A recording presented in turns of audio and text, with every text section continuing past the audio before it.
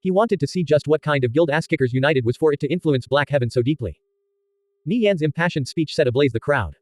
Nie Yan naturally didn't believe he was charismatic enough to have every single member of Ass-Kickers United follow him blindly.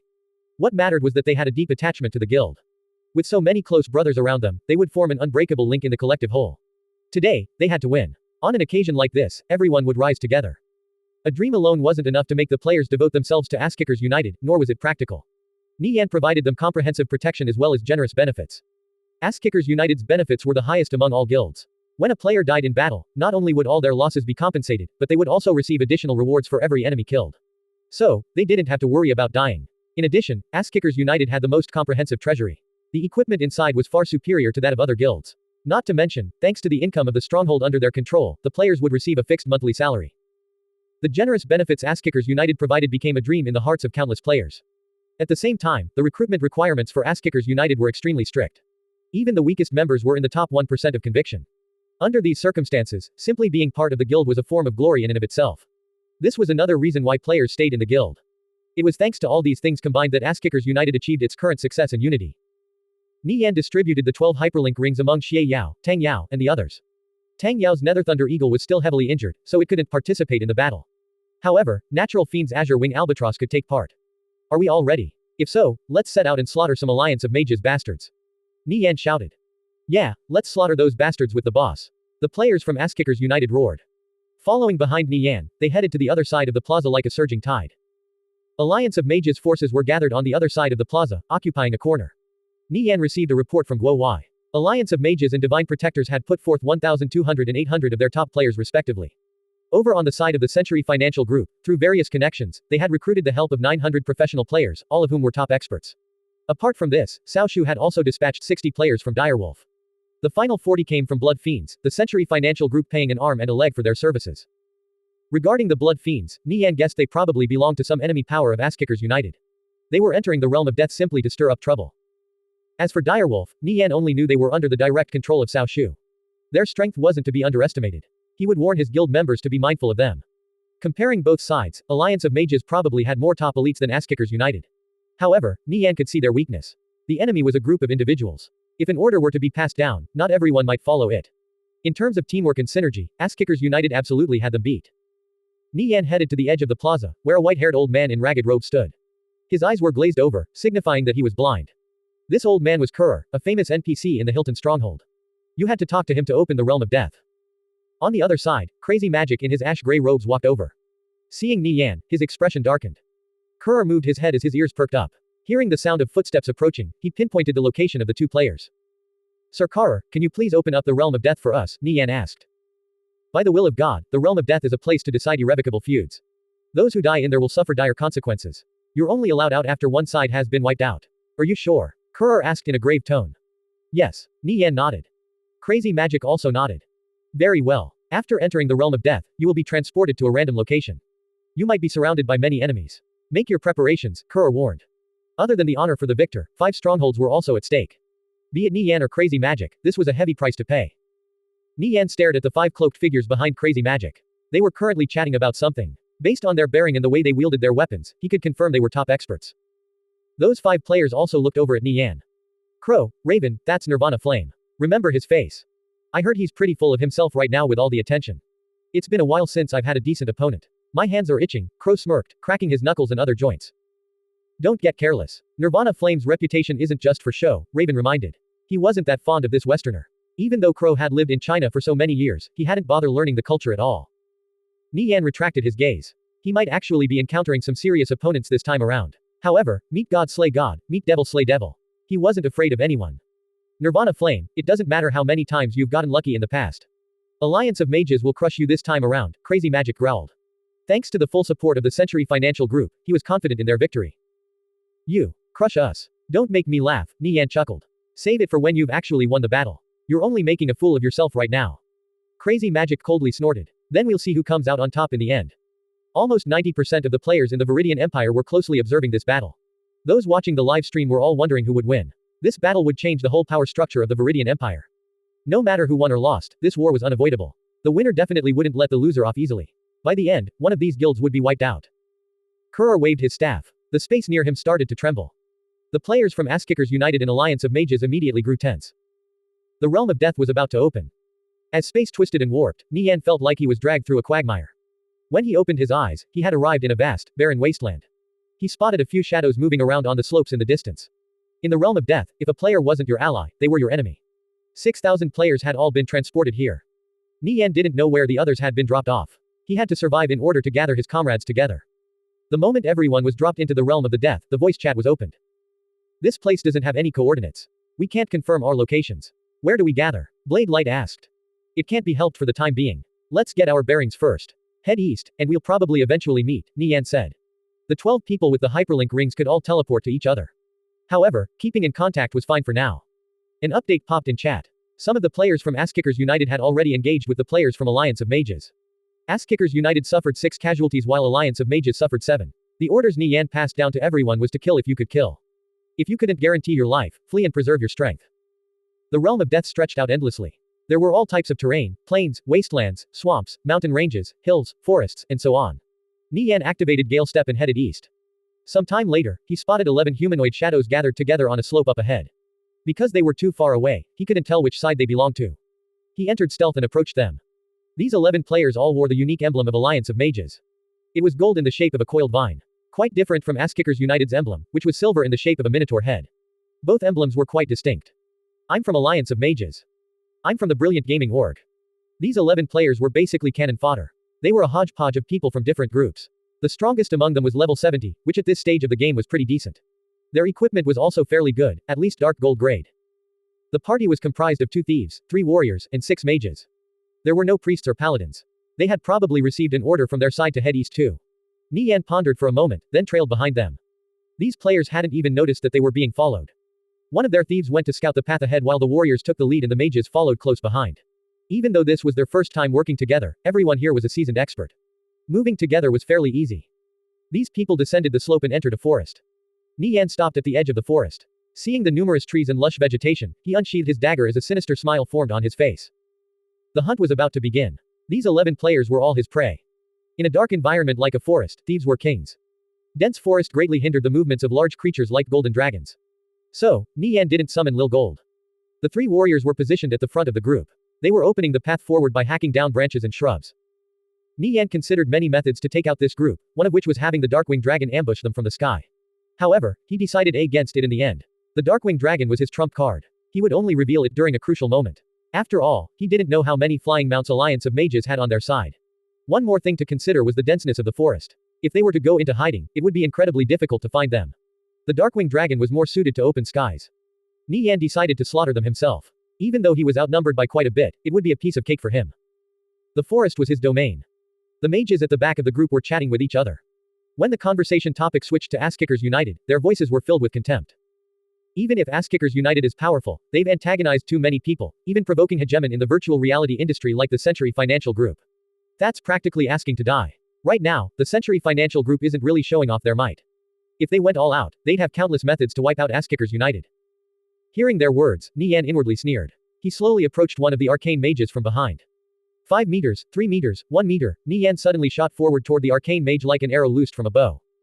Believing in safety in numbers, these 11 players inevitably relaxed their guard if only somewhat. Nie Yan struck the arcane mage in the back with smothering strike. His movements were too quick. Before the others could react, he had already finished the arcane mage off with backstab. His equipment was excellent, and he was at a far higher level than them. It made sense that a squishy mage couldn't survive his burst damage. When the other mages looked over, all they saw was the blazing black flames of Zenard's sword in Nie Yan's hand.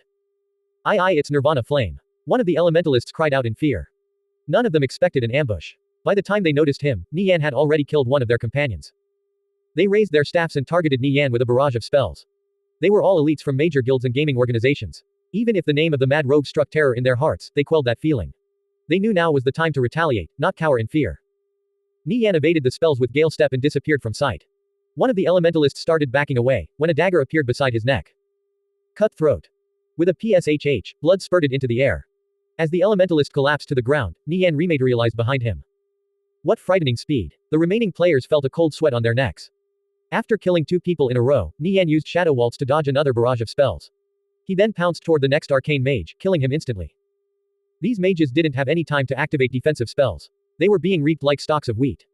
Only after Nie Yan killed 3 people did the warriors at the front notice the commotion. Shit, we've been ambushed. They all rushed toward Nie Yan. Unfortunately, this was a forest and not a plain, so their charge skill wasn't anywhere near as effective. The dense shrubbery and trees greatly hindered their movements. Everything happened in the blink of an eye. With half of the mages dead, the remaining 3 started to panic. In the past, whenever they encountered a top expert, they could still rely on their skill to hold out for a few moments, giving enough time for support to arrive. But they had never encountered this kind of situation before. They had heard tales of Nirvana Flame's exploits, but they always thought these rumors were exaggerated. Nie Yan was too fast, so fast that they had no time to react or activate any skills. Raising their staffs also took time. Only after witnessing the person in action themselves, did they understand why Nie Yan was called the Mad Rogue. The 3 mages lost all will to fight and scattered for their dear life. Nie Yan's eyes flashed with a cold light. Assassinate.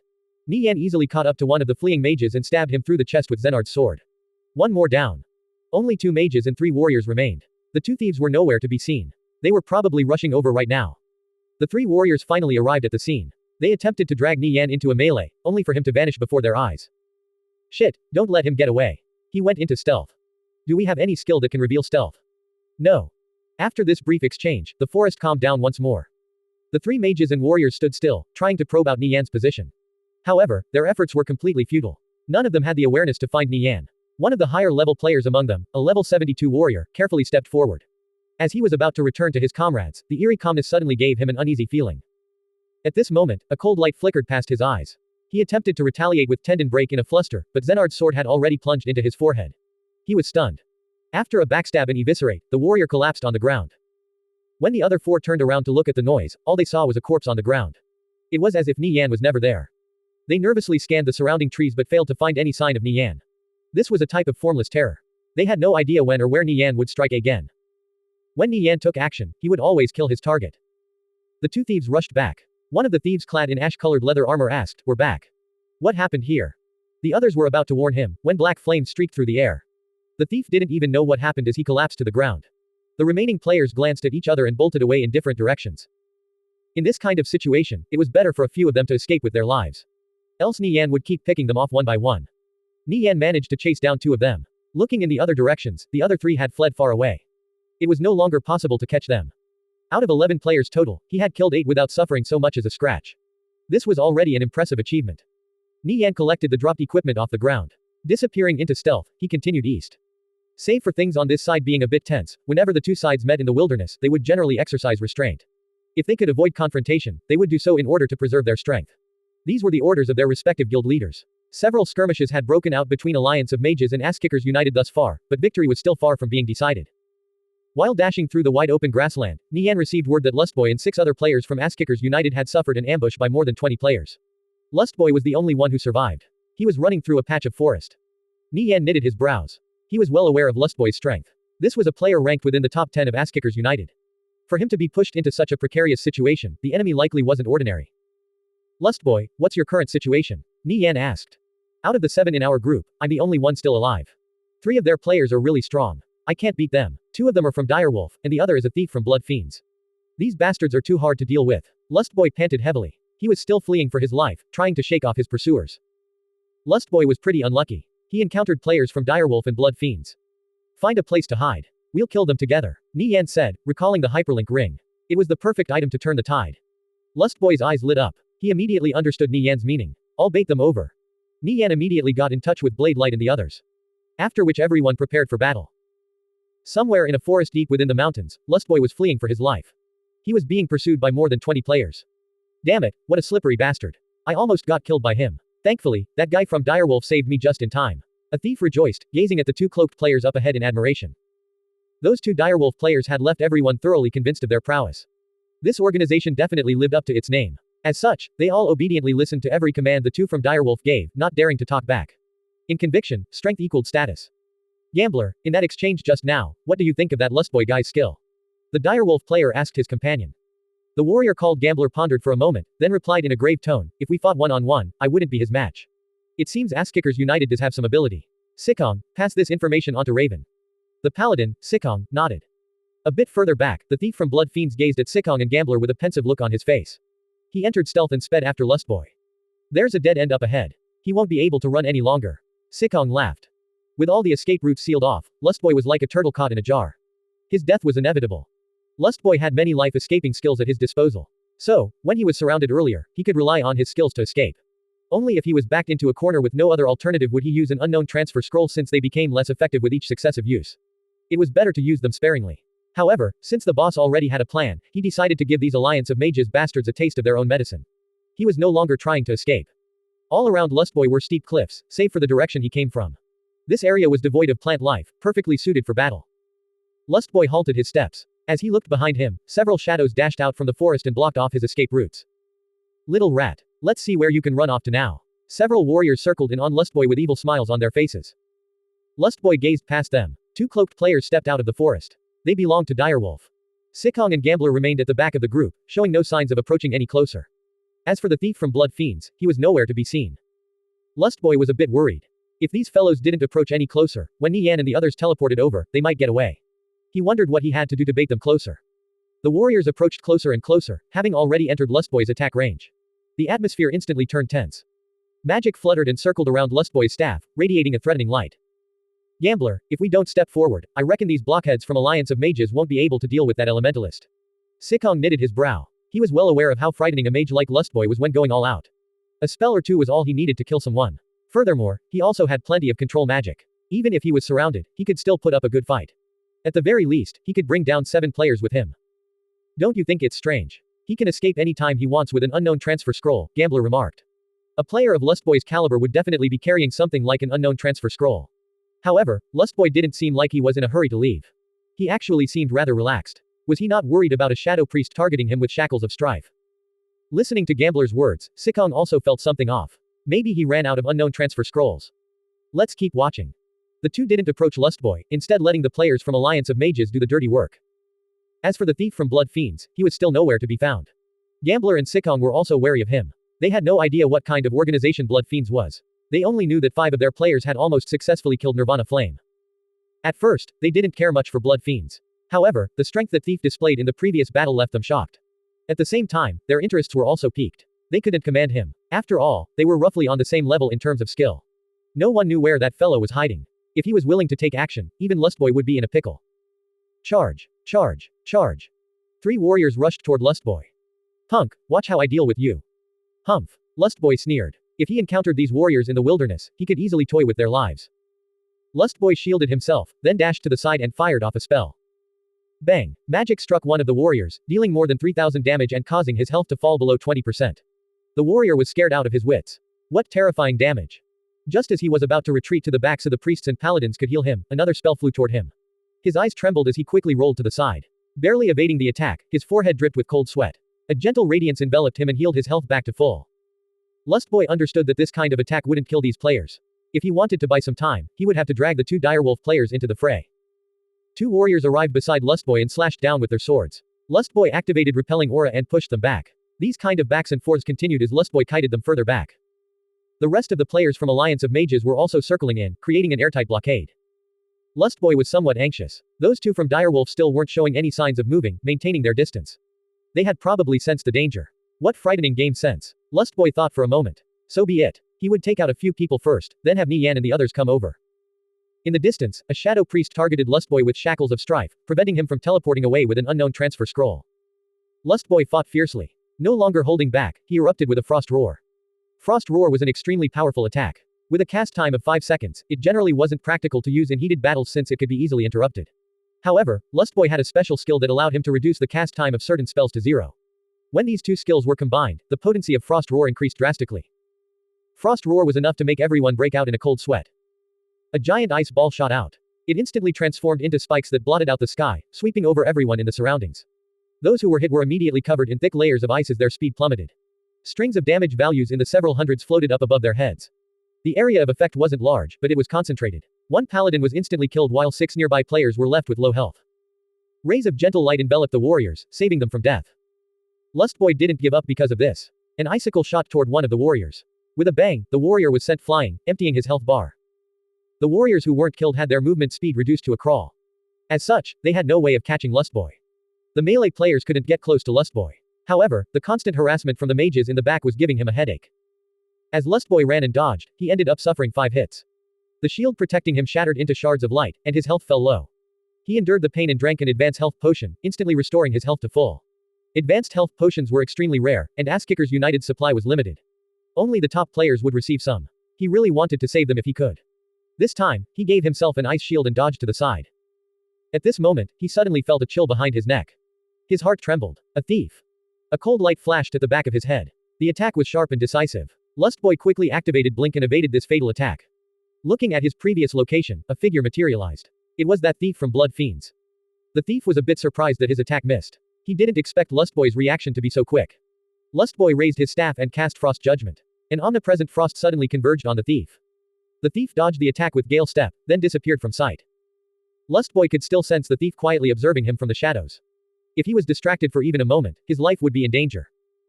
Being stalked by such a thief, Lustboy was under a lot of pressure. The two Direwolf players still hadn't taken any action either. He didn't know how much longer he could hold out for. He was really starting to get anxious. Instead of waiting for the perfect moment, he would have to bring Nie Yan over right now. Boss. Come over, I can't hold on much longer. Lustboy cried out. The people on Alliance of Mages side are too strong. How many people do you need? Nie Yan asked, putting on the hyperlink ring. If you come, it's enough. Lustboy knew how skilled Nie Yan was. As long as Nie Yan was here, everything would be fine. Nie Yan thought for a moment. There was merit to only going with two. They'd be smaller targets, while the others could continue on with their own business. The two of them would make do. Nie Yan activated the hyperlink ring. His surroundings warped, and when he opened his eyes, he was greeted by a chaotic battle.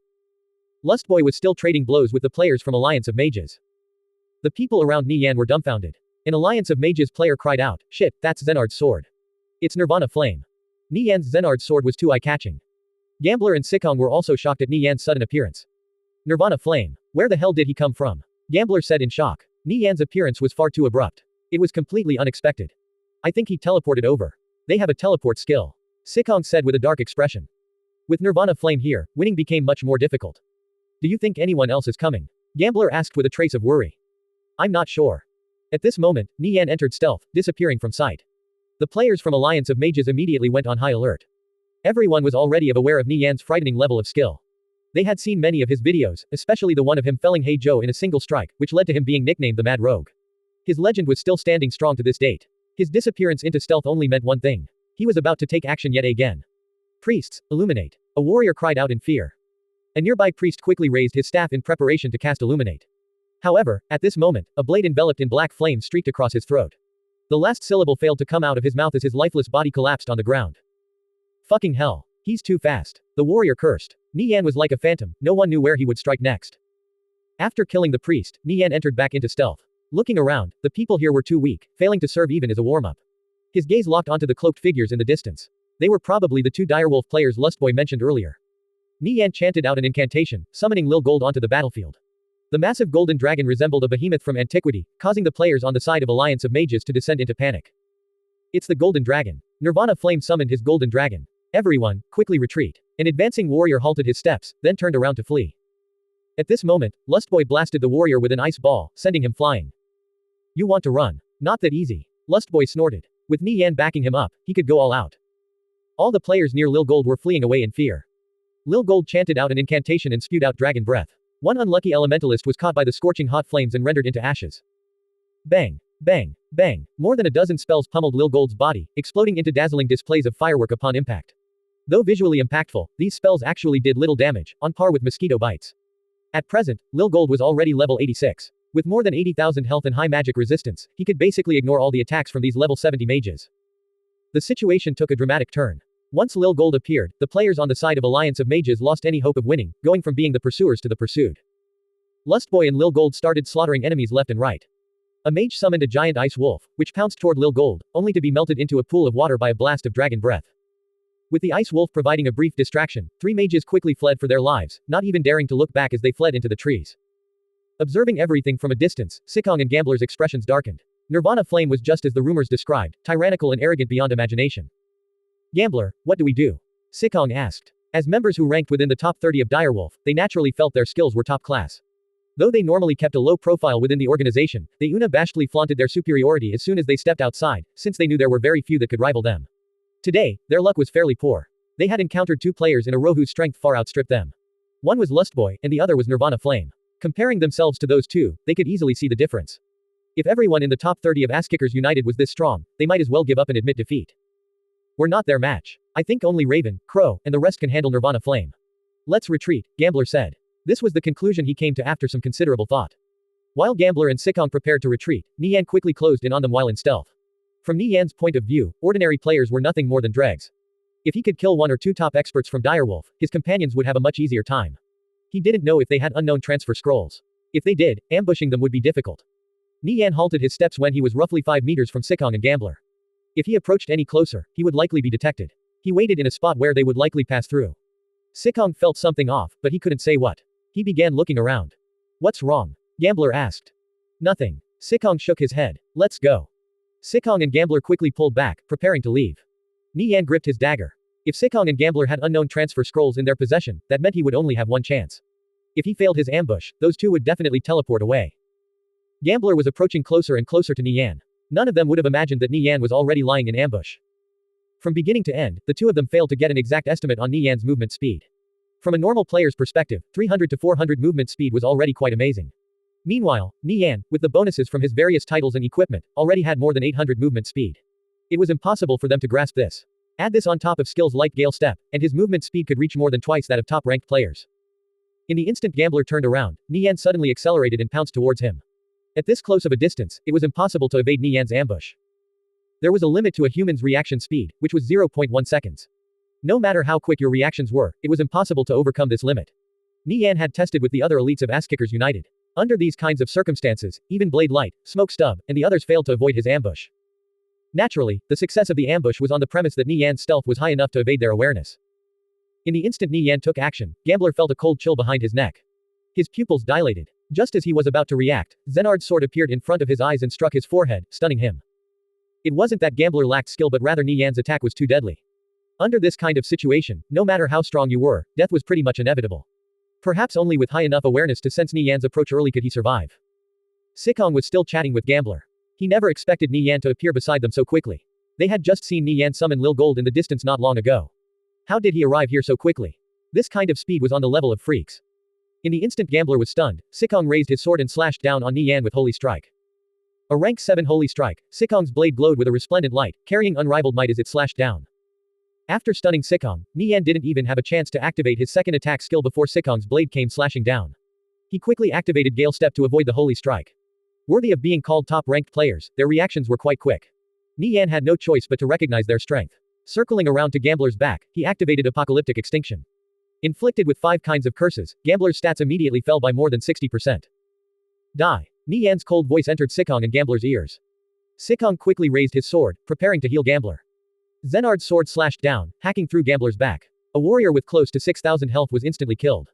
Nie Yan's attack was too fierce. Sikong had no opportunity to heal Gambler. Instantly killed with almost 6,000 health. Sikong was dumbstruck. Seeing his companion's corpse on the ground, he felt his blood freeze over. If he was slow, he would be next. He quickly activated Indomitable Will and fled for his life. Blink Strike. Nie Yan disappeared and reappeared behind Sikong. Just as Nie Yan's attack was about to landk, Sikong crushed an unknown transfer scroll. The space around him warped, and he disappeared. Tisk, Nie Yan halted his footsteps. The enemy got away. However, he still managed to kill the warrior. I wonder what he dropped. Nie Yan bent down to collect the 3 pieces of equipment Gambler dropped. In the realm of death, dying meant losing 5 levels and 3 pieces of equipment. This kind of penalty would leave Gambler feeling sore for quite a while. Boss. Be careful. Lustboy cried out. A dagger suddenly appeared behind Nie Yan. It was aiming for the back of his head. A thief. Nie Yan's mind trembled. Reverse Grip Strike. Nie Yan twisted to the side, evading the attack as his dagger plunged toward the thief's back. The thief activated Gale Step, evading the attack and disappearing from sight. Eye of Truth. Nie Yan's eyes blossomed out with a profound light. He spotted a silhouette flicker by and dive into the trees in the distance. It was a thief from Blood Fiends. He was pretty skilled, considering he approached Nie Yan without being detected. He probably used some kind of special ability to hide his presence. The thief evidently didn't dare to tangle with Nie Yan. After failing the ambush, he didn't dare to dally and immediately fled into the trees. Blood Fiends. Nie Yan's eyes flickered with a cold light. He still hadn't paid them back for the last ambush. This time, they had come back again. That fellow had already run. It was probably no longer possible to catch him. Nie Yan could only give up. He bent down and picked up the 3 pieces of equipment Gambler dropped on the ground. Nie Yan picked up the 3 pieces of equipment, all of which were for level 70 warriors. One was sub-legendary grade while the other 2 were dark gold grade. They were fully socketed with gems, which increased defense, magic resistance, and attack. Each gem was worth at least 1,000 gold. Furthermore, every piece of equipment was upgraded to +9. Nie Yan estimated each piece was worth in the tens of thousands of gold, especially the sub-legendary grade equipment, which was worth at least 100,000 gold. The fact that every direwolf player was probably similarly equipped was a testament to the Century Financial Group's wealth.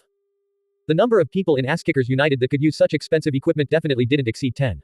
Fully equipping someone with this kind of equipment would cost at least 600,000 gold. Nie Yan planned to give these three pieces of equipment to Monochrome and Edgeless, depending on who had more use for it. Nie Yan turned around. The ground was a mess, with more than 10 corpses strewn about. Lustboy finished collecting all the equipment dropped on the ground, then walked over.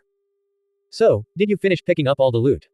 Yeah, more than 30 pieces of equipment in total. We've struck it rich. I estimate everything added up is worth at least 200,000 gold, Lustboy said. Dropping 3 pieces of equipment after dying, this penalty was quite harsh. Seeing the enemy losing their equipment, he also broke out in a cold sweat. If he had died back there, it would have been disastrous. Let's go, Nie Yan said. The harvest this time was pretty good. After gathering all the loot, Nie Yan and Lustboy continued heading east. They walked more than 10 minutes without encountering other players. It appeared this map was quite large. Nie Yan gazed at the mountain range in the east. Perched atop one of the mountains was a grand castle. It could be counted as a fairly reliable landmark. Nie Yan designated this location as the meeting place. More and more players discovered this castle and began converging there. As for Alliance of Mages, their gathering spot was located in the west. After scaling up a mountain for more than 1,000 meters, Nie Yan and Lustboy turned around. The entire map was finally within their view. This was a giant basin with all sorts of terrain inside it: hills, streams, barren rock, rocky cliffs, forest, and so on. Besides occupying this castle, there were also 9 other castles scattered across the map. These 10 castles were the points Kara mentioned previously. If one occupied all of them for an hour, they would achieve victory.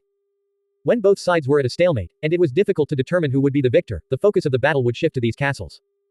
This was a standard Guild War map. Nie Yan had heard of these kinds of maps in the previous timeline. But due to him being a lowly solo player back then, he had never actually participated in this kind of competition. This was his first time coming into contact with this kind of map. Asskickers United and Alliance of Mages were having a showdown here. As more and more Asskickers United's players converged on this castle, the vicinity became much livelier. No one knew how many years this ancient castle had weathered, its walls filled with all sorts of cracks and lush with vegetation. Nie Yan pushed open the thick heavy doors and entered inside. Blade Light and the others followed behind him. How many casualties did we suffer? Nie Yan asked. Their forces had probably taken some losses during the journey here. 23 of our players were killed, Blade Light replied. He had just received a report from Paladin of the Elegy. Alliance of Mages side took heavier losses. We've racked up 37 enemy kills, Smokestub said. Just previously, he had felled 2 enemies. Asskickers United's force rested and regrouped around the castle, one team after another spreading out everywhere. Nie Yan walked up to the castle's observation tower, which stood over 20 meters tall. It was quite grand. They were greeted by the sight of broken weapons scattered all over the floor. A battle once took place here in the ancient past. Erected on the perimeter of the tower were shabby lookout lenses. Whether they functioned or not remained unknown. Nie Yan walked over to one of the lenses and peered through it. Gazing in the distance, he saw the players on the side of Alliance of Mages moving like ants, congregating in larger and larger numbers. They had occupied 3 castles. Crazy Magic was probably hard at work mobilizing his troops. From this lookout lens, Nie Yan could see the entire map.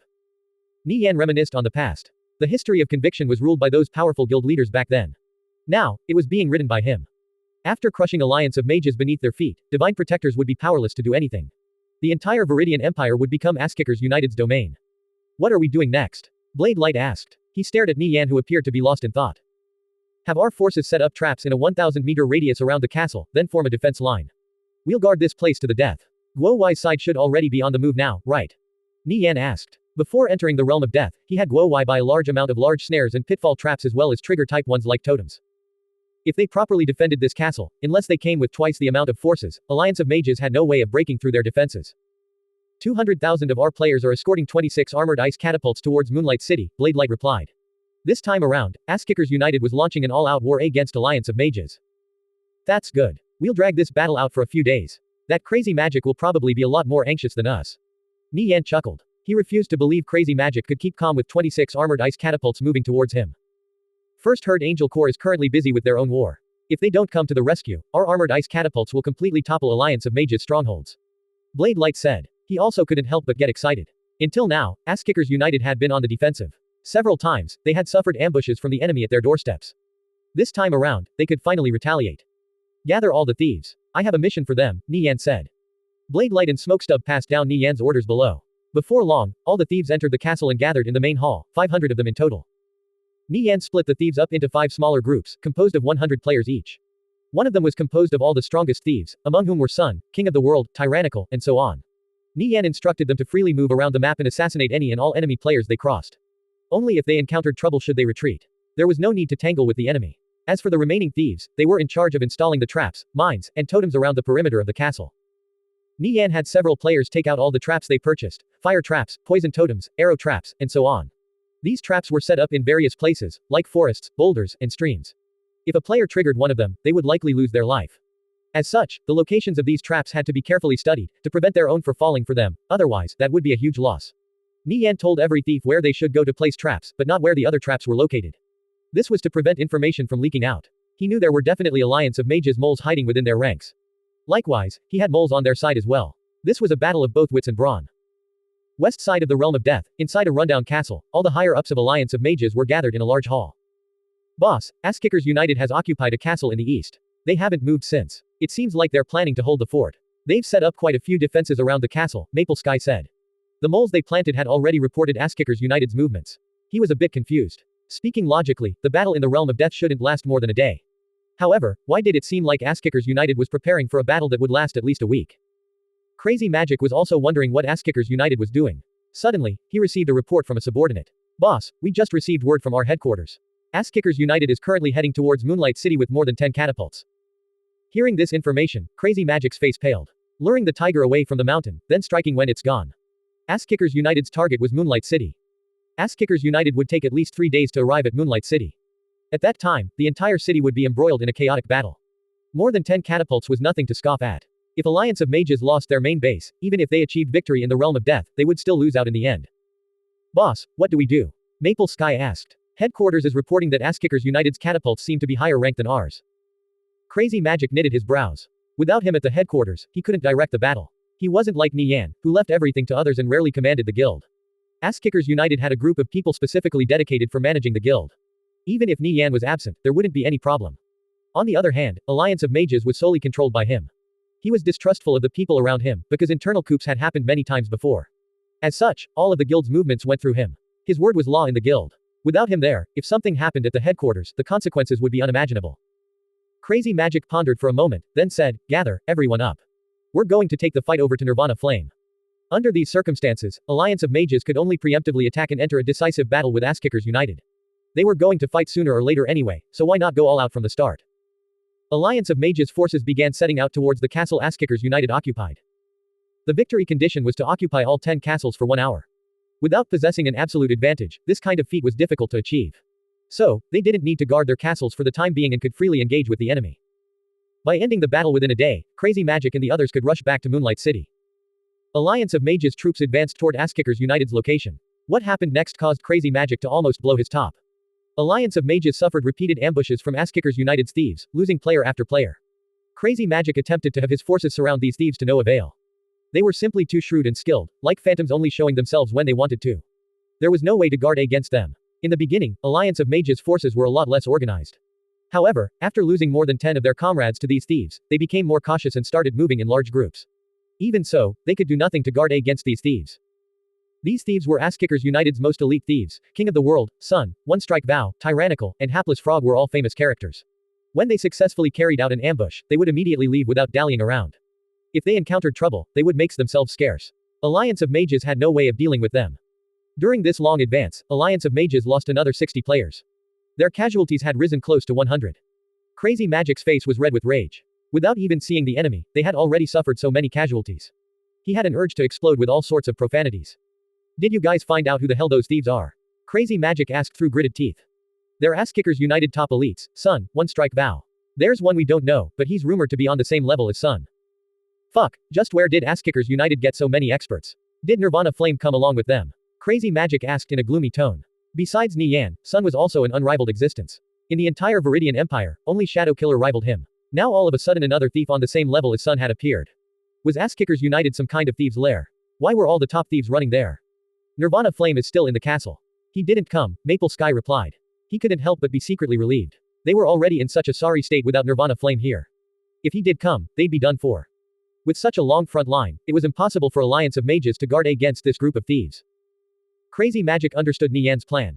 Asskickers United would guard the stronghold, stalling for time while their top thieves whittled away at the forces of Alliance of Mages. If the battle dragged on for a few days, Alliance of Mages losses would gradually accumulate. Then when the final decisive battle start, it would be a complete one-sided slaughter. Should we return to the castle? Maple Sky asked. From the moment they entered the realm of death, Alliance of Mages had been led around by the nose. Seizing back the initiative would be truly difficult. Even if we hide in the castle, we still can't defend against those thieves. A single castle can only fit 1,000 player at most. The rest will still have to set up camp outside. Furthermore, if we retreat now, we'll be doing exactly what Nirvana Flame wants us to do. They can keep stalling for time.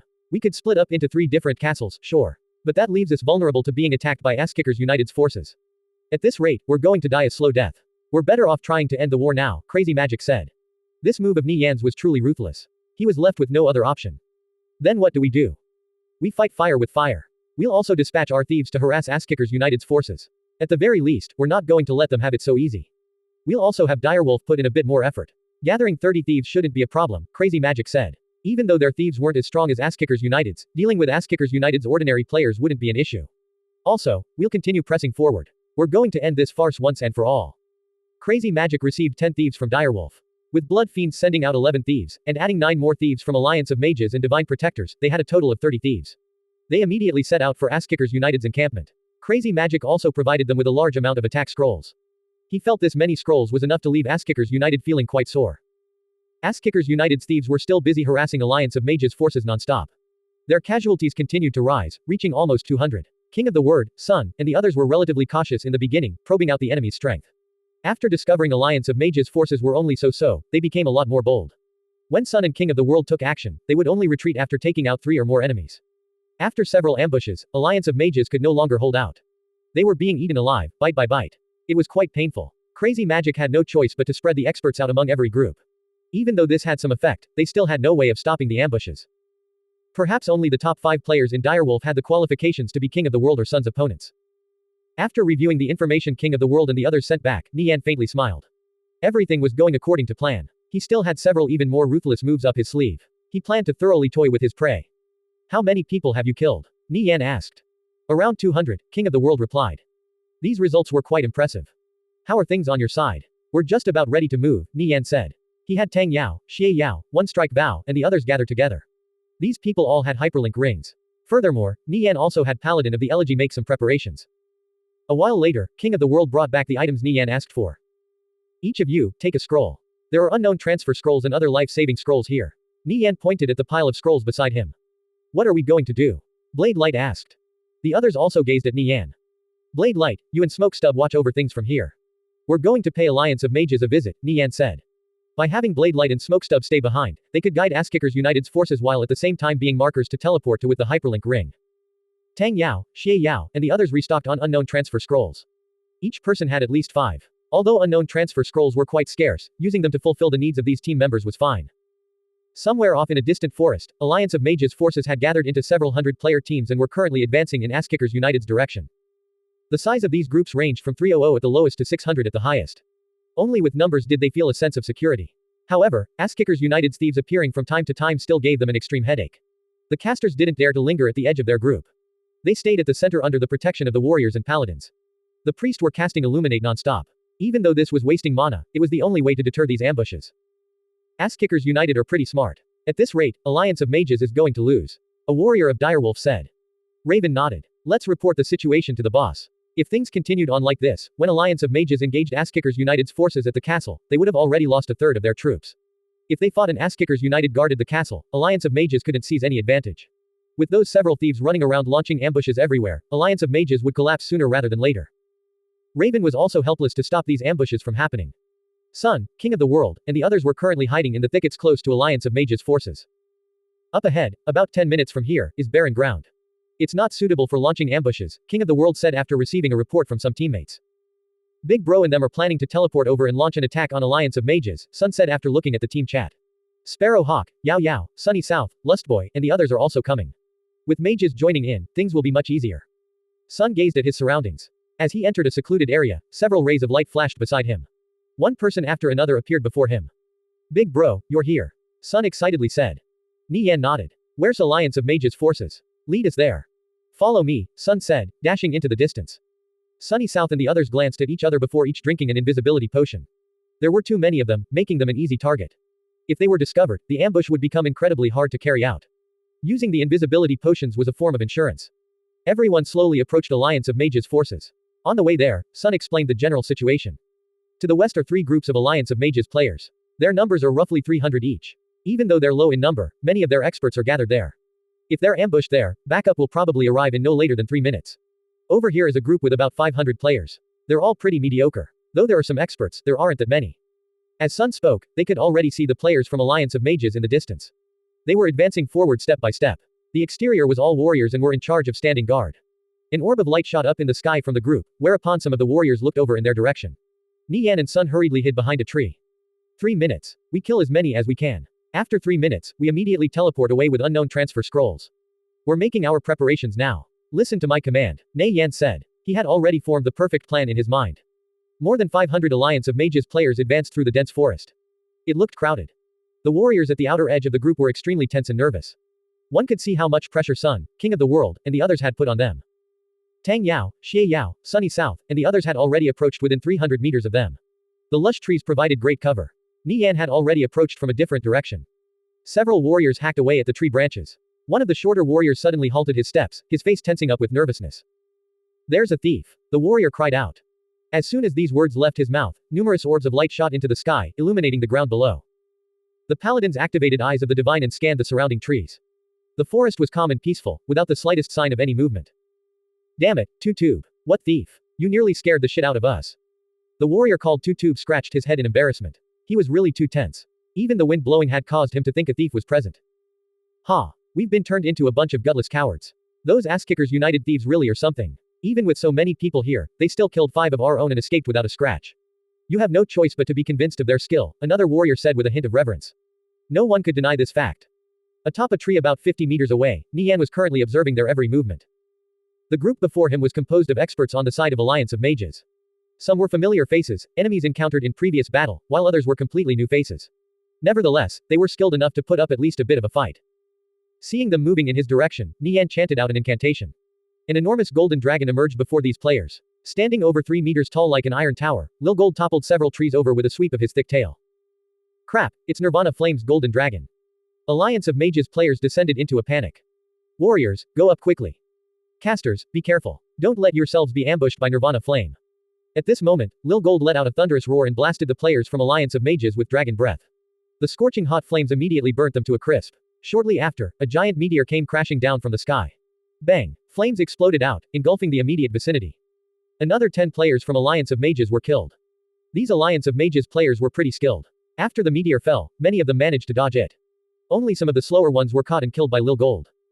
10 warriors surrounded Lil Gold, intending to lock him in place. Keep up the healing. Priests, hurry up. Shit, why is that golden dragon so strong? We still don't know where Nirvana Flame is. Everyone, be careful of him. Just when these warriors believed they had locked him down, Lil Gold let out a roar. Explosive counter. Explosive counter. After explosive counter was triggered 2 times in a row, a blanket of damage values floated up from these warriors' heads. 5 were instantly killed while the survivors quickly retreated with only a sliver of health remaining. The priests hurriedly cast heals on them. The surviving warriors glanced at each other, fear lingering in their eyes. Lil Gold's attacks were far too terrifying. How was this a pet? He was more like an overpowered slaughter machine. A few players summoned their pets. Several dozen pets with high health pounced toward Lil Gold, only to discover their attacks had little to no effect. With a dragon breath followed by a rend, a great grizzly was ripped to shreds. While the Alliance of Mages players were frantically trying to deal with Lil Gold, a ripple of magic pulsed through the air. Red clouds started coalescing together in the air. Who's casting an AoE spell? Over there, it's someone from Ass-Kickers United. Quickly stop him. In the distance behind some trees, Tang Yao, Sunny South, and a few others were hiding. Just when they got spotted and the enemy started moving towards them, they finished chanting their magic. A torrent of frost fell from the sky. The approaching enemy players had their movement speeds drastically reduced, as though they were moving in slow motion.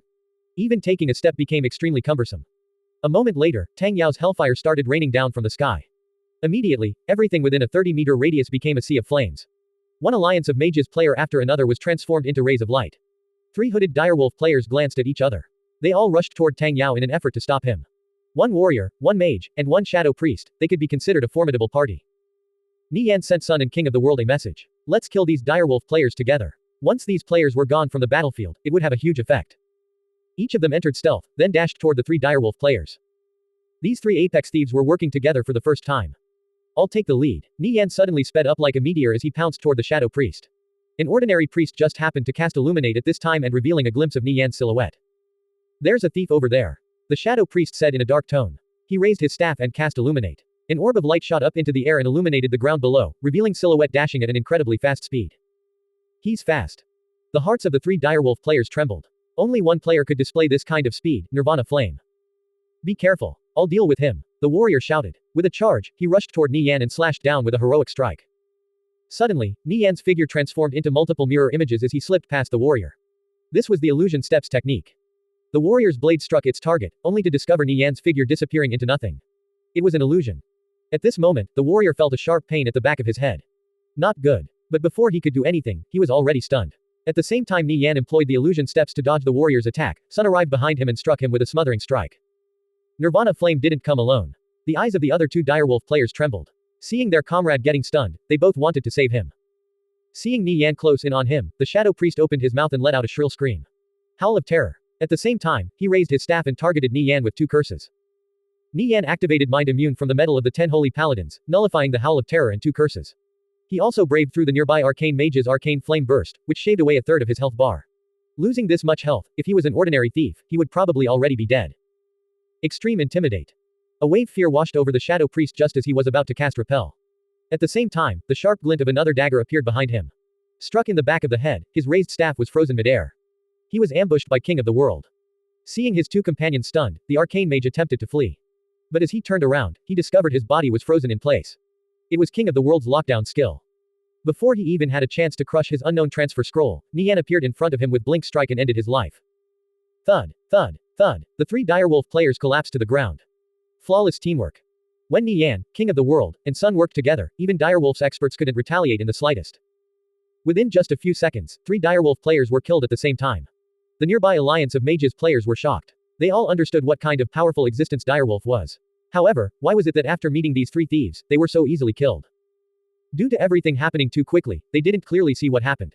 By the time they realized what was going on, all they saw were 3 corpses lying on the ground. Nice teamwork, Nie Yan said to Sun and King of the World. This was the first time he had synergized so well with others. Big bro, good job. King of the World simply nodded with an indifferent expression. However, his heart was stirring with emotion. He couldn't help but recall the times he fought together with his companions in the battlefield. This type of synergy and teamwork was all too familiar to him. After collecting the loot off the ground, the 3 disappeared back into stealth. While Nie Yan, Sun, and King of the World were dealing with the experts from Direwolf, 6 thieves from Blood Fiends had ambushed Tang Yao, Xie Yao and the others. They had failed to cause any damage to Asskickers United's side. After losing one of their own members, they quickly fled. However, they had still managed to delay Tang Yao and the other mages long enough, preventing them from casting AoE spells in quick succession. Alliance of Mages battle formation was already an unrecognizable chaotic mess. Out of 500 players in the group, only 200 were killed. The remaining 300 immediately scattered in all directions. Some players managed to regroup and attempted to launch a counter-offensive against Tang Yao and the others. However, they were quickly forced into retreat by a barrage of spells, leaving behind piles of corpses. Nie Yan, Sun, and King of the World began pursuing the stragglers, picking off the enemy one by one. Lil Gold also swept through everything in his path. Boss, we have enemies incoming from both east and west. They're from Direwolf and Blood Fiends. Let's retreat, Nie Yan said. All of them used unknown transfer scrolls to teleport away. The ambush this time around could be considered a resounding success. After returning to base camp and resting up, they could continue toying with Alliance of Mages. There was no need to tangle with the enemy longer than necessary. If they ended up having the tables turned on them, it would be all for naught. Seeing all his team members teleport away, Nie Yan recalled Lil Gold. He entered stealth before dashing off. Even if he didn't use an unknown transfer scroll, no one could stop him from escaping. Only a short moment after Nie Yan and the others departed, Crazy Magic, Raven, and the others arrived on the scene. The surroundings were in disarray. Alliance of Mages forces were routed. Crazy Magic's eyes twitched in anger. So many elites had been slaughtered just like that. Dropping 5 levels and 3 pieces of equipment, he felt like his heart was bleeding out. What were the casualties on our side? Crazy Magic asked. Over 200 dead. Adding all the previous losses, our casualties have already surpassed 500, Maple Sky replied. The final battle hadn't even started, and they had already lost 1/6 of their forces. If Asskickers United's advantage grew any larger, they might as well just give up.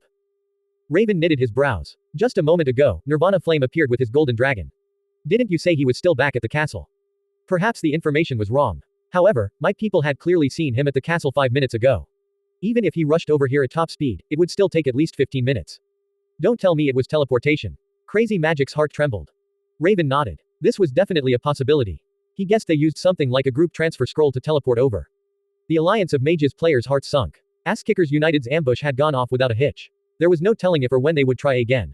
If something like this happened a few more times, by the time they reached Asskickers United's castle, they would lack the manpower to even fight them head-on. While Crazy Magic was figuring out a way on how to deal with Asskickers United, the thieves deployed by Alliance of Mages had already arrived at Asskickers United's castle. The 30 top thieves divided into 6 squads. Each relied on their own skill to approach the castle as they prepared to stir up trouble for Asskickers United's players. According to the information provided by Crazy Magic, the area around the castle was booby-trapped. Groups of players in 2s and 3s leisurely sat on the open space outside the castle. Their vigilance was quite low. The top thieves couldn't help but feel Asskickers United was overestimating themselves if they thought a few traps could stop them. However, what happened next seemed like something out of a nightmare. When 5 thieves happened to pass through a patch of thickets, a brilliant light radiated out from between the trees. Of these 5 thieves, 3 were from Alliance of Mages, 1 from Divine Protectors, and 1 from Blood Fiends. The 3 from Alliance of Mages were fairly familiar with each other. The Divine Protector's thief felt a bit isolated. As for the Blood Fiend's thief, he was cold and detached, caring for no one but himself. This thief was precisely Underworld, one of the 5 thieves from Blood Fiends who had ambushed Nie Yan previously. He moved forward while maintaining contact with the other 4. Since Asskickers United dared to ambush Alliance of Mages, they definitely have countermeasures in place. Crazy Magic probably has a leak somewhere. Everyone, be careful, Underworld warned his compatriots. He coldly looked at the 4 thieves up ahead, and purposefully lagged a good distance behind. Seeing the 3 Alliance of Mages thieves chatting and laughing merrily, the Divine Protector's thief coldly snorted and walked over toward a nearby path. This path was covered in thick shrubbery. As he pushed aside a branch with his hand, he suddenly felt something off. Looking towards the distance, he spotted an arrow trap installed on a nearby tree. A thin thread was stretched taut across the shrubbery below his feet. When he moved through the shrubbery, he had tripped the thread. With a whoosh, a bolt was loosed from the crossbow and came flying towards him. A cold light streaked through the air. The thief narrowed his eyes. It was a trap. However, if Asskickers United believed such a simple trap could kill him, they were really looking down on him. With a gale step, he sidestepped and evaded the bolt. He believed that was the end of it. However, it was only the beginning. The bolt flew into a bush, striking a wooden pole. An ignition rune happened to be engraved in the wooden pole. After being struck, flames leapt into the sky, instantly trigger ring an explosive rune carved on top of a nearby tree. With a loud bang, the rune exploded, causing a shockwave to sweep out. The traps were linked. The thief's face paled. In the moment the explosive rune was set off, he rolled to the side. But what happened next was even more frightening. His movements had triggered even more traps. A hail of arrows came flying at him from every direction. Boom, boom, boom. Even more explosive runes were set off. The 5 thieves immediately bolted away in every direction. Countless explosive runes and other offensive totems were layered on top of each other. The explosions were even more spectacular than the ones seen in Hollywood movies. 2 Alliance of Mages thieves barely evaded the initial explosions, only to still end up dying to the subsequent blasts. They didn't even get the chance to drink a health potion. Of the 3 remaining thieves, Underworld was the first to make it out with his life. The might of these explosive runes left him a bit rattled. A single explosive rune wasn't that powerful. With their skill, dodging was extremely easy. However, faced with such a powerful chain of explosions, dodging became extremely difficult. Underworld was fairly lucky. He had remained much further behind than the other 4. At the first sign of trouble, he immediately fell back. Looking at his 4 teammates, 2 Alliance of Mages players were blasted to death. The remaining 2 were scared witless and running around like headless flies. Seeing the situation wasn't looking good with explosions going off all around him, the sole remaining Alliance of Mages thief drank an intermediate health potion and dove into a small clearing. Suddenly, the ground beneath turned into quicksand as he was slowly sucked in. All of a sudden, he discovered everything within a 30-meter radius was a quicksand trap. This was an advanced quicksand trap. The area of effect was huge. He had once seen this kind of trap selling for 100 gold each in an NPC shop. It appeared Asskickers United spared no expense. He attempted to pull his leg out of the sand in a panic. However, his body wouldn't budge. He could only despair as he slowly sank further and further down. In the end, he died of suffocation. If someone had attempted to pull him out, perhaps he would have survived. Seeing this scene from afar, the Divine Protector's thief didn't dare to go over. He turned around and fled, eventually discovering a running stream. He quickly dove into the water, thinking he was finally safe. Asskickers United wouldn't place explosive traps in the water, right? With a rumbling sound, water started splashing around. As the thief swam around in the water, he suddenly heard the sound of an explosion, causing his heart to sink. Before he could do anything, an explosion swept over him from below, knocking all the air out of his lungs. Feeling a sweet taste at the back of his throat, he spat out a mouthful of blood. His body became numb as he slowly sank into the water. He had set off an underwater goblin mine. At this moment, seemingly triggered by the explosion of the mine, a green liquid started spreading out in the water. When he came into contact with this liquid, an intense stinging feeling washed over him. A string of damage values floated up above his head. He was also inflicted with paralysis. Before long, his skin turned darkish red as he turned into a corpse. The thieves' crazy magic deployed had gotten a taste of how frightening these traps were. Nie Yan spent almost 500,000 gold on these traps alone. Ordinary traps were easily evaded by thieves. However, these traps were closely linked with each other. Evading them wasn't easy at all. Once you triggered a single link in the chain, all the other traps would go off in a torrent of wind and flames. No matter how skilled you were, these omnipresent traps would easily take your life. The 6 thief squads had all met with the same tragic fate. Out of the 30 thieves that were dispatched, only 11 barely escaped with their lives. The traps Nie Yan installed had left an unreasonable impression on their minds. This was the first time they had seen traps set up this way. Nie Yan was extremely meticulous when setting up these traps. He had specialized engineers look over the data and area of effect every trap. After which he linked the ones that synergized together so that their might would increase by manifold. Of course, this endeavor cost quite a bit of money. Perhaps Nie Yan was the only one who would be willing to spend so much to set up these linked traps. After the thieves sent word back, Crazy Magic was dumbstruck.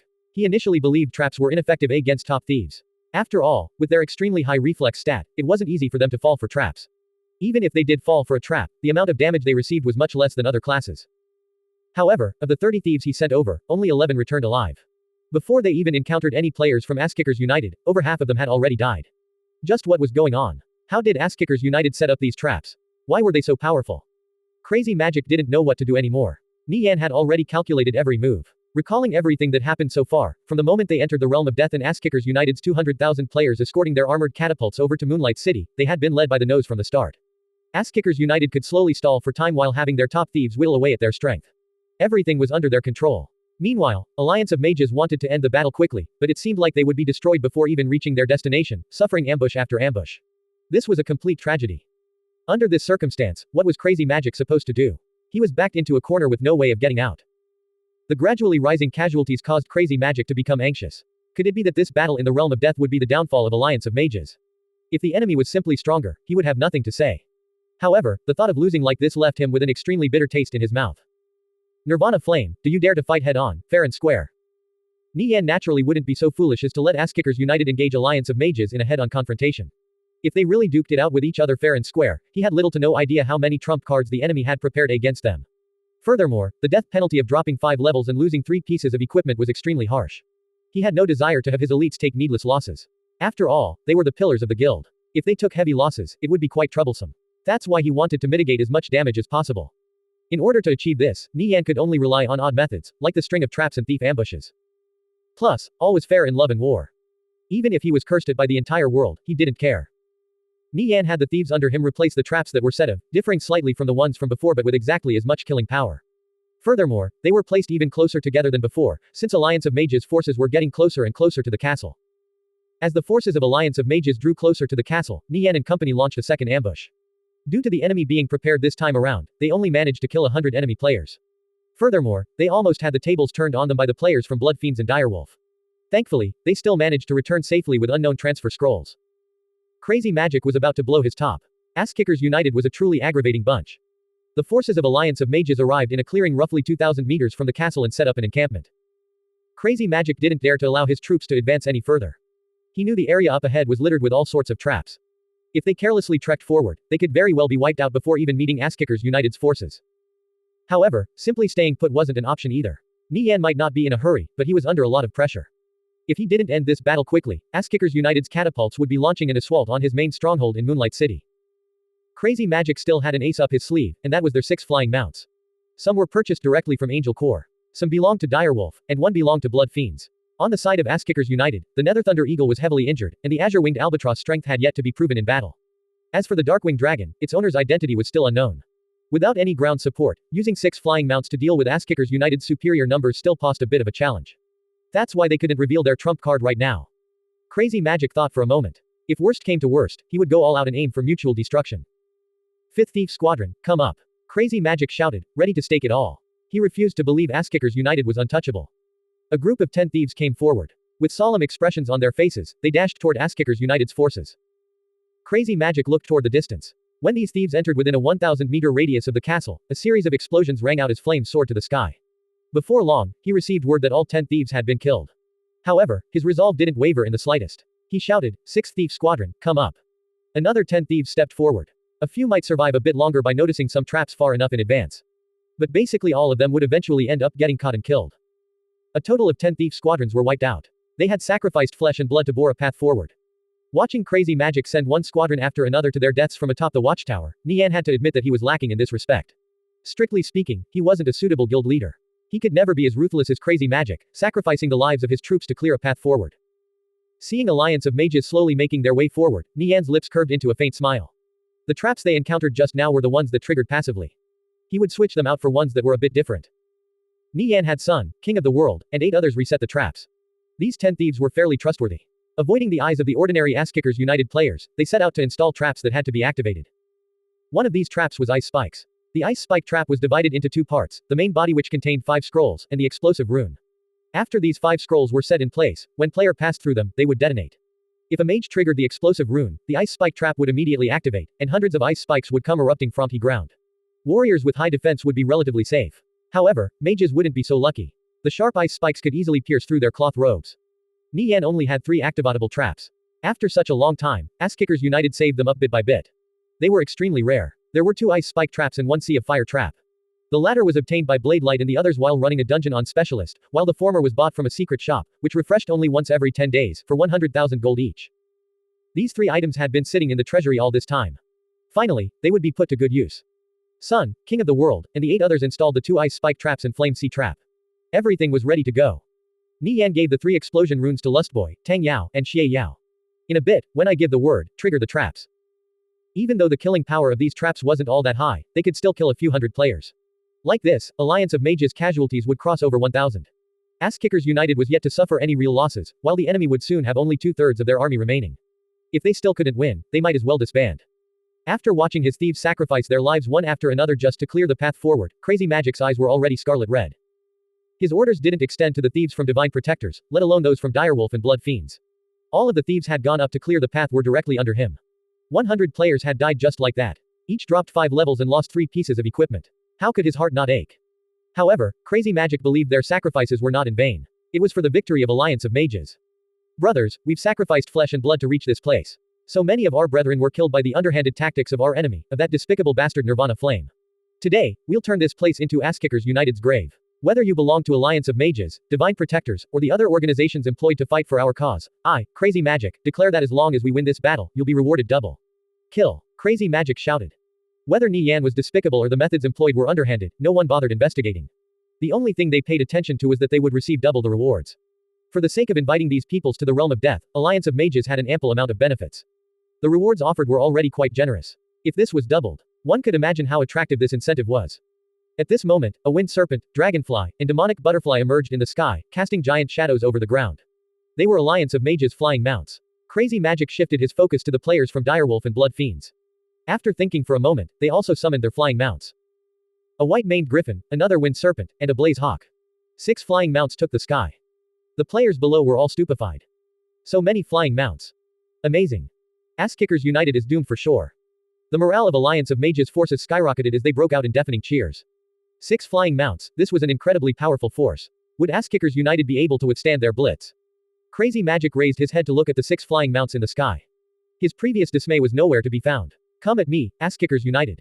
It's time for the final battle. Let's see what else you have left. Ass-Kickers United's forces mobilized for battle. Seeing the 6 flying mounts hovering in the sky, their expressions paled. They didn't know what to say. Alliance of Mages had gotten a hold of 6 flying mounts. They knew how powerful flying mounts were. Tang Yao's Nether Thunder Eagle, for example, was practically unrivaled. However, his Nether Thunder Eagle was seriously injured while the other party had 6 perfectly healthy flying mounts. 6 flying mounts were enough to massacre their 3,000 players. They had no confidence in beating these flying mounts. Just killing one was already difficult enough, let alone 6. Though Ass-Kickers United's side still had Natural Fiend's Azure-Winged Albatross, how could one bird possibly hold its own against 6 other flying mounts? Ass-Kickers United's players started to despair. It seemed like defeat was imminent. They had never considered this possibly before. But now, that reality was before them. At this moment, a powerful draconic cry rang out through the sky. A giant dragon emerged in the air, its entire body glossy black and radiating a dazzling luster. Its sturdy and powerful wings leisurely flapped up and down, casting a giant shadow over the ground. This dragon was more than 3 times larger than any ordinary flying mount. It's the Darkwing Dragon. The players on both sides let out shrill cries. With a single glance, they identified the giant dragon hovering in the sky as the legendary Darkwing Dragon. It actually belonged to Nirvana Flame. Even though many had guessed this, with some hoping against all odds that it didn't belong to him, the sight before them left them sorely disappointed. Nie Yan stood atop the Darkwing Dragon like a deity lording over those below him. The 6 flying mounts on the side of Alliance of Mages couldn't help but tremble after hearing the dragon cry. This was an innate fear that couldn't be controlled. There was also a hierarchy among these flying creatures. Dragons undoubtedly stood at the very top. No matter what the era, dragons were always the apex predators. All other species were their prey. No one knew exactly how powerful the Darkwing Dragon was. But this gigantic beast was undoubtedly the overlord of the skies. Its deep black scales and awe-inspiring appearance left a deep impression in the hearts of everyone present. Everyone knew the hierarchy of flying mounts. There were 16 ranks. Rank 6 or higher flying mounts were fairly rare. Rank 9 or higher flying mounts were famed existences known for their overwhelming might. As for rank 16 flying mounts, they only existed in legends. Base rank 2 flying mounts like wind serpents and demonic butterflies could achieve rank 9 at best. Ackley's dragonflies, griffins, and azure-winged albatross started out at rank 3 after hatching and could evolve up to rank 10. As for the darkwing dragon, it started out at rank 5 and could evolve to the illustrious rank 16. Evolving a flying mount was an incredibly difficult affair that consumed a large amount of life cores. This was why flying mounts were destined to slaughter each other, until an unmatched existence emerged in the end. At the beginning ranks, flying mounts were all fairly close in strength. The darkwing dragon was roughly on par with the 6 flying mounts on the side of Alliance of Mages. If they truly fought, victory or defeat would depend on the skill of the rider as well as their synergy with their mount. With the emergence of the darkwing dragon, the initiative was once again taken away from Alliance of Mages. It could go in any direction. A moment later, after Natural Fiend chanted an incantation, a large azure bird covered in motley feathers emerged in the sky. Its wings flapped up and down as it hovered above the castle. Compared to the darkwing dragon, the disparity in size was evident. The two weren't even on the same level. It was like a child standing in front of an adult. A striking visual difference like this highlighted the darkwing dragon's strength even more. The players riding on the wind serpent, demonic butterfly, and so on felt their hearts sink. Did they stand any chance against the darkwing dragon? They hesitated ever so slightly from stepping forward. No one wanted to be the first to test the darkwing dragon's strength. I refuse to believe our 6 flying mounts can't win against their 2. Brothers, victory or defeat, it all ends here. No backing down now. It's all or nothing. Crazy Magic shouted. However, even after hearing Crazy Magic, everyone still felt apprehensive. Crazy Magic could command 3 of the flying mounts. However, if the riders of the other 3 didn't follow up, they would undoubtedly lose. Crazy Magic felt anxious. At this moment, Alliance of Mages forces started advancing. Summoning their various pets to clear the path forward while the army of players followed closely behind, they encroached on Asskickers United's battle lines. The time for battle was fast approaching. The blood-red sun hanging over the horizon tinted the battlefield with an ominous glow. Nie Yan summoned Lil Gold. The other guild members followed suit and also summoned their pets. The powerful beasts organized themselves in formation. The warriors walked up to the front, their armor reflecting a dazzling glow under the sunset. They were like an iron wall, impregnable to any assault. Directly behind were the paladins whose role was to support the fighters, providing them with healing, dispelling debuffs, and so on. Further back were the mages and priests, all mixed together. They occupied fairly good vantage points. Protecting both flanks of the formation were the berserkers. Their rear was protected by the castle. They could advance to attack or retreat to defend. They occupied a favorable location. Apart from this, there were also close to 200 Asskickers United thieves actively prowling the trap-covered forest in the surroundings. Nie Yan limited their patrols to set areas, with about 20 thieves occupying each one. They would lie in ambush, waiting for the enemy to pass by, only aware of the traps in their immediate vicinity. In an attempt to mitigate the location of the traps being leaked to Alliance of Mages, such precautions were necessary. Nie Yan had everything arranged. The forces of Alliance of Mages were gradually entering the ranges of the ice spike traps and sea of fire trap. One group of players from Alliance of Mages passed through after another. It looked like both sides were about to clash at any moment. Boss, should we set off the traps yet? Lustboy excitedly turned his gaze to Nie Yan. Keep waiting. Wait for the warriors to pass through and the casters to arrive. The ice spike traps and sea of fire trap aren't as effective against warriors. Nie Yan said. As he stood atop his darkwing dragon, he looked over the battlefield. Alliance of Mages forces were only 100 meters away from Asskickers United's. The warriors from both sides were getting closer and closer, as if 2 steel dragons were about to clash. Crazy Magic felt the blood rush to his head. Let's duke it out, Asskickers United. Having already made contact with each other, the thieves from both sides were exchanging blows. Bang, bang, bang. At this moment, flames erupted into the sky. Asskickers United's thieves were extremely cunning. If they spotted an enemy thief alone, they would immediately gang up on them. If they encountered multiple together, they would lure them into an area that was densely filled with traps. Those thieves were naturally blown to pieces by the traps. After first contact, 3 Asskickers United thieves were killed while Alliance of Mages lost more than 20. The gap was still growing larger. Crazy Magic could no longer hold back his rage. He ordered all warriors and tanky pets to charge forward. Kill. Brothers, charge. Alliance of Mages players let out their battle cries. The warriors and tanky pets were like a surging tide as they rushed toward Asskickers United. Brothers, it's time for us to show our strength. Charge. Let's slaughter Alliance of Mages. Blade Light took the vanguard and rushed forward with charge. A shower of spells rained down from the sky. Bang, bang, bang. -102. -129. -98. A string of damage values floated up from Blade Light's head. Given that he had over 10,000 health, this sort of damage amounted to nothing more than a tickle. After his health fell by a small chunk, Young 7 cast heal on him and restored his health back to full. Clang. 3 warriors who attempted to intercept Blade Light were sent flying. Even 6 people working together wasn't enough to stop him. You trash from Alliance of Mages. Is that all you've got? Smoke Stub activated barbarian strength, sweeping through everything in his path. After felling 3 players, his blood-soaked appearance struck fear into the hearts of the enemy. Lofty Shadow and the others also rushed forward. The warriors from Asskickers United were evidently better equipped than those on Alliance of Mage side. Alliance of Mage's front line was instantly suppressed. Unable to stop the enemy, they slowly fell into retreat. Magic rained down from the sky like a torrential rain. Countering their powerful destructive force, gentle light fell over the players non-stop. With both sides being roughly equal in numbers, as soon as the battle started, Asskickers United's superiority instantly began to show. The warriors from both sides had taken hits from several dozen spells. However, Asskickers United's fighters were still standing while Alliance of Mage's fighters were struggling to crawl back up from the ground. Nie Yan gazed at the chaotic battle below. A large number of mages and priests had gathered in the area with the ice spike traps and sea of fire trap. Now was probably the best opportunity to trigger them. He gave his command to Tang Yao, Xie Yao, and Lustboy, trigger the traps. Let Alliance of Mages have a taste of the gift we prepared for them. Damn right. Tang Yao excitedly shouted. Tang Yao, Xie Yao, and Lustboy immediately started activating the explosion runes in their hands. One syllable after another flowed from their mouths. Crazy Magic directed Alliance of Mages in battle, his heart filled with tension. Asskickers United was as formidable as ever. Had they not recruited so many experts, they definitely wouldn't have stood a chance. The battle had entered a stalemate, with casualties on both sides slowly climbing up. Suddenly, Crazy Magic felt the magic in the air fluctuate violently, causing the flame burst he was conjuring in his hand to disperse. His heart trembled. What was going on? Boss, something's strange. We can't cast our magic. Alliance of Mages was puzzled. Crazy Magic felt an imminent threat. He immediately used Blink to teleport 50 meters away. Suddenly, the surrounding temperature plummeted by several dozen degrees. Countless ice spikes erupted out of the ground, covering a 30 by 30 meter area. Around 100 mages and priests were skewered. They didn't even know what happened before collapsing to the ground. Even though some players used life-saving skills to escape, many more lost their lives. The ground was filled with ice spikes and skewered bodies. Besides this place, the mages and priests in 2 other areas also met a similar fate. Alliance of Mages side instantly lost more than 300 players. Boss, we fell into Asskickers United's trap. Boss, we can't hold out much longer. A warrior at the front shouted. With so many priests dying in the back, the front line also started collapsing. After seeing there was no healing, some low-health warriors drank a health potion and quickly retreated. Crazy Magic felt his heart sink to his stomach. At this point, Alliance of Mages casualties had already exceeded 1,500. In comparison, thanks to their teamwork and synergy as well as their skilled priests, Asskickers United had only lost around 50 or so players. After Alliance of Mages forces were routed, Asskickers United's players immediately rushed in for the kill, slaughtering as many as they could.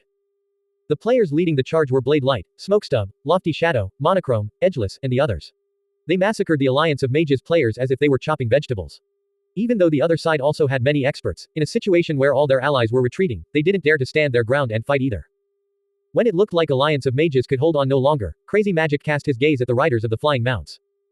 The players on the flying mounts glanced at each other. Standing atop the white-maned griffin was a player called Heartless Ghostveil. In Direwolf, he only fell behind Crow and Raven.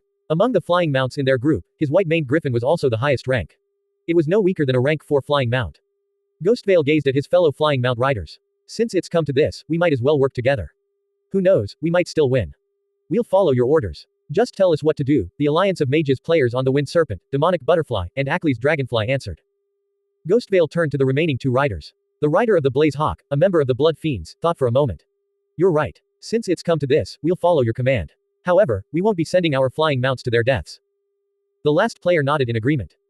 Don't worry. The Darkwing Dragon is probably only rank 6 at most. My white-maned griffin isn't much weaker than a dragon.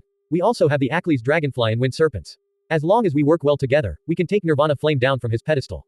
When he's dead, we can slowly take our time slaughtering the rest of Asskickers United's forces. Ghostveil said. Hearing these words brimming with confidence, a sliver of hope sprouted in the riders' hearts.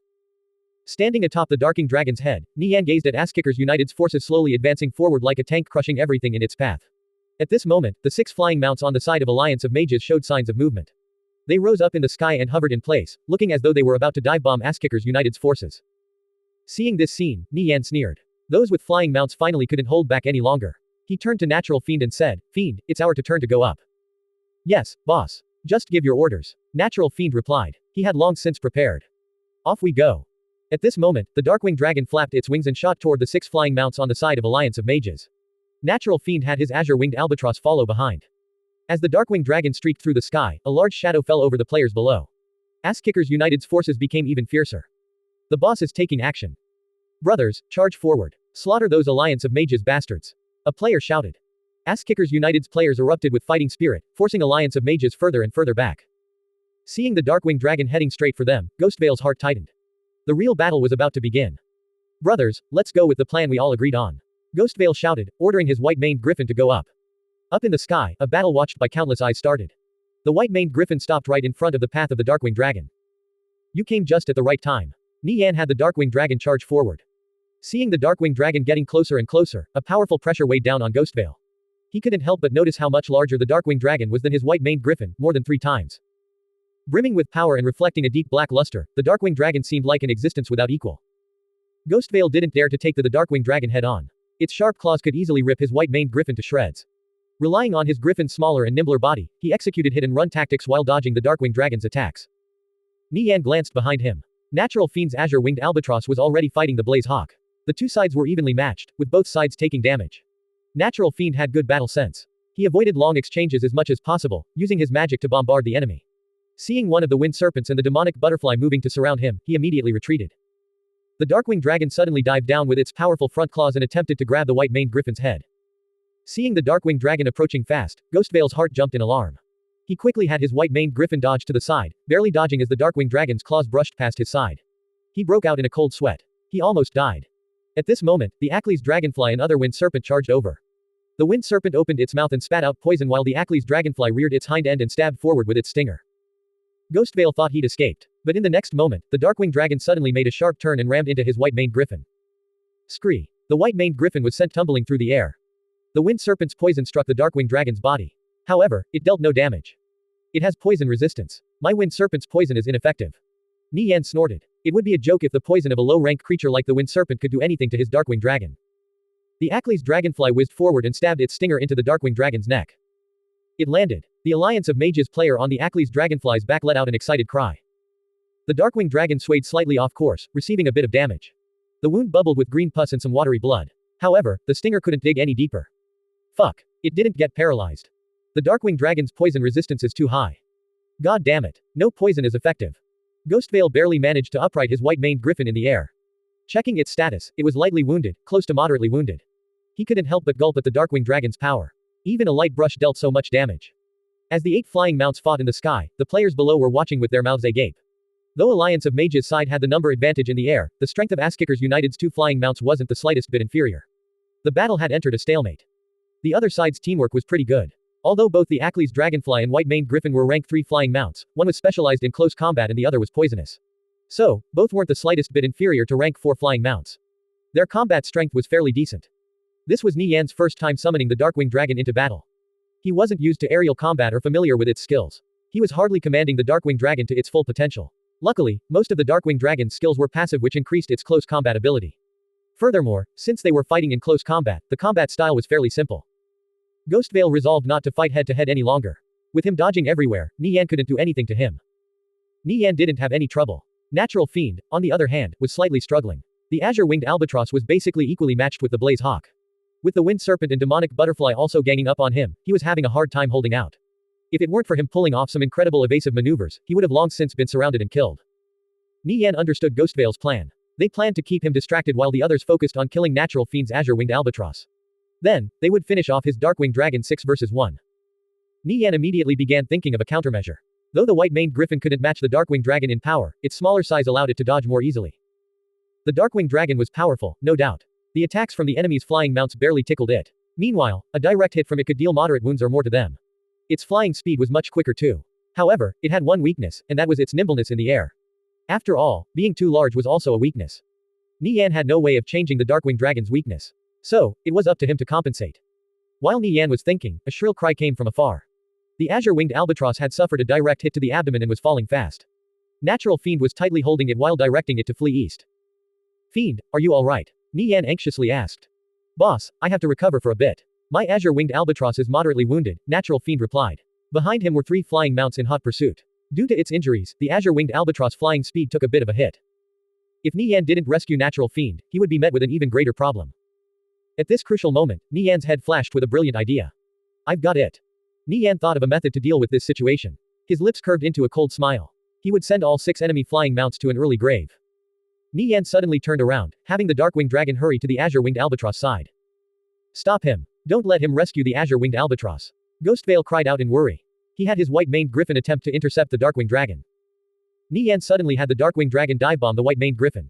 Seeing the Darkwing Dragon charging over, Ghostveil's heart tightened. He instinctively had the white-maned griffin ascend in an attempt to evade. The two sides got closer and closer. In the blink of an eye, a 50-meter gap shrunk to 10. At this moment, Nie Yan shot out a web line at the white-maned griffin, the sticky thread sticking on its back, before giving a hard tug. Ghostveil's back was facing Nie Yan. He had no idea what Nie Yan was doing. Ghostveil's 5 allies saw the line sticking to the white-maned griffin's back. They heard alarm bells ring in their heads. What's Nirvana Flame trying to do? I don't know. They wanted to warn Ghostveil, but it was already too late. At this moment, Nie Yan leapt from the Darkwing Dragon's back, resembling an acrobat performing an extremely difficult maneuver, and rapidly drew close to the white-maned griffin. As the howling wind blew past his ears, Nie Yan's eyes were solely focused on the white-maned griffin at this moment. Nie Yan understood that if he made the slightest mistake or the web line snapped, he would plunge from the sky and become a meal for the Ackley's dragonfly and wind serpent. However, Nie Yan wasn't the slightest bit afraid. No. More like he didn't even know the meaning of fear. Nie Yan drew closer and closer. Just as the white-maned griffin was about to level off its ascent, he activated the crawler ring and threw himself forward. His 5 fingers transformed into suction pads, sticking onto the griffin's back like a gecko. The other riders gawked at this amazing feat, completely forgetting they were in a battle. What kind of trickery was this? From jumping off the Darkwing Dragon to landing on the white-maned griffin's back, all of this had happened in an instant. Ghostveil, watch out. Ghostveil, behind you. However, the warnings came too late. Nie Yan would never give Ghostveil the opportunity to react. Ghostveil could have never imagined Nie Yan would appear behind him. This was something out of a fantasy. However, Nie Yan had actually pulled it off. Ghostveil was confused. He had clearly evaded the Darkwing Dragon. Why were the others telling him to be careful? Nie Yan pounced toward Ghostveil, Xenard's sword cleaving towards the direwolf player's back. Ghostveil suddenly sensed something off behind him. As he glanced back, he was greeted by the searing black flames from Xenard's sword. Both his hands were tightly clutching onto the white-maned griffin. It was too late for him to grab his weapon, activate any skills, or evade. The white-maned griffin was still ascending in the air. If he let go of his hands, he would fall from the sky. Shit, I'm done for. Ghostveil's pupils contracted as his face paled with fright. If he died, the white-maned griffin would likely die as well. However, it was already too late. Nie Yan's blade cut deep into Ghostveil's back, blood gushing out in the air. It was an instant kill. Ghostveil's body went limp, falling off the white-maned griffin's back and spiraling down towards the ground. Scree. The white-maned griffin chased after Ghostveil's falling corpse. If the rider died, the flying mount would return to the player's pet space in 20 seconds. Nie Yan naturally wouldn't let the white-maned griffin off lightly. Nie Yan suddenly lunged forth and stabbed the white-maned griffin in the head with Xenard's sword. As the white-maned griffin let out a miserable screech while flailing wildly in the sky, a dark shadow loomed overhead. The Darkwing Dragon swooped down with its powerful claws and grabbed onto the white-maned griffin's head. With a watery pop, the griffin's skull was crushed like a watermelon. The Darkwing Dragon dug out a life core from the white-maned griffin's head, then swallowed it with one gulp. With Nie Yan falling to the ground, it didn't stick around and quickly rushed over to pick up its rider. The white-maned griffin fell from the sky and crashed into the ground. The entire course of events had only lasted 10 or so seconds. The Ackley's dragonfly and wind serpent didn't even have a chance to come to Ghostveil's aid. Nie Yan swept his gaze over the two players riding on the Ackley's dragonfly and wind serpent. Seeing Nie Yan's cold gaze, they felt a cold chill run down their spines, as if they were being eyed by a demon. After the white-maned griffin was torn apart, the thick smell of blood diffused into the air. Everything that happened just now seemed like a nightmare, taking root deep in their minds. They had the urge to turn around and flee for their lives. As the players below fiercely clashed, Ghostveil's body crashed to the ground, followed shortly after by the white-maned griffin, leaving a deep crater in the ground and kicking up a cloud of dust. The area they landed in reeked with the smell of blood. The blood in the air slowly spread out. With a gaudy red color, it resembled a blooming rose. After the shower of blood subsided, the surroundings were enveloped with its stench. Crazy magic stared blankly at the sky. The white-maned griffin was dead. Although there were still 5 flying mounts left, could it be that they were destined to fall here? The boss killed one of the enemy flying mounts. We can't fall behind either. Kill. Ass-Kickers United's battle cries shook the air. It was almost as if Alliance of Mages forces were being swept up by a tsunami. The Darkwing Dragon rushed to the Azure-Winged Albatross. Nie Yan had to quickly rescue Natural Fiend. The Azure-Winged Albatross was already heavily injured. It wouldn't last for much longer. Looking up ahead, the flame-covered Blaze Hawk was in hot pursuit of the Azure-Winged Albatross. The demonic butterfly and other wind serpent were also closing in, preparing to launch a pincer attack. Ghostveil died. How could that happen? The arcane mage riding atop the Blaze Hawk shuddered. Thinking logically, as long as nothing unexpected happened, Ghostveil definitely wouldn't have died so easily. The situation was already getting out of their control. The Darkwing Dragon was quickly approaching them. Nirvana Flame is here. Don't panic. Kill the Azure-Winged Albatross first. The arcane mage shouted. However, at this moment, even his nerves were stretched taut. How could the others not be anxious? Seeing the Darkwing Dragon nearing ever closer, Natural Fiend resolved himself. When the enemy was hesitating on whether to retreat or attack, his lips curved into a smile. After being chased around for so long and taking so much abuse, he would finally get the opportunity to counterattack. Metastasis. The azure-winged albatross feathers shone with a magnificent radiance, resembling a flower in full bloom. Its wounds started healing at a rate visible to the naked eye.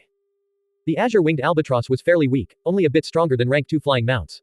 However, it had a special skill that allowed it to recover from heavy injuries, giving it powerful sustainability. The azure-winged albatross skill left the alliance of mages players dumbfounded. At this moment, Natural Fiend locked onto the player riding atop the demonic butterfly and cast Mind Shock. The player on the demonic butterfly was charging towards Natural Fiend. Without the slightest warning, he was struck by a powerful mental attack, causing him to lose control of his body. However, the demonic butterfly was still following his previous orders and kept charging towards the azure-winged albatross. The azure-winged albatross suddenly turned around and charged toward the demonic butterfly. The two beasts crashed into each other at full force and plummeted to the ground. I can't tell who's who. There's no way to attack. The player on the winder serpent cried out. The arcane mage riding on the blaze hawk didn't expect the situation to take such a turn. Like this, they had no way of killing the azure-winged albatross. He hoped the demonic butterfly would succeed in killing the azure-winged albatross. It should be possible since the demonic butterfly could utilize illusions. At this moment, Nie Yan arrived on the scene. His darkwing dragon let out a roar and charged toward the wind serpent. Be careful. Want to catch me? It won't be that easy. The rider of the wind serpent snorted. The wind serpent's wings suddenly started beating extremely rapidly. Its speed doubled as it dodged out of the way. Gruar. The darkwing dragon chanted out in dragon tongue. A powerful draconic might swept forth. Dragon fear was the most effective skill against low-rank creatures. The wind serpent's body was frozen midair. At this moment, the darkwing dragon blasted it with a mouthful of scorching hot dragon breath. With a bang, the wind serpent was struck in the back and sent tumbling through the air. The darkwing dragon closed in and went for the kill. Crushing the wind serpent's skull, it dug out the life core and gulped it down. Nie Yan was as fast as lightning. In such a short frame of time, he had killed another flying mount. The darkwing dragon's strength was starting to exceed the enemy's expectations. At this moment, the arcane mage riding on the blaze hawk panicked and turned around to flee. Nie Yan immediately had the darkwing dragon chase after him, quickly closing in. Sensing the darkwing dragon getting ever closer, the arcane mage held on tight to his blaze hawk. He was preparing to execute a high-difficulty maneuver in an effort to evade. Like a hawk hunting a rabbit, the darkwing dragon swooped down. Just when it looked like the blaze hawk was about to be killed, it suddenly did a barrel roll midair and dodged to the side. You want to run? Not that easy. Nie Yan's flashed with a cold light. As though his body were a spring, he activated the leaper ring and threw himself toward the blaze hawk. The wind howled past his ears. It appeared as if his skinny body was about to be blown away. Seeing Nie Yan pouncing towards him, the arcane mage's heart leapt out in fright. Nirvana Flame was either extremely brave or foolhardy. He even dared to pull such a risky move. Was he not afraid of crashing into the ground and dying? In an extremely tense situation like this, the thought that Nie Yan might have a featherfall jewel never occurred to the arcane mage. The only thing on his mind was to make Nie Yan fall. If Nie Yan fell, he was done for. Just as Nie Yan was about to land on the blaze hawk's back, the arcane mage raised his staff and chanted out an incantation. Repel. A powerful force pushed Nie Yan away. Nie Yan flew back. He was getting further and further from the blaze hawk as he rapidly fell to the ground. See you later, sucker. The arcane mage laughed, sounding extremely pleased with himself. However, Nie Yan's next move caused him to swallow back his words. Before Nie Yan was pushed away, he had shot a web line at the blaze hawk's back. As it stretched to its limit, it suddenly flung him back up. Die. The arcane mage shot an arcane fireball at the web line, causing it to snap apart. However, he was too slow. The effects of the crawler ring had yet to wear off. Both his hands grabbed onto the blaze hawk's plumage. He pulled himself up and landed on the blaze hawk's back. Mind shock. The arcane mage pointed his staff at Nie Yan. A powerful mental attack swept toward him. Nie Yan was about to be hit, when he activated Mind Immune and pounced toward the arcane mage. Miss. Mind shock was ineffective. The arcane mage was dumbstruck. In the next moment, Nie Yan's blade cleaved toward his chest like a bolt of lightning. His pupils contracted violently. Fuck. The arcane mage couldn't help but curse. The blaze hawk's back was too small. He had nowhere to dodge. Arcanic shield. The arcane mage quickly shielded himself as a dark barrier enveloped him. This was the most powerful defensive spell available in his arsenal. Besides shielding him from a large amount of damage, it also granted him immunity to all crowd control effects. He believed it would have no issue holding out for a few seconds, buying him enough time to rescue himself. However, reality proved to be a cruel mistress. As Zenard's blade fell, the arcanic shield instantly shattered into pieces, with the arcane mage's health suffering the same fate. It was an instant kill. Even in death, the arcane mage's expression was one of complete disbelief. Out of the many battles he'd been through, this was the first time a thief actually managed to kill him even with arcanic shield up. Nirvana Flame was simply too inhuman. His eyes gradually lost their light. Even though he felt unwilling, he could only resign himself to his fate in the end. After killing the arcane mage, Nie Yan plunged Zenard's sword into the blaze hawk's skull. Scree. The blaze hawk cried out miserably as it was swiftly dispatched by the darkwing dragon. After eating the blaze hawk's life core, Nie Yan sensed the darkwing dragon changing in various ways. Its black scales turned into a shade of dark violet and grew even more translucent. It was almost as if a layer of glaze had been applied, giving it a sleek and glossy look. The Darkwing Dragon also grew stronger on top of its defenses getting tougher. Though still a far ways off from ranking up, the Darkwing Dragon's growth was definitely noticeable. Gazing at the landscape below from atop the Darkwing Dragon's head, Nie Yan felt like a god overlooking the world. At this moment, Natural Fiend had just finished up the battle on his side. Battered and bruised, the azure-winged albatross was covered in blood. Whether this blood was its own or the demonic butterflies, no one knew. In any case, it had clearly come out on top, with the demonic butterfly's corpse lying on the ground. Boss, I got a life core. Natural Fiend breathed out a sigh of relief. He looked worse for wear. One tiny mistake, and it would have been him and the azure-winged albatross on the ground, not the enemy. Clutched tightly in the azure-winged albatross claws was a blood-red life core which emitted a dim glow. Of the 6 flying mounts belonging to Alliance of Mages' side, 4 had died. These were the results of the first aerial battle in Conviction. Nie Yan's Darkwing Dragon and Natural Fiend's azure-winged albatross would leave an everlasting mark in the annals of Conviction's history. In a 2 versus 6 engagement, they had killed 4 and routed 2. Such an achievement was extremely impressive. Nie Yan had the Darkwing Dragon ascend higher into the sky. Looking back down, he discovered the battle below had also concluded. How'd you guys fare on ground level? Nie Yan asked. As he scanned the battlefield, he saw the ground littered with corpses, most of which belonged to Alliance of Mages while only a few belonged to Asskickers United. So far, we've killed 2,560 enemies, with Crazy Magic leading the remainder away from the battlefield. Those bastards flee pretty quickly. As for the casualties on our side, we've lost about 370 people, Bladelight replied with a faint smile. This was their cleanest battle yet, having preserved much of their strength. The opponent was the elites of Alliance of Mages, Divine Protectors, Direwolf, Blood Fiends, and other large gaming organizations. Logically speaking, the 2 sides should be roughly equal. However, they had come out of the battle with far better results than expected. Thankfully, we whittled away quite a bit of their forces beforehand. Then when the Sea of Fire and Ice spike traps took out a large portion of their backline, their ranks completely collapsed. It was impossible for them to reorganize for a counterattack, especially with us pursuing them so relentlessly. Smoke Stub chimed in. Near the end, it was mostly just them chasing the routed enemy, killing them one after another. None of Alliance of Mages' forces dared to stand their ground and fight. Any of the stragglers were immediately killed. At that time, the players of Alliance of Mages deeply regretted the fact that they weren't born with an extra pair of legs. Even though Crazy Magic and the rest fled, their fates were already sealed. Losing 5 levels was unavoidable. As long as Asskickers United's forces occupied 10 castles for 1 hour, Alliance of Mages would be defeated. It didn't matter if they hid until the very end.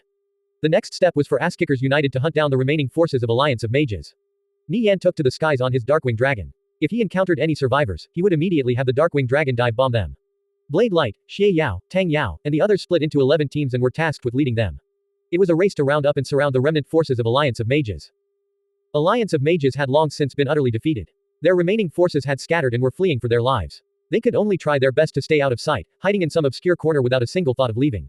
It was impossible for Crazy Magic to get these people to regroup. Now, he himself had also become a stray dog. Even after fleeing for more than several thousand meters, he still didn't dare to stop and rest, not with Sun pursuing him like a vengeful spirit. Crazy Magic had no teammates by his side. He was stuck wandering alone in the forest.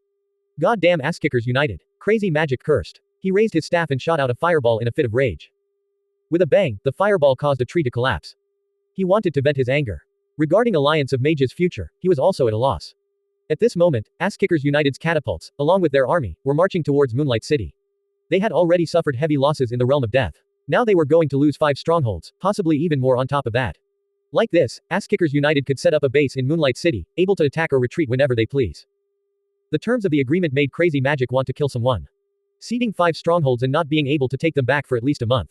During this time, Asskickers United could take advantage of these 5 strongholds to do many things.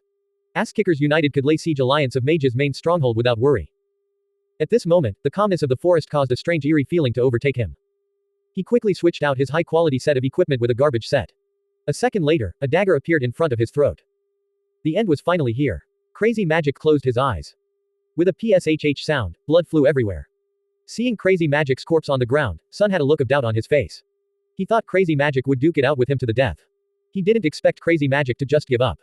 Crazy Magic understood that it was futile no matter how much he struggled. It would be better for him to quickly die and rush back to Moonlight City. With Asskickers United making such large movements, Moonlight City's fall was a foregone conclusion if he wasn't there. Crazy Magic had given up. Only around 60 players still remained, all of them belonging to Direwolf and Blood Fiends. They relied on guerrilla tactics to fend off Asskickers United. Even though they understood defeat was inevitable, they felt it was better to fight until the bitter end than simply resigning themselves to fate. They could also recoup some of their losses by collecting the equipment of any Asskickers United players they killed. Several dozen Asskickers United players had been killed by group. Their losses also weren't small. King of the World stealthily traveled through the forest. He spotted 8 players in the distance. Leading the group were Direwolves Crow and Raven. Crazy magic gave up, Raven said after looking at his notifications. That son of a bitch. We got screwed over by him. We can't even run away in this damned place, Crow cursed. His shaky Chinese was laced with a few English profanities. Let's just try to make the best out of this situation. I think we'll have no issue finding more Eskihim. Raven said, gazing at some distant trees. What's up? Crow asked in private chat, noticing Raven's peculiar expression. We're being followed. It's a thief, Raven said. Even though the other side was extremely well hidden, he had still sensed them. Raven had a habit of leaving sensor sigils wherever he passed. By leaving these sensor sigils on trees, he could sense whether or not they were being followed. Thus, King of the World's position was exposed. Raven knew his whereabouts. However, capturing him still posed a certain degree of difficulty.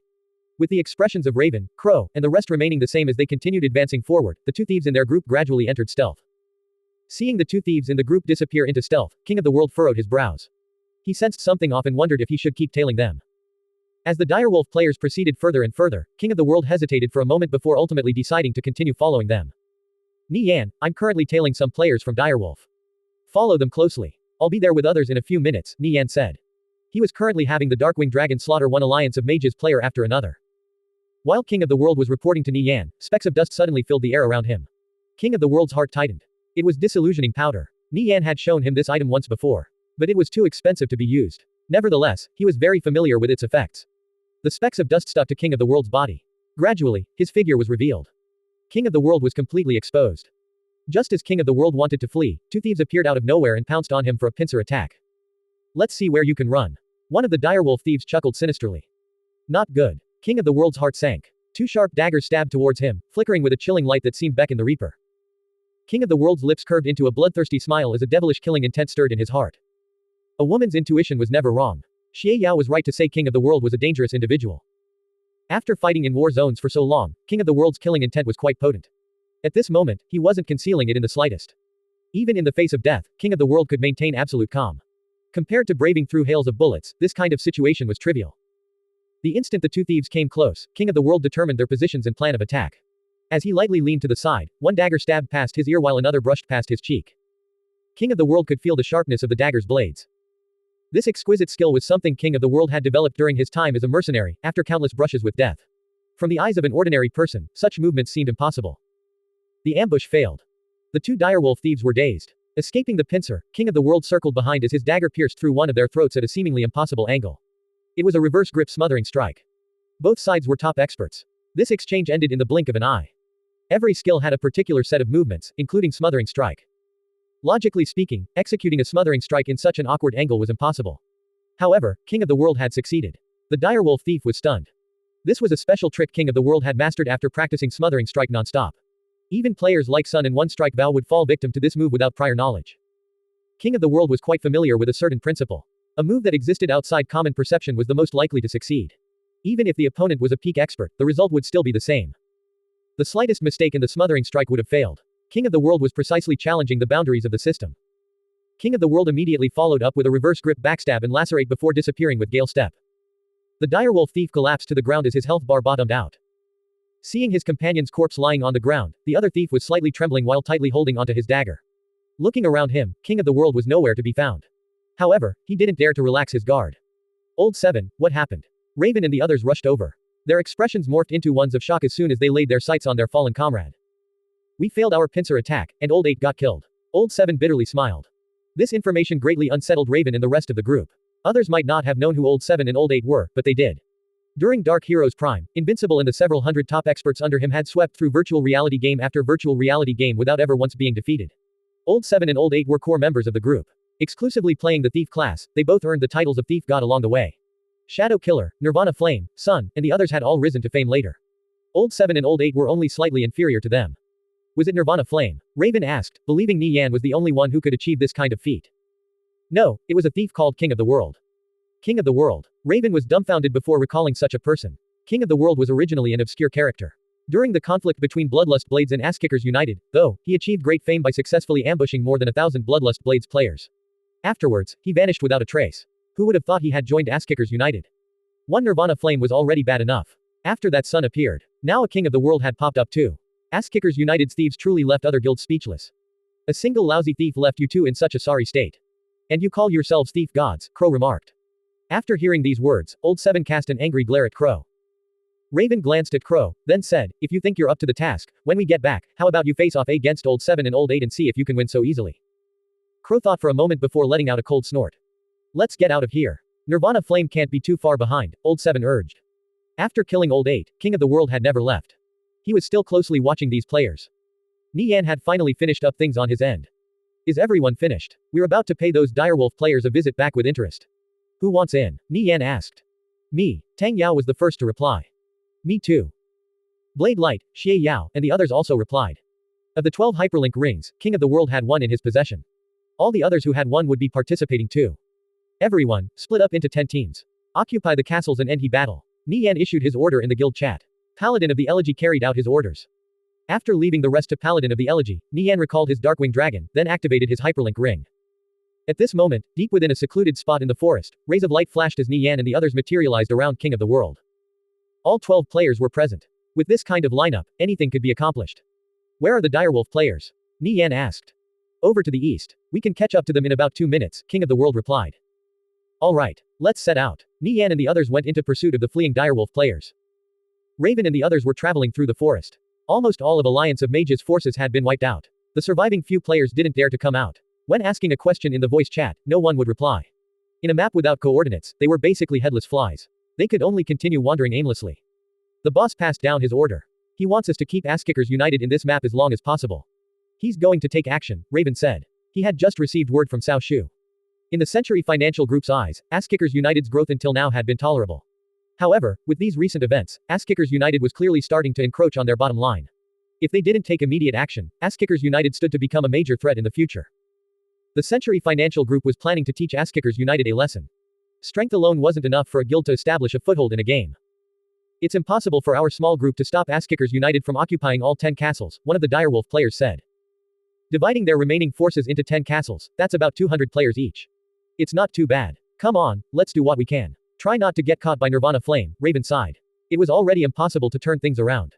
While they were chatting, a rustling sound came from the forest around them. One player after another dashed out of the trees, appearing in front of them. Seeing Nie Yan in the distance, Raven's heart dropped into his stomach like a sinking anchor. It's Nirvana Flame. We've been surrounded. They didn't expect to be surrounded by Asskickers United's forces so quickly. What kind of speed was this? Nie Yan surveyed the battlefield. The enemy had 7 while he had 12. Asskickers United had a clear numbers advantage. As for how powerful these direwolf players were, no one really knew. However, the number of people that could match their group in the entire Viridian Empire could be counted on one's fingers. Crow raised his golden great sword. Even someone as arrogant as him recognized that the players before him weren't to be looked down upon. He focused his attention. Nirvana Flame, I didn't expect we'd still meet in the end, Raven greeted in a calm manner.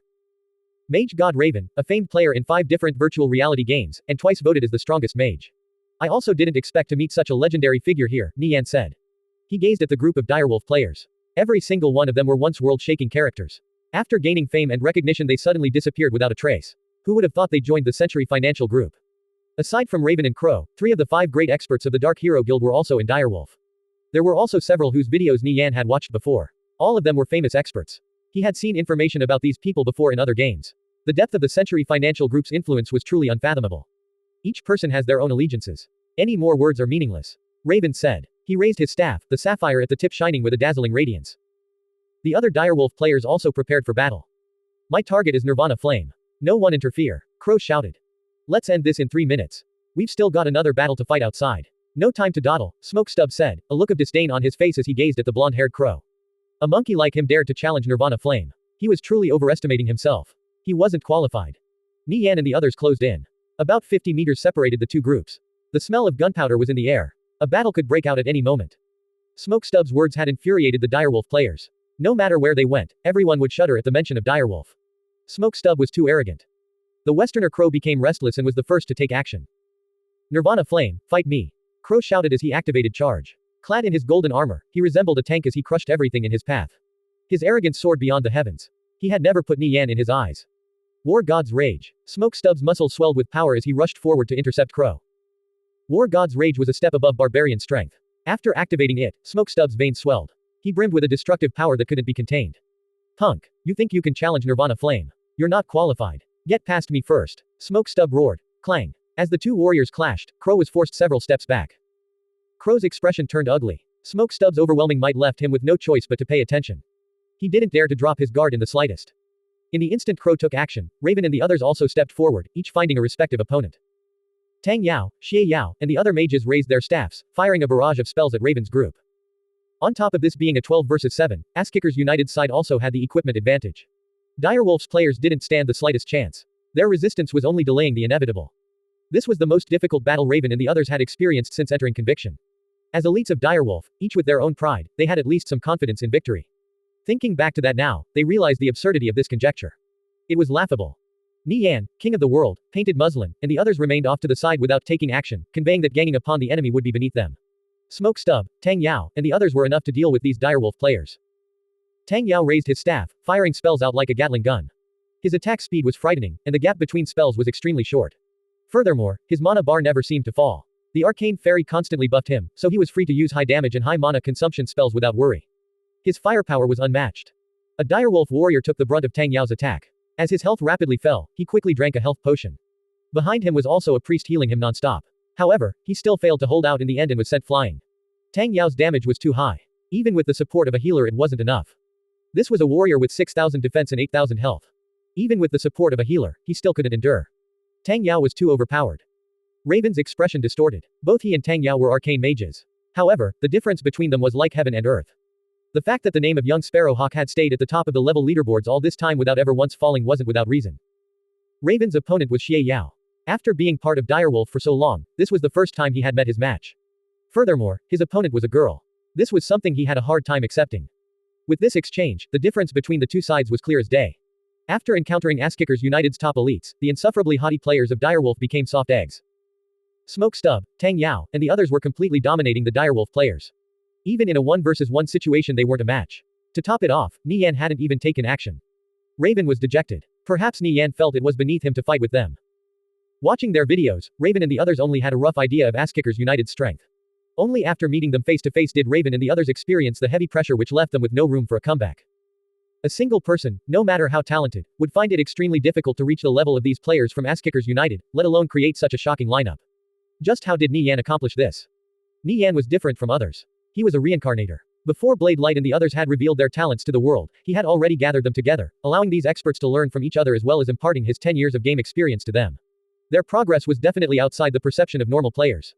Smoke Stub's previous words weren't spoken from arrogance, but rather from his absolute confidence in Asskickers United. With a thud, another Direwolf player collapsed to the ground. They couldn't understand for the life of them how they were getting crushed so badly. Crow and Smoke Stub had exchanged several dozen blows by now. Both were powerful warriors. Even though Crow was a famous talent, his skills were a notch below Smoke Stub's. One could clearly see the difference. In terms of equipment, however, Crow was far inferior. Smoke Stub's equipment was handpicked by Nie Yan, sporting a full set of Twink level 100 gear. Crow's equipment was roughly on par with Smoke Stub's previous set. However, Smoke Stub's old set had long since been gifted to Cold Peak Absolute Sword. Crow was getting thrashed left and right. He didn't expect Smoke Stub to be so domineering, appearing far stronger than in the videos. During this 1 month's time, Smoke Stub and the others had continuously improved their skills. Meanwhile, the legends of Crow, Raven, and the other Direwolf players were fading into history. Crow's face flushed with anger. Each of Smoke Stub's blows seemed to carry the weight of Mount Tai. He couldn't even breathe under this pressure. Crow felt unwilling. Was he really going to lose to Smoke Stub and the others like this? Were his past glory and achievements going to vanish like a puff of smoke, washed away in the river of time? Crow roared out in anger. He leapt into the air, his great sword igniting with raging flames as he slashed down at Smoke Stub. Impudent. Smoke Stub snorted. Blocking the flame slash, Smoke Stub went for an elbow strike. The thick elbow pad of his armor was ruthlessly planted into Crow's stomach. Crow immediately curled up like a cooked shrimp as the sharp pain caused him to lose all control of his body. Clang. With a seismic slam, Crow was sent flying. Smoke Stub immediately rushed forward and dealt the finishing blow, draining Crow of his remaining health. When Raven looked back, he saw the corpses of Crow and his 5 other Direwolf companions lying on the ground. He was the only one left alive. He couldn't help but despair. Nie Yan gazed at Raven. Pass this message on to your boss. Alliance of Mages is finished. Next up will be Divine Protectors. Tell him to quickly scram out of the Viridian Empire, or risk getting none of his investment back. Of course, if the Century Financial Group thinks they have all the money in the world to waste. Hearing Nie Yan's words, Raven didn't have any opportunity to reply before Xie Yao's spell sent him flying. Glancing at the corpses on the ground, Nie Yan faintly smiled. Seems like we've cleared out the area here. Collect the equipment. We're leaving. Before long, the results of the battle in the Realm of Death became known to the public. No videos of the battles were leaked out, with both Alliance of Mages and Asskickers United staying radio silent. However, the statistics of the battle were still announced. All 3,000 players on Alliance of Mages side had been wiped out while Asskickers United had only lost 392 players. Without a doubt, Ass-Kickers United had achieved victory. However, when players saw these casualty numbers, they were absolutely dumbstruck. What was going on? How did Ass-Kickers United only lose 392 people? This was unbelievable. Since Alliance of Mages had hired a large number of experts, common opinion was that the two sides were roughly on par, with Alliance of Mages maybe holding a slight advantage. Even if they lost in the end, how could they have lost so badly? Losing 3,000 players while not even being able to kill 400 from Ass-Kickers United, this was too shocking. All the players in the Viridian Empire were fervently discussing the outcome of the battle. Eventually, some information leaked. With so many different organizations participating on the side of Alliance of Mages, it was only a matter of time. A video website paid big bucks to obtain footage of the battle. After watching the video, everyone finally understood what had happened. Regarding Ass-Kickers United's tactics, all players were dumbfounded. Some players were saying Nirvana Flame was despicable resorting to such dirty tricks. They said that even though Ass-Kickers United defeated Alliance of Mages, the victory didn't count. Others were on Ass-Kickers United's side. If winning like this wasn't honorable, was needlessly sending your own people to their death honorable? The victor was king and the loser a bandit. Alliance of Mages had lost, losing so badly there was nothing left to say. No matter what people on the outside thought or said, Ass-Kickers United's players were extremely grateful. Nie Yan's benevolence was deeply engraved in their hearts. He would never send his players to their deaths needlessly. In this battle in the realm of death, even though he was the one to propose the challenge, he had done his best to prevent losses on their side. Having this kind of guild leader was definitely a blessing. Before this matter settled down, another explosive piece of news began making the rounds. Ass-Kickers United's troops had left Galore borders and were advancing towards Moonlight City. Was Ass-Kickers United planning to lay siege to Moonlight City? Moonlight City was in a state of panic. Nie Yan claimed his reward, selecting 5 strongholds belonged to Alliance of Mages. These 5 strongholds formed an enclosure around Alliance of Mages' main stronghold, the Edgerton Stronghold. Even though Crazy Magic was unwilling, under the system's enforcements, he could only reluctantly fulfill his end of the bet, handing over the 5 strongholds. These 5 strongholds would become a springboard for Ass-Kickers United to attack Alliance of Mages. War was unavoidable. Alliance of Mages was restricted from attacking these 5 strongholds for 1 month. Under these circumstances, could the Edgerton Stronghold hold out? Not long after Alliance of Mages forces withdrew from the 5 strongholds, close to 150,000 players from the 5 branch guilds under Ass-Kickers United garrisoned them. They were responsible for the defense of the strongholds until Ass-Kickers United's main army arrived. According to the bet, Alliance of Mages wasn't allowed to attack these strongholds for a month. However, this didn't apply to Divine Protectors. Close to 200,000 players from Divine Protectors were rushing over to Moonlight City. As the old proverb goes, without the lips, the teeth will feel cold. Though Holy Flame and Crazy Magic appeared friendly on the surface, the two were fierce competitors, never willing to bow to the other. However, Holy Flame understood that if Alliance of Mages collapsed, Divine Protectors would be next. When Crazy Magic sought him out for help, even though he didn't want to get involved with this mess, he still decided to lend his aid, dispatching 200,000 players. After operating in Moonlight City for so long, Alliance of Mages had established more than a dozen branch guilds, making up nearly 600,000 players. Combined with the 200,000 from Divine Protectors, that was a total of 800,000 players. With such a large defending army, Moonlight City was practically impenetrable. It wasn't going to be easy for Nie Yan to conquer. Even though Alliance of Mages' top elites were far below Ass-Kickers United's, their guild was more than several times larger. Furthermore, Moonlight City was Alliance of Mages' home turf. Ass-Kickers United was the invader. No matter how prestigious their reputation was, they would inevitably invite the scorn of the local players. Even a powerful dragon can't suppress a local snake. Ass-Kickers United's only advantage was their 26 armored ice catapults. Meanwhile, Alliance of Mages only had 5 catapults altogether. Previously, Bloodthirst Blades had nearly brought Ass-Kickers United to their knees with just 3 catapults. It was easy to imagine what could be achieved with 26 armored ice catapults. In terms of military might, Ass-Kickers United was far stronger than Alliance of Mages and Divine Protectors. Ass-Kickers United's main army was still advancing towards Moonlight City. After collecting his spoils from winning the bet against Alliance of Mages, Nie Yan immediately got to work, relocating all of the guild's engineers, enchanters, and other artisans to the 5 strongholds and having them working around the clock building catapults. Besides this, another powerful war engine, one specialized for sieging strongholds, was being built, a trebuchet. The maximum range of trebuchets was 1,500 meters, far above that of catapults. They also dealt additional damage to fortified walls, making them extremely effective for sieges. Apart from Ass-Kickers United's main army, Holy Empire, Sapphire Shrine, Radiant Sacred Flame, and the others had also dispatched their own armies over to provide support. Nie Yan added all the forces up together. His total army size was over 300,000 strong. These players were on average stronger than those from Alliance of Mages and Divine Protectors. Alliance of Mages and Divine Protectors were only so big because their recruitment requirements were much more lax compared to Ass-Kickers United and the other guilds. Alliance of Mages and Divine Protectors had attempted to intercept Ass-Kickers United's forces mid-journey several times, only to be repelled by the armored ice catapults time and time again. The frightening destructive might of the armored ice catapults was engraved deeply into the hearts of the players from Alliance of Mages and Divine Protectors. Every shell launched from an armored ice catapult left all players in a 50-meter radius frozen solid. If their ice resistance wasn't high enough, they would shatter into pieces. The armored ice catapults could launch 5 shells at once. As soon as the shells fell, corpses would litter the ground. After failing several times, Alliance of Mages and Divine Protectors had no choice but to give up. They could only watch on helplessly as these armored ice catapults slowly advanced toward Moonlight City. They were already prepared for a long and grueling siege defense. Ass-Kickers United's influence had already long since eclipsed Alliance of Mages and Divine Protectors. The majority of the discussions in the forums were also in favor of Ass-Kickers United. When Ass-Kickers United's catapults arrived in Moonlight City in another 2 or 3 days, that would be the beginning of Alliance of Mages and Divine Protectors' nightmare. During this time, Ass-Kickers United had sold roughly half their gems and obtained close to 15 million gold, of which Nie Yan had spent 5 million gold on the battle in the Realm of Death, purchasing land in the Hilton Stronghold, and so on.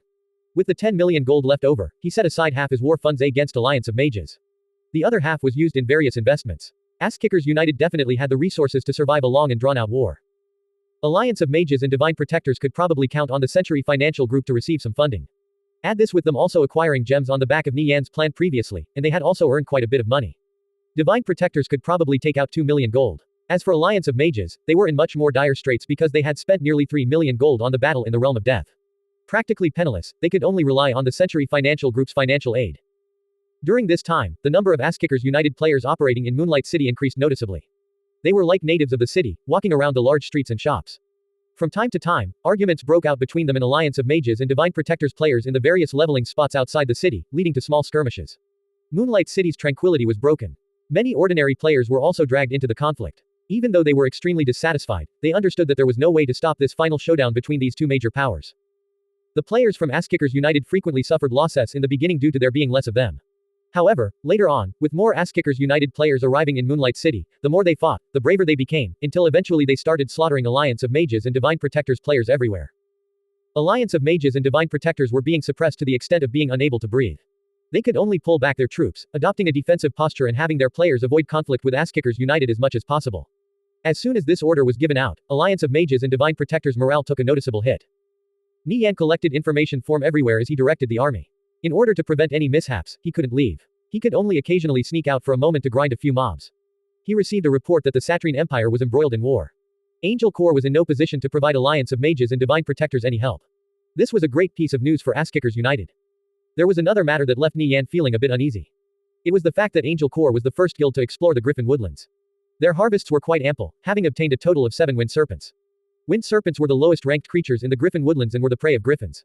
However, they were still amazing creatures at this stage of the game. According to the report from Guo Wai, Angel Corps had at least 12 flying mounts, and that number was still rapidly growing. Nie Yan's Darkwing Dragon might be powerful, but it could only do so much alone. It would be troublesome if Angel Corps seized superiority in the skies. Nie Yan had no choice but to account for the possibility that Angel Corps might send over flying mounts to assist Alliance of Mages. Fortunately, Nie Yan had previously dispatched people to acquire all the Dispel Fog scrolls. Otherwise, if Angel Corps got their hands on them, their harvest would be even greater. Nie Yan had Blade Light and the others form a 3,000-man expedition team. It was pretty much the same lineup that participated in the battle in the Realm of Death. Bringing some Dispel Fog scrolls, they set off for Griffin Woodlands. He hoped they would have a good harvest and obtain a few flying mounts. Like this, Ass-Kickers United's aerial strength wouldn't fall too far behind Angel Corps. With the Dispel Fog scrolls, Blade Light and the others would definitely fare much better than Angel Corps. At this moment when Ass-Kickers United and Alliance of Mages were anxiously preparing for war, a special guest appeared in Moonlight City's Caliphus Central Cathedral. He was a middle-aged man in cloth robes. He hardly attracted anyone's attention, only occasionally revealing the disposition of a prominent figure and causing ordinary players to raise their eyebrows in shock. No one would ever think that he was the tycoon that steered the Century Financial Group through various virtual reality games, Cao Shu. As soon as the name Cao Shu was spoken, several objectives would pop up in a person's mind. Top Dog, the dark hand behind countless guilds, the overlord of virtual reality games. A single word from him could influence the entire power balance of a virtual reality game. This kind of description wasn't at all exaggerated. He entered the Caliphus Central Cathedral's conference hall. Many people were already gathered inside, including the guild leaders of Alliance of Mages and Divine Protectors, Raven, Crow, and other experts and guild leaders from the Viridian and Satrine empires. The entire conference hall contained 300 people. It was quite noisy. However, once Cao Shu stepped through the door, everyone settled down. Raven walked up to Cao Shu's side. Carefully paying attention to Cao Shu's expression, he relayed Nie Yan's previous words. Boss, Nirvana Flame is clearly provoking you. Raven said in indignation. As expected, after Raven passed on the message, Cao Shu turned furious. Mad Rogue Nirvana Flame, he really is worthy of his nickname. His arrogance knows no bounds. He really believes I can't do anything to Ass-Kickers United. In terms of leading a guild, he might not be Nie Yan's match. However, in terms of managing capital, Nie Yan was nothing more than a pup. Even if the Century Financial Group was defeated, Ass-Kickers United would be forced to pay a heavy price. He would make Nie Yan regret his words. Cao Shu didn't spill more on the matter to Raven. The direwolf players couldn't tell what their boss was thinking. Crazy Magic and Divine Flame also walked up to greet Cao Shu. Boss. The two spoke in a respectful tone. Cao Shu acknowledged them with a slight nod. A meeting concerning the showdown between Ass-Kickers United and Alliance of Mages began in this conference hall. Only an hour after the meeting finished did Nie Yan receive word from Guowai that Cao Shu had come to Moonlight City. The Century Financial Group had granted Alliance of Mages and Divine Protectors more than 5 million gold in war funds, split into 3 separate deposits. Nie Yan couldn't help but sigh. The Century Financial really lived up to their reputation, putting forth such a large sum right off the bat. It appeared he still underestimated their financial resources. Many of the Century Financial Group's investments were hidden from the public. Perhaps the only person who knew how many shops and properties the Century Financial Group owned in the Viridian and Satrine empires was Cao Shu himself.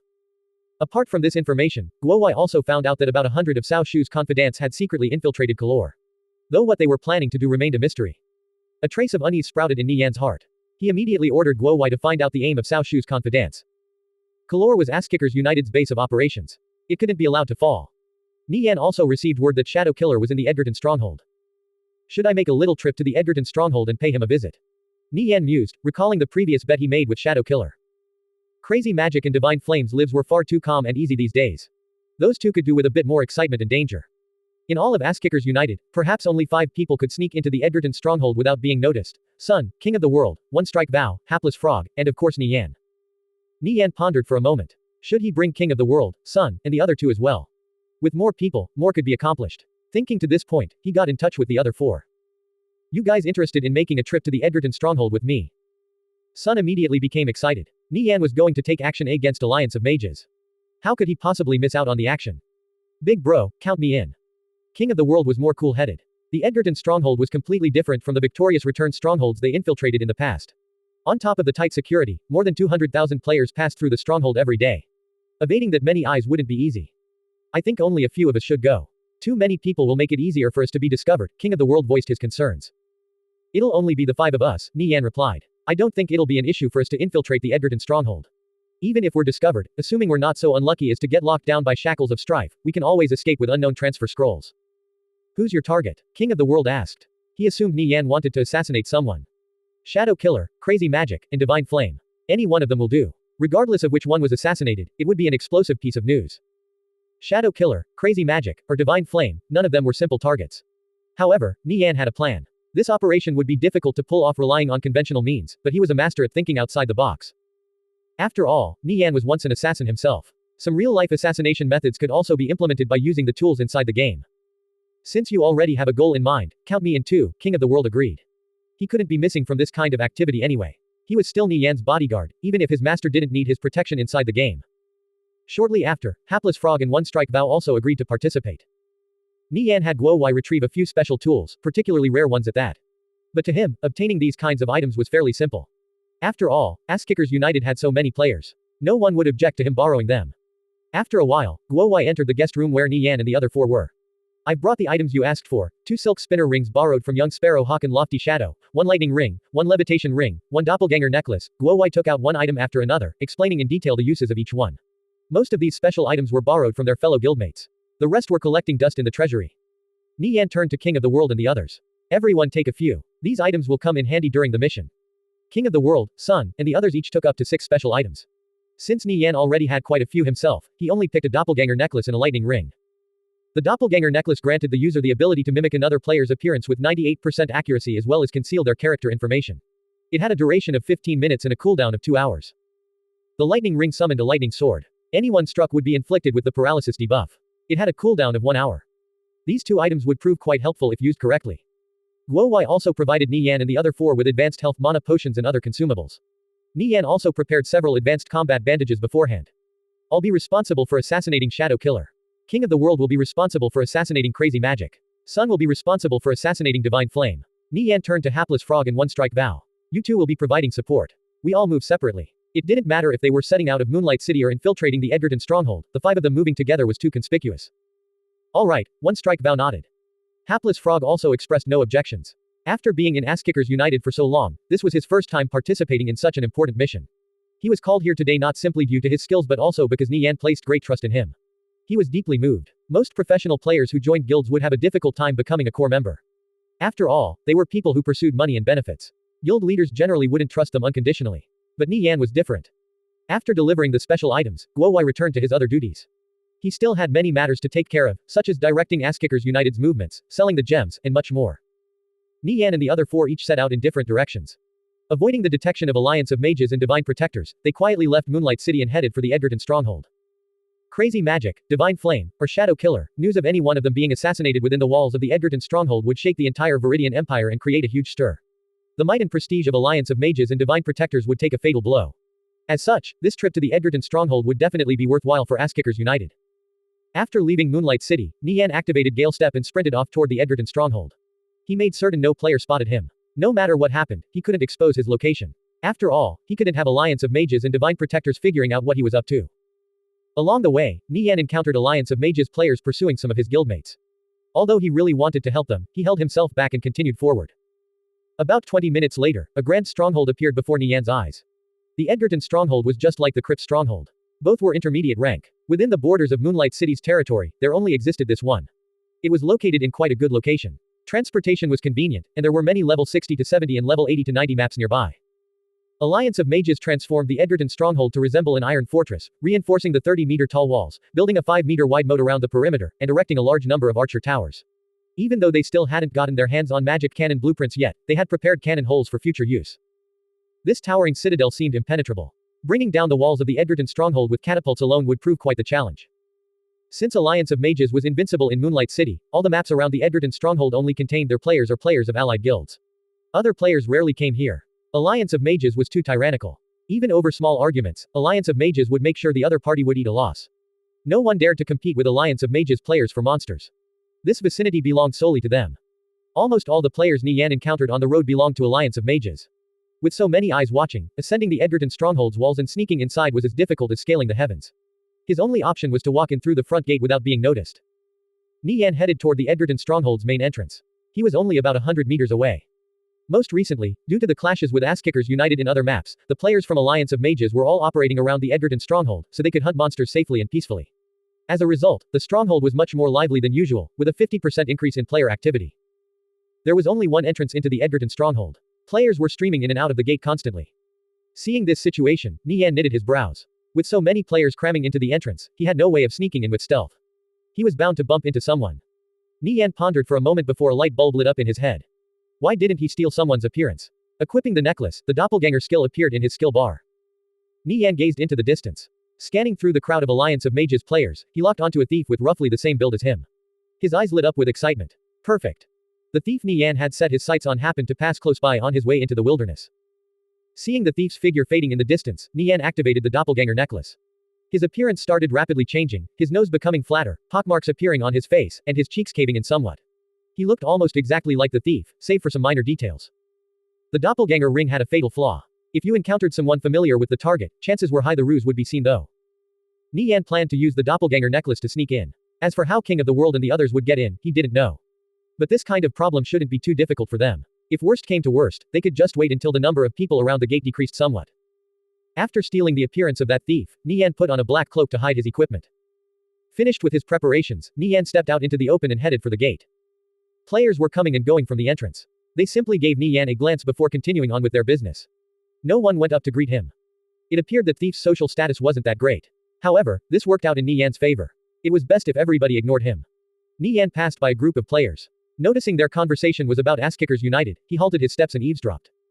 Asskickers United is right at our doorstep. Who do you think will win, us or them? I think we'll win. We have close to 800,000 players in total. Asskickers United only has about 400,000, right? Not to mention Moonlight City is our territory, an elementalist said. He was a faithful supporter of Alliance of Mages. I'm afraid we'll lose. Just look back at the siege of the Crypt stronghold. Asskickers United was still pretty weak at that time. Bloodlust Blades, Alliance of Mages, Divine Protectors, and Angel Corps all brought out their elites. We even had catapults while Asskickers United didn't. Everyone said Bloodlust Blades was going to win. Yet what was the result? We don't even have to look that far back into the past. How about more recently with the battle in the Realm of Death? How much did we spend to hire all those experts? Yet we barely managed to take out a tenth of the enemy's forces while our side was completely wiped out. I'm sure we aren't any weaker. I really don't know what those higher-ups are thinking, a warrior said.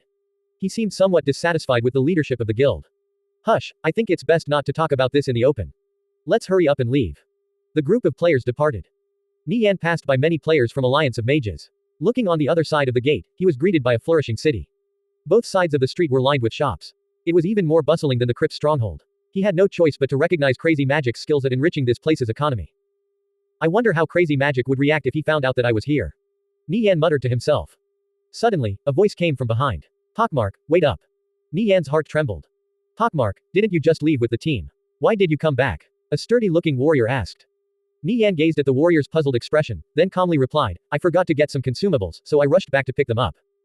Afterwards, Nie Yan no longer paid any heed to the warrior and continued walking on inside.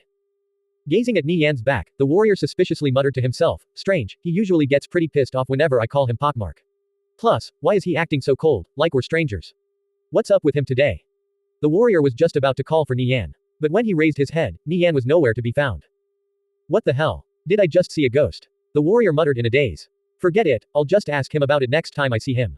He turned around and headed out the gate. Besides their exchange being brief, the warrior also wasn't looking carefully. So, he failed to see through Nie Yan's disguise. Nie Yan ducked into a dark corner. Seeing the warrior leave, he breathed a sigh of relief. He wasn't sure of the effectiveness of the doppelganger necklace. Thankfully, he wasn't recognized, or this operation would have been a failure. Arriving in an alley, Nie Yan entered stealth and started making his way toward the center of the Edgerton stronghold. His first objective was to find out the location of Alliance of Mages headquarters. Though the Edgerton stronghold appeared flourishing on the surface, a sense of bleakness pervaded the atmosphere. Some shops posted up for sale signs on their windows, for quite low prices too. With war looming over the horizon, many business owners were worried about the stronghold's future. If the fighting reached inside the stronghold, their shops would almost certainly go up in flames. This uncertainty made them impatient to sell their shops. Oftentimes the more anxious someone was to sell, the less inclined people were to buy. No one was willing to purchase a shop in the face of war and risk their investment going down the drain. It was better to wait a few days and see how the situation developed. About 10 minutes later, a magnificent building appeared before Nie Yan's eyes. This was without a doubt the most conspicuous building in the entire Edgerton stronghold. It was like a grand cathedral, with 4 towering pillars that stood over 20 meters tall and all sorts of statues erected on the other side. The corridors and walkways were decorated lavishly with vibrant flowers. A large red carpet was laid out in front of the entrance. Nie Yan couldn't help but let out an emotional sigh. Alliance of Mages were truly willing to part with their money. This kind of building probably cost at least 1 million gold to construct. Ass-Kickers United was nowhere as ostentatious. Many players believed the headquarters was the face of the guild, and so spared no effort in making it as grand as possible. However, Nie Yan thought differently. Instead of spending all this gold on the headquarters, it would be better to use it to reinforce the walls. This was why Ass-Kickers United's headquarters was rather plain looking. Nie Yan received confirmation from Guo Wai. Crazy Magic and Divine Flame were inside the guild headquarters. They were currently in a meeting with Shadow Killer and a few others. Nie Yan roamed around the perimeter of Alliance of Mages guild headquarters for about 20 minutes, memorizing all the paths in his surroundings. He made a rough mental map of the area. Big bro, I'm inside, Sun reported. He had used the crawler ring to scale the top of the walls. Before long, Nie Yan also received word from King of the World, One Strike Vow, and Hapless Frog. Some used their special items to get in. Others waited until there were fewer people around the main entrance to sneak in. They all took a bit of time, but all 4 infiltrated the Edgerton stronghold without a hitch. Gather at Alliance of Mages guild headquarters. Keep in touch, Nie Yan ordered. He gazed up at the guild headquarters. This building constructed out of white stone was 3 stories tall. A window was left open on the 2nd floor. Nie Yan equipped his crawler ring. Activating its ability, he stuck to the wall and started scaling the building.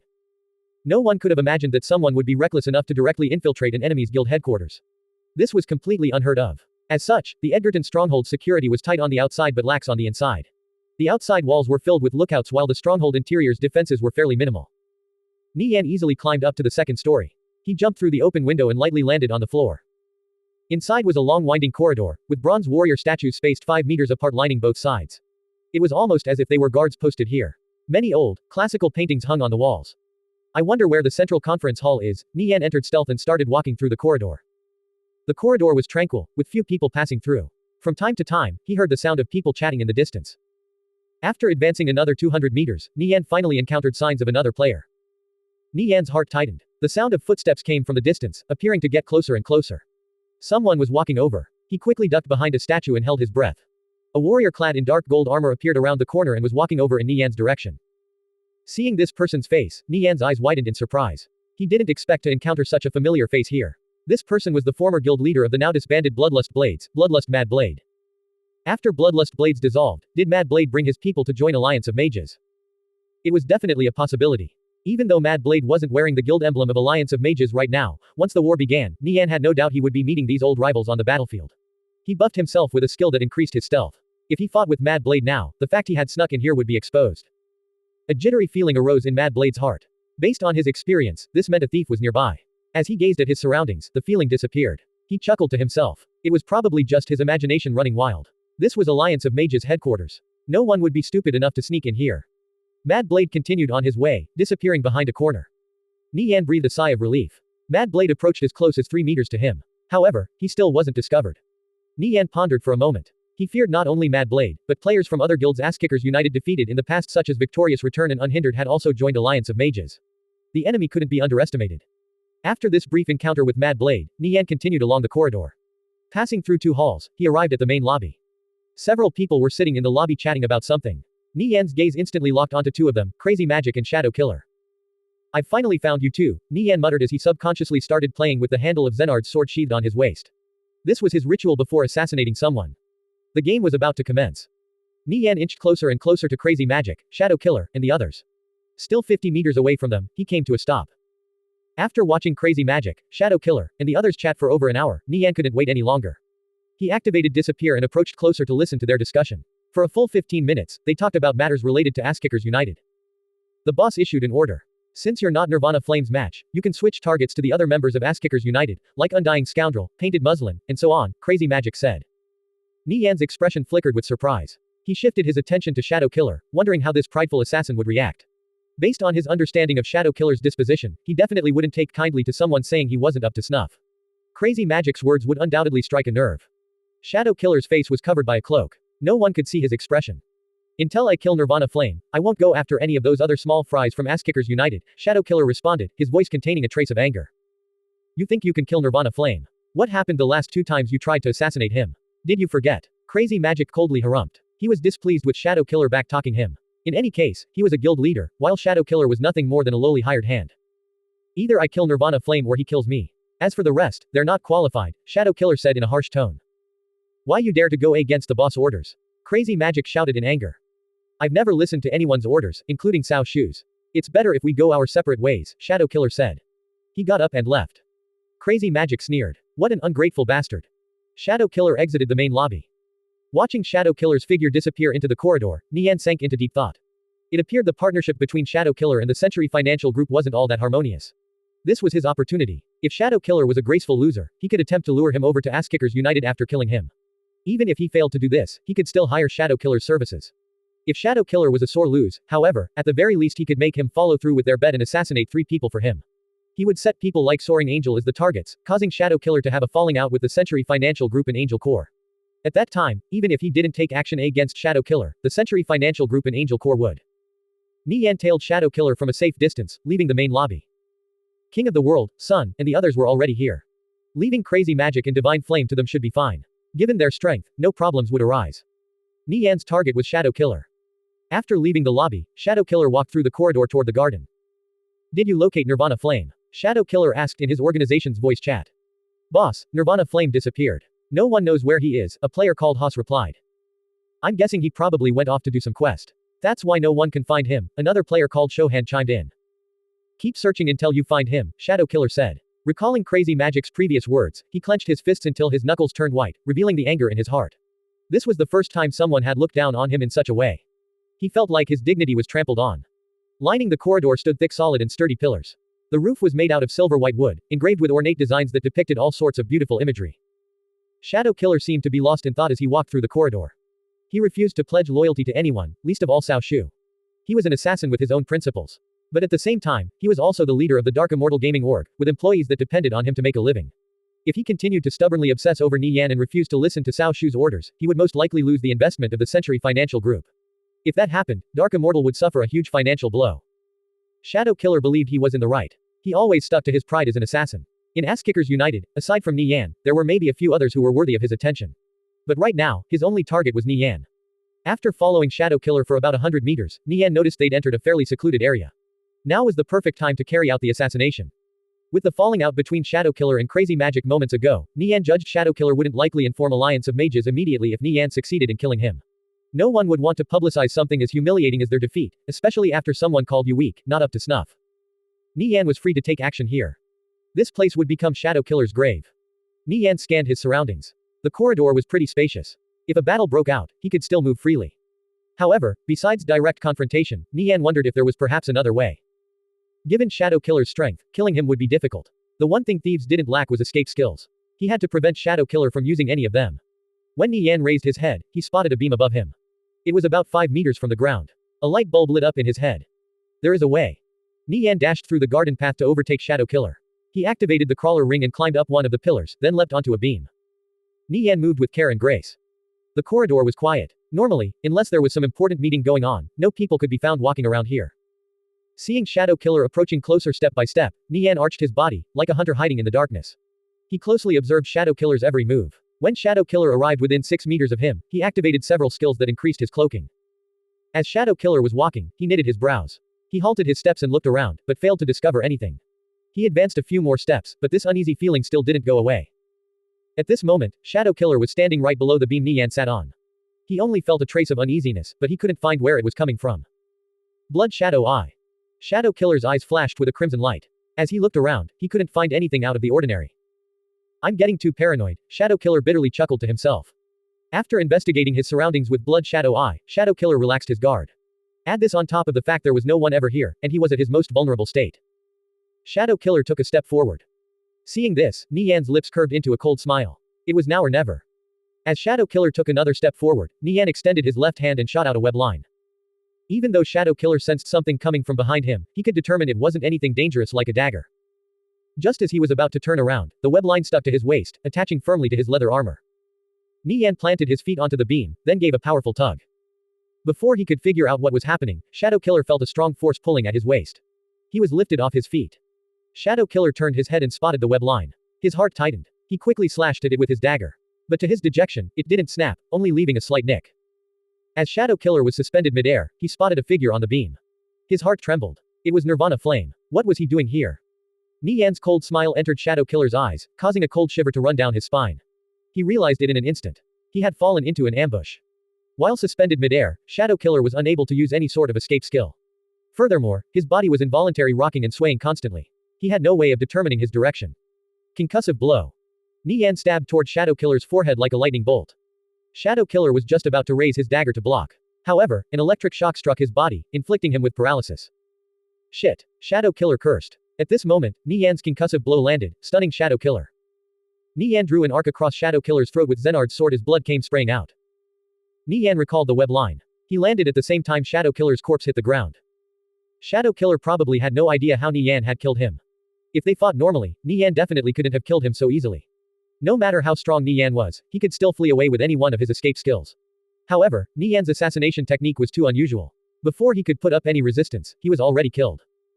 Nie Yan first used the web line to hoist Shadow Killer up into the air, momentarily disorientating him, then struck him with the ability of the lightning ring. Escape skills couldn't be activated while off the ground, and Shadow Killer didn't have any powerful skills like Adjudicator of God. He had no way to prevent himself from getting paralyzed, which allowed the concussive blow to land cleanly. Everything was done in quick succession. Shadow Killer had no time to react at all. Within seconds, Shadow Killer lost his life to Nie Yan's blade. Seeing Shadow Killer's corpse lying on the ground, Nie Yan had a satisfied smile on his face. Putting away Zenard's sword, he bent down and picked up the piece of equipment Shadow Killer dropped. It was sub-legendary grade shoulder guards. Nie Yan examined the properties of the shoulder guards. It was a piece of thief equipment that increased cloaking. Phantom Ruli's pauldrons, sub-legendary. Description: pauldrons used by Phantom Ruli. Contains traces of Ruli's soul. Requirements: 620 dexterity. Properties: dexterity plus 50, speed plus 50, stealth plus 20, cloaking plus 10, reflex plus 10. Phantom form rank 7, increase stealth and cloaking by 60 and speed by 50. For the first 10 seconds, the user cannot be seen through by eye or illumination skills. You cannot attack while in this state. Duration: 30 seconds. Weight: 2 pounds. Restrictions: thief. After seeing the stats of Phantom Ruli's pauldrons, Nie Yan realized Phantom form was the skill Shadow Killer had used to escape from him previously. This skill was quite decent on top of being rare. Nie Yan equipped Phantom Ruli's pauldrons. Looking at his character window, he was basically fully decked out with sub-legendary and legendary grade equipment. At this moment, Shadow Killer had already revived in the graveyard. He still had a dazed look on his face. This was the first time he suffered the taste of defeat, losing at the hand of Nirvana Flame. Even though Nie Yan had used a trick, a loss was still a loss. This was the fact. Shadow Killer had to admit Nie Yan's assassination methods were superior to his own. When he carried out an assassination, he often only fought the target directly, relying on his skill to secure victory. Meanwhile, Nie Yan made use of everything, from special tools to objects in the environment. No one could predict when, where, or how he would take action, making it almost impossible to defend against. Our bet, you haven't forgotten it, right? Nie Yan connected to Shadow Killer via voice chat. He was the victor. I admit defeat. Like we agreed upon, I'll assassinate 3 people for you. Just give me the names, which 3 do you want me to kill? Shadow Killer replied in a somewhat gloomy tone. He was a man of his word and wouldn't renege on his end of the bet. He had a premonition that Nie Yan wouldn't let him off the hook easily. After thinking for a moment, Nie Yan felt this wasn't the right time to lure Shadow Killer over to his side. He would have Shadow Killer fall out with the Century Financial Group and Angel Corps first. Nie Yan originally planned to have Shadow Killer assassinate Crazy Magic and Divine Flame. However, King of the World and Sun were already on the job. Shadow Killer was no longer needed. Your first target is the guild leader of Angel Corps, Soaring Angel. That's it for now. I'll tell you the next target once you've carried out the first assassination, Nie Yan said. As long as Shadow Killer attempted to assassinate Soaring Angel, regardless of success or failure, he would become an enemy of Angel Corps and the Century Financial Group. Shadow Killer clenched his fists. Nie Yan was forcing him off the edge of a cliff. If he attempted to assassinate Soaring Angel, he would receive the ire of the Century Financial Group and Angel Corps. If he was just one person, that was fine. However, he had an obligation to the people in Darkness Immortal. If he went through with Nie Yan's request, the gaming organization would fall into a dire state. If he refused, he would undoubtedly be turning his back on his pride as well as everything he stood for. From the moment he succumbed to Nie Yan's blade, Shadow Killer's fate was sealed. Well, if you think my request is too difficult to complete, or that you're too weak to complete it in the first place, forget it. We can act as if the bet never happened. I guess that's all the name of Shadow Killer amounts to, Nie Yan said in a tone laced with ridicule after noticing Shadow Killer's hesitation. His words were harsh, ruthlessly trampling on Shadow Killer's dignity. Give me some time. I'll definitely give you an answer. Shadow Killer gritted his teeth. He couldn't make the decision right away. Nie Yan let out an indifferent chuckle. I'll be waiting, then. Shadow Killer was at an impasse with 2 choices available to him: assassinate Soaring Angel and fall out with Angel Corps and the Century Financial Group, or abandon his pride and become a laughingstock among everyone. Finished talking with Nie Yan, Shadow Killer hung up the call. He started walking aimlessly with a vacant look on his face. He was frozen with indecision. Dark Immortal was his lifeblood. He didn't want it to fall into ruin solely because of him. If it was just him, even if he was hunted like a dog by Angel Corps and the Century Financial Group, he wouldn't be afraid. However, as the leader of Dark Immortal, he naturally had other commitments to consider. He couldn't freely do as he pleased. Nie Yan's request was quite ruthless. But as a guild leader, he had to learn how to show no mercy to his enemies. Shadow Killer was still Nie Yan's enemy. If he couldn't be recruited, it was better to eliminate him completely. As Shadow Killer brooded over what choice to make, the Dark Immortal members were in the middle of grinding mobs and leveling. Included among them were Haas and Shohand. The 20-man team had traversed a mountain ridge and were setting off to hunt a level 80 elite. With us betraying the boss like this, do you think? Haas had a hesitant and anxious look on his face. He was still feeling a bit guilty about what they had done behind Shadow Killer's back. If you were really that loyal and devoted to him, you shouldn't have betrayed him in the first place. Since we've already crossed the point of no return, we can only see this through till the very end. It's not like we have much choice anyway, or are you telling me you want to oppose the Century Financial Group? Shadow Killer only has himself to blame for leading us into this dead end. We have our own livelihoods to think about, Shohand replied in a cold tone. The two didn't seem to have any misgivings discussing this topic out in the open. Their teammates didn't appear all too bothered either. The boss is contacting us. Shohand's voice chat rang. Seeing it was Cao Shu, he quickly picked up. Has there been any movements from Shadow Killer? A deep voice rang out from the other end. Shadow Killer ordered us to track down Nirvana Flame's location, Shohand respectfully replied. I see. Let him keep playing his little game then, Cao Shu said. Shadow Killer was like a latrine stone, foul and hard. Shohand suddenly noticed Shadow Killer had dropped a level. Shadow Killer died. What happened? Cao Shu knitted his brows. I don't know. Shohand shook his head. He only just found out. Find out, Cao Shu ordered. Understood. After Cao Shu hung up, Shohand wiped the sweat off his forehead. Talking with a big shot like Cao Shu was quite nerve-wracking. As far as back when Shadow Killer had first lost to Nie Yan, Cao Shu had already bribed Shohand, Haas, and everyone else in Dark Immortal over to his side. All of them belonged to Century Financial Group. Shadow Killer's authority had long since been undermined. He repeatedly refused Cao Shu's attempts to acquire Dark Immortal, but little did he know that the organization he founded was already no longer his, having become a vassal of the Century Financial Group. Shohand, Haas, and the others had always been reporting Shadow Killer's movements, even going as far as to describe his plans in detail. Cao Shu was aware of everything happening behind the scenes. This was the most frightening aspect of Cao Shu. The Century Financial Group's capital was limitless. Cao Shu had probably deduced that Shadow Killer was killed by Nie Yan. Aside from Nie Yan, no one could kill him. At best, players like Sun and King of the World could force him to a draw. After a while, Cao Shu received word about Shadow Killer's defeat to Nie Yan from Shohand. He also learned about their bet. What do you think Shadow Killer will decide? Cao Shu asked. After having known him for so many years, I think he'll definitely go through with the bet. He won't abandon his principles, Shohand carefully replied, trying to gauge Cao Shu's reaction. I see. So you're saying Shadow Killer will agree to Nie Yan's request to assassinate 3 people. Cao Shu's eyes flashed with an ice-cold killing intent. Shadow Killer had always been proud and difficult to tame, much like a wild stallion. Add this to his bet with Nie Yan, he became a person that was no longer of use. Such people would be disposed of. Correct, Shohan nodded. Cao Shu pondered in silence for a moment before passing down an order to his subordinates. Under his arrangement, a conspiracy to eliminate Shadow Killer for good took form. Back in Moonlight City, King of the World, Sun, and the other two had already infiltrated the Alliance of Mages Guild headquarters. They were closely observing Crazy Magic and Divine Flame. Right now, there were more than 20 people in the lobby. They couldn't find a suitable opportunity to take action. They could only patiently wait. Nie Yan was hurrying over, planning to team up with the other four. With Shadow Killer already down, if they could successfully assassinate Crazy Magic and Divine Flame, then upload the video online, what kind of stir would this cause? A guild leader being assassinated by an enemy within the walls of their very own stronghold, this would undoubtedly become a disgrace that could never be wiped away. It would be a severe if not fatal blow to Alliance of Mages morale. Nie Yan stealthily made his way toward the main lobby. He was about to enter, when he received a call from Guo Wai. For Guo Wai to contact him at this moment probably meant the matter was urgent. What's up? Nie Yan asked. Blade Light just got in touch with me. He was approached by people from the Century Financial Group. They offered him a 20 million yen a year, 5-year contract. They promised him the best benefits anyone could offer if he joined them. Blade Light declined their offer, then forwarded the content of the contract to me. Here, you take a look too. He also wasn't the only one they approached. Nie Yan glanced at the contract. The terms listed were far superior to anything Ass-Kickers United could offer at the moment. A contract like this, perhaps the Century Financial Group was the only existence that could flaunt their wealth to this extent. Nie Yan's expression darkened. The matter he was most afraid of had finally happened. A long-standing powerhouse such as the Century Financial Group naturally wouldn't be willing to be forced out of the Viridian Empire, least of all by a bunch of upstarts. It was only a matter of time before they took retaliatory action, and their most powerful tool was their vast wealth. In the previous timeline, the once unrivaled War God tribe was slowly eroded from within by the Century Financial Group's interference. Nie Yan couldn't help but wonder if Ass-Kickers United was destined to go down the same path. Aside from Blade Light, no one else had informed Nie Yan of anything. Who else in Ass-Kickers United was approached by the Century Financial Group? How many accepted or were considering accepting their offer? It didn't make sense for the Century Financial Group to have only approached Blade Light and no one else. The Century Financial Group had likely already bought off many members from Ass-Kickers United. Nie Yan had no idea how deep the Century Financial Group's influence had spread. Something going wrong during a crucial moment in the war against Alliance of Mages would likely spell disaster for Ass-Kickers United. All their previous hard work would go down the drain. Did anyone else contact you about the Century Financial Group approaching them? Nie Yan asked. Smoke Stub did, Sun too. Besides them, no one else, Guo Wai replied, sympathizing with what Nie Yan was feeling right now. Who wouldn't have doubts in this situation? Nie Yan worried there were others who had made contact with the Century Financial Group but chose not to disclose it, either because they were weighing their options or already operating as moles. Even Smoke Stub and Sun were approached.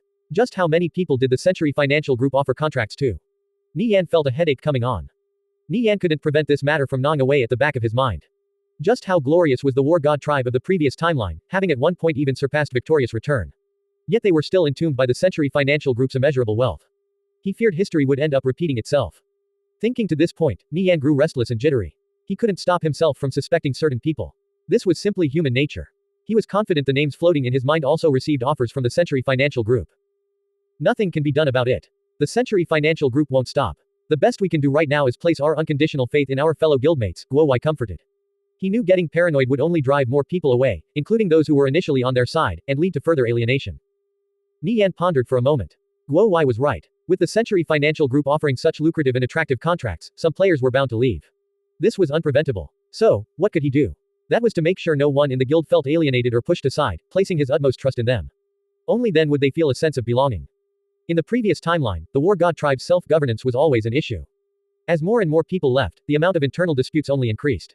With distrust ever present between members, this wedge only further sped up the collapse of the guild. Founded on a mishmash of different gaming organizations, the War God tribe was never that united to start with, and certain factions frequently stirred up conflict. Not to mention all gaming organizations operated on the model of profit first. Defection was only to be expected. However, Ass-Kickers United was far more united. Even if some people left, as long as Nie Yan didn't make any mistakes, it would be incredibly difficult for the Century Financial Group to destroy them from within. Nie Yan came up with some countermeasures, such as raising the benefits of all the players in Ass-Kickers United. This would secure the hearts of the players. At the same time, those who were thinking about defecting would have no choice but to reconsider, unless the Century Financial Group increased their offer by a corresponding amount. After looking over the guild's finances, Nie Yan raised everyone's benefits by 30%.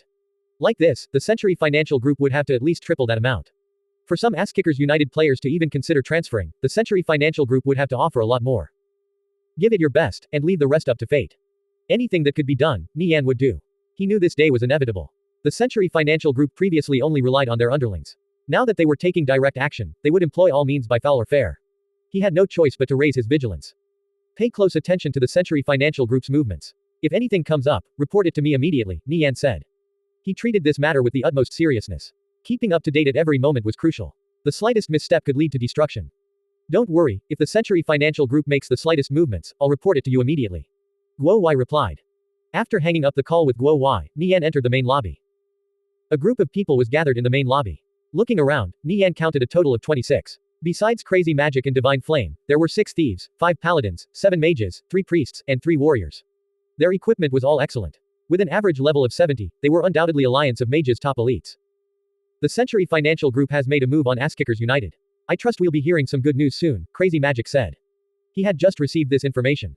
5 armored ice catapults have already crossed the borders of Blaze City and will be arriving in Moonlight City in 8 hours. I suggest you think of a way to deal with them first, Divine Flame said, dropping a bucket of cold water on Crazy Magic's enthusiasm. The effectiveness of the Century Financial Group's methods still remained to be seen. What? How? Crazy Magic knitted his brows. The speed of Asskickers United's advance exceeded his expectations. Asskickers United attached horse carts to some of their armored ice catapults. Horse carts. Crazy Magic suddenly recalled such a thing. It was true that horse carts could raise the speed of war engines. However, researching this technology cost upwards of 600,000 gold. The production costs were also considerable. Asskickers United really had too much gold on their hands. He couldn't help but wonder where it was all coming from. Nie Yan's assets were something he could never imagine in his wildest dreams. With Asskickers United right at his doorstep, Crazy Magic was feeling the pressure. Little did Crazy Magic and company know that several pairs of eyes were watching them while they were having this discussion. Report your coordinates. I'm at 23.85.28, King of the World replied. Nie Yan glanced at a corner to the east of him. King of the World was hiding behind a pillar over there. I'm at 32.28.29, Sun replied. Before long, Nie Yan confirmed the positions of the other 4. Sizing up the 26 people in the main lobby, he spotted many familiar faces, 3 of whom were quite famous in his past life. They were called Soda Water, Sour Cheese, and Maple Sky. They played a warrior, paladin, and priest respectively. All 3 were top master class players in the previous timeline and held influential positions in Alliance of Mages. Facing so many players with just the 5 of them posed some challenge. Big bro, are we going in? Sun asked. If the 5 of them worked together to kill Crazy Magic and Divine Flame, they would definitely succeed. Even without Nie Yan taking action, the 4 of them could still pull it off. However, this was all predicated on them having a foolproof plan first. Nie Yan pondered for a long while before finally replying in a chilling tone, we're going to kill every last one of them. Humph, isn't it only just 26 players? Nie Yan's killing intent shook the hearts of Sun, King of the World, and the other 2. They were going to slaughter every last person in this room. Sun thought for a moment. I'll follow your lead, big bro. What's your plan? King of the World asked. Sun and One Strike Vow will deal with Crazy Magic. You and Hapless Figure will deal with Divine Flame. Leave the rest to me. I'll make the first move and create an opening for you guys, Nie Yan said. He planned on using Lil Gold. After Nie Yan explained his plan, Sun and the others all felt that it was feasible. Of course, it was based on the premise that he could distract everyone for long enough. However, with Lil Gold, that wouldn't be a problem. Alright, I'm going in, Nie Yan said before sneaking over to a corner in the lobby and hiding behind a pillar. At this moment, Sun, King of the World, and the others gradually approached Crazy Magic and Divine Flame. If this was the wilderness, they could easily dispatch Crazy Magic and Divine Flame. With 2 on each person, this would be extremely simple. As long as others didn't interfere, it would be over in an instant. After Sun, King of the World, One Strike Vow, and Hapless Frog were in position, Nie Yan shouted, time to kill. Sun, King of the World, and the other 2 arched their bodies, ready to pounce forward at any moment. Nie Yan chanted out an incantation. With a flash of golden light, Lil Gold's massive frame emerged in the lobby. Crazy Magic, Divine Flame, and the others were chatting, when a light flashed behind them. One of their subordinates shouted, it's Nirvana Flame's golden dragon. Careful. Crazy Magic and Divine Flame looked behind them in shock. A giant golden dragon entered their vision. Why would Nirvana Flame come here of all places? Watch out for Nirvana Flame's ambush. Crazy Magic warned in a deep tone. The first thought that came to mind was that Nirvana Flame was here for him. Just as his warning rang out, Lil Gold opened his maw and spewed out scorching hot flames. These top players from Alliance of Mages immediately scattered to avoid the dragon breath. With a loud bang, the dragon breath struck the ground, causing flames to splash everywhere. Charge. The warrior called Soda Water rushed toward Lil Gold. With a loud clang, he rammed into Lil Gold, forcing the golden dragon back a step. At the same time, he also triggered Lil Gold's explosive counter. -3673. -3421. 2 damage values floated up above Soda Water's head, leaving him with only a sliver of health. A gentle radiance enveloped Soda Water, restoring his health back to stable levels. As everyone in the room focused their attention on Lil Gold, Nie Yan emerged out of stealth. With a flash of cold light, he killed a mage with 1 hit, then disappeared again with Gale Step. It's Nirvana Flame. He's over there. Don't let him escape. Maple Sky raised his staff. An orb of light flew up into the air. All the Alliance of Mages players shifted their focus to Nie Yan. For the sake of safety, Crazy Magic and Divine Flame were located in the far back of the group. At this moment, in a corner just a few meters away, 4 silhouettes leapt out of the shadows and pounced toward them. Crazy Magic and Divine Flame didn't expect there to be others. They believed Nie Yan had only gotten in by relying on some special methods. With hundreds of thousands of players roaming the streets of the Edgerton stronghold along with its tight security, sneaking in without being discovered should be impossible. However, so many thieves had done just that right before their eyes. Didn't that mean the Edgerton stronghold's defenses were as good as nothing? Crazy Magic and Divine Flame reacted pretty quickly. Noticing the ambush, they immediately activated their various defensive skills. To their shock, their opponents were 4 thieves widely renowned for their superior skills. Crazy Magic raised his staff, preparing to cast an anywhere door to escape. About halfway into the 2-second cast time, Sun interrupted him with lockdown. Sun closed in and sent a kick towards Crazy Magic. With a wave of his staff, Crazy Magic quickly raised a thick ice wall in front of him. Bang! Sun's foot struck the ice wall. The ice wall could only last 2 seconds before dissipating. Sun pounced forward once more. Crazy Magic turned around in an attempt to flee. Waving his staff, he cast Flame Bind, planning to immobilize Sun. However, just as he finished chanting the incantation, a sharp light flashed beside him. Shit! Crazy Magic's heart trembled. Getting ambushed while in the middle of casting a spell was fatal for a mage. Crazy Magic attempted to switch to another spell, only to feel a sharp pain at the back of his skull. His vision turned black as he lost consciousness. A silhouette emerged behind Crazy Magic. It was One Strike Vow. When Crazy Magic's view was obstructed by the ice wall, she had entered stealth and circled around to mount a sneak attack. Sun evaded the flame bind and stabbed Crazy Magic in the throat with Pierce. At the same time, One Strike Vow followed up with Backstab. Crazy Magic collapsed to the ground with a loud thud. When Sun and One Strike Vow turned around, they discovered King of the World and Hapless Frog had already dispatched Divine Flame as well. Even though both Crazy Magic and Divine Flame were skilled players, they were still lacking compared to Sun, King of the World, and the others. They wouldn't even win in a normal 1 versus 1 situation, let alone in this 2 versus 1. They had no chance of surviving. The boss died. Seeing the corpses of Crazy Magic and Divine Flame on the ground, the Alliance of Mages players had blank looks on their faces. Both guild leaders were dead. What were they going to do? Should they just run or continue fighting? While the Alliance of Mages players were still recovering from their shock, Lil Gold spewed out a mouthful of dragon breath in their direction. The scorching hot flames instantly reduced 3 players to ashes. Run. Damn it. The golden dragon is way too strong. The Alliance of Mages players scattered like terrified rats. At this moment, Nie Yan appeared behind one of the fleeing players and instantly cut them down with a swing of his blade. Lil Gold slaughtered his way forward, while Nie Yan killed the few players scattering to the side. Leaving a trail of corpses behind them, more than 15 players lost their lives. Sun, King of the World, One Strike Vow, and Hapless Frog immediately pounced on Maple Sky and the others. Seeing the situation turning south, the Alliance of Mages players started escaping with unknown transfer scrolls. Some didn't even get a chance to activate their scrolls before they were cut down where they stood. Several minutes later, apart from the large pile of corpses, the only ones remaining in the lobby were Nie Yan's group of 5 and Lil Gold. They collected the equipment dropped on the ground. Big bro, are we going back now? Sun asked. Glancing at the corpses on the ground, a crazy idea popped into Nie Yan's mind. No. Since we took the time to come all the way here, we should make the most of it. Let's slaughter our way out and make the Edgerton stronghold run red with blood. I like that idea. King of the World faintly smiled. You guys go out and have your fun. I'll slaughter my way out with Lil Gold. Nie Yan said. Thieves weren't good at breaking through the enemy line, but they excelled at stealth and ambushes.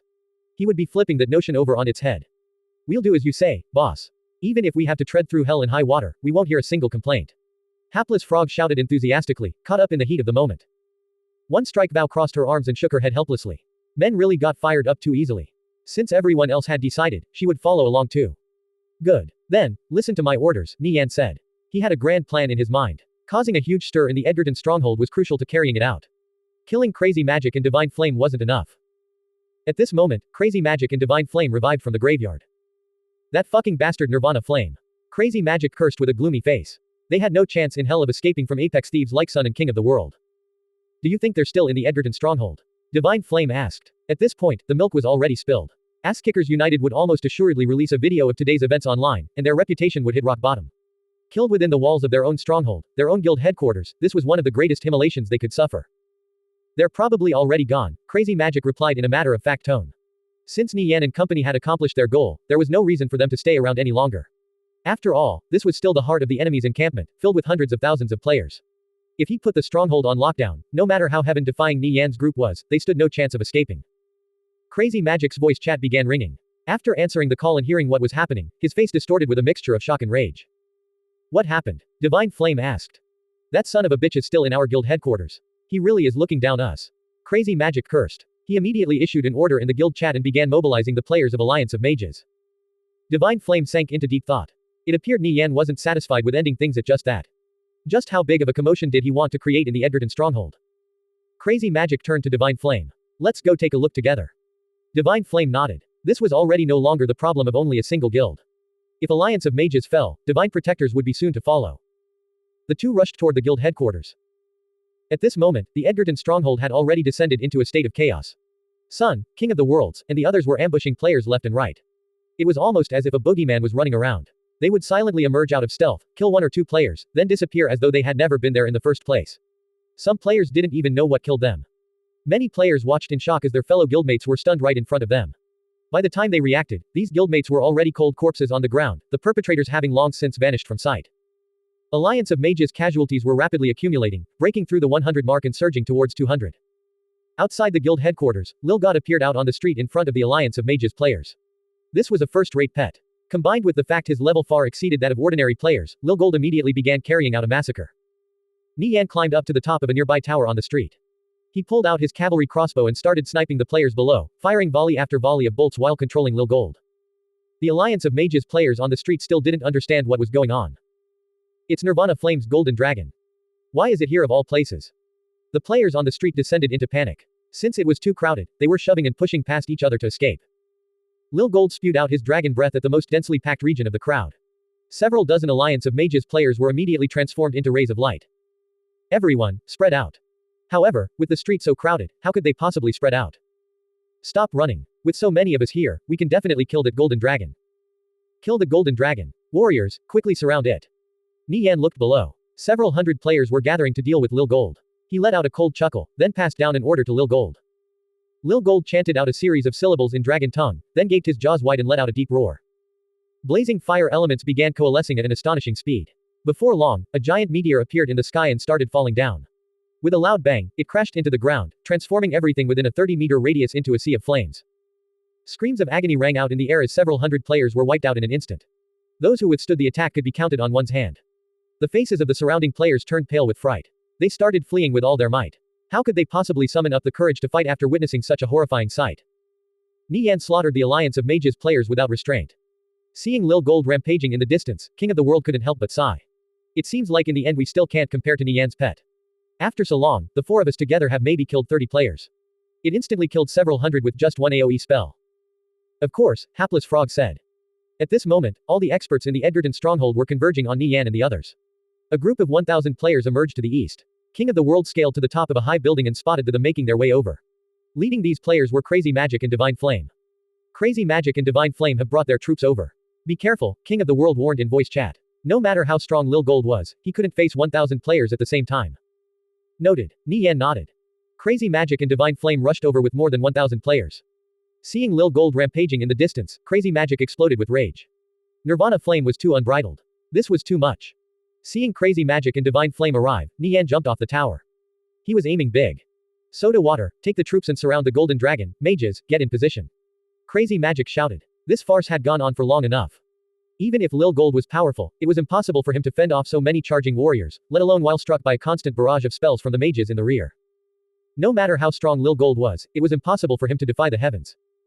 Lil Gold spewed out a mouthful of dragon breath, transforming 6 warriors into ash. With a loud clang, more than 10 warriors rammed Lil Gold. Explosive counter. A whirlwind of power erupted around Lil Gold, sweeping the warriors away. Everyone, stand your ground. Soda Water shouted. Clang. He forced Lil Gold several meters back with a shield bash. They were lacking too many people back in the guild headquarters. He wasn't Lil Gold's match and fled outside with a few others. Now that he had the backup of so many of his brothers, he wasn't afraid of going toe-to-toe with Lil Gold. Soda Water and the other warriors locked down Lil Gold and finally got the situation under control. It would only take them a couple of minutes to kill Lil Gold. Everyone, spread out and search. Even if we have to go through every nook and cranny, I want you to find those bastards. Crazy Magic shouted, his face warped with rage. By now his hatred had already seeped into his bones, wishing for nothing more than to flay Nie Yan's skin and grind his bones to dust. Once Crazy Magic issued this command, the tens of thousands of Alliance of Mages players sealed off the region and began inspecting every building. The place was infested with Alliance of Mages players. Nie Yan evaded their detection and climbed up a 30-meter tall tower next to the plaza. Before long, news of the attack on the Edgerton stronghold spread like wildfire. The forums were filled with threads discussing this event. Nirvana Flame has really got some balls, daring to slaughter his way into the Edgerton stronghold. That's Alliance of Mages' main base. I wonder how the battle is going right now. I heard Asskickers United's side only has 5 people. They've already killed more than 600 players. That's insane. Someone posted up a video of Lil Gold massacring players in the Edgerton stronghold online. Everyone who watched it was left speechless. Golden dragons were really powerful. Owning a pet was no longer a rare thing, and research into them had gradually progressed. Many players had obtained some pretty powerful pets. Some tank-type pets even achieved over 10,000 health. However, none of these pets could hold a candle to Lil Gold. He was just as much of a freak as his master. After Lil Gold's fame skyrocketed, the guild leader of God Executioner Sword searched far and wide and expended a great deal of manpower and resources to obtain a golden dragon pup. However, despite his meticulous care in raising it, it failed to grow anywhere near as powerful as Lil Gold. The disparity was so great he started doubting whether Nie Yan's pet was actually a golden dragon. This infuriated him so much that he felt the urge to slap his golden dragon pup to death. This useless thing had cost him the lives of 6,000 players. The chaos in the Edgerton stronghold attracted the attention of many players. All of them were tuned into the live streams, eager to see how the battle would conclude. The golden dragon can't hold out for much longer. I guess this as far as it goes, many players deeply sighed. Lil Gold might be extremely powerful, but it couldn't withstand the onslaught of so many players. The streets of the Edgerton stronghold were already filled with corpses, strewn about all over the place. The warriors led by Soda Water charged into Lil Gold one after another, forcing him further and further back. Those killed by explosive counter would immediately have their spaces filled by the people behind them. The constant bombardment of magic from the rear also never subsided. Lil Gold's health fell to just a little over 10,000. He could hold out for a bit longer, but he was already close to his limit. Big brother, Lil Gold will die soon if we don't do anything. Son cried out anxiously. Don't worry. I've got everything under control, Nie Yan chuckled. From the top of the tower, he could see the whole battlefield. Seeing it was about time, Nie Yan chanted out an incantation to summon the Darkwing Dragon. Seeing Lil Gold fall to red health, the Alliance of Mages players all grew excited. We're almost there. It's almost dead. Die. Soda Water shouted. He swung his great sword at Lil Gold again and again. Miss. Miss. Miss. Lil Gold's evasion was too high. Soda Water kept failing his execution, having been interrupted several times by explosive counter. Lil Gold's combat strength was too frightening, especially explosive counter, which gave him an endless headache. It was way too overpowered, activating almost continuously and dealing a ludicrous amount of damage. What Soda Water and the others failed to realize was that explosive counter only had a certain chance of activating. Normally, it wasn't that strong since its activation rate was too low. However, when so many warriors from Alliance of Mages were surrounding and attacking Lil Gold at once, that's when the skill really started displaying its might. More than 300 warriors had died to explosive counter alone. The best strategy to deal with Lil Gold was to have the warriors simply defend and allowing the mages in the back to bombard him with darkness-type magic. Soda Water and the others had too little knowledge on Lil Gold. That's why their losses were so great. Just as everyone thought Lil Gold was about to fall, a deep dragon cry shook the entire Edgerton stronghold. A large shadow blotted out the sky, shrouding everyone in a veil of darkness. What's going on? A powerful gale blew past, nearly sweeping many players off their feet. When they looked up at the sky, a giant winged dragon entered their sights. It was the Darkwing Dragon. Most of the players from Alliance of Mages had already watched the videos of the battle in the realm of death and knew of the awe-inspiring might of the Darkwing Dragon. However, at the end of the day, a video was just a video. This time, they finally witnessed the Darkwing Dragon for themselves. With a wingspan of over 10 meters, as soon as it spread its wings, it would blot out the sun. The buildings in the stronghold were too close together, causing its mobility to be slightly restricted. Its flapping wings accidentally struck a nearby tower, causing the top half to collapse. The falling rocks fell on a crowd and instantly crushed several dozen players to death. The Darkwing Dragon hovered in the sky for a while, like a hawk searching for its prey, before swooping down towards the ground. Run. Get in the arrow towers. Use the siege crossbows to shoot it down. The players below scattered in a panic, abandoning any intention of fighting back. The Darkwing Dragon was too powerful. The disparity was too great. Any resistance would be futile. Only siege weapons could deal any real damage through its divine-type armor. The Darkwing Dragon dive-bombed a crowd, instantly killing a large swath of players. A massacre was beginning. Another 600 Alliance of Mages players were torn to shreds by the claws of the Darkwing Dragon. Some players managed to make it out alive by escaping into narrow alleys. The situation went out of control. The Darkwing Dragon's sudden attack caused Alliance of Mages to descend into chaos. They had no effective method of fighting back. God fucking damn it. Crazy Magic couldn't help but curse after seeing the Darkwing Dragon wreaking havoc on his forces. He quickly fled to safety while issuing out commands at the same time. Suddenly, two figures emerged beside him. They were Sun and King of the World. Sun and King of the World had been stalking Crazy Magic ever since he returned from the graveyard. The two hadn't communicated with each other beforehand, but both chose the same moment to take action. Crazy Magic only saw a silhouette flash by before he felt a sharp pain at both the front and back of his head and his vision went black. Sun and King of the World's movements were too fast, not to mention it was a pincer attack, giving him no time at all to react. Crazy Magic was assassinated yet again. Noticing the spells barraging the Golden Dragon had suddenly stopped, the warriors at the front started to panic. The Darkwing Dragon had caused their backline to scatter. There were corpses of more than 100 mages scattered on the ground. The rest had already fled for their lives. The warriors were about to retreat, when Soda Water shouted, "Don't retreat.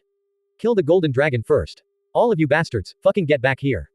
Soda Water understood that if they retreated now they would simply become fleeing targets. All their previous efforts would go to waste. The golden dragon only had a sliver of health left. They still had a chance. Explosive counter. Explosive counter.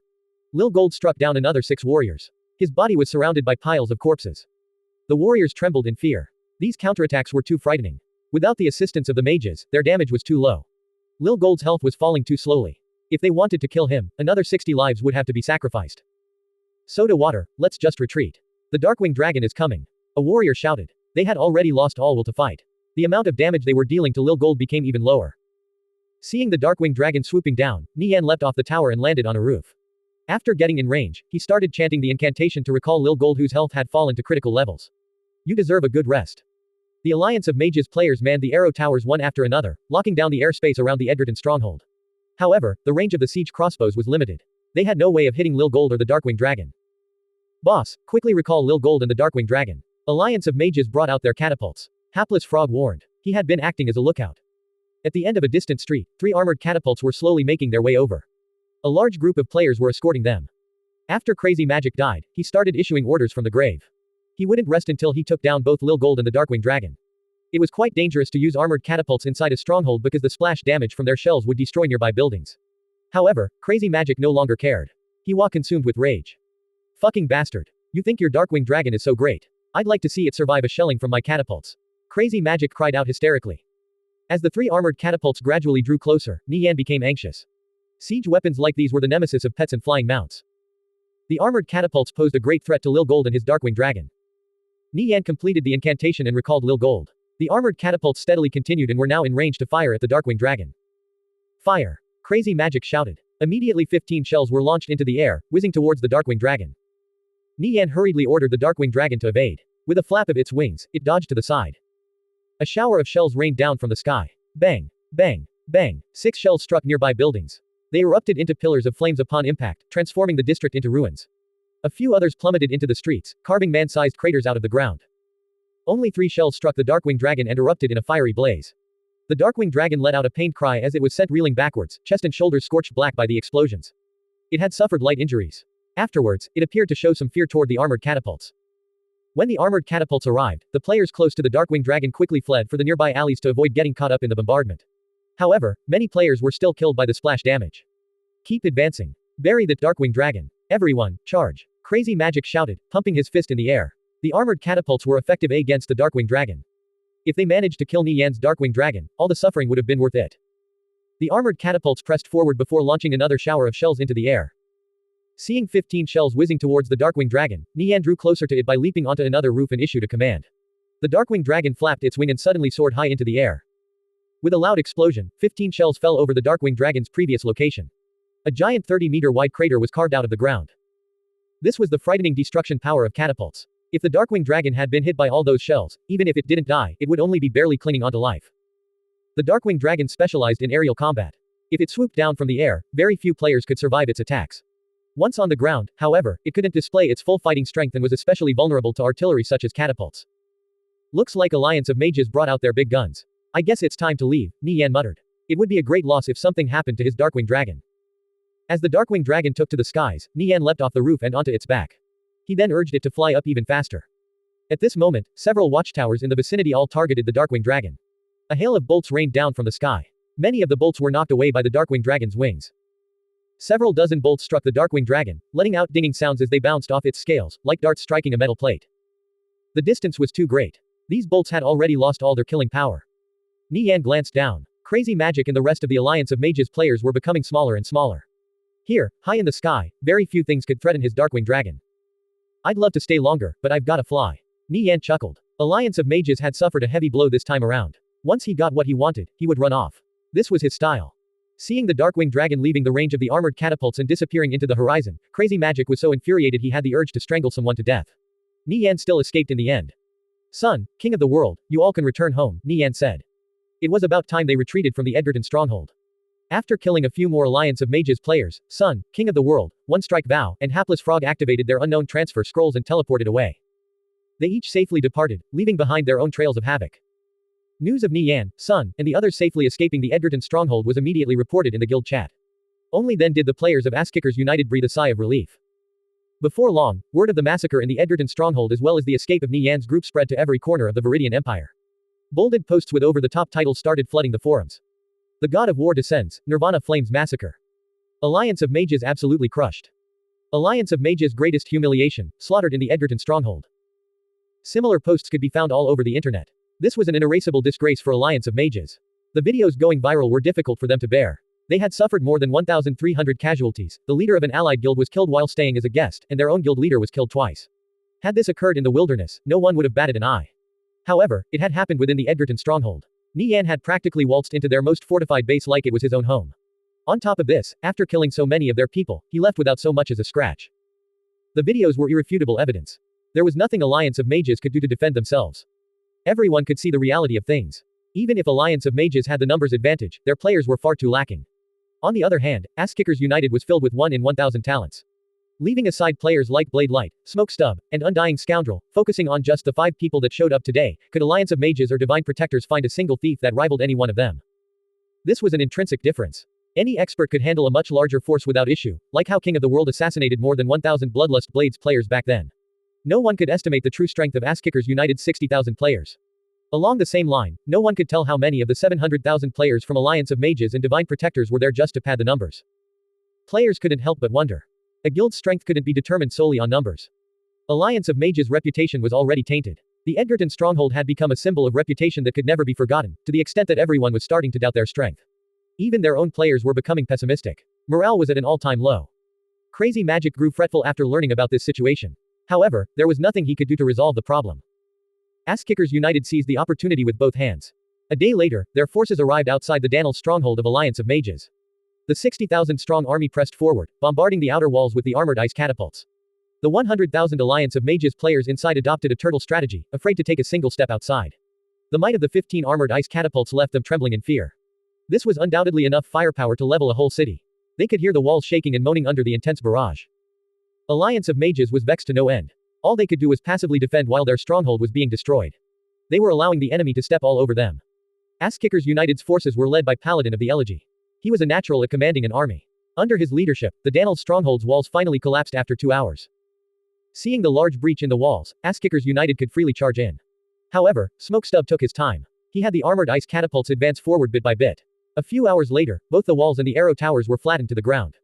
Only then did Asskickers United's forces marched inside. They completely swept through the stronghold, giving the Alliance of Mages players no chance of fighting back. This kind of long-range artillery bombardment was the most difficult to defend against. Alliance of Mages ate a heavy loss. 7 hours later, the Danel stronghold was razed to the ground, leaving nothing behind but ruins. None of the shops or buildings were spared, and 1/4 of the walls were destroyed. When the number of casualties rose past 10,000, the remaining Alliance of Mages players all fled through the stronghold's transfer point. This was an overwhelming victory for Asskickers United. Apart from a few unlucky fellows who were killed by a stray bolt, their side basically suffered no losses. Their casualties were only in the double digits. After felling the Danel stronghold, Asskickers United's players grew even more emboldened. They escorted the 15 armored catapults to the next stronghold. Asskickers United's army was like a tsunami, sweeping through everything in its path. The forces of Alliance of Mages and Divine Protectors made repeated attempts to intercept them mid-journey, but they were quickly sent packing by the armored ice catapults. Everything was progressing smoothly. Nie Yan closely monitored the situation on that side while also directing the overall war. He mobilized the forces of Holy Empire, the War God Tribe, and the other guilds to put pressure on several of Alliance of Mages' strongholds. Alliance of Mages had 21 strongholds altogether, 5 of which were relinquished to Asskickers United. 1 was destroyed. Another 3 were currently being besieged. All of Moonlight City was embroiled in war. Alliance of Mages was gradually losing ground. Despite being greatly outnumbered, Asskickers United were sweeping through everything like a hot knife through butter. In these types of large-scale wars, morale was everything. Has there been any movement from Alliance of Mages? Nie Yan asked. Asskickers United's forces had already arrived at their front steps. They couldn't stay on the passive forever. They were definitely planning to retaliate. Alliance of Mages are pulling back their forces into the Edgerton stronghold. It seems like that's where they're planning to make their last stand. Guo Wai said. Looking over the data, he seemed confident about their chances of victory.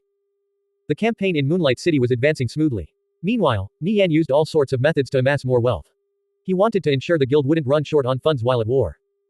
During this time, Guo Wai sent word that several members wanted to leave the guild. The withdrawal form required Nie Yan to sign off on, so Guo Wai contacted him. Who wants to leave the guild? Nie Yan asked in alarm.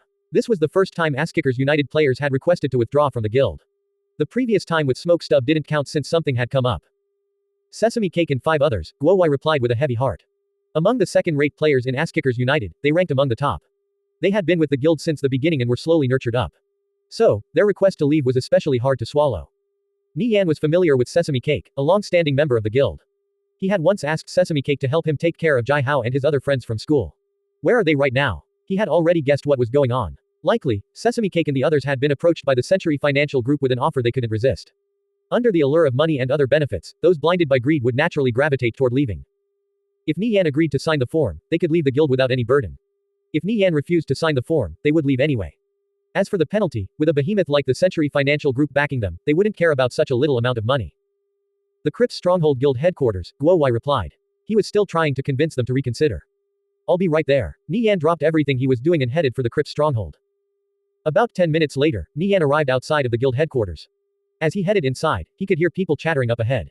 About 30 or so players were gathered in the lobby. Guowai was talking with Sesame Cake and several others. Sesame Cake, tell me. Ever since you've joined the guild, have we ever done you wrong? If we have, please tell me, so I can make it right, Guowai said. Executive Guild Leader, after following you in Nirvana Flame for so long, we've never once felt we've been mistreated. However, everyone has their own ambitions.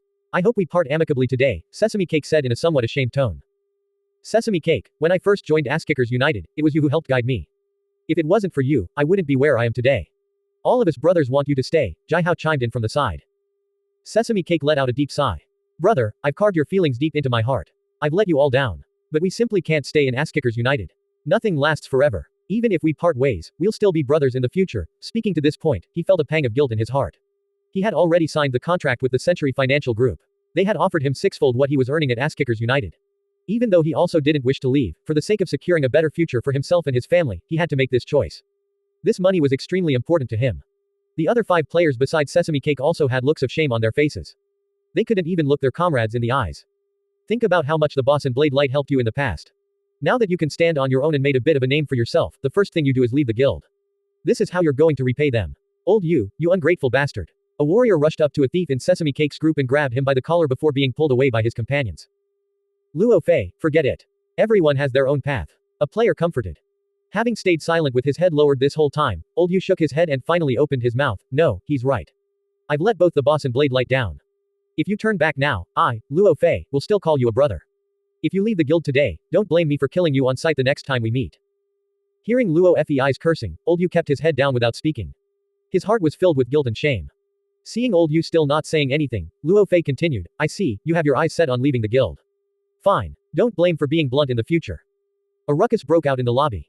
Nie Yan understood that Sesame Cake and the others were only the first batch of people to leave the guild. They definitely wouldn't be the last. In the future, even more people would be poached away. If he didn't handle this matter appropriately, it would have a negative impact on the future of Asskickers United. The boss is here. A player shouted. Boss. Seeing Nie Yan arrive, the players stepped aside. Nie Yan walked over to Sesame Cake's group. After seeing Nie Yan, Sesame Cake lowered his head. He still held Nie Yan in high regard. He didn't dare to show the slightest disrespect. At this moment, he didn't have the courage to look Nie Yan in the eyes. He was a traitor to the guild. Sesame Cake was already waiting for Nie Yan to rain down a barrage of curses on him. Only like this would he feel a little less guilty about leaving. The other 5 players were also thinking roughly along the same lines. However, contrary to their expectations, Nie Yan didn't curse at them. Instead, he broke out into a faint smile. Sesame Cake, I remember when you first entered Asskickers United, you were scolded by me quite a few times. Today, you're leaving. You won't resent me for those times, will you? Nie Yan chuckled. Sesame Cake vigorously shook his head. Of course not. Old you, you're one of the few people that has been with the guild since the very beginning. I still remember when we were surrounded by victorious return. You died more than 10 times, but you also took out more than 20 enemies, Nie Yan said, reminiscing the past. Old Yu's eye brimmed with tears as he nodded. Nie Yan turned to the remaining 4. Melon Seed, Dime, Old Lin, Old Lu, you guys have also been with me for quite some time. It seems I've let you all down. There's nothing this useless leader of yours can do to repent. He deeply sighed. These words came from his heart. He understood these guild members also weren't having it easy. No, boss. You're wrong. It's us who've let you, no, the entire guild. You guys surely have compelling reasons for leaving the guild, that much I can understand. People seek out higher lands while water flows downstream. I won't make things difficult for you. As members of Asskickers United, I've always treated you as my brothers. If you want to leave, I won't stop you. It's a pity I don't have farewell gifts prepared. You guys can head to the guild treasury and pick a few pieces of equipment. From now on, we'll be going our separate ways. We can no longer be brothers. The 6 of you, take care. Nie Yan patted Sesame Cake's shoulder. Hearing Nie Yan's words, Sesame Cake and the other 5 were choking with tears. Boss, I'm sorry. Sesame Cake wiped his tears before bowing deeply to Nie Yan. Sesame Cake, old you, take care, a warrior in the crowd shouted. Take care. The other Ass Kickers United players shouted one after another. Some of their voices were filled with helplessness while others deeply sighed. After all, these were guildmates they had run dungeons and fought together on the battlefield with. Everyone was sad to see them go. Sesame Cake deeply bowed to the other Ass Kickers United players. His vision was already blurred with tears. All of you, take care. Only now did Sesame Cake become aware of the deep sense of camaraderie he shared with the players of Ass Kickers United. He felt like he had made a dreadful mistake. However, it was already too late to take it back. The other 5 felt the same. Nie Yan signed off on the withdrawal forms of Sesame Cake and the other 5. With that, their departures from the guild was official. As Sesame Cake and the others handed over their guild emblems, which had stuck with them ever since they joined Ass Kickers United, they were struck with a deep sense of loss, though a large hole was carved out of their hearts. Sesame Cake, Old You, Melon Seed. All 6 of them were no longer affiliated to Ass Kickers United. They recalled Nie Yan's previous words. Only now did they understand the old adage, as anxious as a stray dog. After leaving Ass Kickers United, they had lost both a patron and the trust they'd built up. They could never return to Ass Kickers United. Sesame Cake wanted to find a corner to hide in and bawl his eyes out. The cheeks of the other 5 were also streaming with tears. Nie Yan endured the sorrow in his heart. He turned to Jai Hao and said, you escort them out. If they want, head to the guild treasury and pick out a few pieces of good equipment for them. Alright. Jai Hao nodded. Sesame Cake, I'll send you guys out. Brother, Sesame Cake wanted to say something, but the words wouldn't come out of his mouth. Jai Hao shook his head. That's enough, let's go. In the future, don't address me like that. Sesame Cake felt a sharp pain in his heart. From this day forward, the word, brother, would forever ring hollow. Thinking of the contract he signed with the Century Financial Group, he was filled with a deep sense of shame and regret. He had really been a fool. Ass Kickers United's salary was already quite generous, even if it couldn't compete with the Century Financial Group's. Nie Yan had never mistreated them. Watching Jai Hao send Sesame Cake and the others off, everyone was in low spirits. Nie Yan turned to the crowd. If they want to leave, let them. Our guild still has many brothers. All of you, cheer up. After defeating Alliance of Mages and Divine Protectors, we'll take down Angel Corps and the Century Financial Group too. Our journey is only just beginning. I don't recall Ass Kickers United being filled with a bunch of sad mopes. The boss is right. We still have many brothers. The players felt their spirits lifted back up. Nie Yan turned to Guo Wai. We'll have to hurry up. Our opponent this time isn't so easy to deal with. The Century Financial Group was already at their doorsteps. It was crucial for them to come up with countermeasures. Guo Wai nodded with a solemn expression. Just how many Ass Kickers United players had already made contact with the Century Financial Group?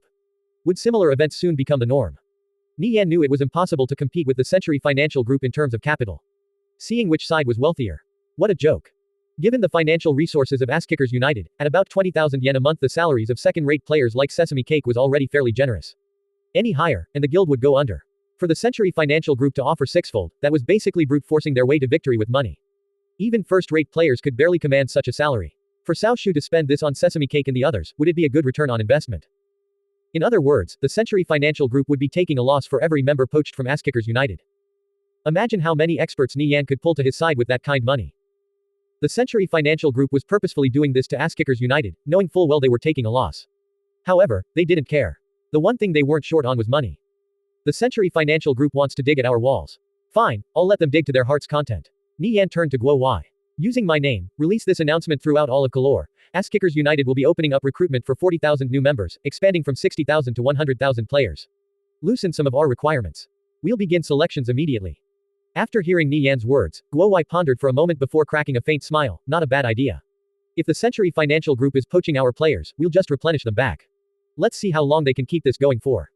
Nie Yan understood the new recruits wouldn't necessarily match Ass Kickers United's old members in quality. However, there were bound to be some good seedlings among them. If he found them within the herd, he could replenish the guild's lost talent.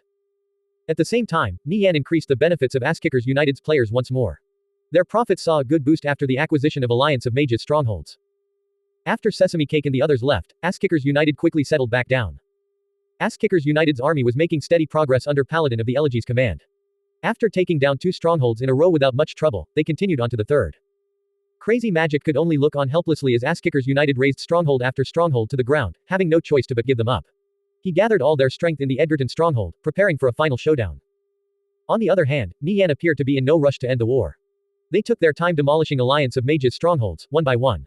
Moonlight City was home to at least a dozen second-rate guilds. With Ass Kickers United and Alliance of Mages at war with each other, they took their spots on the sidelines and simply observed.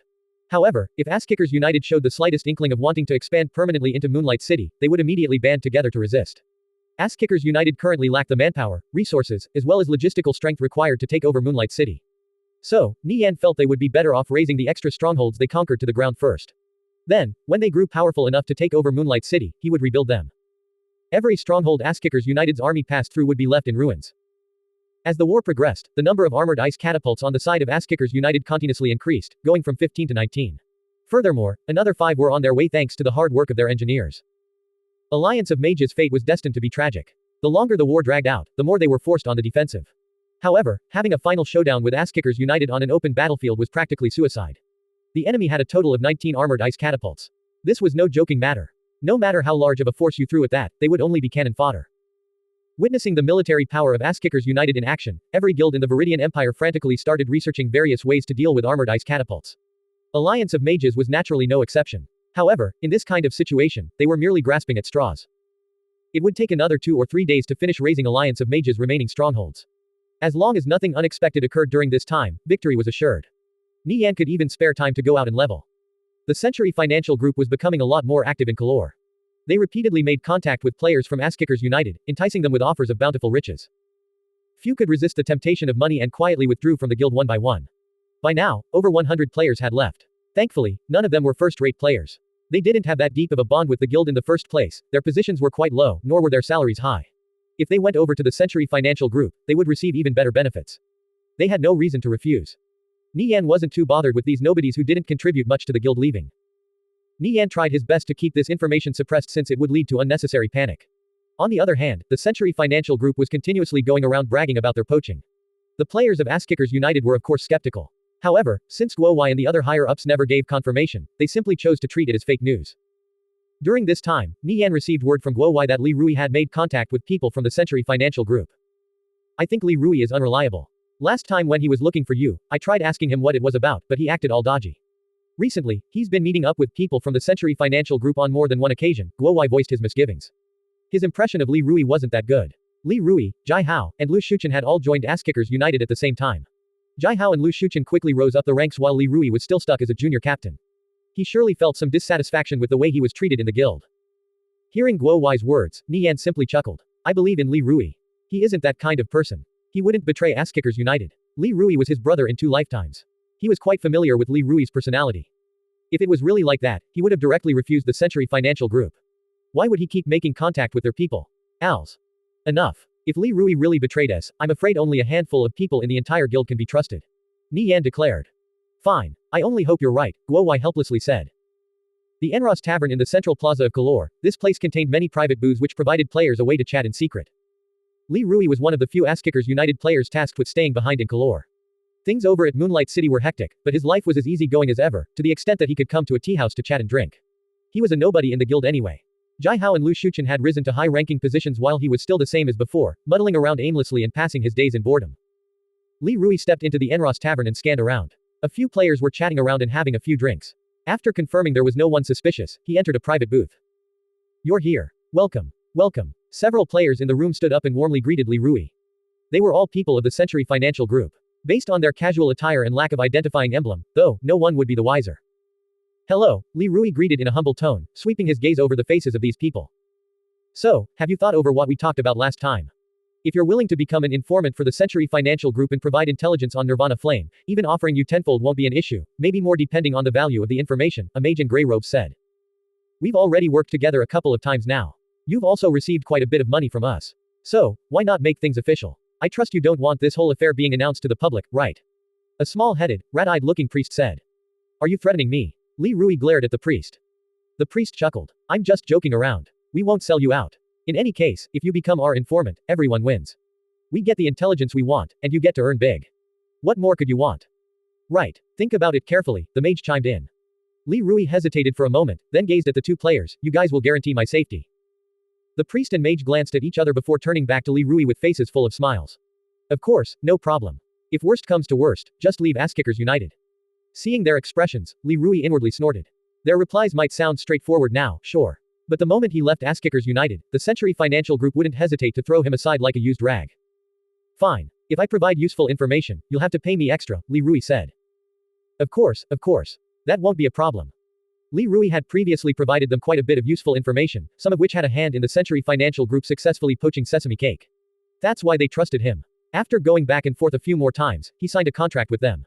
They chatted for another 10 minutes before he put his cloak back on and left. The people from the Century Financial Group also quietly left. It was almost as if this meeting never took place. After leaving the Enros Tavern, Li Rui contacted Guo Wai again. What is it? Guo Wai asked in an annoyed tone. He just received a report that Li Rui was seen meeting with people from the Century Financial Group in the Enros Tavern a moment ago. Executive Guild Leader, is Nirvana flame-free? I want to meet him, Li Rui asked in a sincere tone. Guo Wai was just about to say Nie Yan was too busy. However, he changed his mind and said, he's at the Central Auction House in Kalor. I'll have him get in touch with you. Thank you very much, Li Rui said in a grateful tone. Nie Yan's mind trembled when Guo Wai informed him that Li Rui wanted to meet up. It appeared Li Rui had something important to tell him. Unfortunately, when Li Rui came to him last time, he had no time. Nie Yan contacted Li Rui. Where are you right now? I'll come to you. I feel like I'm being watched. I think it's better if we don't meet up and just talk through private chat. Guild leader, I have some important matters to talk to you about, Li Rui said in a prudent tone.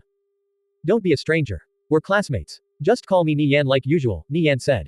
He had always viewed Li Rui as a close friend of his. In the previous timeline, he shared a deep bond with Li Rui, Jai Hao, and Li Shuchen. Even if their current positions were worlds apart in this life, he wished for their friendship to be exactly the same. Something has been nagging at the back of my mind for quite some time now, and I hope you can clear my doubts. You gave me, Jai Hao, and Lu Shuchen the opportunity to join Asskickers United, and for that I'm really grateful. I'm aware I'm not as talented as Jai Hao and Lu Shuchen. I can only amount to a run-of-the-mill junior captain at best, that much I recognize. I'm not great at running dungeons, nor am I an expert at PvP. I also know that people like the Executive Guild Leader don't have a favorable opinion of me. That's not a problem. What I wanted to know is, how do you view me? Li Rui asked. Nie Yan's answer would decide everything. Nie Yan simply chuckled. Conviction is just a game. Everyone has something they're good at. Some people are good at the game. Some people aren't. That's normal. Asskickers United has an ironclad rule. Everything has to be earned. You can't favor some people over others. I'm really happy that Jai Hao and Lu Shuchen were able to rise to the top of the rankings with their own strength. As for you not being able to, I also understand. At the end of the day, though, this is still just a game. You, Jai Hao, and Lu Shuchen are equal in my eyes. You're my fellow classmates and some of my closest friends. Nie Yan confidently spoke from his heart. The reason his faith in Li Rui was so unwavering was that he had a deep understanding of Li Rui's personality. This was because of the close friendship they shared for more than 8 years in his past life. So, when Guo Wai informed him that there was a possibility Li Rui had betrayed Asskickers United, he'd sooner believe that pigs could fly. With those words, I'm satisfied. Honestly, being a junior captain isn't all that bad, Li Rui chuckled. He was deeply moved. Here, I have something for you. He sent over a document to Nie Yan. What is this? It's data I've collected from the Century Financial Group. It might be useful to you. I also have to apologize for something. Sesame Cake and the others leaving was due to me. After I found out they weren't satisfied with their salary here in Asskickers United, the Century Financial Group had me persuade them with all my power. I was left with no other choice if I wanted to gain their trust. Still, I didn't expect for things to end up like this, Li Rui explained. It's fine. Those who want to leave will eventually end up doing so anyway. There's nothing you can do about it. I don't blame you, don't worry, Nie Yan said. Glancing at the document Li Rui sent over, he was flabbergasted. It contained incredibly sensitive and difficult to obtain information. He had no idea how Li Rui got his hands on something like this. If you put it like that, I don't feel as guilty. Thanks. Where did you get this information from? Nie Yan asked. The more he looked at it, the greater his shock. A few guys I know work as higher ups at the Century Financial Group. I got this information from them. I hope it'll be of use to you, Li Rui said. Hearing Nie Yan's elated tone, he was happy his efforts hadn't gone to waste. As Nie Yan continued looking over the document, many of his doubts were cleared. Much of the information contained inside was never revealed in his past life. Furthermore, all of the Century Financial Group's activities related to Asskickers United were described here. Until now, everything he knew about the Century Financial Group was only what they showed him. Anything more was covered by a dense layer of fog. He knew they were strong. As for exactly how strong, that was difficult to say. However, this document removed all the guesswork. Everything about the inner workings of the Century Financial Group was laid out here. The document was well organized. Important bits of information were divided and bolded. One could tell at a glance that it was written with great care and attention to detail. Nie Yan had no doubt in his mind that Li Rui would do well working in the intelligence department. He seemed to have a knack for this kind of thing. From the document, Nie Yan learned that amongst other things, the Century Financial Group had a total of 11 auction houses, 51 properties, and 20 large shops spread out across multiple cities, such as Blaze City and Moonlight City. The exact revenue of these businesses was unknown. Everyone already knew they controlled Alliance of Mages and Divine Protectors. In fact, aside from those two, they also controlled 16 other guilds. They really couldn't be underestimated. Lastly, they also owned 2 gold farming organizations, both over 100,000 players in size, which provided them a ludicrous amount of gold every day. These were only the Century Financial Group's operations in the Viridian Empire. As far back as the defeat of Victorious Return and failed acquisition of Asskickers United, they had started shifting most of their financial resources to the Satrine Empire. They controlled a significant portion of Angel Core, allowing them to influence the decisions of the guild. Furthermore, they had another 30 guilds under them, both large and small, whose total strength couldn't be estimated. The number of assets they owned in the Satrine Empire was comparably fewer, a total of 5 auction houses, 20 properties, and 3 100,000-man-strong gold farming organizations.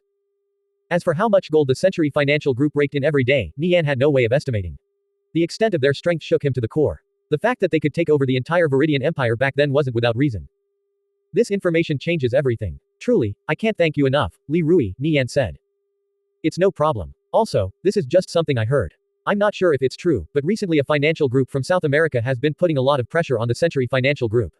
After entering conviction, they started recruiting people like mad. So far, they already have 6 gold farming organizations and a large amount of shops across the Viridian and Satrine empires.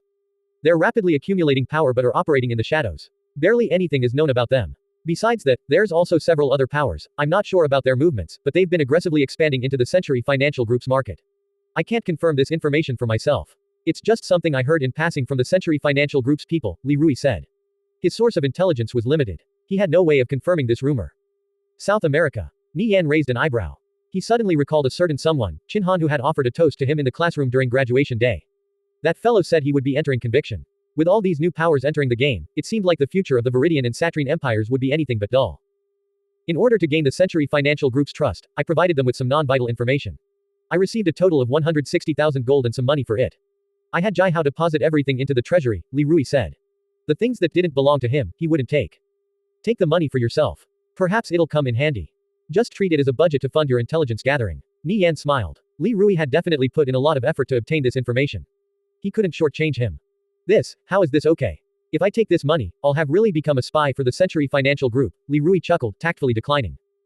Nie Yan chuckled. Li Rui was the same in his past life. He hadn't changed one bit. How about this? From today onward, you'll be helping Guo Wai with gathering intelligence for the guild.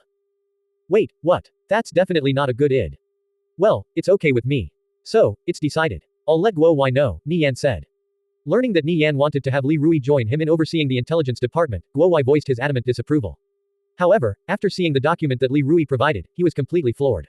Even with the combined effort of Asskickers United's entire intelligence network, they couldn't obtain information as detailed as this, especially since this was concerning the Century Financial Group. This organization was too secretive, which was why Nie Yan and the others hadn't obtained any concrete information on them until today. He didn't expect it to be obtained by Li Rui of all people, not to mention the information was authentic at a glance. Are you sure he's trustworthy? Could this be a plot by the Century Financial Group, using this information to access our inner circle? Guo Wai voiced the doubts in his hearts. He still couldn't let go of his suspicions against Li Rui. I trust him, Nie Yan said with absolute confidence. Guo Wai's doubts weren't without merit. However, they were mostly unfounded. Many things contained in this document were extremely disadvantageous to the Century Financial Group, to the extent of threatening their foundation. If it was really to allow Li Rui to infiltrate Asskickers United's inner circle, they would never allow such information to be leaked. They would be better off spending some money to find a spy. Since you trust him that much, I won't say anything else. I'll trust in your judgment as well. From now on, I won't doubt him anymore either. Send him my apologies. Before, I held some prejudice against him, so my attitude toward him wasn't great, Guo Wai said. Li Rui would soon become a fellow colleague in the same field of work. So goes the saying, trust those you work with. Suspect those who don't. If he still continued suspecting Li Rui after this, the intelligence department might as well cease operations. Nie Yan passed on Guo Wai's words. Li Rui graciously accepted the apology. The two had fairly agreeable personalities. He trusted they would get along just fine. After saying a few words, he left Li Rui in Guo Wai's care. If they ever ended up getting into an argument, he could still mediate. Guo Wai picked out a few useful pieces of information from Li Rui's document. Starting now, Asskickers United would be launching their counterattack against the Century Financial Group, from impeding their activities to targeting their key businesses. All sorts of plans were set into motion. The Century Financial Group had many channels of income. The various gaming organizations, shops, and auction houses flying their banner brought in a large revenue every day.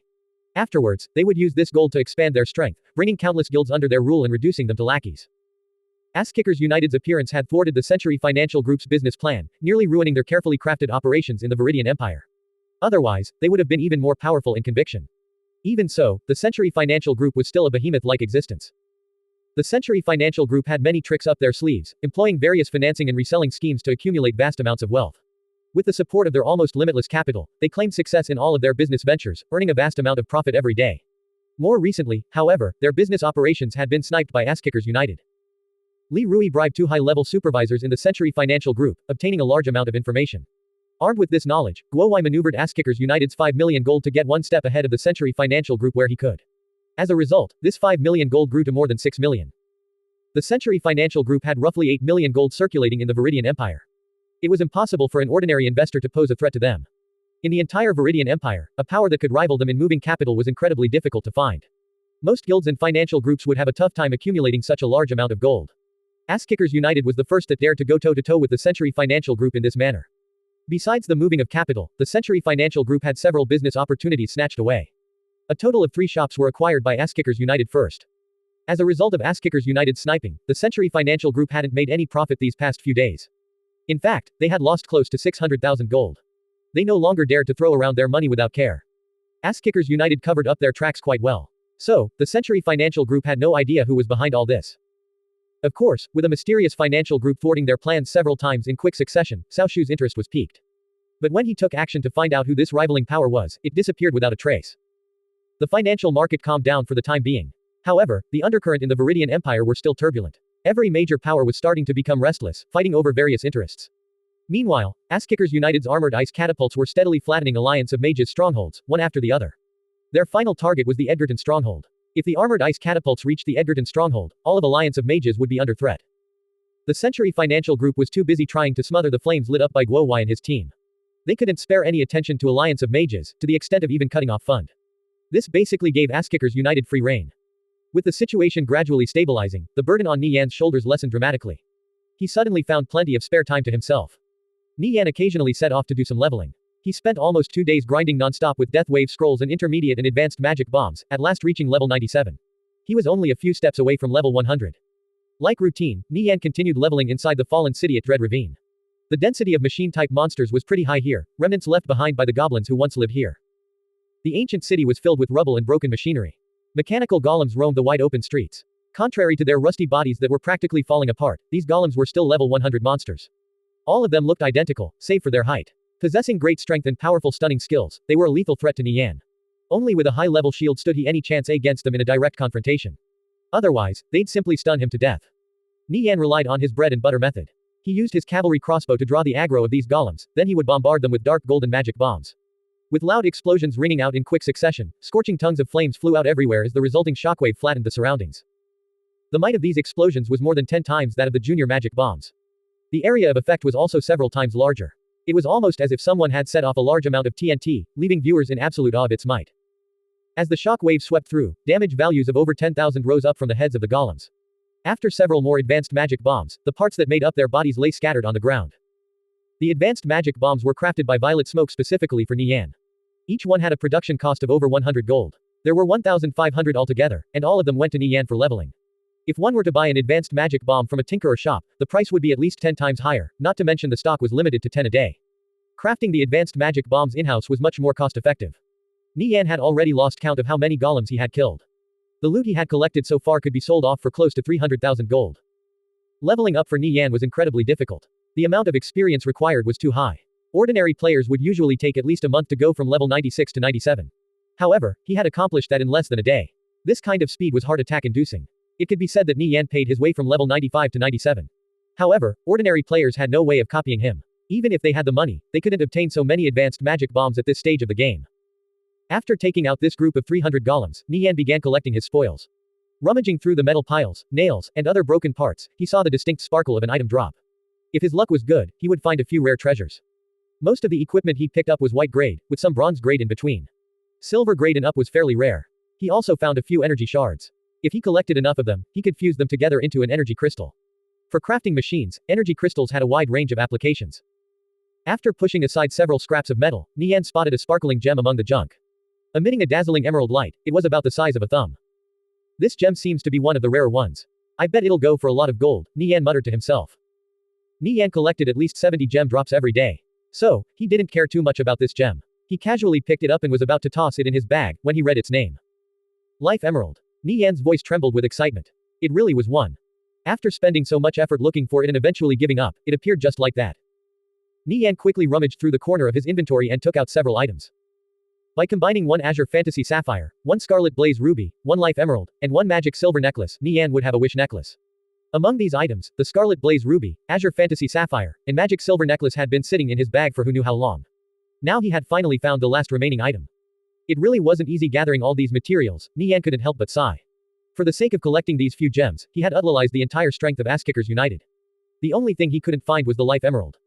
Now knowing this place dropped Life Emeralds, Nie Yan decided to have those in the guild who were strong enough come level here. Perhaps a few more would drop. In any case, for items like the Wish Necklace, the more, the better. 3 different colored gems sparkled brightly in Nie Yan's palm, reflecting each other's light. Nie Yan had no idea what kind of necklace would come out of this. The Wish Necklace that was created out of these items would have random properties, allowing the corresponding artisan to raise their respective skill by 1 rank. Nie Yan took out Pandora's box, then placed the Magic Silver Necklace and 3 gems inside. He couldn't help but get excited. He could finally obtain the Wish Necklace he so badly desired. If the crafting of the Wish Necklace succeeded, regardless of which artisan skill it increased, it would be a great boon to Asskickers United. It was best if it increased alchemy, tinkering, or engineering. These were the 3 most thriving artisan skills in the guild. They already had numerous advanced artisans. If he had any one of them put on the Wish Necklace, they would instantly rise to master rank. By obtaining a Wish Necklace, Asskickers United could start producing master rank goods. For every crafting profession, master rank was a major barrier. By stepping into this rank, their value and efficiency as an artisan would increase dramatically. A single master rank artisan was the equivalent of at least 5 advanced rank ones. The items they created were also much better than the ones crafted by advanced artisans. At the same time, they could also craft the highest quality of item. Take alchemy for example. In the previous timeline, every master rank potion would sell for several hundred or even thousands of gold. Master rank potion ingredients were incredibly rare, and their effects were also powerful while the demand was high. Countless people broke out into fights just to snatch a single master rank potion. Besides this, master rank alchemists could take on up to 5 alchemist disciples, allowing them to directly ascend to intermediate rank. There was more even, they could also pass on some of their concocting methods. If used well, the Wish Necklace would become a priceless treasure. Nie Yan checked Pandora's box. Everything was in order. Are you sure you want to craft this item? Nie Yan took a deep breath and hit confirm. Immediately, Pandora's box erupted with a dazzling radiance, almost as if it had become a miniature sun. All he could see in front of him was a blinding white light. Even though the failure rate for crafting was extremely low, Nie Yan couldn't stop himself from becoming nervous. He continued praying to himself. Please succeed. The Wish Necklace was really too important. Furthermore, the materials required for crafting it were too rare. It wasn't easy for him to gather enough for one necklace. If the crafting really failed, Nie Yan would probably be filled with the urge to smash his head into a wall. After the flash of light, a crisp system jingle rang out. Nie Yan checked his notifications. You have successfully crafted a Wish Necklace. Phew, it didn't fail. Nie Yan breathed a sigh of relief. His nerves which were stretched taut finally relaxed. Examining the stats of the Wish Necklace, Alchemy +1, Nie Yan was absolutely elated. This was one of the best rolls he could possibly hope for. The guild treasury had several master rank potion recipes lying around. With this necklace, they could start putting them to use. Wish Necklace, special item. Properties, Alchemy +1. Restrictions, bound to user. Wearer cannot gain skill proficiency. Nie Yan immediately rang up Bird. Seeing that Nie Yan was calling him, Bird dropped everything he was doing. Boss, do you need anything? Which advanced alchemist in our guild has the highest success rate? Nie Yan asked. This Wish Necklace would naturally go to the most suitable person. The highest success rate, huh? I guess that would be Quiet Nanan. He has a success rate of about 95%. The next highest would be me, Bird replied. Quiet Nanan had the higher concocting success rate while Bird had a chance of creating an even higher quality potion and gaining a large amount of additional proficiency. Comparing the two, Quiet Nanan appeared to be the better fit for this necklace. Take a look at this necklace here. Decide who among you two should have it, Nie Yan said. He put the Wish Necklace in his mailbox, then entered Bird as the recipient. Bird sucked in a cold breath of air after seeing the stats of the Wish Necklace. As an alchemist, how could he not understand its value? People like him had spent months on end holed up in a workshop concocting potions non-stop just to reach the rank of advanced alchemist. Even though many people found themselves at the precipice of becoming a master alchemist, they discovered that breaking through this bottleneck was incredibly difficult. Without the aid of some sort of special recipe, they could only stagnate in place. Advancing to master rank was far more difficult than originally imagined. However, here was a necklace that allowed an advanced alchemist to become a master alchemist, or a master alchemist to become a grandmaster alchemist. Sadly, the wearer of the Wish Necklace wouldn't obtain any skill proficiency. It could only serve as a supplementary item while concocting potions. This kind of restriction was very normal. Otherwise, this necklace would be way too overpowered. I think Quiet Nanan should have it. It'll allow him to concoct potions above his rank. Maybe one day he'll concoct Grandmaster or Sage rank potions, Bird said. He still had to manage the Starry Night potion shop, greatly limiting his free time to concoct potions. Letting someone else have this necklace was clearly the better choice. We have master health and mana potion recipes in the guild treasury. Have Quiet Nanan learn them and start producing a few of them, Nie Yan said. Even in the previous timeline master rank potions were a scarce as well as expensive commodity. At this stage of the game, they could be considered cheat items. Players like Blade Light and Tang Yao already had health or mana pools exceeding several tens of thousands. Advanced health and mana potions could no longer fulfill their needs. However, master rank potions could instantly restore their health and mana to full. With master health and mana potions, players would have increased sustainability. It could potentially even save them from wiping out during dungeon runs. Understood, Bird replied. He quickly went to arrange these matters. After successfully crafting the wish necklace, Nie Yan's mood improved substantially. He continued to grind mobs in the vicinity for a while longer. However, he failed to find any more life emeralds. Nie Yan sorted out his inventory and was about to return home, when a gust of wind blew past him, carrying the smell of the sea. Is this near the sea? Nie Yan checked his map. The closest coast was to the south more than 10 minutes away. The fact that he could smell the sea all the way over here was truly strange. A sea to the south, could it be the Silent Gulf? Nie Yan suddenly recalled he still had a quest to do there. He opened his quest window. He was supposed to head to the Silent Gulf and search for Dragon Girl Venita. Nie Yan had barely taken a single step in the Legend of the 10 Holy Paladins quest. The final boss was far too powerful. Whether it was the traitor Bruin or the Hellhound Cerberus, both would have to wait until he was well over level 100 and had become a shadow dancer if he wanted to stand a chance. That's why he kept putting this quest off. Since I'm already here, I might as well go look for some quest clues, Nie Yan muttered.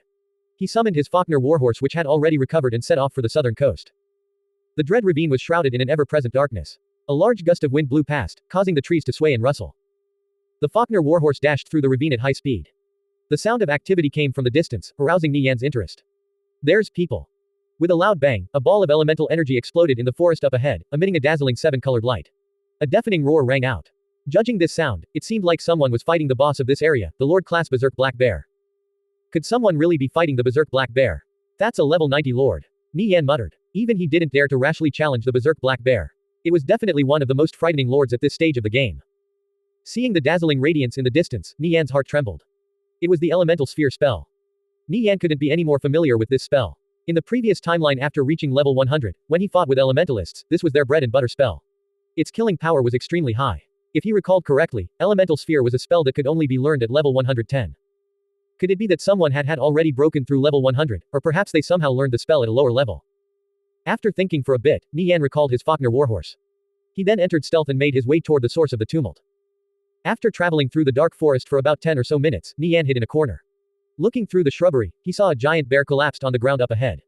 Patches of its fur were charred black by the explosions of spells. Looking at the battlefield, Nie Yan could tell the Berserk Black Bear's movements were restricted to a 10-meter area. What powerful crowd control ability. Two people stood beside the Berserk Black Bear's corpse. One of them bent down to collect the loot off the ground, then said something to the other before they left. Nie Yan inspected the two with transcendent insight. Crisvi, Lord, level 120. Titles: Flame Judge, Magister. It was an NPC. Nie Yan's heart trembled. As for the other figure, he was a player, an elementalist. This kind of pairing was quite strange. Nie Yan couldn't see the elementalist's name and level. It appeared the other party was also in possession of a special item that hid their information. At the same time Nie Yan activated Transcendent Insight, Magister Crisvi halted his steps.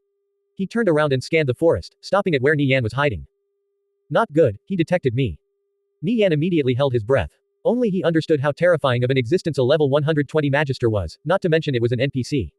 If he entered within 60 meters of the Magister and a fight broke out, it would be extremely difficult for him to survive. The most terrifying aspect of a Magister was that unknown transfer scrolls didn't work against them. Even if you'd already activated an unknown transfer scroll, their magic could track you down and pull you back. Nie Yan had fought Magisters before in the previous timeline. They could toy with you however they wanted, and there was nothing you could do to fight back. A level 180 Great Thief wouldn't necessarily come out on top in a fight with a level 120 Magister. This was the difference in class rank. This was also why so many players madly sought master class titles like Shadow Dancer and Magister. Sir Crisvi, is something the matter? The player beside him asked. Crisvi simply shook his head, then turned back around and continued walking. The two disappeared into the darkness of the forest. The Magister Krasbis' awareness was too high. Nie Yan didn't dare to follow them. His heart was filled with doubt and curiosity. How did that player convince a level 120 NPC to help him hunt monsters? Nie Yan thought for a moment. Given conviction settings, there were a few possibilities. 1. It was a servant. When players were questing, they had certain opportunities to make an NPC into their servant. Take for example Nie Yan's 10 Holy Paladins quest. If he could defeat the Hellhound Cerberus and free the imprisoned paladins, he could make Karsi his servant. 2. That player was currently in the middle of a quest. Sometimes players could have an NPC accompany them while they were doing a quest, like an escort quest, or they were helping the NPC kill monsters. 3. He had temporarily hired the NPC to fight on his behalf. For example, Nie Yan's divine recruitment allowed him to hire powerful paladins to aid him in combat. As for what relationship Magister Crisvi had with that player, Nie Yan could only guess. He had no way of finding out. Nie Yan felt a sense of urgency. Conviction was filled with too many hidden experts and talents. If he didn't put in more effort, it was likely that he would be dragged off his throne. This would be a huge disaster for Asskickers United. He definitely had to advance to a shadow dancer. An ordinary shadow dancer wasn't good enough either.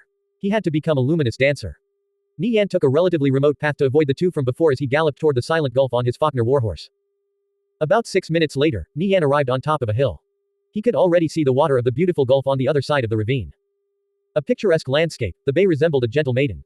As the wind blew past, rolling waves clashed against the rocks, spraying white foam into the air. 3 large islands poked out of the water, lush with exuberant plant life and trees. Benita was on one of these 3 islands. As for which one, Nie Yan had already forgotten. After recalling his Faulkner warhorse, he started running down the hill and towards the distant gulf. Reaching the coast, Nie Yan thought for a moment. He decided that swimming over was still the better option. Large flying creatures frequently roamed the skies above the silent gulf. Sometimes even powerful dragons appeared. In comparison, the water was much safer. In the previous timeline, players generally opted to swim for the 3 islands. It was rumored the silent gulf contained 2 violet gold ore deposits. However, Nie Yan had no idea where they would be located. If he happened to find them, he could have Guo dispatch a team here to mine them. As engineering and other metalworking industries grew with each passing day, Asskickers United's demand for metals became larger and larger. So, they needed to continue finding more ore deposits, especially high-quality ones like violet gold. Nie Yan dove into the water and started swimming forward. After a few minutes, Nie Yan activated his underwater breathing skill, then dived down toward the depths of the gulf. Nie Yan entered a dark and beautiful underwater world, where rays of sunlight pierced through the water's surface and shone down below, glimmering and sparkling. From time to time, large shoals of fish swam by. The climate of the silent gulf was warm. Due to the shallow waters, there were few predators. So, it was perfect for these types of creatures. The monsters that spawned here were level 70 electric rays. They were fairly gentle creatures. As long as you didn't attack them, they wouldn't attack you, even if you swam upright in front of them. Electric rays swam by one after another. Nie Yan didn't bother attacking them. At his current level, killing them would net him next to no experience. He would only be wasting his time. Nie Yan occasionally reached out his hand to touch these peculiar creatures. They would shake their long tails and nimbly swim away. To his east was an island. Nie Yan quickly swam in that direction. After 10 minutes, Nie Yan had already swam pretty deep. He was only 100 meters from the sea floor. Suddenly, he saw a golden flash in the distance. His heart trembled. What was that? This large golden light was swimming around. Nie Yan recalled the golden electric eel he killed when he was at a lower level. Could this be a golden creature? Let's check it out first, Nie Yan muttered to himself. Golden creatures were usually mild-tempered. As long as he didn't attack it, it wouldn't attack him either. Nie Yan immediately chased after the golden light, swimming closer and closer. His eyes widened in shock when he could finally make out its appearance. This creature was enormous. It was probably a fish. At about 10 meters in size, it resembled a giant whale with golden scales. Its entire body was golden and sparkled with a brilliant radiance. Its soft and flexible fin swayed back and forth gently. When Nie Yan swam within 60 meters of it, he got noticed. It turned around, blowing out a stream of bubbles from its mouth, and swam toward him. Nie Yan tried to turn around and flee. However, every movement seemed to become more cumbersome than the last. Not good. A powerful pressure swept over Nie Yan, preventing him from moving. He sensed enormous danger. If this creature attacked him, he wouldn't have any chance to retaliate at all. Damn it. He tried to break free, but his struggling was futile. This golden creature swam around Nie Yan, observing him. After a while, it eventually lost interest, turned around, and swam toward the greater depths. As the immense pressure disappeared, Nie Yan finally regained control of his body. Golden creatures were generally non-aggressive and wouldn't go out of their way to attack players. It was good that this was the case, or else he would have been dead. Seeing the golden fish swimming away, Nie Yan inspected it with transcendent insight. Gold Dragonfish Special, level 120. It was a level 120 golden creature. No wonder it was so powerful. A level 120 golden creature was even stronger than a level 180 elite. Nie Yan was absolutely no match for it in his current state. It was actually the gold dragonfish. Nie Yan suddenly recalled several videos that went viral in the previous timeline, all of which were related to the gold dragonfish. This monster always roamed around the vicinity of the Silent Gulf. Back then, when players had reached level 100, Radiant Sacred Flame started eyeing it. They organized a level 122,000 player expedition team, equipped them with the best gear available, and provided them with all sorts of underwater breathing items and potions. Their preparations were flawless, believing they could kill the gold dragonfish. However, they suffered a crushing defeat. Of the 2,000 players sent out, only 50 escaped with their lives. At that time, Nie Yan had also watched the videos. The gold dragonfish's strength left players speechless. More than 200 fully armed fighters were wiped out in the short span of 5 seconds. What happened after could only be described as a one-sided massacre. After that incident, no one dared to challenge the gold dragonfish for a long time.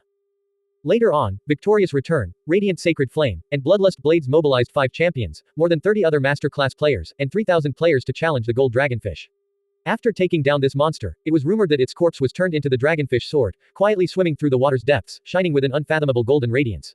In history, the dragonfish sword was not the slightest bit inferior to a godly weapon like Zenard's sword. Its wielder was the leader of the giant race, Croft, who once led the war against the dragon race. A price couldn't be put on this kind of godly weapon. Just like Xenard's sword, these sorts of weapons were permanently bound once equipped. In the end, the dragonfish sword went to a champion in radiant sacred flame called Windblade. It was a weapon made for killing, cutting down people like chopping vegetables. It was rumored that after receiving the dragonfish sword, Windblade's damage doubled. From then on, he had no problems holding aggro. In the previous timeline, Windblade was one of the most famous fighters out there.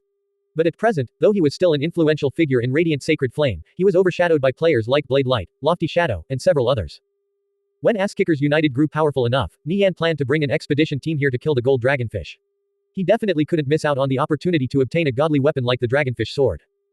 The dragonfish sword was a short sword, so it was most suited for fighters. For a fighter, a better weapon didn't only mean they would deal more damage, but they would also have an easier time holding a boss aggro. Like this, they could more easily ensure the safety of their team. If you were to place the dragonfish sword on the marketplace, it would probably sell for much higher than Xenard's sword. Seeing the gold dragonfish swimming away, Nie Yan turned around and swam in a different direction. In any case, it would always be lingering around the Silent Gulf. He didn't have to worry about it swimming away. Even so, the Silent Gulf was quite large. Even finding something as large as the gold dragonfish would be difficult. Nie Yan finally arrived at an island a while later. He came out of the water and headed for the beach. Seeing humanoid figures with sharp barbs growing all over their bodies moving around in the distance, he quickly entered stealth. The island wasn't nearly as safe as the water. The monsters that spawned here were level 120 iron-barbed murlocs. They were extremely powerful. The most annoying aspect about them was that they were immune to physical damage. Encountering such monsters, Nie Yan could only take the long way around them. After searching around for a while, Nie Yan failed to find Dragon Girl Venita. He went back into the water and headed for another island. During this time, he discovered a violet gold vein. It just happened to be located between the two islands. He quickly recorded down the coordinates. This violet gold vein stretched out for about 400 meters.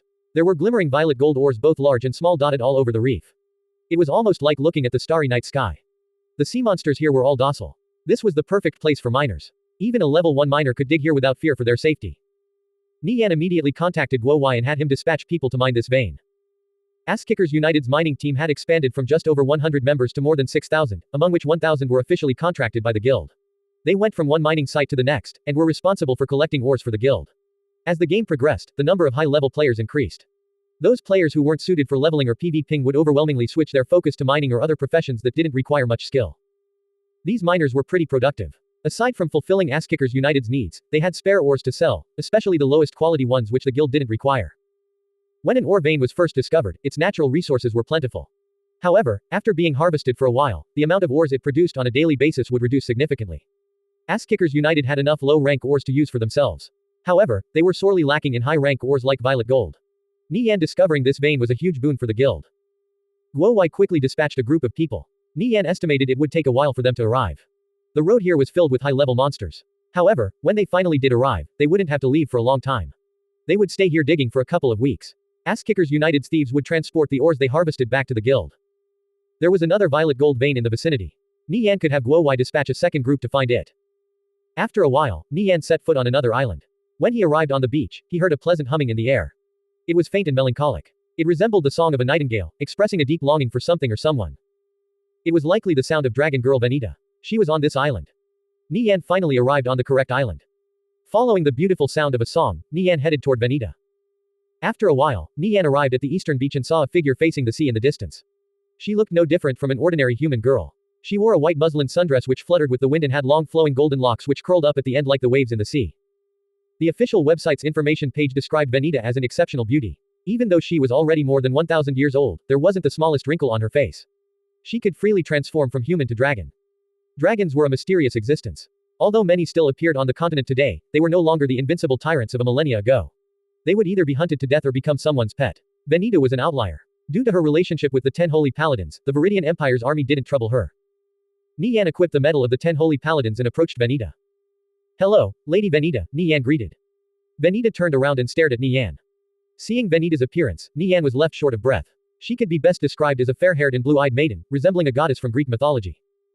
Noticing the medal of the 10 Holy Paladins on Nie Yan's chest, Venita's eyes trembled with emotion. "Sir Nirvana Flame, may I ask how you obtained that medal?" Nie Yan nodded, then explained how he obtained the medal. He told her everything, from how he helped Kavana's spirit ascend to heaven to how he was pursued by Bruin and more. Hearing how Nie Yan escaped Bruin's pursuit, a trace of shock flashed across Venita's face. "Sir Kavana is a good person. I made a pact with the human empire's Jebbia long ago. Unless a human attacks me first, I shall not attack them." Otherwise, I would have already killed that damned Bruin. Venita said in a tone filled with hatred. Lady Venita, I wonder if you know the location of the other 8 paladins. Nie Yan asked. This was the objective of the quest. He had to learn the location of the other 8 paladins, so he could go and rescue them. I do. Venita nodded affirmatively. She stared at Nie Yan for a moment, then continued, I can tell you where they're being imprisoned. However, they're being guarded by the Hellhound Cerberus. With your strength alone, it will be impossible for you to rescue them. Rest assured, Lady Venita. I'll do my best to grow stronger until one day I can rescue their souls from their fiery torment. Nie Yan declared in a resolute tone. He was inwardly cringing with shame. But for the sake of the quest, he could only try his best and put on a show. Venita gazed at Nie Yan. He didn't turn away his gaze. Her eyes were like sapphires, sparkling and translucent without the slightest blemish. Youngster, I admire your determination. I will pass on a few things to you. I hope they'll be useful on your journey. Venita's eyes blossomed with enigmatic radiance. As though something was beckoning him, her gaze seemed to attract Nie Yan's soul like a magnet. Nie Yan felt a wave of sleepiness wash over him as his eyelids grew heavy. He couldn't prevent himself from falling asleep, no matter how hard he struggled. This was mind magic. Do you wish to participate in Venita's trial? Nie Yan guessed this was a part of the quest. He hesitated for a moment. Ass-Kickers United was still at war with Alliance of Mages. Would it be alright for him to enter this special instance? He considered the matter carefully. In the guild, he served more as a spiritual leader and someone who acted behind the scenes. He left commanding the troops to Guo Wai, Blade Light, and several others. So, even if he wasn't there, nothing would really change. If he declined Venita's quest, he didn't know if he would have the opportunity to enter this special instance again in the future.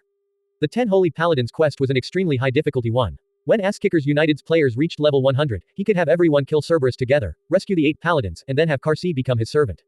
This would have an fate-altering impact on the future of the guild, far more than the outcome of this war. After all, Karsi was a legendary mage. Thinking to this point, Nie Yan hit accept. The drowsiness overtook him, and he fell asleep. After who knows how long, Nie Yan gradually regained consciousness. He could feel a cool breeze blowing in his face. As he opened his eyes, he was greeted by a gray sky.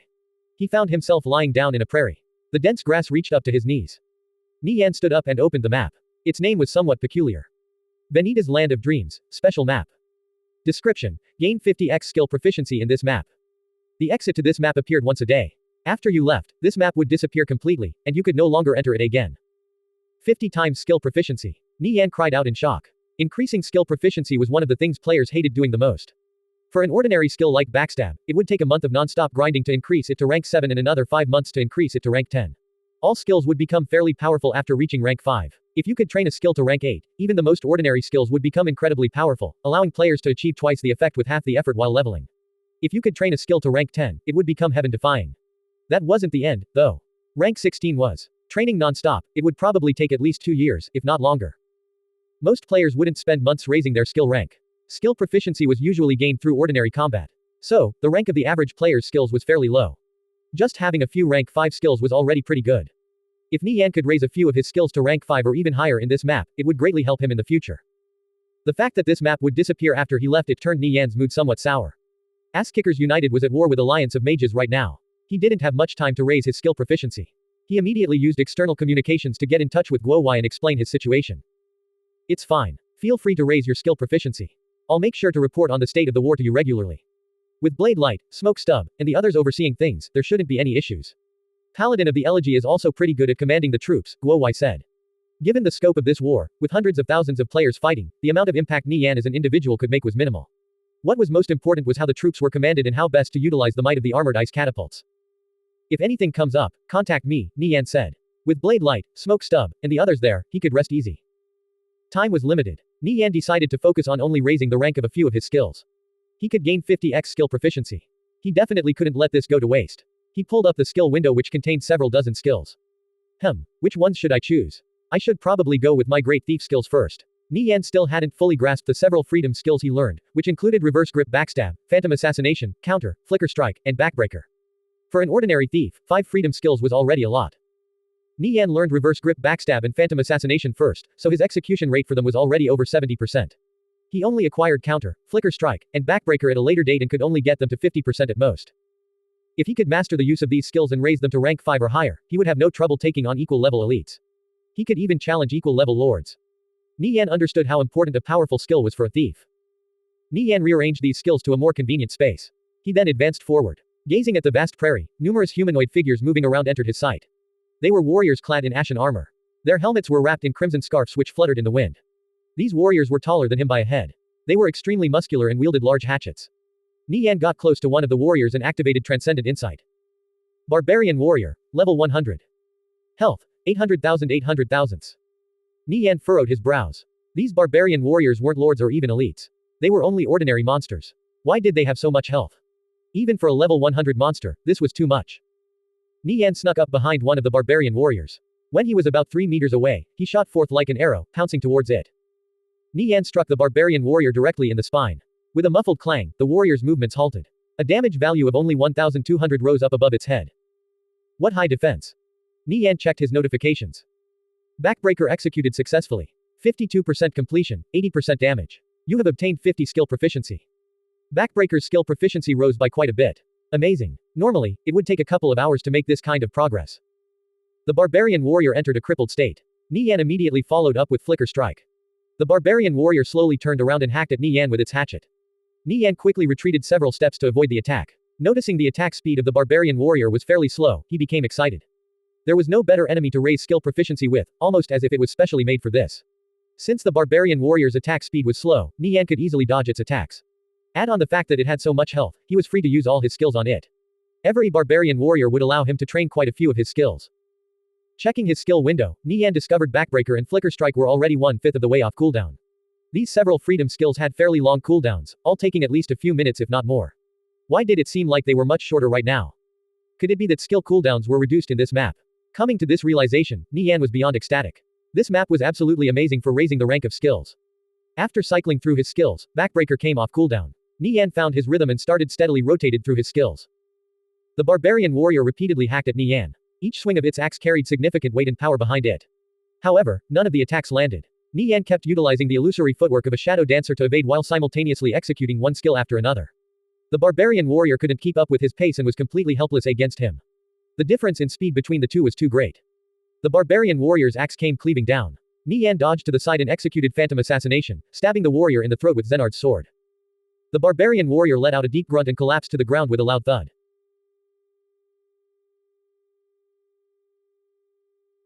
Killing the barbarian warrior took about 2 minutes. It was quite exhausting. Phantom assassination has advanced to rank 3. While fighting the barbarian warrior, his skill proficiency for all his skills skyrocketed up. Nie Yan felt ecstatic. After reaching rank 3, phantom assassination dealt 100% more damage and had a 5% chance of instantly killing a target. For every rank increase, the damage would go up by another 50%, and the execution chance would by 1%. If phantom assassination could be raised to rank 7, it would deal 300% more damage and have a 9% chance of executing a target. Combined with Nie Yan's ludicrous attack power, this skill would become incredibly overpowered. At this moment, Reverse Grip Backstab had reached rank 4, Phantom Assassination and Backbreaker rank 3, and Flicker Strike rank 2. Since Nie Yan never had much time to train these skills in the past, he wasn't too familiar with them, causing his execution of them to be a bit sloppy. But now, he had more or less grasped them and could consistently achieve a completion rate of 60% or higher. As for how to get the completion rate even higher and grasping some of the deeper intricacies of the skills, Nie Yan still had a long way to go. The barbarian warrior appeared to drop something. Nie Yan bent down and picked it up. It was a warrior skill book for enhanced tendon break. It could increase the effects of tendon break by 30%. This was a fairly rare skill book which couldn't be found in the marketplace.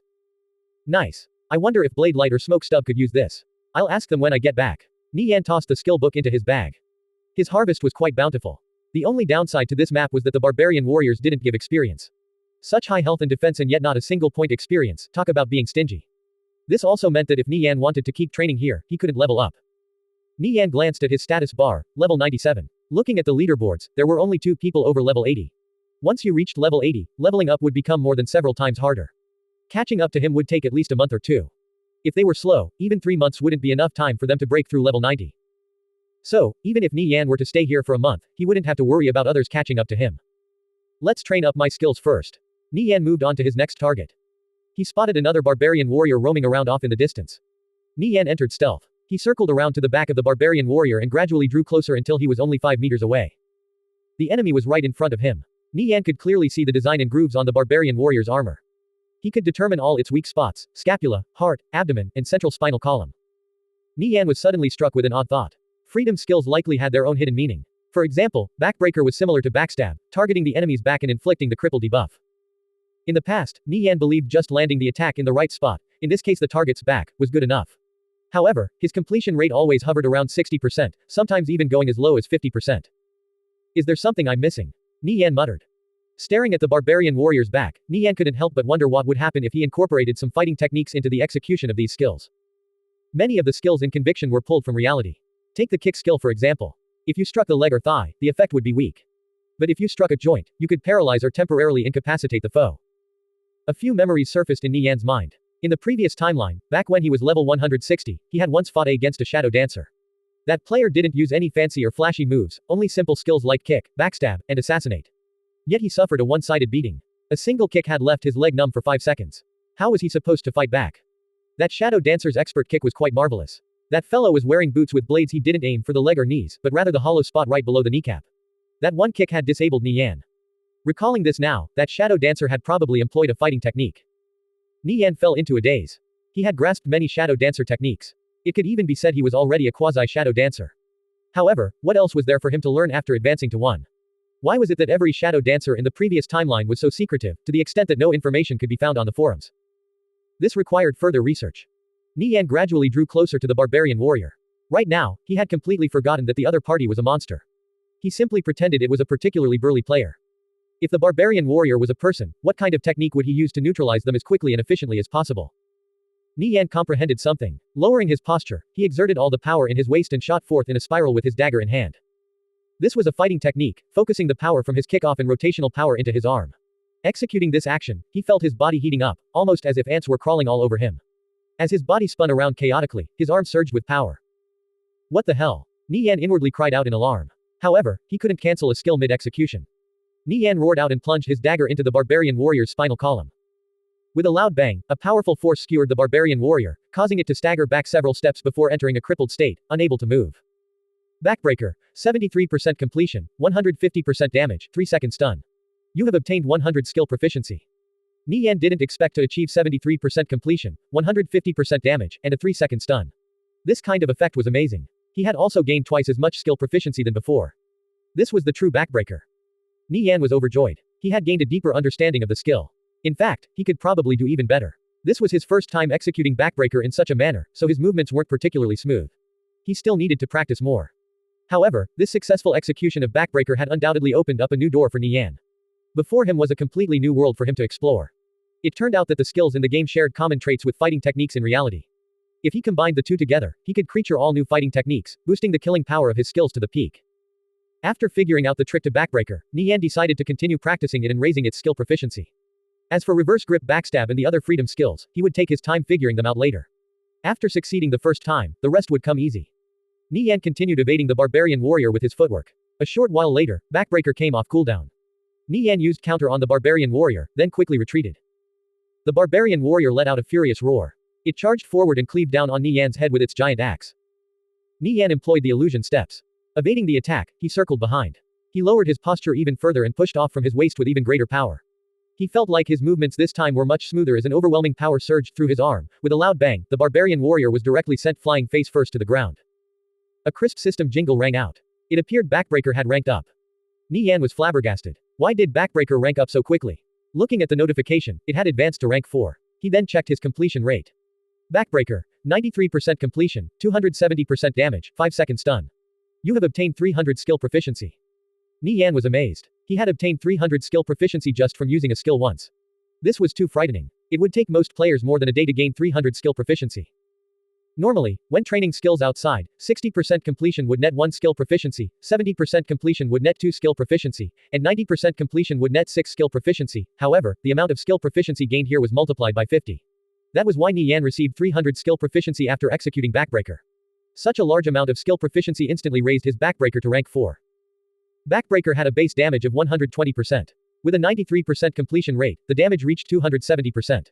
This kind of result left Nie Yan feeling giddy. In the previous timeline, Nie Yan heard shadow dancers could solo lords above their level. He believed this was nothing more than fantasy. Level 100 and higher lords were different from the scaled frogs he killed. Looking at it now, as long as one learned enough freedom skills and achieved a high enough completion rate, the damage dealt could easily pierce through a high-level monster's defenses. Killing a level 100 or higher lord above one's level no longer seemed that ludicrous. If Nie Yan could raise all 5 of his freedom skills to rank 6 or 7, he could at least double if not triple his combat strength. Thinking to this point, he couldn't help but get fired up. After familiarizing himself with the execution of backbreaker, Nie Yan started gaining skill proficiency in it even faster than before. 93% completion, 95% completion, 96% completion. After executing backbreaker numerous times, Nie Yan grew increasingly familiar with the skill and gradually started comprehending more of its mysteries. Constantly correcting and adjusting his movements, he managed to achieve a completion rate of 98%. From an ordinary player's perspective, this was an inconceivable matter.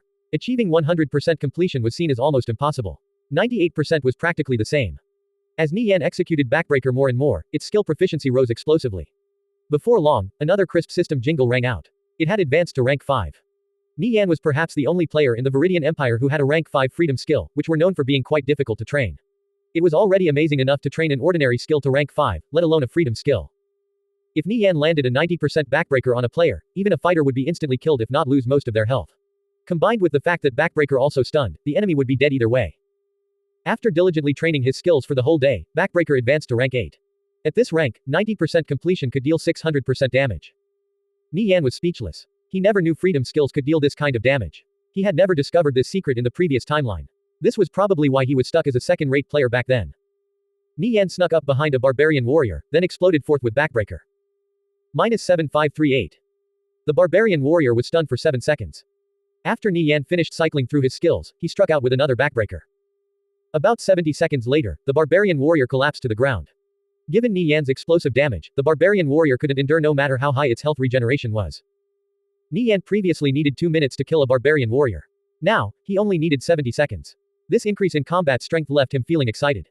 Nie Yan's harvests from killing the barbarian warriors was quite good. They only seemed to drop skill books, nothing else. There were many rare skill books, even 3 freedom skill books. However, they were all for warriors and paladins. Since backbreaker had reached rank 8, Nie Yan wanted to train it even higher.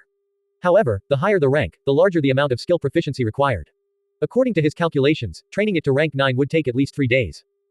Nie Yan continued training backbreaker while familiarizing himself with his other skills, including reverse grip backstab, phantom assassination, counter, and flicker strike. With his experiences with backbreaker serving as a guide, it didn't take long for him to comprehend a few things. Reverse grip backstab, counter, and backbreaker were all similar, requiring the channeling of the power from his body to his arm, then letting it erupt out. On the other hand, phantom assassination and flicker strike required explosive acceleration to run through an enemy to achieve their highest killing power. After training for another day, Nie Yan familiarized himself with all his freedom skills. Even if he wasn't as skilled with them as backbreaker, he had still achieved some results. Before long, reverse grip backstab, counter, phantom assassination, and flicker strike advanced to rank 5. After reaching this point, these skills had become extremely powerful. Nie Yan's efficiency increased yet again, requiring only 50 seconds to take down a barbarian warrior. Even though his level hadn't risen, Nie Yan could feel that he had grown much stronger after familiarizing himself with these skills. The rank 5 barbarian strength and rank 6 war god's rage of blade light and smoke stub allowed them to dominate over all other warriors. At this moment, Nie Yan had 5 freedom skills at rank 5 or higher. He estimated even blade light and smoke stub wouldn't last more than a minute against him. Nie Yan checked his progress on backbreaker. It was rank 8, 36%. His achievements were pretty good. While Nie Yan was busy training his skills, the war between Asskickers United and Alliance of Mages was in full swing. Asskickers United once more showed the world their might. Alliance of Mages had dispatched 200,000 players and 6 armored catapults to intercept Asskickers United's forces in a bid to prevent the flames of war from reaching the Edgerton stronghold. Even though it was 200,000 versus 60,000, they suffered a crushing defeat, losing over a third of their forces and all 6 armored catapults. Meanwhile, Asskickers United only lost 2,000 players. Alliance of Mages greatly reinforced the walls of the Edgerton stronghold, transforming it into an iron fortress. Asskickers United would have to wait until their trebuchets were complete to begin the siege. As such, Blade Light and the others weren't in a rush to reach the Edgerton stronghold. They were perfectly content chipping away at Alliance of Mages' strength through minor battles. The construction of the trebuchets was progressing smoothly. Nie Yan had 3 slaves. One of them, Delphina, had a special ability that allowed her to duplicate blueprints.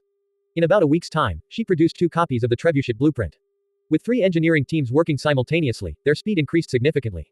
Nie Yan believed it wouldn't be long before trebuchets started rolling out on the battlefield. All the while Asskickers United was building more and more armored ice catapults. One catapult after another fresh off the factory came out ready for use. The number of catapults had already reached 25, and more were still being built. 25 armored ice catapults possessed unrivaled might. As Asskickers United ran rampant in Moonlight City, Alliance of Mages didn't dare to let out so much as a fart. They could only hide in the Edgerton stronghold and further reinforce their walls. They had somehow managed to get their hands on large ballistas and installed them atop their towers. Furthermore, they had also moved some of their armored catapults on their walls. Like this, their defenses were quite solid. Crazy Magic felt like pieces of flesh were being carved out of him. Asskickers United had already razed 6 Alliance of Mages strongholds to the ground. He had invested a lot of money to build them up, but they were now nothing more than ruins. If Asskickers United simply took control of the strongholds, that would be fine. They could simply take them back. However, Nie Yan was ruthless and directly destroyed them. Even if they took back the strongholds in the future, they would have to be built back up from scratch. After destroying the 6th stronghold, Asskickers United rushed to the next stronghold. Alliance of Mages was the overlord of Moonlight City. They had more than 20 strongholds altogether. With 6 strongholds destroyed and the 5 lost in the bet, they had lost nearly half their strongholds. At this rate, Alliance of Mages would be left with only the Edgerton stronghold in another few days. Crazy Magic was probably having a difficult time keeping his cool. When Alliance of Mages forces left the safety of the Edgerton stronghold, they would become nothing more than fodder for the armored ice catapults. All the players in the Viridian and Satrine empires were discussing the war between Alliance of Mages and Asskickers United. At present, Asskickers United was completely overwhelming Alliance of Mages despite not even having half as many players. This development left everyone stupefied. Without any reinforcements, Alliance of Mages wouldn't last much longer. Even if Asskickers United failed to take down the Edgerton stronghold, with all the other strongholds gone, Alliance of Mages would eventually collapse in a couple of months. The war raged on. Griffin Woodlands, a map covered in thick fog. From time to time, the shadows of large creatures could be seen flying overhead. This was a place for obtaining flying mounts. An expedition team of 1,000 players were making their way through the fog, traversing through the forest. Boss, the place we left off at last time should be here. Should we use a Dispel Fog scroll? A mage asked. The head of this group was precisely the guild leader of Angel Corps, Soaring Angel. We still haven't found out where they come from. Soaring Angel asked. They had previously used a Dispel Fog scroll and discovered that it made exploring the Griffin Woodlands much easier. The quality of their harvests was a lot higher too. However, the price of a single Dispel Fog scroll was too ludicrous. Players reselling the Dispel Fog scrolls wanted to sell 2 scrolls for 1 flying mount. This was too sinister. However, for the sake of increasing their exploration speed in the Griffin Woodlands, they had no choice but to accept. After obtaining the Dispel Fog scrolls, the amount of loot they collected also increased substantially, while the number of unnecessary casualties saw a sharp drop. It seemed like a worthwhile trade. However, to give away a flying mount for every 2 scrolls was still a bit much. What Soaring Angel feared the most was that these flying mounts were going straight into the hands of an enemy. It's rumored that the Dispel Fog scrolls are made by a great mage. As for any specific details, the seller wasn't willing to share, a warrior said. He was clad in sparkling golden armor. This full body armor had a sleek design without a single crease or gap. It was covered in many runes. He was the #1 berserker in Angel Crops, Rocksplitter. Nie Yan knew Angel Corps was exploring the Griffin Woodlands. However, Asskickers United's players really couldn't spare any manpower to follow suit. It would take at least a couple of days for the war against Alliance of Mages to conclude. However, he had made a few arrangements in secret. He first tempted Angel Corps with the Dispel Fog scrolls, then reaped a portion of their harvests by selling them scrolls for flying mounts. This kind of price was enough to make Soaring Angel want to ram his head into a wall. However, Soaring Angel had no choice but to accept. Nie Yan was the only one selling Dispel Fog scrolls. Furthermore, he also had Guo Wai bribe 2 players from Angel Corps, having them record their exploration of the Griffin Woodlands and send them over. With this footage to study from, Asskickers United would save a lot of unnecessary hardship when exploring the place themselves in the future. Soaring Angel would never imagine that the one selling him Dispel Fog scrolls was Nie Yan. He was delivering flying mounts straight into the enemy's hands. Additionally, footage of their exploration in the Griffin Woodlands was also being leaked. If he knew this, he would probably faint from anger. Boss, we just received word that Alliance of Mages can't hold on much longer. Should we dispatch some reinforcements? Rocksplitter asked. Angel Corps was still technically allied with Alliance of Mages. Soaring Angel shook his head and chuckled. We only dispatched reinforcements last time because the Century Financial Group requested us to. There's no need for that this time around. Alliance of Mages already has no chance of turning things around. Even if we send reinforcements over, it won't be of any use. In any case, the Century Financial Group is too preoccupied fending off another major power to spare any time for Alliance of Mages right now. Plus, Asskickers United is still a long ways off from dominating the entire Viridian Empire. They're no threat to us. Even if they defeat Alliance of Mages and Divine Protectors, there'll be many more obstacles ahead for them. To my knowledge, another major power not slightest bit inferior to the Century Financial Group is rising up fast in the Viridian Empire, and have already acquired several dozen guilds. Let Asskickers United continue with their little game of war. Their future will be anything but peaceful. Soaring Angel wasn't the least bit concerned about the war in the Viridian Empire. Asskickers United's armored ice catapults couldn't reach them all the way over in the Satrine Empire. Angel Corps was currently researching high-level siege weapons. In a few months' time, the armored ice catapults would be obsolete. Angel Corps' position in the Satrine Empire was unshakable. Meanwhile, Asskickers United still had a long journey ahead of them. After Soaring Angel voiced his opinion, the several Angel Corps higher-ups threw away any thoughts about sending reinforcements to aid Alliance of Mages. Their top priority was to continue exploring Griffin Woodlands and obtain enough flying mounts to form a powerful aerial force. Once they established superiority in the skies, cross-nation wars would become much more feasible. With Angel Corps deciding not to lend a hand, Alliance of Mages and Divine Protectors were in a real pickle. Guo Wai made some inquiries and discovered Angel Corps had decided not to send any aid to Alliance of Mages and Divine Protectors. He breathed a sigh of relief. As long as Angel Corps didn't take action, things would be much easier. They could slowly chip away at Alliance of Mages forces. Crazy Magic would probably be incredibly vexed to find out that Angel Corps wasn't sending any reinforcements. While Asskickers United's armored ice catapults continued razing Alliance of Mages strongholds to the ground, 2 trebuchets were completed. Alliance of Mages' fate was sealed. All that was left to do was to decide how to collect the spoils. Guo estimated that in at most 3 days the Edgerton stronghold would be transformed into a pile of ruins. Their dominance in the war filled Asskickers United's players with confidence. Their momentum was unstoppable. Since the war seemed to be progressing smoothly, Nie Yan could focus on training his skills without worry.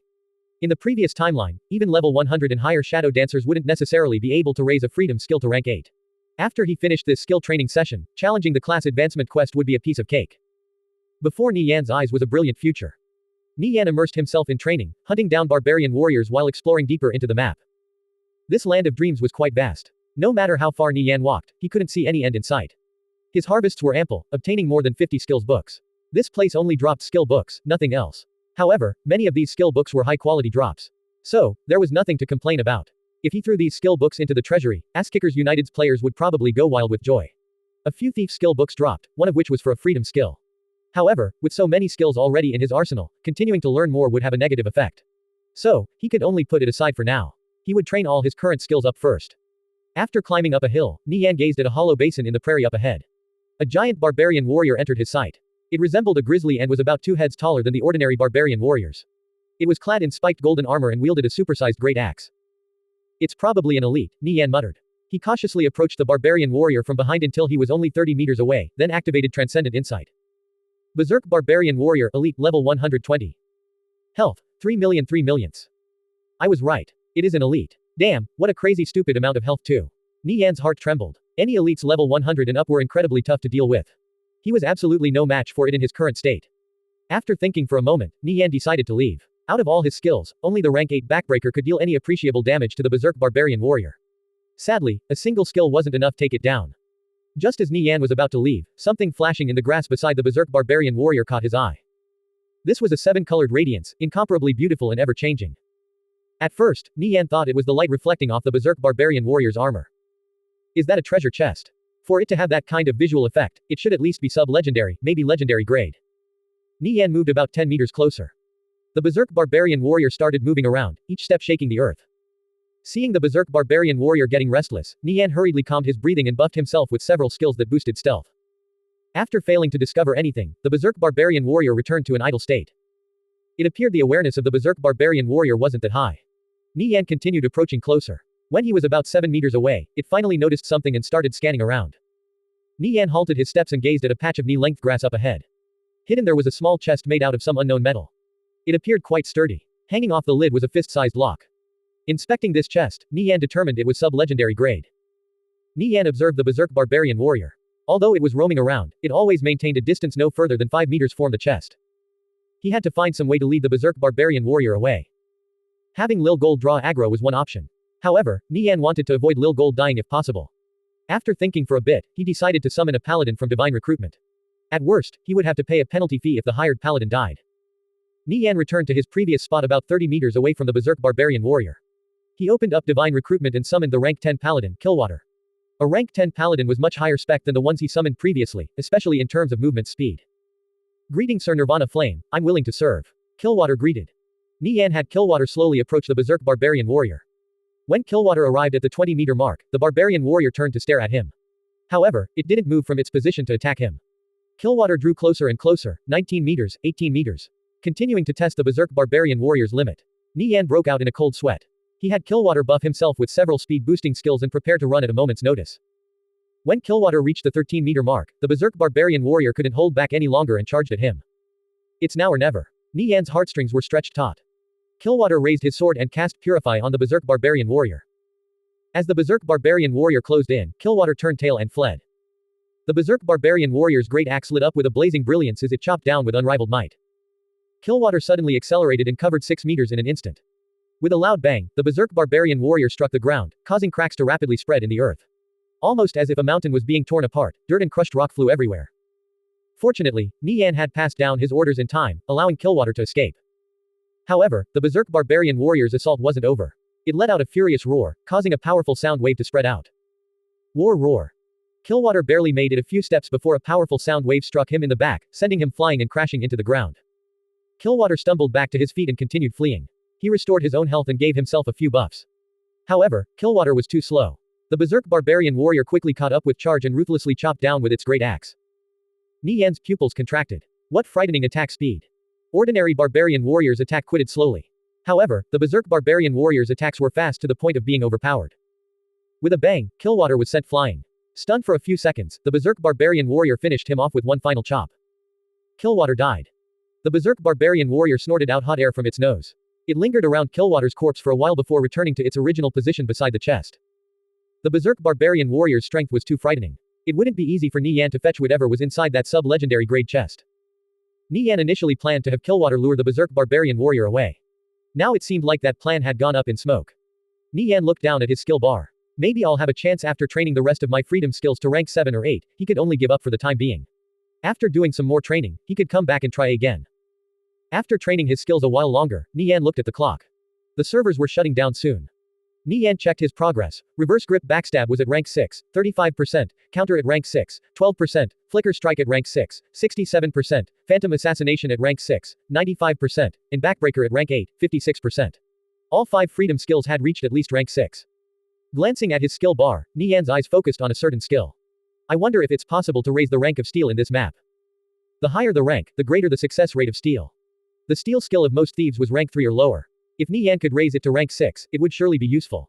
Steel was a supplementary skill from one of the fragment of Sulgate's shadow. Once the fragment became bound to him, he could obtain skill proficiency in steel. If using steel here also gave 50x skill proficiency, this was a good opportunity to raise its rank. Once the time came, Nie Yan exited conviction and left his game capsule. Xie Yao also happened to step outside of her game capsule at the same time. She wore a pink lace nightgown which exposed her delicate jade-like shoulders. The tight clothing accentuated her flawless figure, most noticeably her ample bosom which overflowed with sex appeal. Nie Yan, isn't today the first day of class? Xie Yao suddenly recalled, knitting her delicate brows. She had nearly forgotten something so important. Nie Yan withdrew his gaze and nodded. Yeah, it's today. We should check in. We only have an hour. I'll hurry up and change. Xie Yao grabbed some clothes and headed to the bathroom. Rustling sounds came from the other side of the frosted glass door. Lustful thoughts sprouted in Nie Yan's mind as he watched Xie Yao's silhouette. Shaking his head clear with a smile, he also went to put on some clothes. Inside the washroom, Xie Yao stood completely naked on the rug. Her fair legs resembled marble sculptures. Taking off her nightgown, Xie Yao was filled with nervousness. What if Nie Yan barged in here right now? She couldn't trust him not to misbehave. Glancing back outside, it appeared he was in the middle of changing his clothes. She breathed a sigh of relief. Though a faint trace of disappointment flashed in her heart. The top military academy had no shortage of outstanding beauties. Thinking about the possibility that Nie Yan would fall for another girl, Xie Yao's mind became clouded with dark thoughts. Xie Yao looked down at her body. Even though it couldn't compare to Zhang Yingya's, it wasn't that far off. Most recently, she could tell certain areas of her body had become much more developed. Her skin cast a supple jade-like glow, and her bosom also appeared larger than before. Thinking to this point, Xie Yao blushed bright red. She couldn't help but imagine their future together. Her heart already belonged to Nie Yan. Recalling how busy he was lately, she came to a decision. She turned bashful as a plan started taking shape in her mind for tonight. However, her resolve was still firm. After a while, Xie Yao walked out of the washroom wearing a tunic top along with a violet flower-patterned long skirt. Seeing Xie Yao, Nie Yan couldn't pull his eyes away. She looked absolutely enchanting, like an otherworldly beauty. Xie Yao did a little twirl as her skirt danced about. How is it? Xie Yao asked with a cute smile, gazing at Nie Yan with a look of expectation. Not bad. Nie Yan nodded. After washing up, the two finished breakfast before leaving for school. Not far from the villa was a bus stop. They could wait there for a ride. Nie Yan really liked this kind of simple lifestyle. The turmoil of his past life made him cherish the current peace all the more. Not many people were riding the bus, about a dozen or so. Many of the passengers were students of the top military academy. They sat at the front most seats, from time to time sneaking glances at the back. Who is that girl? Is she from our school? Yeah, I think she's a freshman. I saw her on campus filling out a few forms the other day. It's a shame she already has a boyfriend. They were quietly whispering to each other. Even so, to his great surprise, Nie Yan could hear every word they said. It appeared his hearing had improved quite a bit. It wasn't only limited to this. After using the game capsule for some time, even though he was working out less, his strength had improved quite a bit too. He couldn't remember the last time he tested out his fitness. The conversation topic of these students gradually shifted to conviction. I'm already level 71. I guess you guys are around the same as well. Did you know? Lu Chen is already level 79. Ha! Wish we could be like him, a slim student in a checkered shirt said, purposefully raising his voice. Level 71 was already quite impressive at this stage of the game. However, bragging about it in front of a certain level 97 individual was sort of like showing off your paltry machete skills in front of Guan Yu. Xie Yao and Nie Yan glanced at each other with amused smiles. Any random student from the top military academy was probably at least level 70. After all, this was a gathering place of elites. Anyone below level 70 would probably be too embarrassed to reveal themselves. Nie Yan suddenly had a strange thought. With over 60,000 students, a few of them were bound to be Ass-Kickers United members. He wondered what kind of reaction they would have after meeting him. It would surely be amusing. Nie Yan cracked a faint smile. Turning to the window, the scenery outside was serene with lush trees shading the road. There'll be a show today. I heard Zhang Yingyu will be performing. Xie Yao observed Nie Yan's expression from the corner of her eye. Oh, I see, Nie Yan replied in an uninterested tone. Zhang Yingyu performing or not had nothing to do with him. Before long, the bus stopped at the entrance of the top military academy. Nie Yan and Xie Yao got off. Today was the date new students would be reporting in. Students were bustling around the gate. It was a good thing no parents were accompanying their children, or else this place would be even more crowded. Nie Yan and Xie Yao entered the gate and reported in at the registration office. Class wouldn't be starting for a while. They would probably only be receiving the syllabus and getting to know their peers on the first day anyway. I'll walk you to class, Nie Yan said. Luckily, their classrooms were relatively close to each other. All right. Xie Yao nodded. The two passed through a tree-shaded path and entered a building. The layout of each building was similar in the sense they all had certain facilities, such as a gym. The Federation attached great importance to the fitness of the overall populace. Competitive fighting courses were the most important, even surpassing the Oratics. Nie Yan escorted Xie Yao to her classroom. Glancing inside, he saw about 30 students, 26 females and 4 males. He couldn't help but smack his lips. This place was truly a paradise for guys. After seeing Xie Yao off, Nie Yan walked through a passageway toward his own classroom. Looking at the sign that read Command Faculty, Nie Yan confirmed he was at the right place. About 23 students were sitting in the classroom. Including Nie Yan, there were 15 males. Their ages varied greatly. The older ones were up to 26 while the younger ones were around 20. Nie Yan swept his gaze across the classroom. The command faculty nurtured elites from all over the world to become commanders for the army. A proper appearance was the most basic requirement. None of the people here could be described as ugly. His eyes fell on the female students in his class. They looked pretty good. Quite a few were mature beauties, dressed in black-laced clothing that exuded sexual appeal. Nie Yan was simply casually observing. His devotion to Xie Yao was absolute. However, this didn't stop him from occasionally checking out other women. Not a single dirty thought stained his mind, though. His conscience was clear.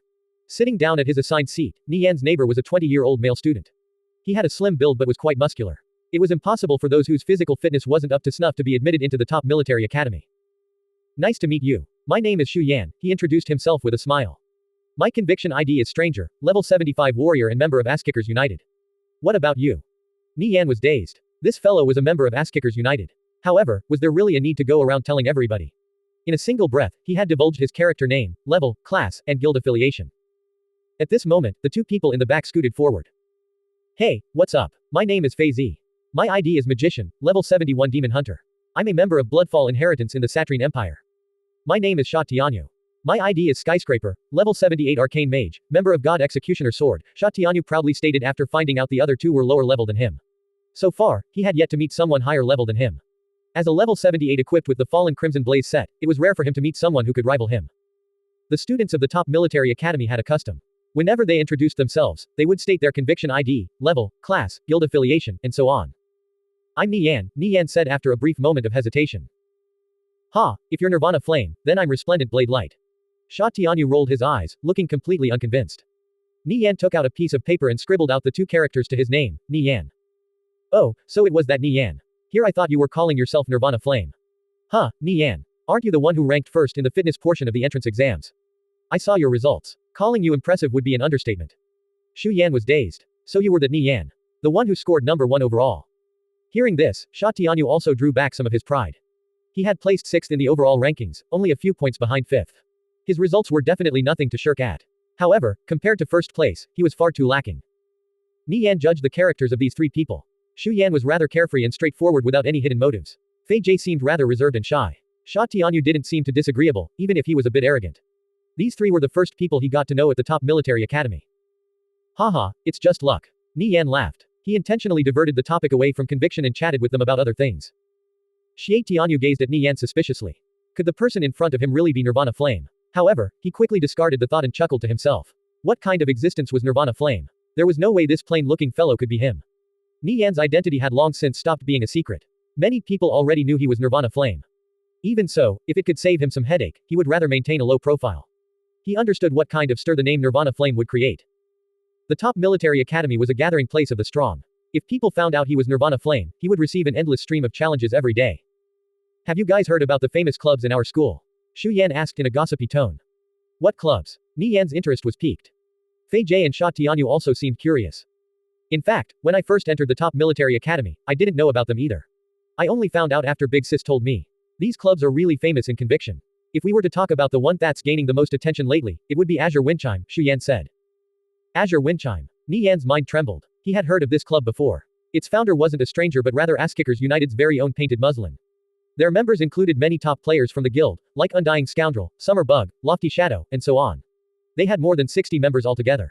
It was rumored the requirements for joining were quite high. They all knew each other in real life, and their rules were extremely strict. Nie Yan really disliked the existence of this kind of exclusive club within the guild. It was simply too difficult to manage. He even had thoughts of forcefully dissolving it. Later on, they stopped recruiting people. So, he dropped the subject. As long as they didn't cause any trouble, he was fine with it. He didn't expect Azure Windchime to be a student club of the top military academy. Seeing he had successfully attracted Nie Yan and the others' attention, Xu Yan said in a proud tone, "Guess what? Yours truly is actually a member of Azure Windchime. I only joined 2 days ago. All 60+ members of the club belong to Asskickers United. Painted Muslin is our big sis and an instructor in the management department.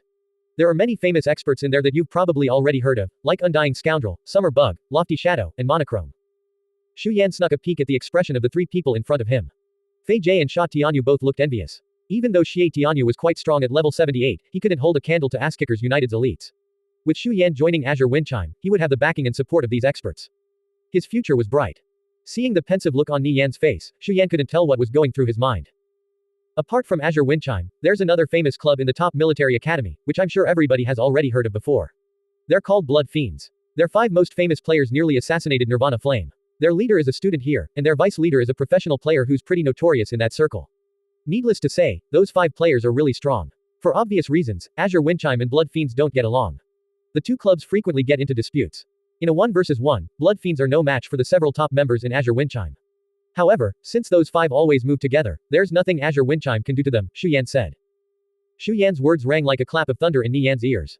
He didn't expect that Asskickers United's sworn enemy, Blood Fiends, were also from the top military academy. This place was truly filled with hidden dragons and crouching tigers. There's one more famous club called Heavenly Kings, but they're extremely secretive. I've only heard about them from Big Sis. Everyone who gets admitted to this club is at the level of a Heavenly King. Their joining requirements are far more stringent than those of Azure Windchime and Blood Fiends. Every year, only a few people get recruited. All the historical geniuses of the top military academy have come out of this club.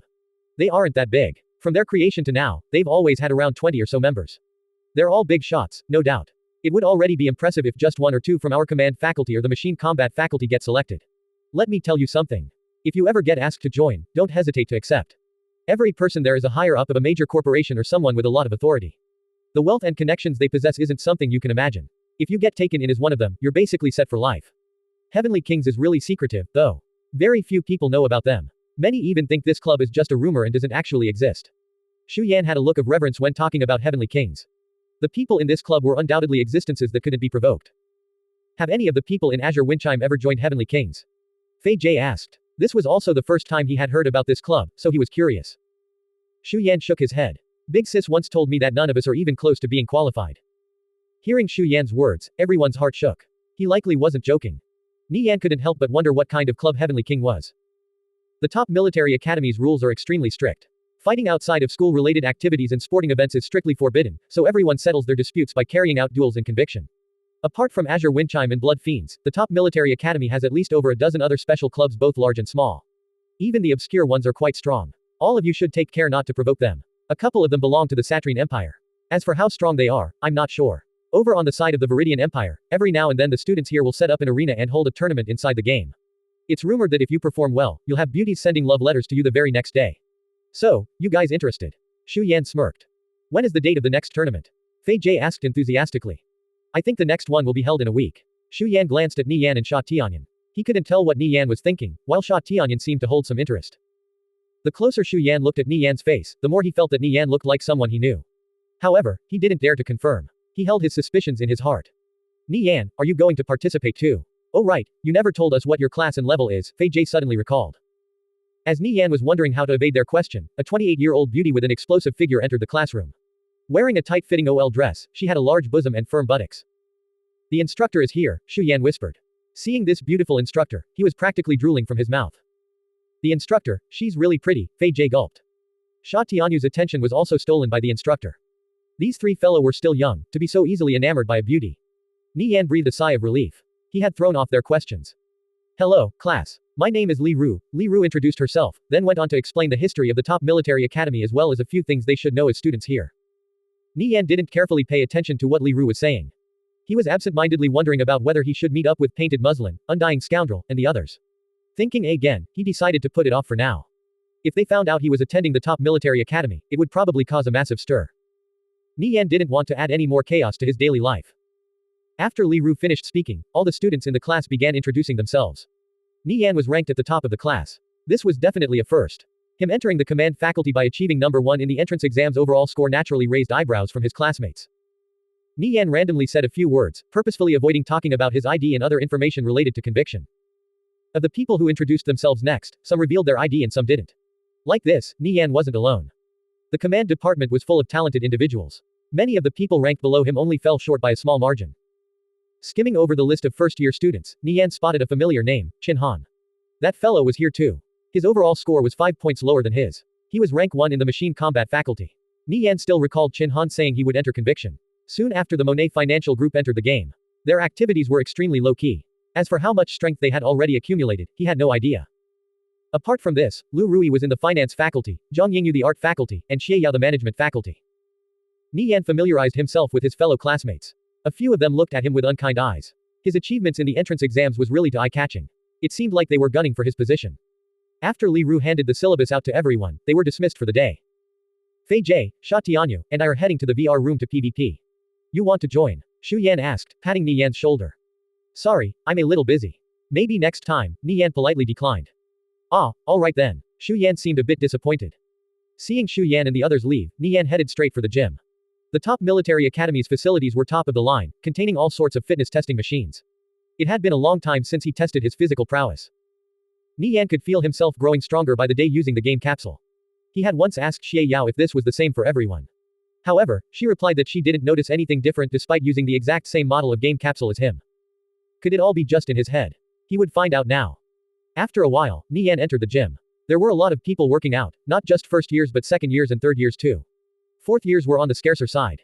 This wasn't odd. Their classrooms were in different buildings. Nie Yan signed in with his student card, then impatiently walked in.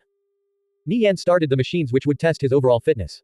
They included his squat, kick force, lat pull-down, punch force, and so on. Approaching the kicking machine, Nie Yan took up a stance and breathed in deeply. With a deep shout, he threw out a sidekick and ruthlessly struck the sandbag. A loud bang rang out as the sandbag was sent flying up into the air.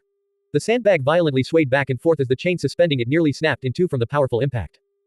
The value on the monitor fluctuated rapidly before finally stopping at a kick force of 721.35 kilograms. Nie Yan was shocked. His kick force during the top military academy entrance exam was only 563.23 kilograms. It had increased by over 150 kilograms in such a short amount of time. This was truly unbelievable. Could it be some kind of mistake? Thinking about it, Nie Yan discarded the thought. What kind of place was the top military academy?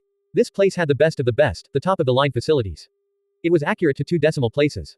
There was no way such a large error could occur. Nie Yan shook his leg. His kicking force increasing was far from a bad thing. During the next exam, his results would be even higher. Nie Yan continued testing. Squat, 915.28 kilograms. Lat pull-down, 622.81 kilograms. All areas saw noticeable improvements. Nie Yan felt like he was brimming with strength. The final test was punch force. Nie Yan stood in front of the machine. He warmed up his body, then planted his foot in the ground. With a deep shout, he threw a punch forward. Bang! The sandbag was knocked back and shook violently. The monitor displayed a value of 569.12 kilograms. This was much higher than his previous punching force of 511 kilograms. Every person's body had a limit. The closer you reached that limit, the harder it would be to make progress. Under normal circumstances, a fighter increasing their punching force by 10 kilograms in a month's time would already be impressive. Nie Yan had raised his by 50 kilograms. If others found out about this, he would be treated as a freak. These stats were far too astonishing. With his improved physique, training fighting techniques would become much easier. Nie Yan's stats were probably comparable with top fighters in the professional scene. After working out in the gym for 3 hours, Nie Yan got in touch with Xie Yao. He would be out in 15 minutes. As he packed up his things and was walking out the door, he suddenly halted his steps and looked back at the punching machine. A strange idea suddenly struck him. After thinking for a moment, he turned back and stepped in front of the sandbag. There was something he really wanted to test out. Accelerating forward and pushing off from his waist, Nie Yan focused all his power into his right fist. He paid close attention to his movements, constantly correcting and adjusting. Nie Yan struck forward with his fist. He felt a strange feeling as all the power in his body gathered in his right arm. It wasn't close enough. His movements were still stiff. With a loud bang, Nie Yan struck the sandbag. He could clearly sense that this punch was by far the strongest one he'd thrown in both his lives. The monitor beside the sandbag rapidly changed before finally stopping at 821.28 kilograms. Nie Yan sucked in a cold breath of air. He didn't expect to achieve such a result. If he could do this consistently, he could compete on the international stage. That technique was actually based in reality. All sorts of doubts filled Nie Yan's heart. He wouldn't get an answer anytime soon. He had heard that the VR helmets and game capsules improved a person's physique by stimulating their muscles. Looking at it now, it didn't seem to be only this. No wonder the Federation named the VR helmet and game capsules as the top inventions of this age. In any case, he had grown stronger. This was a fact. His movements earlier were stiff, but he had still managed a punching force of 821.28 kilograms. If he polished his movements even more, just what kind of result would he achieve? Nie Yan threw out a few more punches before he finally got the hang of the feeling. Taking up a peculiar posture, every cell in his body exploded all at once as power surged through his arm. With a loud bang, the value displayed on the monitor kept fluctuating until it finally stopped at 1021.35 kilograms. Though he had mentally prepared himself, Nie Yan couldn't contain his excitement. He estimated even the professional boxers on the world stage were only at this level. Of course, the world champion was a different matter altogether. Nie Yan tried his best to calm his excitement. The top military academy's entrance, Xie Yao was waiting for Nie Yan. He had sent her another message that he would be another 15 minutes. Xie Yao stood next to Flower Garden. In her blouse and violet skirt while carrying a coffee-colored handbag, she amplified the beauty of the scenery. Many of the students passing by couldn't help but let their gazes fall on her. Some got curious and wanted to know who she was waiting for. A few male students drummed up the courage to approach her. However, Xie Yao maintained a polite distance away from them. They could only sadly depart. At this moment, Qin Han walked over toward Xie Yao. Who knew if it was mere coincidence or on purpose? Hello, Qin Han greeted. He acted like a true gentleman. Hello, Xie Yao greeted back. She gazed toward the school. What was taking Nie Yan so long? Fancy bumping into you here. We're old classmates. May I treat you to a cup of coffee? Qin Han said with a smile. He was polite and gave off an affable impression. Sorry, I'm busy. Xie Yao shook her head, politely declining. She didn't have much interest in Qin Han. She had met many of these gentlemanly types, but they all turned out to be hypocrites deep inside. Are you waiting for someone? Seeing Xie Yao repeatedly glancing back at the school, a dark emotion flitted across his heart. Yes. Xie Yao curtly nodded, pulling further away from Qin Han. She didn't want to associate with this fellow in any way, shape, or form. She knew that he had entered conviction and caused Nie Yan many problems. It was best to stay as far away from him as possible. Alright, I'll leave you be then. Qin Han chuckled. He understood that lingering around any longer would only annoy Xie Yao. When he turned away, his eyes flashed with a cold light. Qin Han's back slowly receded before disappearing into the stream of students going home. About 5 minutes later, Nie Yan bolted from the path and stopped in front of Xie Yao, panting for breath. Sorry, I've made you wait, Nie Yan said with an apologetic smile. Seeing Nie Yan perspiring with sweat, Xie Yao shook her head with a sweet smile. It's fine. Let's go. Xie Yao's smile left the surrounding students dumbstruck. In the past, she didn't smile often, but when she did, it was simply angelic. All the male students gazed at Nie Yan with deep envy. Nie Yan and Xie Yao left together. What the hell? That guy is so plain looking. How'd he find such a pretty girlfriend? That girl is Xie Yao from the management faculty. Who's that guy? He's from the command faculty. I think his name is Nie Yan. He was high schoolmates with Xie Yao. They entered the top military academy together. I heard he scored number 1 overall in the entrance exams. The command faculty and ranked first in the overall score. With this revelation, many people shut up. The command faculty was an ace major in the top military academy. Every student who graduated and entered the army would become a battalion commander or higher, not to mention they would rise through the ranks very quickly. Even then, the fact he placed first in the overall ranking wasn't even taken into consideration. This was an unreachable existence for these passers-by. In a distant corner, a pair of cold eyes gazed at Xie Yao and Nie Yan leaving. It was Qin Han who had left just a moment ago. Whether in terms of background, authority, or resources, Qin Han felt he was far superior to Nie Yan. He was the first to court Xie Yao, but Nie Yan had stolen her away from him. This left a sour taste in his mouth. I've been waiting all day. Why haven't the people from Heavenly Kings gotten back to me yet? Qin Han frowned. Suddenly his phone rang. He had received a text from an unknown number. He read through the contents. Between you and Nie Yan of the command faculty, we'll only be choosing one this year. We don't need losers. Heavenly Kings. Qin Han's expression turned cold as he tightly gripped his phone. It was that bastard again. Heavenly Kings. Qin Han had always dreamed about joining this club. If he entered, with the backing of the several heavyweights there, he could easily crush his rivals and secure power in his family. He clearly understood what kind of organization Heavenly Kings was. Composed of 26 members altogether, 6 high officials in the Federation, 5 were high officials in the Chinese government, and the remaining were powerful tycoons of regional bigshots. From the first moment he entered the top military academy, Qin Han urgently got into contact with a member from Heavenly Kings to help vouch for him. He believed it would all be smooth sailing from there. He didn't expect to encounter a roadblock. Nie Yan and Xie Yao returned to their villa. After eating lunch, Nie Yan called up his parents. As the conversation topic drifted to daily life in the top military academy, Father Nie said in a solemn tone, "If people from Heavenly Kings look for you and ask you to join, be polite and quickly accept." What kind of organization is Heavenly Kings? Nie Yan couldn't help but ask. He had already heard this club mentioned countless times. Previously, he didn't attach any importance to it. But with his father talking about it in such a serious tone, he realized this matter wasn't simple. You don't need to ask for now. You just have to understand that every person in Heavenly Kings is an unreachable existence. If you're able to join, you'll naturally know. However, from my estimates, you're still not qualified. We can only hope the heavens are on our side. Father Nie sighed. He informed Nie Yan of the origin of this club. Hearing Father Nie's words, Nie Yan had a rough understanding of Heavenly Kings. In fact, every prestigious university had a similar organization. Over the years, the most outstanding elites of the school would gather together, creating an exclusive student club. Everyone shared their resources, allowing the strong to become even stronger. The clubs in ordinary universities probably didn't hold any real influence outside of school grounds. However, the school Nie Yan entered was the top military academy. It had lauded history of several hundred years, nurturing elite after elite. If the top military academy caught a cold, the entire nation would cough. A club composed of all the school's top elites over the years, one could imagine what kind of power it held. Nie Yan joining Heavenly Kings would have significant meaning to World Bloc. All of its business would expand by manifold. Even becoming a top 10 financial group in the country would be well within the realm of possibilities. However, the strict requirements for joining Heavenly Kings posed an obstacle. Only 1 or 2 people were recruited every year. The top military academy was vast, with geniuses abound. There were bound to be people just as if not more qualified than Nie Yan. Qin Han was one of those. Just like Father Nie said, joining Heavenly Kings wasn't something that could be forced. One could only let fate decide. Since Nie Yan wasn't a student of the top military academy in his past life, he was clueless about its circumstances. He planned to ask Undying Scoundrel or one of the others at some point. Nie Yan had his father help him collect data related to Heavenly Kings. With a deeper understanding of them, he would be better prepared to meet them when the time came. While Nie Yan and Xie Yao were back at the villa, a group of people gathered in a secret conference room in the top military academy. 26 people altogether sat around a long square table deep in discussion. Their ages varied greatly, with the oldest being nearly 60 years old and the youngest being 23. They would convene here at the start of every year to talk about new recruits. This had become a tradition. They were all current or former students of the top military academy. Now many of them were already big shots in the military, political, or business world. Between Nie Yan and Qin Han, who do you think is more suitable? A tall, middle-aged man in a military uniform asked. He was sitting at the head of the table and looked quite imposing. His epaulets were decorated with 5 stars. He was a general. Qin Han has an edge in terms of family background, which will be more beneficial to us.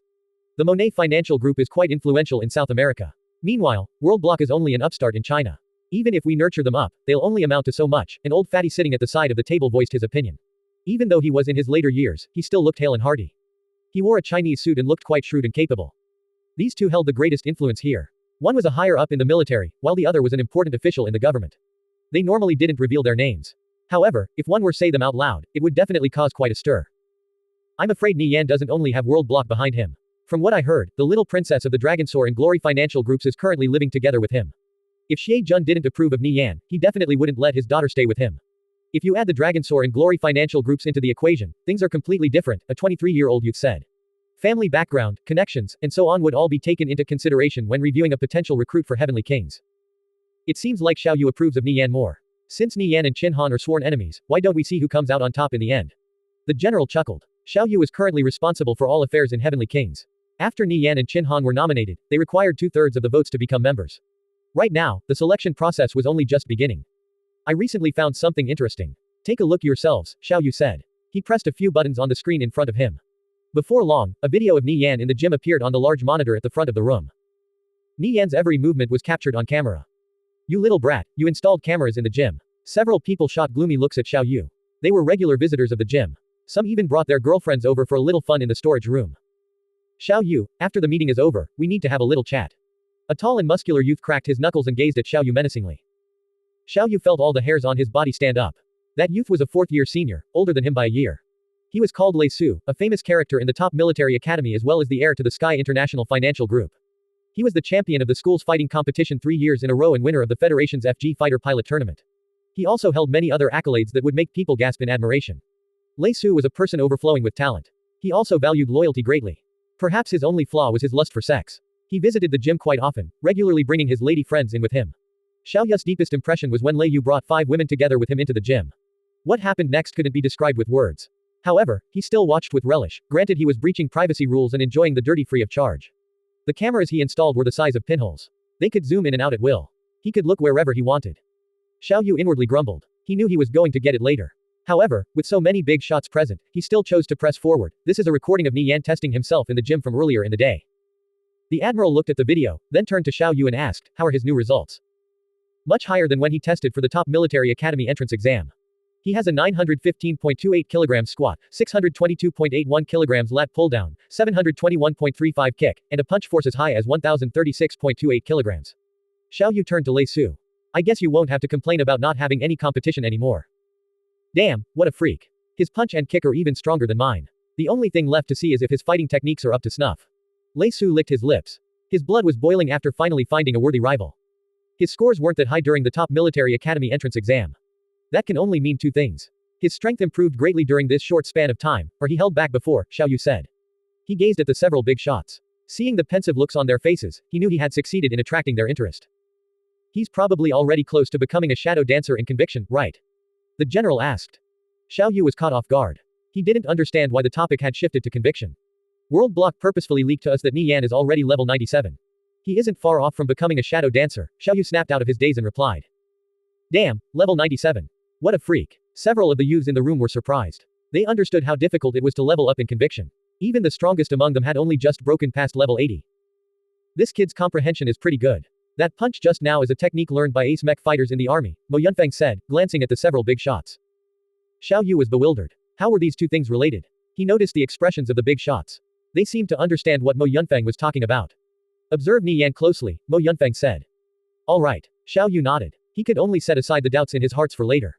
Asking Mo Yunfeng and the other higher-ups wasn't a wise idea. Unbeknownst to Nie Yan, while he was trying to figure out how to get into Heavenly Kings, the big shots there were already watching him closely. Compared to Qin Han, some of the older members seemed to approve of him more. Nie Yan and Xie Yao spent the afternoon enjoying each other's company out in town. As evening arrived, they both entered conviction. Nie Yan continued to train his skills in the prairie. Apart from the 5 freedom skills, he also placed steel to the front. He wanted to see if he could gain 50x skill proficiency for it here. Seeing a barbarian warrior roaming around in the distance, Nie Yan slowly snuck up from behind, then struck it with backbreaker. The barbarian warrior was stunned for 5 seconds. Nie Yan quickly targeted it with steel. Steel successful. You have obtained 76 silver. You have obtained 50 skill proficiency. Steel also gained 50x skill proficiency in this map. Nie Yan couldn't help but get excited. It would be extremely beneficial to him if he could raise the rank of steel. His steel skill was currently rank 4. This was considered the most rudimentary level. Even though the success rate was greatly increased, it was still fairly low. It only succeeded once in every north attempts. Even then, the items stolen would usually only be money. The chance of obtaining a piece of equipment or something valuable was extremely low. Nie Yan had once heard a shadow dancer say that the steel skill at rank 7 or lower was basically worthless. However, if you could raise it to rank 8 or higher, it would be like a different skill. At rank 10, it became godly and potent enough to anger an enemy into vomiting blood. In the previous timeline, Nie Yan had spent an entire month training steel non-stop yet only managed to raise it to rank 3. The higher it went, the harder it was to train and the more time it required. He couldn't believe that someone had trained steel to rank 8. Just how much time would that take? You would practically need to have the patience of a saint. A matter that seemed impossible in the previous timeline was a very real possibility now. Nie Yan was determined to train his steel to rank 10. Nie Yan was suddenly overtaken by a strong desire. He wanted to know just what kind of effect rank 10 steel would have. How could it anger an enemy enough to vomit blood? Steel's cooldown was very short, but the failure rate was high. He would be lucky to succeed once in every 10 attempts against these level 120 barbarian warriors. When the barbarian warriors were incapacitated by backbreaker, Nie Yan would spam steel on them. When they recovered from the stun 5 seconds later, he would activate Extreme Intimidate, immobilizing them again. Nie Yan chained one control skill after another, not allowing the barbarian warrior to move. You have obtained 50 skill proficiency. You have obtained 50 skill proficiency. Steel was gaining skill proficiency rapidly. After reaching rank 5, its success rate had increased twofold. He now succeeded every 3 in 10 attempts, and the items he stole were slightly better than before. At the same time, the amount of skill proficiency required to rank up had increased by over 5-fold. However, with a 50x skill proficiency multiplier, the training speed was still relatively quick. 3 hours later, steel reached rank 6. Nie Yan calculated in his head. With this kind of speed, rank 10 steel wasn't too far away. While raising the rank of steel, Nie Yan also continued training his other skills. Since he required the target to be immobilized to use steel, concussive blow, smothering strike, and his other control skills were all rapidly gaining skill proficiency. Both concussive blow and smothering strike advanced to rank 5. Every skill was gaining skill proficiency rapidly. Nie Yan envisioned that if he trained here for a few days at his current speed, he would see an explosive growth in strength. When all 5 of his freedom skills reached rank 10, he wouldn't need to be afraid even if he encountered a lord. Add on rank 10 steel on top of this, and his earnings from hunting mobs would increase several times over. Apart from the 5 freedom skills, the kick skill was also pretty useful. So, in between steel attempts, Nie Yan would also give the barbarian warriors a few swift kicks. Nie Yan snuck up behind a barbarian warrior and struck him with backbreaker, then started spamming steel. Steel has failed. Steel has failed. Steel successful. You have obtained a skill book. You have obtained 50 skill proficiency. Nie Yan didn't have much hope for this skill book. He already had a high-quality collection of skills that suited his style of play. On top of that, his bag was packed with another 160 skill books. Glancing at the name of the skill book, his heart trembled. Advanced Lockdown. Advanced Lockdown's effects were similar to Extreme Intimidate, immobilizing the target for 2 seconds. The more of these kinds of skills Nie Yan had, the better, since it allowed him to lock his target down for a longer period of time. He learned Advanced Lockdown without the slightest hesitation. Glancing at his skill window, he only had 3 empty skill slots remaining. A bit of spring cleaning was in order. After learning Advanced Lockdown, Nie Yan continued unloading crowd control skills on the barbarian warrior. Before long, the monster with several 100,000 health collapsed on the ground. He dealt with it as though it were just an ordinary monster. Raising the rank of skills was a dull affair which tested a person's patience greatly. Grinding experience like this continuously, another day soon passed by. Nie Yan exited the game and stepped out of conviction. Glancing next to him, Xie Yao's game capsule was already empty. The sound of running water came from the bathroom. It appeared she was showering. Nie Yan felt his heartstrings slightly stir. He couldn't help but visualize a few lascivious scenes. Nie Yan walked over to the bathroom. At this moment, Xie Yao stepped out with a towel wrapped around her. The two made eye contact. Nie Yan awkwardly laughed. Xie Yao shot Nie Yan a reproachful look. Pervert. Nie Yan's actions toward Xie Yao only went as far as touching and groping. Fresh out of the shower, Xie Yao's skin was flushed pink. A towel wrapped around her body, revealing her supple white shoulders and slender legs, only barely covered her thighs. Her half-exposed self filled one's mind with all sorts of desires. Just as Nie Yan wanted to cause some mischief, Xie Yao pushed him into the bathroom. Go, take a shower too. I'll get you a change of clothes. Alright. Seeing Xie Yao walking away, Nie Yan could only take off his clothes with a helpless expression. She was so alluring, but he couldn't eat her up even if he wanted to. A feeling of vexation sprouted in his heart. The promise he made previously to Xie Jun was really too difficult to keep. He could only wait until World Block grew powerful enough before openly making Xie Yao his own. Turning on the shower, warm water splashed his face. While taking a shower, Nie Yan pondered about the war. In 3 more days, Alliance of Mages would be on their last breath. At that time, the only remaining opposing power in the Viridian Empire would be Divine Protectors. After this war, Ass-Kickers United would consolidate their position in Moonlight City, then slowly expand before finally taking over the entire territory. With more strongholds, World Block could grow even more powerful. Hearing the shower running in the bathroom, Xie Yao became fidgety while sitting at the bedside. Thinking about what she was about to do, she blushed bright red. Hesitating for a long time, she finally steeled her heart. She stood up and removed her bath towel. The thick white bath towel plopped to the ground, revealing Xie Yao's exquisite figure. She looked incredibly tender and beautiful. A pair of fair tapered peaks dropped down, trembling lightly. She refused to believe that Nie Yan could resist her allure. While Nie Yan was lost in thought, a knocking sound came from the door. Nie Yan put on his towel, then opened the door, only to see Xie Yao's charming figure standing in front of him. Her cheeks were flushed and intoxicating red. As he glanced down, he felt the blood rushing to his head. Xie Yao wasn't wearing anything. Naked. Her perfect body radiated a fair glow without the slightest blemish. A lascivious fragrance proliferated the air. Right now, her mind was a jumbled mess. Nie Yan's heated gaze seemed to sap all the strength out of her body, making her feel weak. She steeled her heart and stepped into the bathroom. A splendid soft feeling pressed against him. Nie Yan was dazed. This was the first time Xie Yao had taken the initiative. Xie Yao's slender yet curvaceous figure captivated Nie Yan. Droplets of water bounced lightly on her skin, twinkling with a sparkling and translucent jade-like glow. Nie Yan's hands groped Xie Yao's firm buttocks. He gently pinched. Xie Yao stood on the tips of her toes and nibbled Nie Yan's ear. Nie Yan, you want me, right? Make me yours. Xie Yao's words exploded in Nie Yan's head as an intense feeling overwhelmed his heart. In the previous timeline, he had spent countless days and long nights sitting in a lonely dark corner recalling the memories he had with her just to confirm to himself he was alive. Even when he had put a bullet through Cao Shu's head, the last thought that flashed through his mind besides his father and mother was her. On the day he found out she got married to Lu Rui, he took a dagger and made a deep cut across his arm to make himself forget her. However, her image became seared even more deeply into his heart. After reincarnating, all those bitter emotions disappeared. He had finally found true happiness. Nie Yan wanted to wait until he was powerful enough to make Xie Yao's family acknowledge him. However, her actions today caused all the feelings he was holding back to come flooding out. Overwhelmed with emotion, he tightly hugged her. How could he possibly refuse Xie Yao? As the two pressed against each other, the bathroom became a mess from their lovemaking. Under Nie Yan's flurry of advances, Xie Yao let out wailing moans of pleasure. Xie Yao's everything was right before Nie Yan, beckoning him. Before long, the two moved to the bed. Hours later, Nie Yan woke up. He looked at the time, then bitterly smiled. It seemed like going to school today was no longer possible. Luckily, the top military academy regularly sent missed coursework through the mail. In case something happened, he could even request a leave of absence. Nie Yan warmly gazed at Xie Yao beside him. After how long they went for, she had to be exhausted.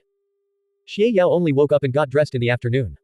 When she walked into the living room, Nie Yan had already prepared lunch. A warm feeling washed over her heart. While the two were quietly eating, Xie Yao's cheeks were bright red.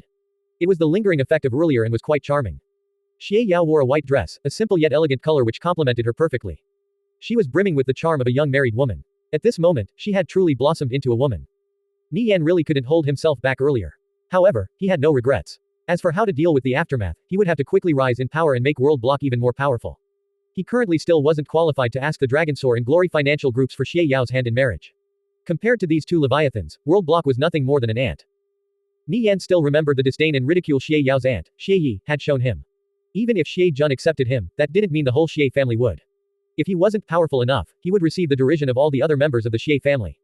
Xie Jun and Xie Yao would receive a lot of pressure, to the extent that they couldn't even raise their heads in their own household. Worst case scenario, they could even be kicked from the family's management. This wasn't something he wished for. The Xie family was a major power with over 100 years of history.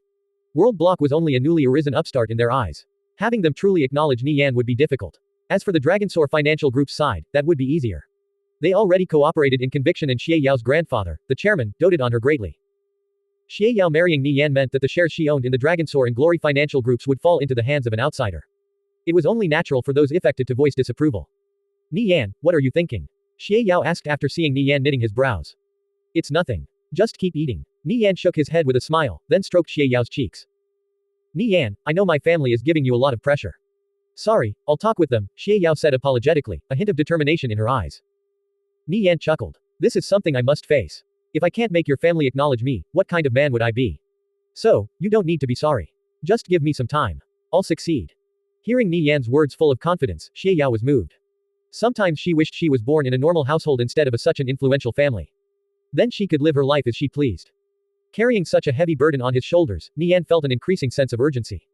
During the day, he arranged various things for the War God tribe through video call. With the backing of Ass-Kickers United, the War God tribe expanded at an astonishing rate, cooperating with more than 20 other companies to open up real-world business districts in a total of 23 strongholds. This provided World Block with large profits as well as aided them in expanding their businesses. They had forged cooperative relationships with 70 companies so far. This was the foundation for their future growth. As for the game, Nie Yan continued training his skills while commanding Ass-Kickers United remotely. The trebuchets were completed and ready to roll out. The war between Ass-Kickers United and Alliance of Mages was finally reaching its climax. Ass-Kickers United's army arrived outside of the Edgerton stronghold. Blade Light was the head commander of this battle. Smokestub and Paladin of the Elegy would be providing support. With an army of 300,000, they set up camp outside the Edgerton stronghold. The Edgerton stronghold's defenses were truly akin to a turtle shell. The walls were garrisoned with many troops and 11 armored catapults. These giant siege machines gave off a great sense of pressure. Further back was a forest of arrow towers, ready to launch a hail of projectiles at a moment's notice. Ass-Kickers United's 50 elites sat on the grass at the front of the army. They appeared quite relaxed. They were Ass-Kickers United's most elite troops and trump card.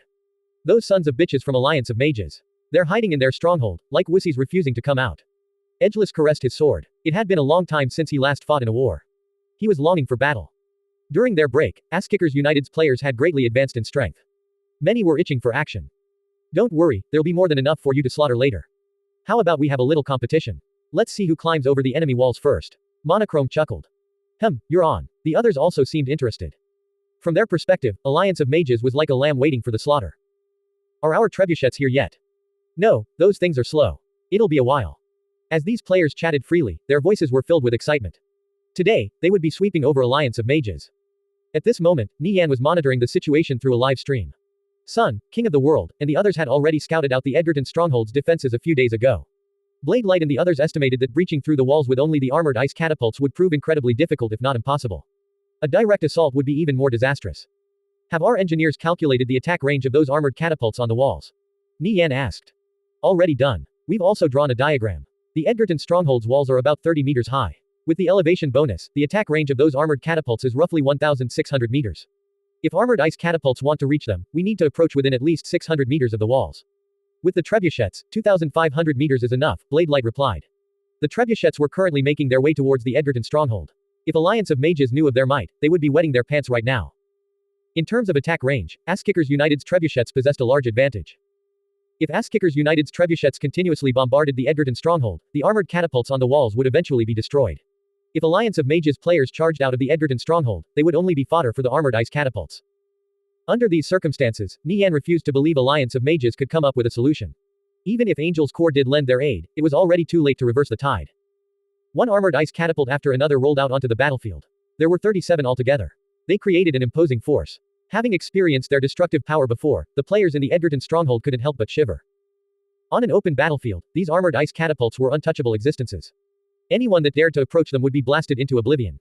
Apart from the 37 armored ice catapults, 6 trebuchets were heading for the Edgerton stronghold. They were both extremely slow, taking a long time to get moving. They were also immobile, making them easy to intercept. That's why Ass-Kickers United made sure to conceal their existence.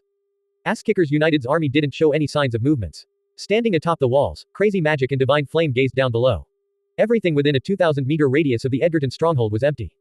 Beyond that zone was a sea of players stretching out as far as the eye could see. An army of 300,000 was quite a spectacular sight, capable of hiding the sky and covering the earth. Alliance of Mages and Divine Protectors had 100,000 players guarding the Edgerton stronghold. The other 600,000 were stationed across the various villages around Moonlight City. Once the battle started, they would immediately converge on the Edgerton stronghold from all directions. Crazy Magic understood that having all 700,000 players in the Edgerton stronghold was extremely dangerous. Leaving 600,000 players on the outside would make them more adaptable. The Edgerton stronghold's defenses were rock solid. Crazy Magic wanted to see just how Ass-Kickers United was planning to storm in here. Ass-Kickers United's 37 armored ice catapults were lined up in a row 2,000 meters away from the Edgerton stronghold. These catapults were like malevolent beasts. Crazy Magic was the most afraid of them. Once the battle began, their destructive power was too frightening. 2 rounds of bombardments could probably completely destroy the Edgerton stronghold's walls. Alliance of Mages exhausted all their avenues just to obtain 11 armored catapults.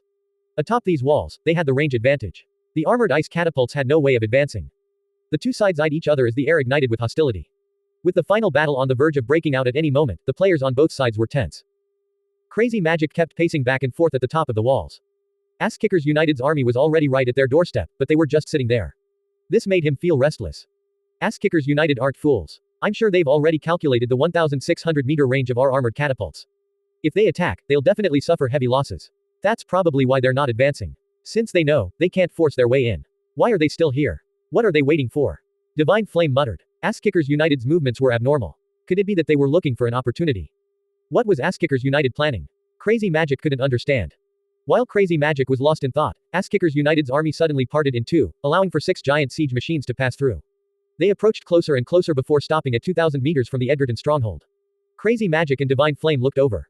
These siege weapons were even bigger than the armored ice catapults. Their construction was extremely complicated, like a large wooden cart. What is that? The Alliance of Mages players were bewildered. It's a trebuchet. Crazy Magic sucked in a cold breath of air. He had once seen these things on the forums but didn't pay much attention to them at the time. After all, blueprints for these siege weapons were extremely rare. He didn't expect Ass-Kickers United to get their hands on trebuchets, and 6 of them at that. This was undoubtedly a bolt from the blue for Alliance of Mages. We're finished. The higher-ups of Alliance of Mages felt their hearts sink to the pits of their stomach. Divine Flame was already preparing for the aftermath of Alliance of Mages' defeat. At this moment, Ass-Kickers United had 37 armored ice catapults and 6 trebuchets. This kind of firepower was unrivaled. In front of these weapons of mass destruction, Alliance of Mages was facing impending doom. The trebuchets came to a stop. The players escorting them locked their wheels, then started assembling a few parts. About 15 minutes later, a giant trebuchet emerged. It was about twice the size of an armored ice catapult. The thick wooden beam loomed in the air. It was roughly 5 meters long. These trebuchets had extremely high launching power. It was an exceptionally good siege weapon. The projectiles they used were giant 300-pound boulders. When these boulders rained down from the sky, even the most fortified walls would eventually collapse. 6 trebuchets finished being erected. Groups of 3 warriors carried the heavy boulders into the payload. Everything was ready. All that was left was the go-ahead from the higher-ups. Looking at the live stream, Nie Yan's eyes flashed cold. These 6 trebuchet would become the nightmare of Alliance of Mages. At this moment, the guild chat was boiling with excitement. Boss Blade Light were ready to go. Let's flatten the Edgerton stronghold. Moonlight City will be ours. Boss, say the word. Brothers. We're invincible. Let's slaughter our way through the Edgerton stronghold. The players of Ass-Kickers United were already rearing to go. Their morale was at an all-time high, mostly because they were confident in their victory. This belief allowed them to sweep over any guild, regardless of their power. Ass-Kickers United was waiting in anticipation. Their war with Alliance of Mages and Divine Protectors had already gone on long enough. Many had suffered injustices from Alliance of Mages and Divine Protectors, and Ass-Kickers United players had slaughtered Alliance of Mages and Divine Protectors players by the hundreds of thousands. The animosity had already progressed to the point where neither could coexist with the other. Today Alliance of Mages would be forever silenced.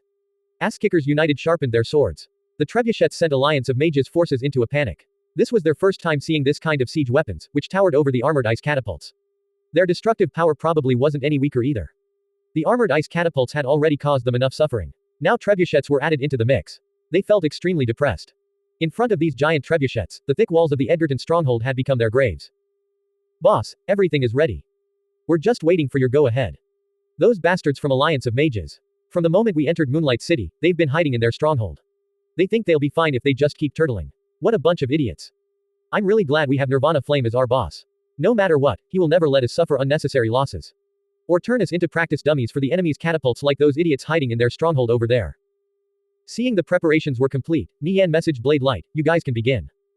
Good. Those are exactly the words I've been waiting for. Blade Light responded to Nie Yan. He then shouted in the group chat, brothers, let the battle begin.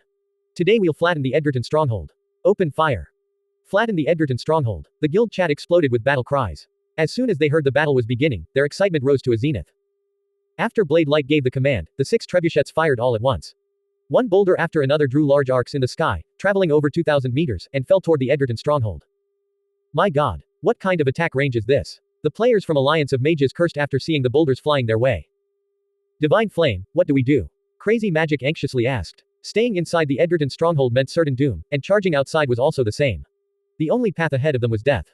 How the hell should I know? I should be the one asking you. Divine Flame replied in a depressed tone. Ass-kickers United's long-ranged firepower was too fierce. They would lose at least 80% of their forces charging through this no-man's land.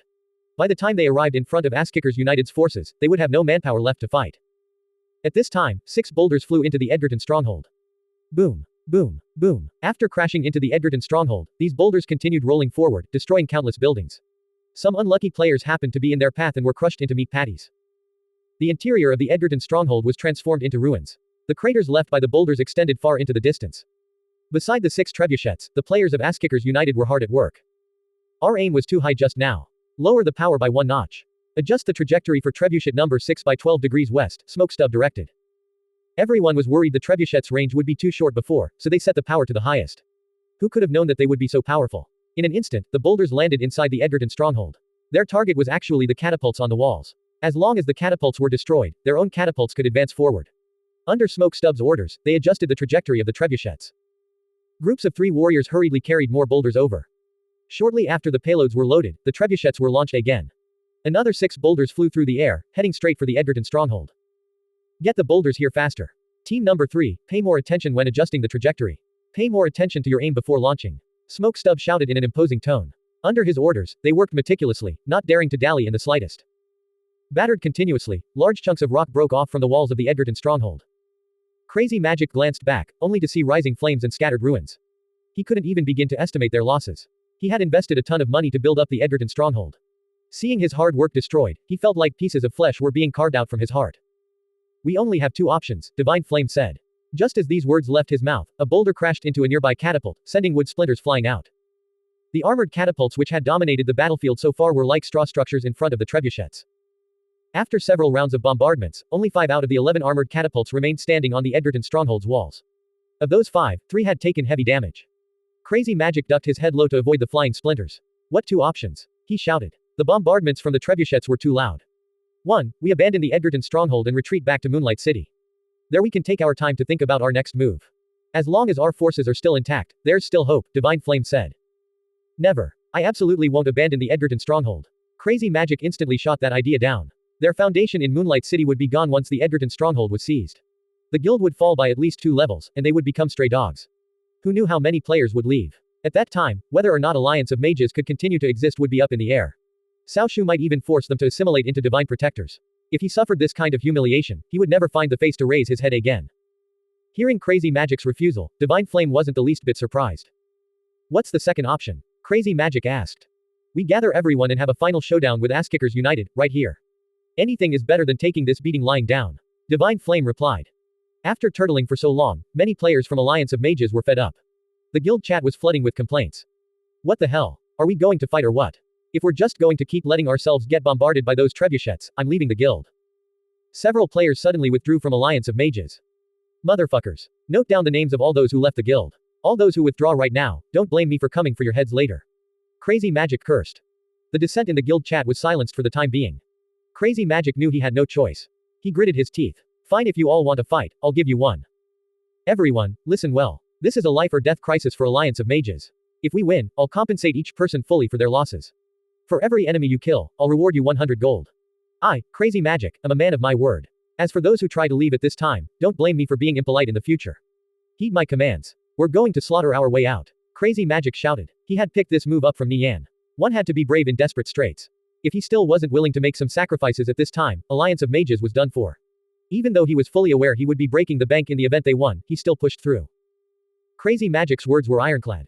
As soon as he gave out his orders, Alliance of Mages immediately began mobilizing. Divine Flame passed down the orders to cooperate fully with Alliance of Mages to the players of Divine Protectors. Once Alliance of Mages fell, Divine Protectors would be next. They naturally had to give it their all.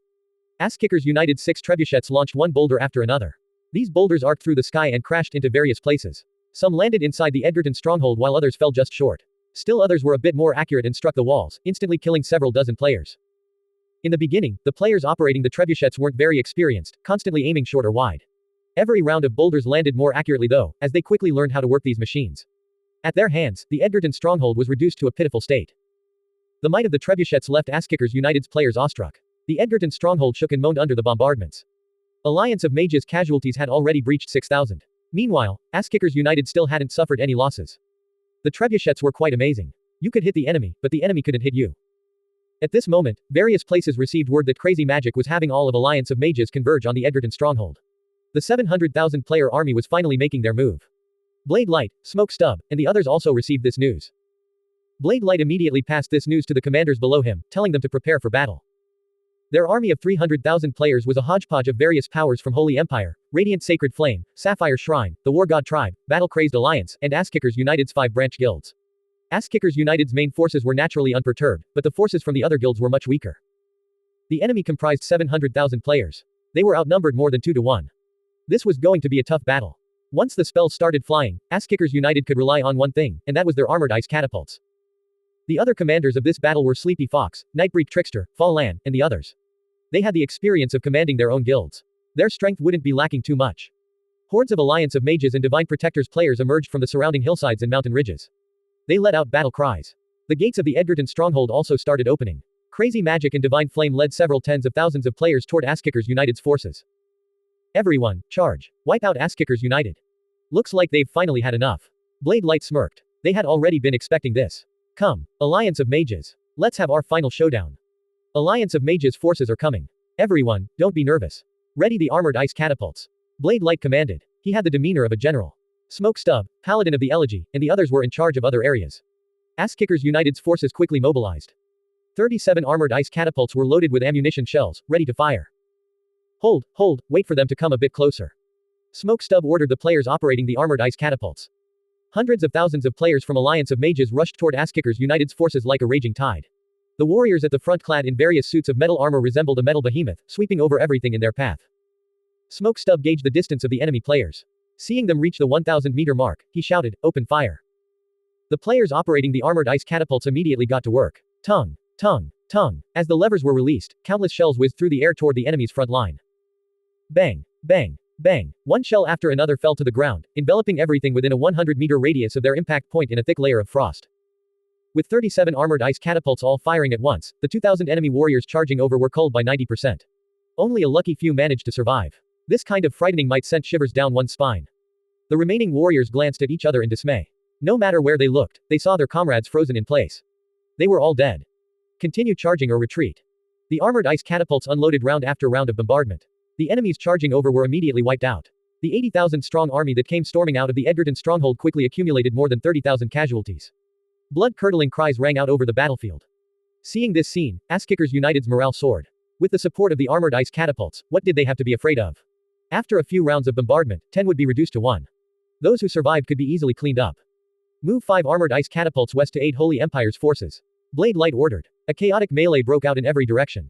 The front line of both sides had already started clashing. The battle was in full swing, with a sea of people stretching out as far as the eye could see. 5 armored ice catapults started moving towards the western battlefield. Blade Light quickly analyzed the overall situation. The armored ice catapults were allocated to various fronts. As soon as the fighting began, the casualties on both sides rapidly clambered up. Ass-Kickers United had already lost 6,000 players. Meanwhile, Alliance of Mages was much worse off, having lost over 45,000 players. Siege weapons like the armored ice catapults displayed their full potential in these types of large-scale wars.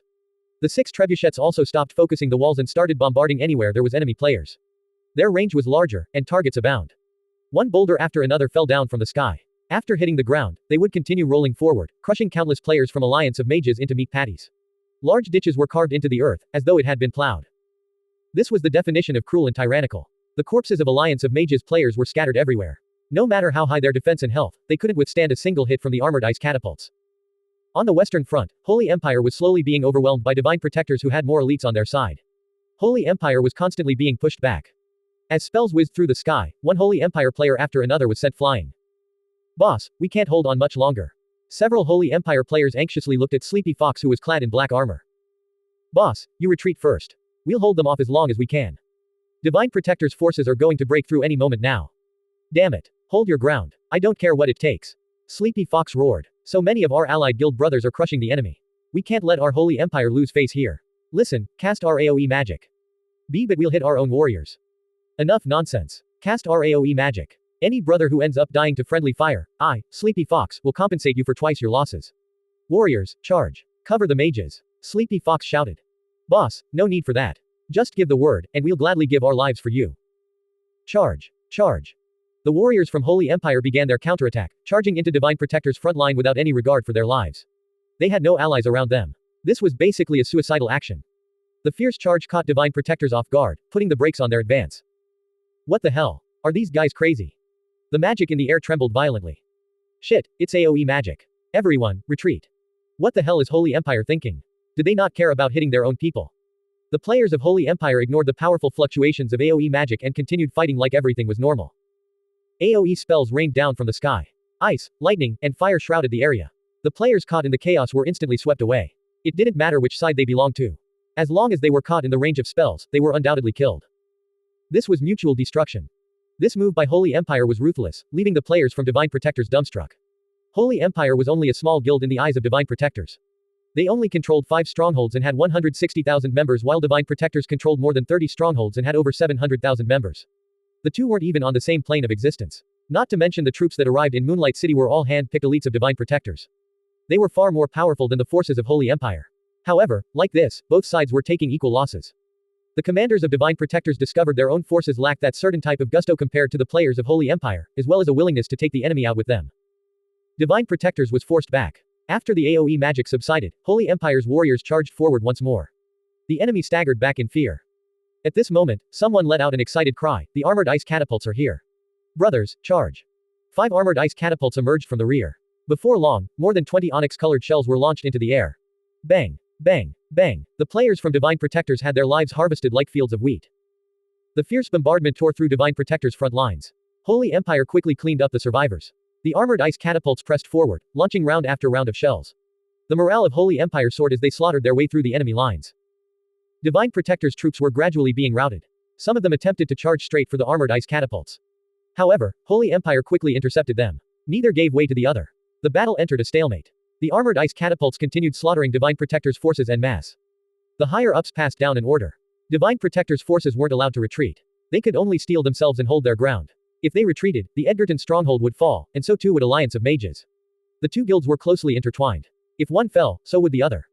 However, the armored ice catapults were too powerful. For every enemy player Divine Protectors killed, they would suffer at least 6 times the losses. If things continued on like this, they would eventually lose. Crazy Magic was at the end of his wits. He frantically tried to contact Cao Shu. He could only request the aid of his patron. However, Cao Shu didn't reply. Crazy Magic was still hoping the Century Financial Group wouldn't abandon them. On Ass-Kickers United's front, after several rounds of bombardment from the armored ice catapults, Alliance of Mages' side was in a miserable state. The armored ice catapults stopped their firing and headed to other fronts. It's our time to shine now. Let's slaughter our way into the Edgerton stronghold. Undying Scoundrel gazed at Smokestub with a pleading look. He was raring to go. Smokestub nodded with a faint smile. Brothers, kill. Ass-Kickers United's forces immediately let out thundering war cries. The elites took the lead while the others followed suit, plunging into Alliance of Mages' forces like a sharp dagger. Monochrome, Edgeless, and the others charged forward. Brandishing their swords, they swept through everything in their path, sending Alliance of Mages players flying one after the other. Punks from Alliance of Mages, have a sample of my newest magic. Undying Scoundrel shouted. He activated a spell and charged into a dense crowd of Alliance of Mages players. Kill that mage. What the hell? Does this fucking mage think he's a warrior? The players from Alliance of Mages cursed after seeing Undying Scoundrel rushing over. 6 players quickly closed in on him. Just as these players entered within 30 meters of Undying Scoundrel, they suddenly felt a wave of scorching heat wash over them. Several blazing clouds appeared in the sky. What was going on? Before they figured it out, fireballs started falling from the sky like a torrential downpour. No matter where they ran, the fireballs would fall, as though they were homing missiles. Their damage individually wasn't high, but there were too many of them. 5 or 6 direct hits from these fireballs could down even the tankiest of warriors. The warriors collapsed on the ground. Undying Scoundrel charged straight into enemy lines. Wherever he passed, blood-curdling screams would ring out. The downpour of fireballs charred the earth black. The more people there were, the more effective this spell. Whenever enemies were about to close in on Undying Scoundrel, they were sent flying by his spells.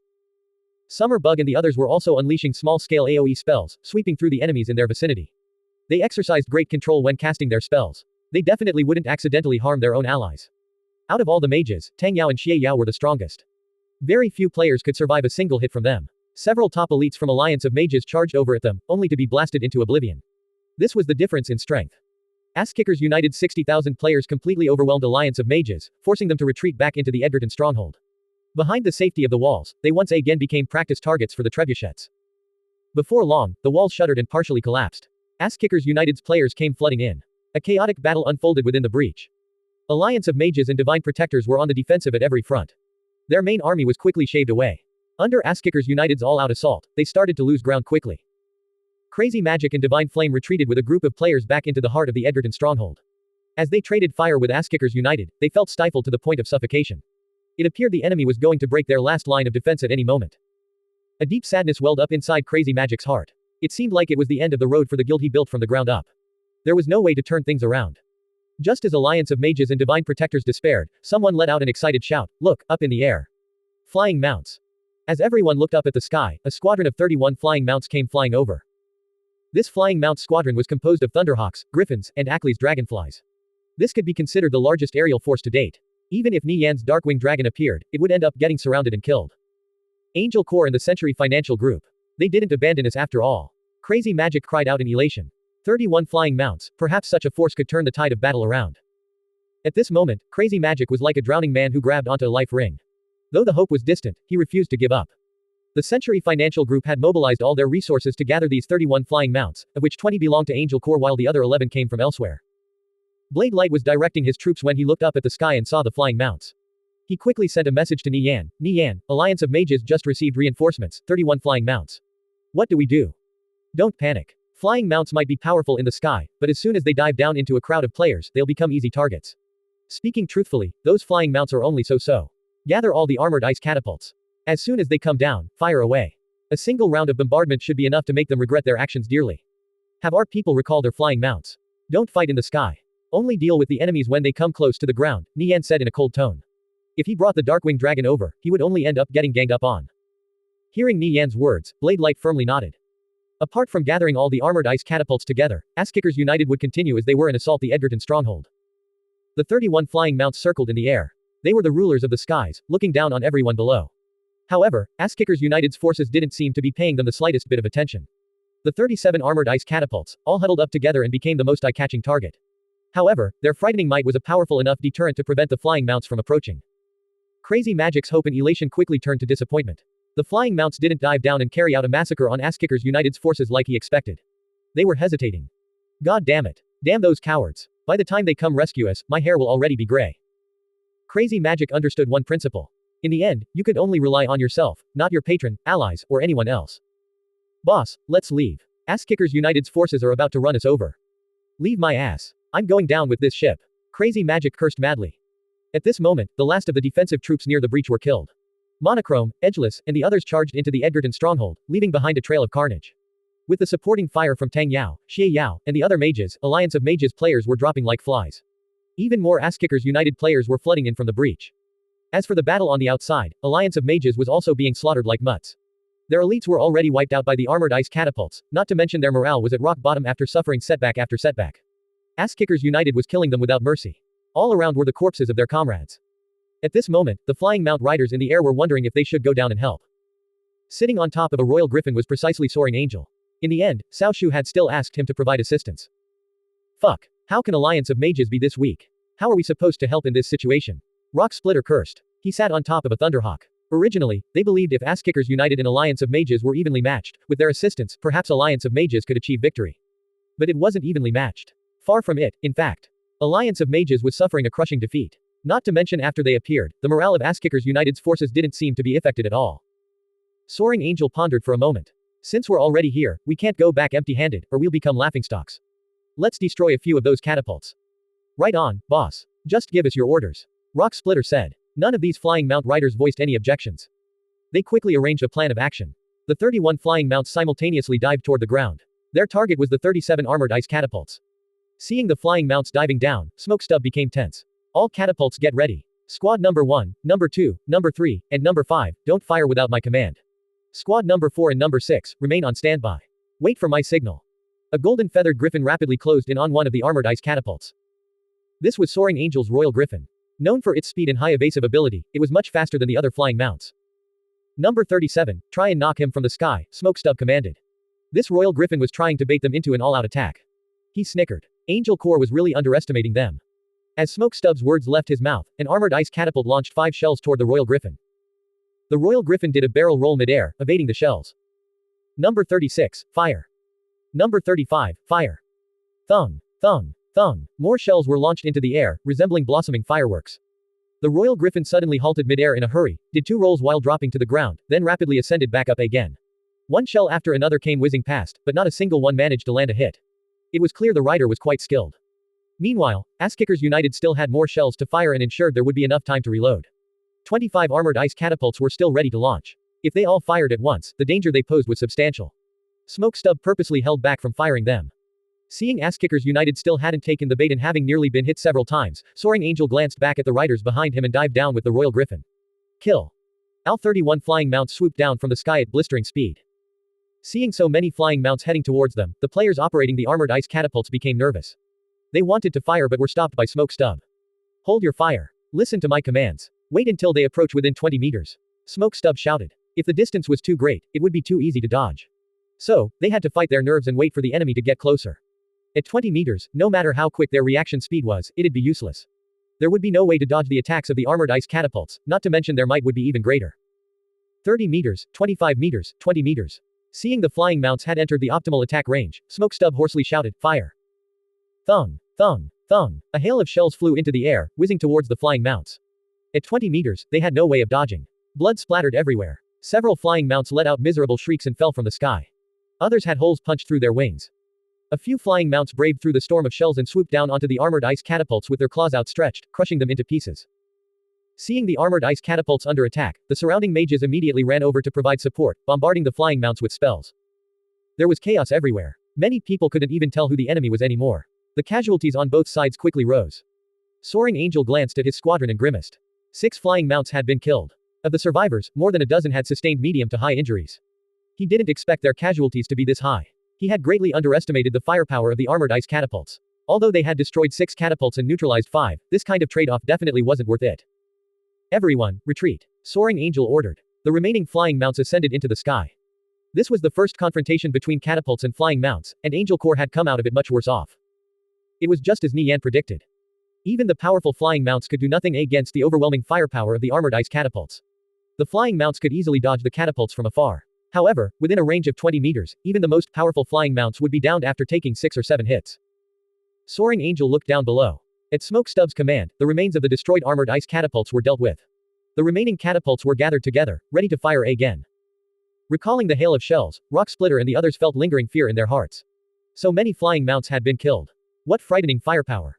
They no longer had the courage to attack the armored ice catapults. Boss, what are we going to do? Soaring Angel surveyed the battlefield. Alliance of Mages' defeat was unavoidable. Such a large army was slowly whittled away by Asskickers United. Barely a third of their original force remained. Many players in Alliance of Mages saw the situation was hopeless and quietly slipped away.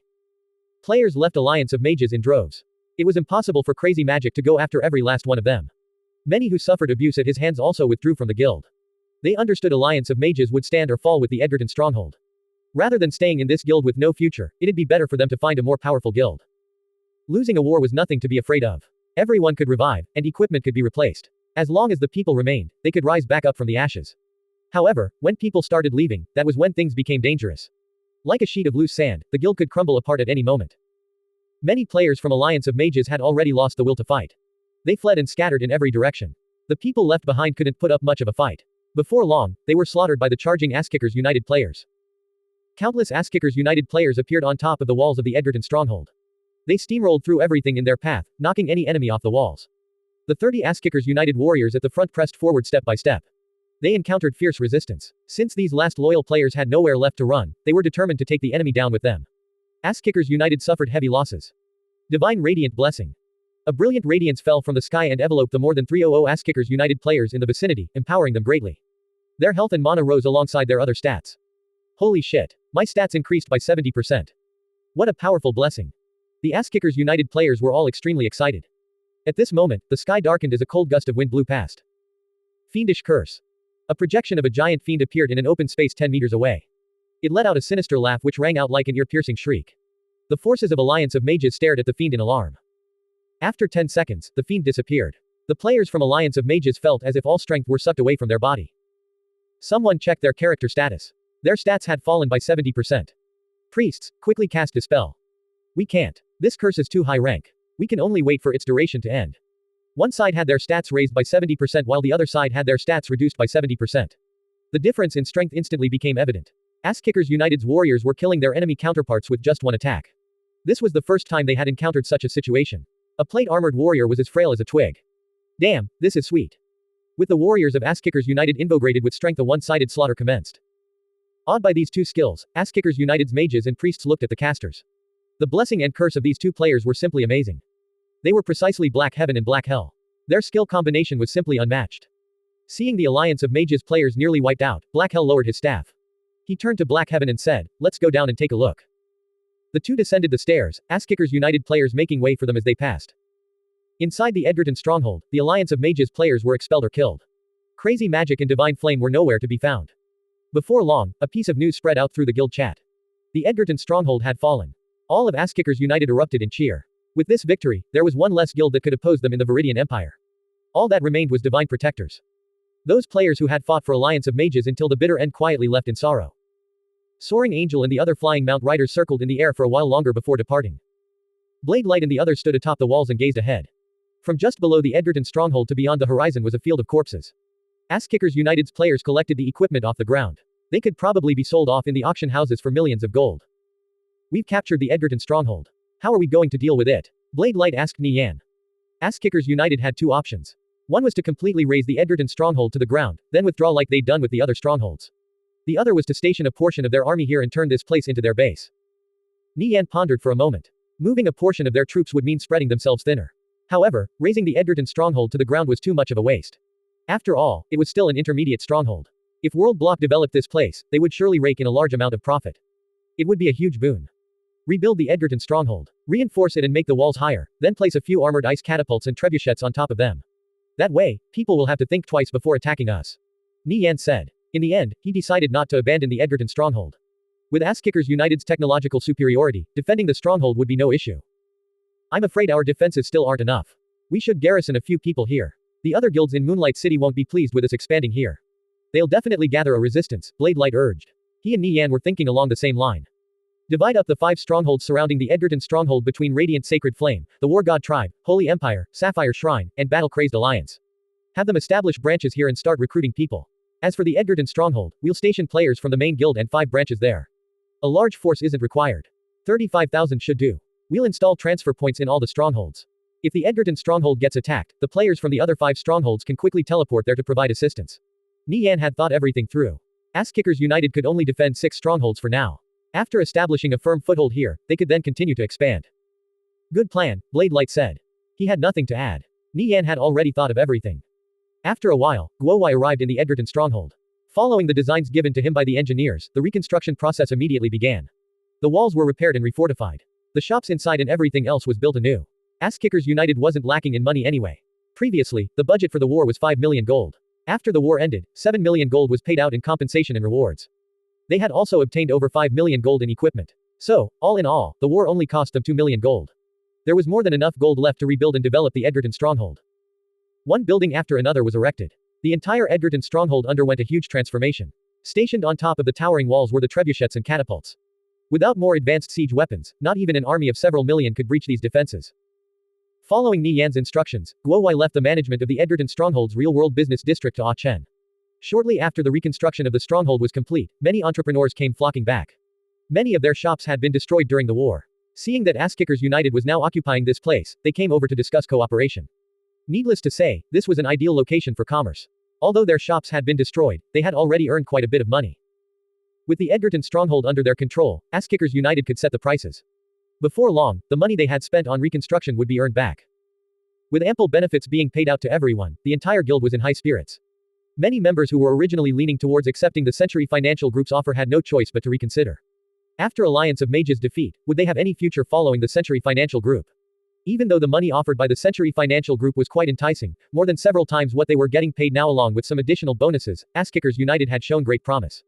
After capturing the Edgerton stronghold, Nie Yan had raised everyone's salaries. In the future, they would definitely get more raises. The hearts of the players in Asskickers United had more or less settled down. Cao Shu had poached more than 600 people. So many people withdrawing at once was definitely a huge blow to the guild. However, after the battle for the Edgerton stronghold, all this momentum fizzled out. If he wanted to poach more people, he would have to at least quintuple his offer. At that point, he'd just be hurting himself. There was no way he'd be even remotely getting his money's worth. Like this, Cao Shu's plot was foiled. With everything on the up and up for Asskickers United, Nie Yan could relax and focus on training his skills. Asskickers United had finally escaped the same fate which befell the war god tribe of the previous timeline, crushed by the Century Financial Group's immeasurable wealth. However, they would still have to take precautions against getting eroded from within in the future. Adding up all the casualties, Asskickers United's side had lost over 90,000 players, 6,000 of which were from Asskickers United themselves. Meanwhile, they had killed more than 510,000 enemies with the rest fleeing for their lives. When the video of the battle for the Edgerton stronghold was released on the forums, players were at a loss for words. The battle had ended this quickly. Asskickers United was simply too unbelievable. The difference in casualties between both sides was also staggering. With the Edgerton stronghold in Asskickers United's hands, Alliance of Mages was finished. Asskickers United immediately became the center of attention. Players were already comparing them with Angel Corps. Angel Corps was the undisputed ruler of the Satrine Empire. Not a single power there could rival them.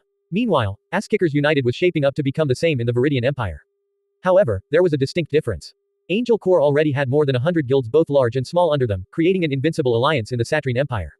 On the other hand, discounting their branch guilds, Asskickers United only had 5 guilds under them. They still had a long way to go. Regardless, Asskickers United's unity was still something to be greatly admired. After Asskickers United settled into the Edgerton stronghold, their 5 branch guilds began recruiting new players. Once that process was over, their most elite players promoted to the main guild. Apart from this, Holy Empire, Sapphire Shrine, and the other guilds also started a new round of recruitment. Given the size of Moonlight City's territory, there was no shortage of people looking to join guilds. Learning Asskickers United was recruiting new members, all of Moonlight City boiled over with excitement. Countless players flooded the several offices Asskickers United had set up across the city, among which there was no lack of players who formerly belonged to Alliance of Mages.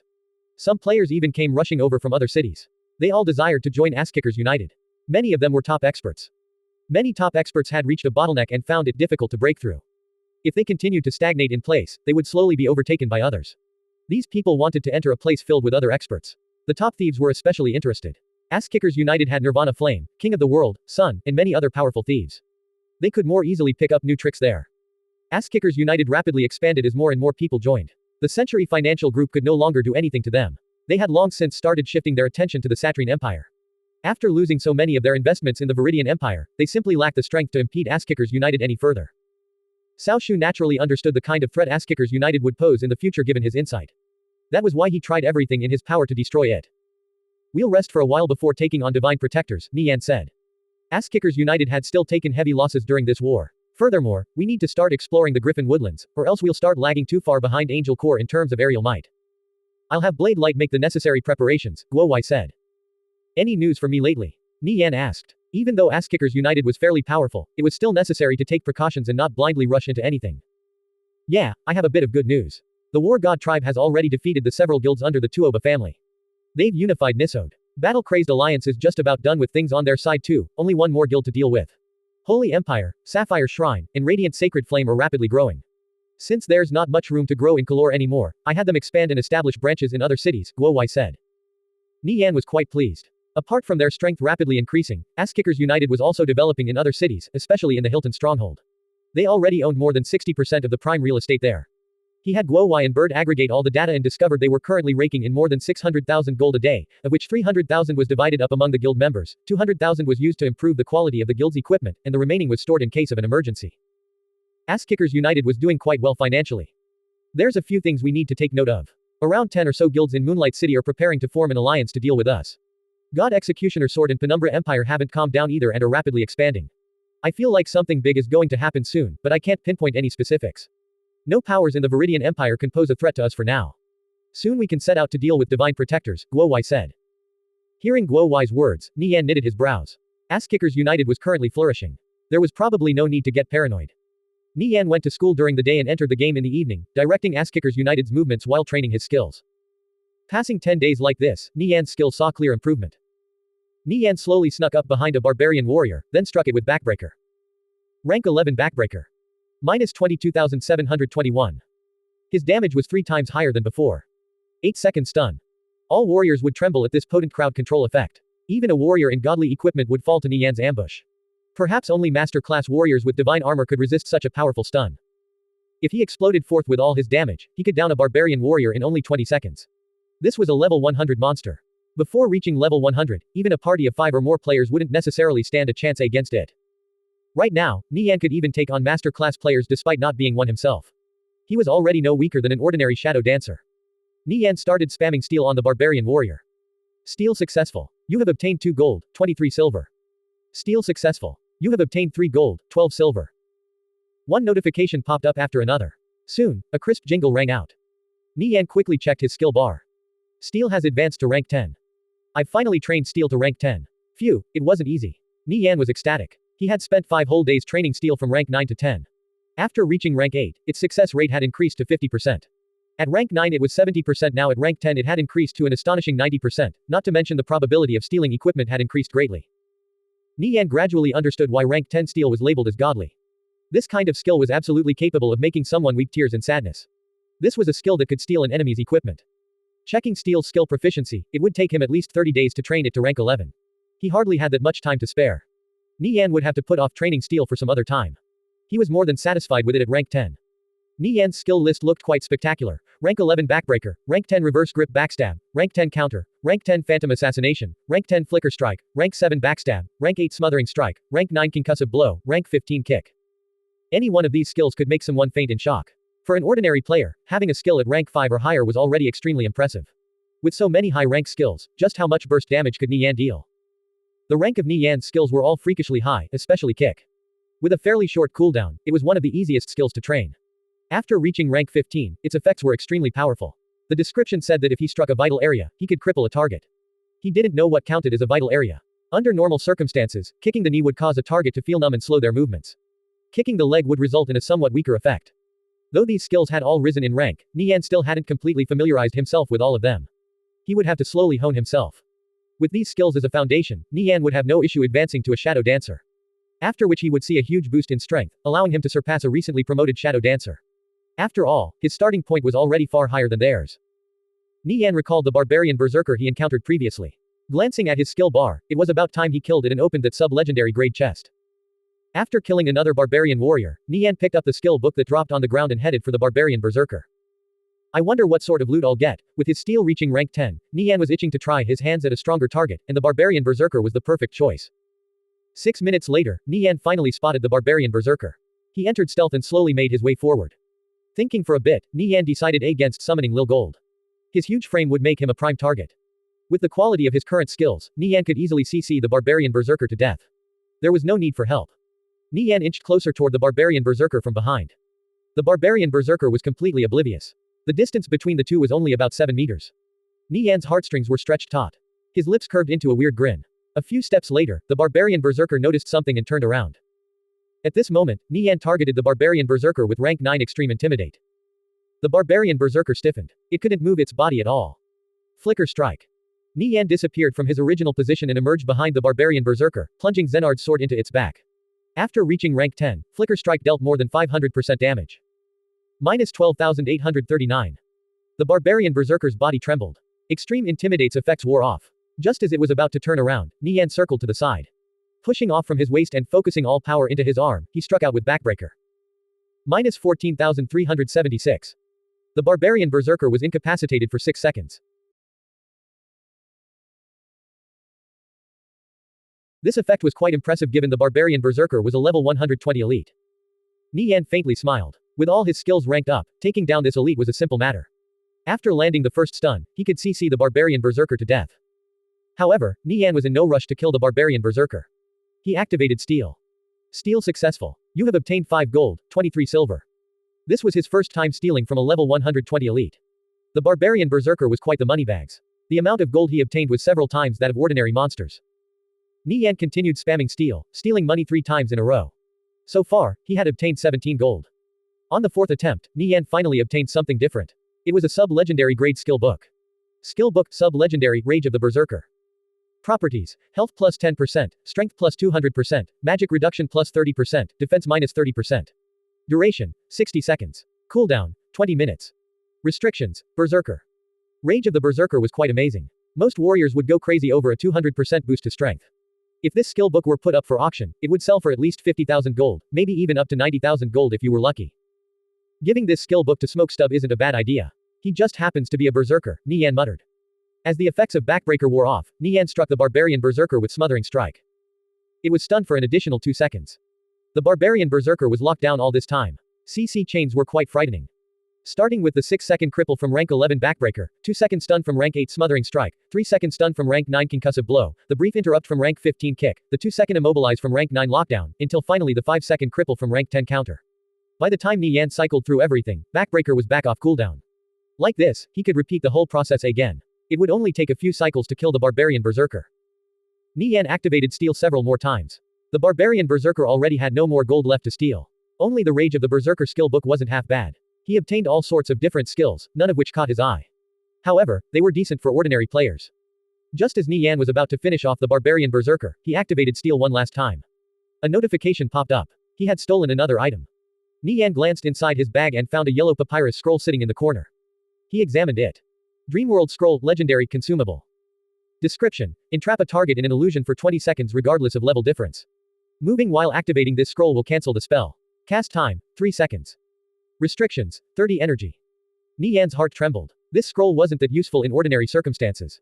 However, it was particularly effective against high-level bosses. Anything could happen in 20 seconds. It could even help prevent a team from wiping. Nie Yan had obtained another nice item. He spammed steal a few more times for good measure, but it kept failing. The barbarian berserker no longer had anything to steal. Seeing that he'd gotten all he could, Nie Yan exploded forth with frightening damage. Nie Yan debuffed the barbarian berserker with apocalyptic extinction. He then struck out with reverse grip, backstab, and all sorts of high damage skills. Every attack dealt more than 10,000 damage, which racked up pretty quickly. After a minute since the fight began, the barbarian berserker's health fell to 7%. The barbarian berserker still wasn't dead. It was much tankier than Nie Yan gave it credit for. Just as the barbarian berserker was about to come to, Nie Yan struck out with Backbreaker. A loud clang rang out. However, the barbarian berserker wasn't incapacitated like Nie Yan thought. It swept its great axe around. Whirlwind Slash. After being CC'd by a skill 3 times in a row, a boss would gain resistance. On the 4th time, the skill would be ineffective. Feeling the wind pressure of the axe coming towards him, Nie Yan quickly activated Gale Step and avoided the attack. The barbarian berserker lost sight of Nie Yan. It let out a thunderous roar that spread out as a shock wave, sweeping over Nie Yan, who was hidden in stealth 5 meters away. -10. Nie Yan's figure was revealed. Sound attacks like these were impossible to defend against. It wasn't a physical attack nor a magical one. After getting hit by it, Nie Yan felt an intense ringing in his ears. He could no longer go back into stealth. Shit. Nie Yan cursed. He didn't expect the barbarian berserker to have such an ability. Charge. The barbarian berserker barreled toward him like a truck. Nie Yan activated swift retreat and quickly pulled back. With the barbarian berserker's frightening attack power, a single hit would be enough to kill him. The Grim Reaper's steps drew closer and closer. The barbarian berserker's massive frame, which resembled a small mountain, pressed toward Nie Yan. As the great axe cleaved toward him, he could hear wind howling from the blade. What fast attack speed! Despite falling into such a perilous situation, Nie Yan didn't panic in the slightest. He glanced down at a certain skill in his skill bar, Hell Execution. Nie Yan had never gotten around to use this skill before since not many opportunities came up. It was one of the supplementary skills from Zenard's sword, allowing him to execute a target below 20% health. Nie Yan focused on the barbarian berserker's movements. He sidestepped with illusory steps as his figure appeared to flicker back and forth, dodging the attacks. At the same time, Nie Yan resembled a cheetah as he pounced forward. As he activated Hell Execution, Nie Yan felt as if his soul were being sucked into Zenard's sword. This kind of peculiar feeling was extremely frightening. However, there was no going back. Zenard's sword turned scarlet, seemingly scorched red by the flames of hell. It emitted an ominous radiance. Hell execution. Zenard's sword slashed across the barbarian berserker's chest. Nie Yan felt as if he were cutting through tofu. The barbarian berserker's armor was easily broken as the flesh inside was carved apart. A fountain of blood gushed out. -272,303. The barbarian berserker staggered several steps back and collapsed to the ground. Nie Yan was also shocked. What frightening damage. Glancing at Zenard's sword, the blood covering the blade quickly evaporated into smoke. The scarlet glow also slowly faded away, returning to its original black color. The flames flickered away like normal. Fear still lingered in Nie Yan's heart from using hell execution just now. This was probably a special effect from Zenard's sword. Nie Yan glanced at the corpse on the ground. Ordinary players could probably never imagine that a boss was executed by an attack that dealt more than 270,000 damage. Hell execution was quite amazing. Nie Yan planned to use it more when he hunted bosses in the future. Nie Yan rummaged through the corpse of the barbarian berserker. Apart from 6 gold, there was nothing else. He had already stolen everything but the clothes on its body. Nie Yan turned to the chest sitting quietly in the grass. Its 7-colored radiance revealed its rarity. Sub-legendary grade or higher chests were basically as hard to find as a phoenix feather or Keelan horn. In the previous timeline, Nie Yan rarely heard of someone opening a sub-legendary chest. Only large guilds exploring high-level maps would have a chance of finding them. As for legendary chests, they were basically non-existent. Walking up to the chest, Nie Yan bent down and started opening it. Thankfully, his lockpicking skill was high enough rank. Opening treasure chest. Progress. 2%. 35%. A few minutes later, the chest popped open with a click.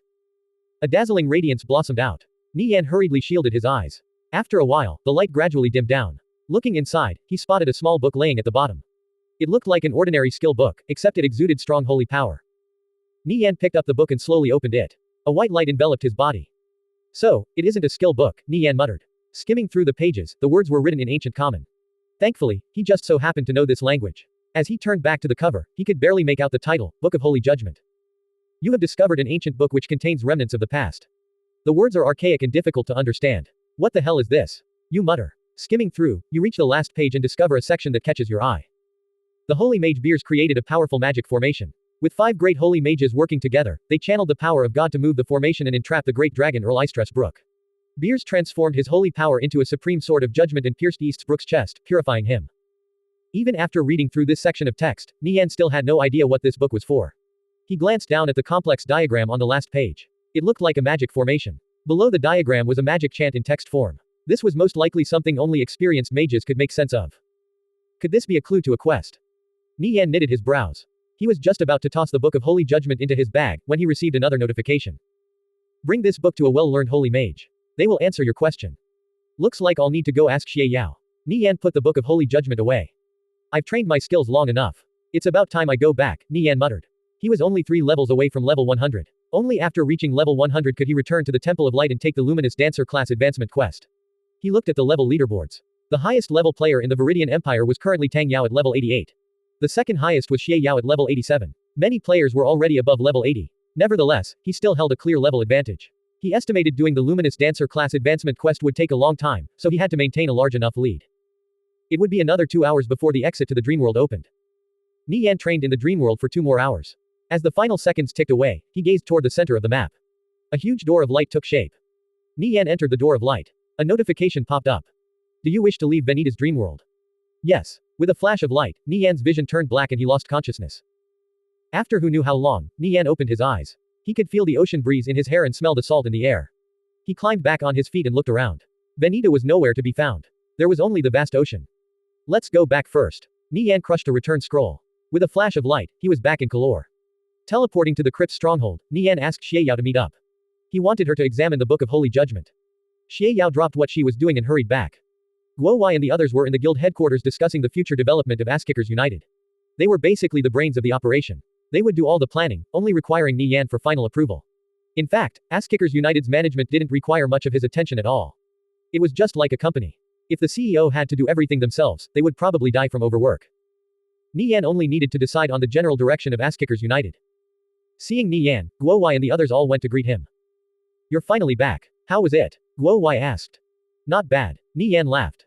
Guo Wai had a deep understanding of Nie Yan's personality. He was acting calm and nonchalant now, but he would probably show off something amazing when the time came. Here, give this skill book to Smoke Stub. Store the rest in the guild treasury, Nie Yan said. He dumped a large pile of skill books onto Guo Wai. There were more than 500 skill books altogether. How did you get your hands on so many skill books? Where the hell did you go? Guo Wai cried out in shock. I was in a special map training my skills. Only skill books dropped there, nothing else. Nie Yan bitterly smiled. Guo Wai looked through the large pile of skill books. There were quite a few rare ones. Their combined value was hard to estimate. After a while, Xie Yao arrived. How many pieces of the Saintess Christina set do you have now? Nie Yan asked. Xie Yao was enveloped in a strong holy light. It was almost as if she were a saintess herself, a transcendental beauty. She had definitely acquired more pieces of the set, or else this wouldn't be the case. 5 pieces. Xie Yao sweetly smiled. She had made quite a bit of progress during this time. Xie Yao would soon complete the whole set. Nie Yan took out the Book of Holy Judgment and asked, can you tell me what this is? Xie Yao was likely more knowledgeable than him regarding holy items given she was a holy mage. Oh my god. It's actually the Book of Holy Judgment. Xie Yao gasped. You know what it is. The Book of Holy Judgment is from the era of darkness. The description in the book says it all. 5 great holy mages channeled the spell in it and bound the great dragon Earl. The chant at the end is for moving the formation, Xie Yao explained. How long can it bind a target? Nie Yan asked. The effects of the Book of Holy Judgment surprised him. 60 seconds. Though if the target attacks the formation, it's hard to say. If the target being bound is too powerful, it'd probably only last 10 seconds at most. It has a cooldown of 2 days, Xie Yao said. That's more than enough, Nie Yan said. In an intense battle, 10 seconds was enough to turn the tide. You need 5 great holy mages for this spell. You can go find 4 others who you think are suitable, Nie Yan said. Leaving the Book of Holy Judgment in Xie Yao's hands was probably the best choice. There wasn't a more suitable candidate. Alright, Xie Yao nodded. Aware of how much faith Nie Yan had in her, she immediately felt a great weight put on her shoulders. After staying in the guild headquarters for a while longer, Xie Yao went to find 4 other teammates. Firstly, they had to be skilled. Secondly, they had to be girls. Ass Kickers United had many powerful female players. Many of the top rankers in the guild were in fact female. After finishing his responsibilities, Nie Yan restocked on intermediate and advanced magic bombs. Violet Smoke had made quite a lot of them these past couple of weeks. Nie Yan estimated it would take him another 5 days to reach level 100. After using up all the magic bombs, he could only rely on himself for the final stretch. However, his mind was filled with many unique grinding methods, all of which came from the players in his past life. They were all quite bizarre but extremely effective. His leveling speed would never be slow. Going to school in the day and gaming at night, this kind of life was quite satisfying. With Ass Kickers United's rapid expansion, more and more guild members started noticing the benefits of being in a powerful guild. No matter where they went to level, players from other guilds would quietly move away. It was good that the guild's discipline was strict. No one behaved tyrannically or grew conceited like Victorious Return and the other 4 guilds under Cao Shu in the previous timeline. On the 3rd day, Nie Yan returned from his leveling. Like clockwork, he brought his bag full of equipment and dumped it all in the guild treasury. Everything was well organized, with various items glittering and sparkling. There were a total of 1,600,000 pieces of equipment, and the quality of each one was high, far surpassing that of other guilds. Nie Yan estimated not even Angel Core Guild treasury could compare to theirs in size or quality. How are Blade Light, Smoke Stub, and the others doing in Griffin Woodlands? Nie Yan asked. Quite well these past few days. Our guild currently has 9 flying mounts, Guo Wai said. Angel Core had suffered who knew how many losses just to explore one small section of the Griffin Woodlands. After spending an entire month there, they only obtained 30 flying mounts. In comparison, Ass Kickers United's losses were minimal while their harvests were abundant. Blade Light and the others recently accepted a quest in Griffin Woodlands. They have to head to Poison Valley and kill the Miasma Scorpion King. Apparently the reward is a griffin cage which will let them raise a griffin chick. Nie Yan was preparing some combat bandages. Hearing Guo Wai's words, he immediately stood up and asked in a grave tone, what? They went to Poison Valley. Yeah. Why? Is there something wrong? What's their current progress? They're already fighting the boss. Quickly prepare some master antidotes. I'm heading to Poison Valley. We have to hurry, Nie Yan said anxiously. Since they had already engaged the boss, there was no turning back. Alright. I'll get on it immediately. Guo Wai also understood the severity of the situation. He quickly had his subordinates retrieve the master antidotes. When Blade Light and the others left, they took some antidotes with them, Guo Wai recalled. How many master antidotes did they bring with them? Nie Yan asked. Ordinary antidotes wouldn't work. Only master antidotes were effective. 2, I think. Ever since receiving the wish necklace, Quiet Nanan had been concocting master rank potions, many of which were master antidotes. Although there were still many in storage when Blade Light left, he couldn't bear to bring more than 2. These items were far too precious. No one would use them lightly. Besides, in what kind of scenario would they need more? 2 master antidotes is far from enough. Nie Yan shook his head. He had witnessed the might of the Miasma Scorpion King firsthand in his past life. Back then, he was following a 1,000-player expedition team. They wiped, with only a lucky few escaping with their lives. The expedition team comprised 100 players over level 100 and 900 players at level 90 or higher. There were no master class players. The strongest player was a level 130 Great Berserker. They had come with a large amount of scrolls and potions. Their preparations were flawless. If even a team like that wiped, Blade Light's group was in a lot of danger. To defeat the Miasma Scorpion King, Blade Light and the others had to all be at least level 100. How many master antidotes do we have left? Nie Yan asked. I think around 9. 9 was still far from enough. Nie Yan knitted his brows. Bring them all over. Have them ready at the transfer point. All right, Guo Wai replied.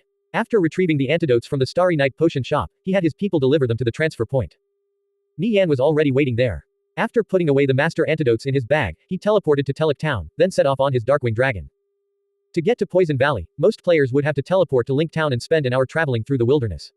Nie Yan was taking a shortcut. North of Telek Town was a vast mountain range. It would take ordinary players at least several days to get from here to Poison Valley. However, the rugged mountainous terrain was of no obstacle to him since he was traveling by air. With the Darkwing Dragon's speed, Nie Yan would reach his destination in a short few minutes. While Nie Yan was rushing over to Poison Valley, Blade Light, Smoke Stub, and the others were facing off against a giant scorpion. This large scorpion had a shiny black carapace which had the luster of metal. It looked like a giant tank with a pair of monstrous claws and a long tail with a sharp stinger that curved inward. It was a level 110 lord with 5 million health. The Miasma Scorpion King was too powerful. Blade Light and the others struggled greatly. Blade Light and 20 other fighters surrounded the Miasma Scorpion King. There were already several dozen corpses on the ground. Further back, 600 mages raised their staffs and bombarded the Miasma Scorpion King with magic. However, every hit only dealt 100 to 200 damage. Their damage output wasn't much. If it weren't for Blade Light's level 100 equipment, they would have long since wiped. About 5 minutes later, the Miasma Scorpion King's health fell below 25%. Quickly, stop it. It's going to use a skill. Blade Light shouted. Several thieves rushed forward and struck the Miasma Scorpion King with various crowd control skills. It was immobilized for 3 seconds but quickly recovered. Watch out. Blade Light shouted. It's using poison mist again. Paladins, purify it. Hurry. The Miasma Scorpion King opened its maw and spat out a black poison mist which started rapidly spreading out. The nearby warriors quickly retreated. Blade Light hurriedly drank a master antidote. Its effects were quite potent. As for advanced antidotes, they had first tried those, but they were completely ineffective. Blade Light continued to engage the Miasma Scorpion King while the other warriors hurriedly pulled back. The poison mist shrouded the Miasma Scorpion King, completely obscuring it from sight. More than 10 warriors and thieves couldn't endure the mist's corrosive effects and collapsed on the ground. Rays of holy light fell over the mist, gradually purifying it.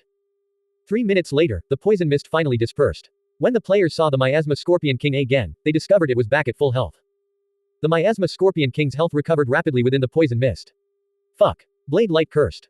After recovering all its health, the Miasma Scorpion King started carrying out a massacre. It swung and snipped with its claws, killing one warrior after another. Its tail suddenly struck toward Blade Light. Blade Light grunted and quickly raised his great shield. With a loud clang, he blocked the stinger. Blade Light's skin immediately turned a shade of green. His health began rapidly falling. Just as he was about to die, Young Seven, Painted Muslin, and the other priests quickly healed him back to full. The expedition team's casualties quickly exceeded 50. Every time they got the Miasma Scorpion King down to 25% health, it would heal back up with the poison mist skill. We need better crowd control. Blade Light said in frustration. If they had someone who could keep the Miasma Scorpion King locked down when it was casting poison mist, there wouldn't be any problems. That's not the issue. Even if we had more powerful crowd control skills, its resistance and evasion is too high, King of the World said. It wasn't like they hadn't given it a try. 4 out of every 5 crowd control skills were resisted, and that was if they landed at all. Let's just leave, Smoke Stub suggested. At this rate, our casualties will only continue to rise. We can't beat it. Blade Light, the scorpions in the back have all respawned. We can't leave. A mage further in the back cried out. Glancing back at the exit, it was filled with hundreds of scorpions. If they tried to leave, they'd be pincered. It looks like we're going to wipe, Blade Light sighed. Even though it wasn't like they hadn't wiped before, it was never a pleasant experience. Those of you who have unknown transfer scrolls, leave first. Out of the 1,000 players in the expedition team, only 30 had unknown transfer scrolls. They were simply too scarce. It was impossible to meet everyone's demands. At this moment, the Miasma Scorpion King broke through the encirclement of warriors and collided with the second line of defense. It instantly slaughtered more than 30 paladins. Ass-Kickers United's forces were slowly being pushed back. A wipe was inevitable. Everyone, take off your equipment to lessen your losses as much as possible. It's best if you find somewhere remote to die. That way when you revive, you can teleport back safely. Blade Light, Smoke Stub, and the others quickly made their preparations. By doing this, they could lessen their losses by at least 50%. One paladin after another fell to the Miasma Scorpion King. The splattering blood caused it to enter a berserk state. Nie Yan cruised through the sky on his Darkwing Dragon. Up ahead was a vast ocean of clouds, with only a few mountain peaks poking out. Nie Yan couldn't seem to find Poison Valley. Searching around, he spotted pitch black clouds in the distance, almost as if they had been dyed in ink. Over there. I found it. He quickly headed over with the Darkwing Dragon, chanting out an incantation at the same time. Before long, the Darkwing Dragon arrived above the black clouds. After finishing the chant, the Darkwing Dragon disappeared, recalled back to the pet space. Nie Yan started falling to the ground. The Darkwing Dragon wouldn't die instantly if it made contact with the poison mist, but it would still be badly poisoned. Right before falling into the poison mist, Nie Yan drank a master antidote. Passing through the layer of clouds, Nie Yan saw the situation below. Blade Light's expedition team surrounded the Miasma Scorpion King. On the ground were corpses scattered everywhere. Watchful Snail said Nirvana Flame is on his way here right now. By the time he arrives, we'll all be dead, Blade Light deeply sighed. Look up in the sky. Everyone looked up. A figure was rapidly falling from the sky, soon to reach the ground. It's the boss. He's here. They had already abandoned all thoughts of survival. However, when Nie Yan appeared, their hope was reignited. They had an unwavering faith in him. Perhaps he could reverse the tide. That fellow sure is quick. Everyone, listen up. Put your equipment back on. We're going to give it another try. Blade Light shouted. He charged toward the Miasma Scorpion King and struck out with a shield bash. With a loud clang, it was knocked several steps back. Painted Muslin, Young 7, and the others quickly topped up Blade Light's health. The entire team changed their formation and started dealing with the Miasma Scorpion King again in earnest. Over 200 corpses lay scattered on the ground. Thankfully, the damage was still there. The front line also still had more than 100 warriors left. There wouldn't be any issues for now. The mages raised their staffs and bombarded away. Nie Yan made a rapid descent. Just as he was about to hit the ground, he activated his Featherfall Jewel. With a loud thud, he landed. Minus 2133. For the sake of saving time, Nie Yan only activated Featherfall at the very last moment. This kind of fall damage was still well within acceptable limits. Arcane mages and elementalists, listen up. Use fire magic. Arcane mages don't use fire magic with a darkness attribute component. Nie Yan shouted. Yes, boss. All the arcane mages and elementalists replied in unison. Their shouts towered through the skies. Nie Yan's presence had reinvigorated their morale. Everyone followed Nie Yan's instructions. Both the elementalists and arcane mages only used fire magic exclusively. As for the holy mages, their holy magic just happened to be the bane of poison-type monsters, so they continued on as before. The damage dealt was the same as before. There was no change at all. However, the Miasma Scorpion King's health recovery was noticeably slower. It was effective. Seeing the Miasma Scorpion King's health falling faster than before, Asskickers United's players fought with even more zeal. Blade Light, Smoke Stub, catch. Nie Yan tossed the two of them a few master antidotes. Only master antidotes and above could cure the poison of the Miasma Scorpion King. Without it, even the tankiest warrior would eventually fall. So, they now had a form of insurance against this terrifying monster. Do you have confidence in killing the Miasma Scorpion King? Blade Light asked Nie Yan in a private message. He activated Taunt and attracted the boss' attention onto him. No, I don't. Even though the Miasma Scorpion King's health isn't that high compared to other equal level lords, its poison skills and health recovery make it more terrifying than a monster with 10 times more health. Ordinarily, you would need a level 100 plus expedition team and a main tank with at least 320 poison resistance to take it on. We fall short on both requirements. Most of our players aren't even level 80. The fact you guys have lasted this long is already a miracle. Blade Light gasped. This difference was too great. They had let their confidence get to them and greatly underestimated the Miasma King Scorpion. We can only leave it up to fate. Nie Yan helplessly chuckled. Blade Light also sighed. Well, it's not like we can do anything else. Do you have a plan? Not really, but I have a little something I want to try. We have less than a 10% chance of succeeding, Nie Yan replied. He didn't have much hope in killing the Miasma Scorpion King. The players in the expedition team had a lot of faith in Nie Yan and were giving it their all. If they heard these words, they would fall back into despair. It's too late for regrets now. Let's go all out. Blade Light hollered. He activated Barbarian Strength as his muscles swelled with power. Shield Bash. Clang. The Miasma Scorpion King staggered several steps back. It flew into a rage and repeatedly smashed at Blade Light with its claws. All warriors except for Blade Light and Smoke Stub, pull back. Nie Yan shouted. The warriors immediately retreated. Mad Brandish. Smoke Stub fired out a crescent wave of energy from his great sword. It cleaved into the Miasma Scorpion King and sent it flying. The Miasma Scorpion King started spitting out poison everywhere, splattering the ground in an emerald liquid. Blade Light and Smoke Stub were inflicted by the poison. They both hurriedly drank master antidotes. The master antidotes were used without reserve. There was no other choice. Spells ruthlessly bombarded the Miasma Scorpion King as particle effects flew everywhere. The Miasma Scorpion King thrashed about violently. Since the frontline consisted of only Blade Light and Smoke Stub, the 40 priests and 20 paladins in the back focused all their attention on them, dispelling various debuffs and casting heals. The entire expedition team was working as a unit. However, every now and then, one or two players would still get hit by a stray glob of poison. There was no saving them. About 3 minutes later, the Miasma Scorpion King's health fell to 25%. Everyone became nervous. Watch out for the poison mist. Blade Light, careful. The Miasma Scorpion King opened its mouth. Its abdomen swelled as it prepared to spray out its poison mist. Blade Light immediately took up a defensive posture, preparing to tank the Miasma Scorpion King.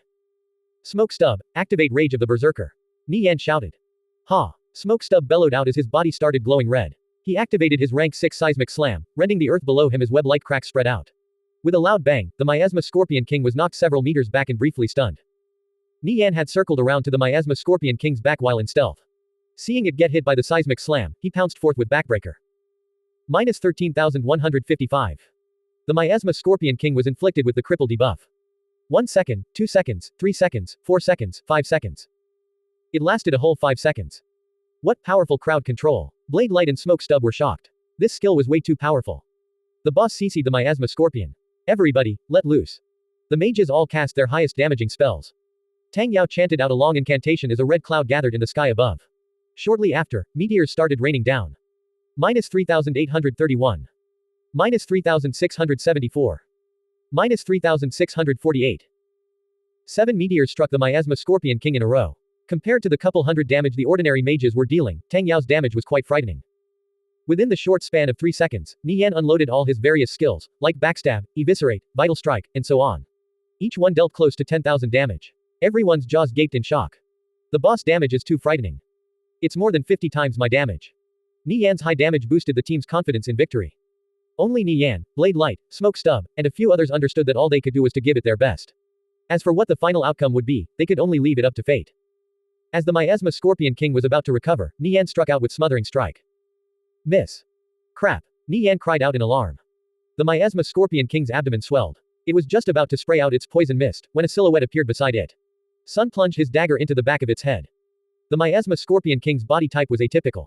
They could only rely on their intuition to find its weak spots. After the Smothering Strike landed, the Miasma Scorpion King was stunned. Thankfully, Sun reacted in time, or else they would have been in a lot of trouble. The stun barely lasted for a second. As the Miasma Scorpion King was about to recover, King of the World followed up with a concussive blow. This stun also barely lasted a second. Everyone, be careful. Each crowd control skill only works against the boss 3 times. After that, they'll no longer have an effect. The Miasma Scorpion King was about to recover again, when Nie Yan followed up with another concussive blow. The stun lasted 3 seconds. It was the same skill, but the effect was worlds apart. Stop using Smothering Strike and concussive blow, use other crowd control skills. Over the course of the battle, the Miasma Scorpion King's resistance against crowd control had grown extremely high. Misses would constantly appear. Even after chaining all their skills together, they could only CC the Miasma Scorpion King for 15 seconds. Nie Yan's contribution was the highest at 90%. The effects of his several skills were extremely powerful. Under the non-stop assault, the Miasma Scorpion King's health fell to 12%. Hell Execution. Zenard's sword glowed scarlet red as Nie Yan slashed down on the Miasma Scorpion King. Miss. Hell Execution failed. Hell Execution. Nie Yan repeatedly used Hell Execution but failed every attempt. The warriors around him were also spamming their execution skills. Since the Miasma Scorpion King was a level 110 lord, the success rate was extremely low. However, if they somehow got lucky, they would be golden. The Miasma Scorpion King's tail whipped out in a horizontal arc, instantly killing more than 10 warriors. The Miasma Scorpion King's abdomen began swelling again. Does anyone else have a crowd control skill? Nie Yan anxiously shouted. If they couldn't stop the Miasma Scorpion King from casting poison mist, its health would recover back to full. Everyone understood this was a crucial moment. Hell Execution. Miss. The Miasma Scorpion King's abdomen was already full. Nie Yan had used up all his powerful crowd control skills. If no one stopped it, all their previous efforts would go to waste. Damn it. We're so close too, Nie Yan sighed. Sure enough, they weren't strong enough to challenge the Miasma Scorpion King at this level. If their mages were level 100, during the 15 seconds Nie Yan and the others kept it CC'd, they would have already killed it by now. It was a pity most of them weren't even level 80. Their damage output was too low. The Miasma Scorpion King was on the verge of spraying out its poison mist. Nie Yan lamented, it's over. As everybody was about to abandon all hope, Smoke Stub suddenly bellowed out like tiger. His entire body shone with a brilliant radiance, as if he were clad in golden armor. A 3-meter-tall phantom manifested behind him. Wielding a massive sword, it looked just like a golden war god. It mimicked his actions like a mirror image. War God's Assault. Smoke Stub rushed toward the Miasma Scorpion King. Every step shook the ground as if the very world were being rocked. His momentum crescendoed to a thundering charge as he blazed forth with devastating might. At this moment, Smoke Stub was the embodiment of a war god. Smoke Stub cleaved down with his sword, toppling the Miasma Scorpion King. Poison mist was interrupted yet again. The Miasma Scorpion King let out a shrill cry. It uprighted itself and unleashed a flurry of blows on Smoke Stub. Bang, bang, bang. He was like an immovable reef in the face of a squall. Smoke Stub succeeded in buying everyone another 5 seconds. The Miasma Scorpion King was rebuild the poison mist from scratch. Its abdomen gradually started swelling. Before long, the Miasma Scorpion King's health fell to 6%. Hell Execution. Miss. It's almost dead. One final push. Nie Yan shouted anxiously. They had to finish things soon. Once they ran out of powerful crowd control skills and interrupts, the Miasma Scorpion King would cast poison mist and recover its health back to full. Then, they'd be doomed. Failure was not an option. Nie Yan glanced at his skill bar. Most of his skills were still on cooldown. This place wasn't the dream world. His several crowd control skills had fairly long cooldowns. All he could do was deal damage with basic attacks. Just as the Miasma Scorpion King was about to spray out its poison mist, a powerful aura flooded out of Blade Light's great shield and formed a giant energy construct. Spatial Spirit Shield. Clang! Blade Light struck the Miasma Scorpion King's jaw, causing its head to jerk to the side violently. The Miasma Scorpion King staggered back. Spatial Spirit Shield was an advanced skill. It had a cooldown of 3 days. Though it didn't seem like much, it could interrupt any skill. It was Blade Light's killing move when fighting bosses. I have nothing left now. Weaker skills have no effect on this overgrown bug. Blade Light bitterly chuckled. Spatial Spirit Shield delayed the Miasma Scorpion King for another 3 seconds. All skills that could be used were used. Everyone felt like they had exhausted all their resources. Even now, no one succeeded in executing the Miasma Scorpion King. The level difference made the success rate pitifully low. The Miasma Scorpion King's health was shaved away to just 3%. Only a small sliver left to go. At this moment, its carapace glowed bright red. Even though it was still being bombarded by magic, its health was slowly rising up. This would often occur when a team's damage output was too low. After using a skill, the Miasma Scorpion King's health regeneration exceeded the damage it was taking. Everyone, use AoE magic. We'll hit our own people. I don't care. Do it. Nie Yan shouted. The warriors at the front could be revived after the battle. But if they failed to kill the Miasma Scorpion King, they would all die. At this moment, Young Seven raised his staff and chanted out an incantation. A large pillar of light pierced down from the clouds, striking the Miasma Scorpion King. Wherever the light touched, its carapace would let out white smoke. Minus 10,500. Minus 10,500. Minus 10,500. Young Seven's divine purification was lethal to evil creatures. Shortly after, AoE magic started raining down from the sky. The warriors at the front were instantly annihilated. The violent bombardment of magic brought the Miasma Scorpion King to the ground. Blade Light and Smoke Stub hurriedly retreated. Kill it, quickly. Everyone, keep it up. Under the intense bombardment of AoE magic, the Miasma Scorpion King's health finally started falling again. The Miasma Scorpion King only had 2% health left. It was struggling to move inside the torrential downpour of magic. Warriors, paladins, charge. Don't let it escape. Nie Yan shouted. The warriors and paladins rushed forward and collided into the Miasma Scorpion King one after another. They sacrificed their lives to prevent it from escaping the hail of AoE magic. Blade Light and Smoke Stub also charged in, following in the footsteps of their comrades without hesitation. During this crucial moment, even delaying the Miasma Scorpion King for a split second was worth it.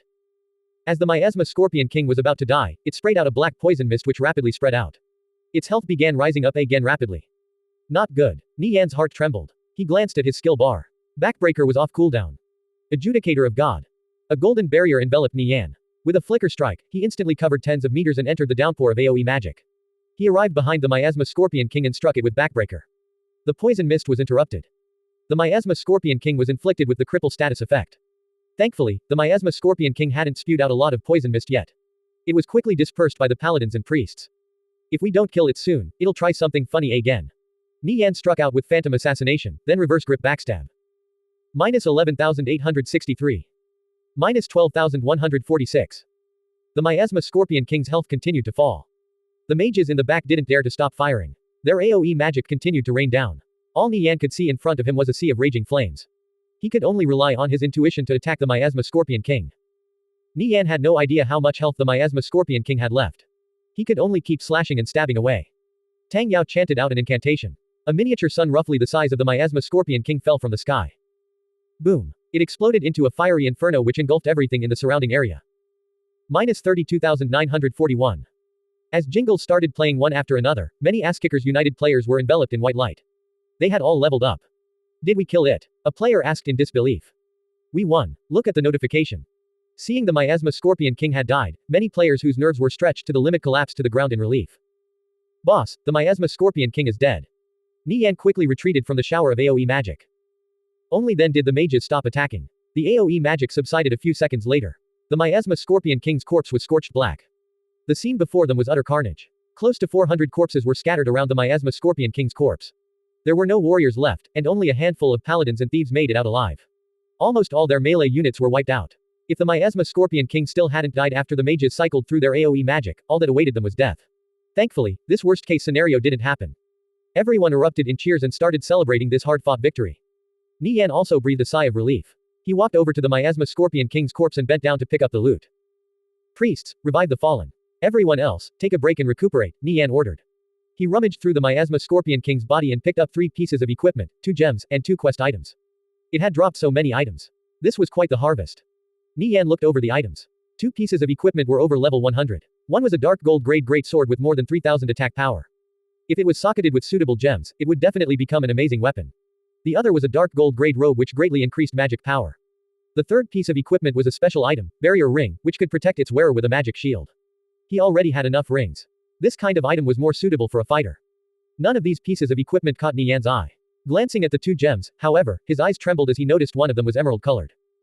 After examining it closely, he confirmed it was indeed a life emerald. Like this, Nie Yan could craft another wish necklace. There were also two quest items. One was a blueprint for a griffin cage, the exact thing Blade Light and the others were looking for. The other was a thin piece of parchment paper which looked particularly ancient.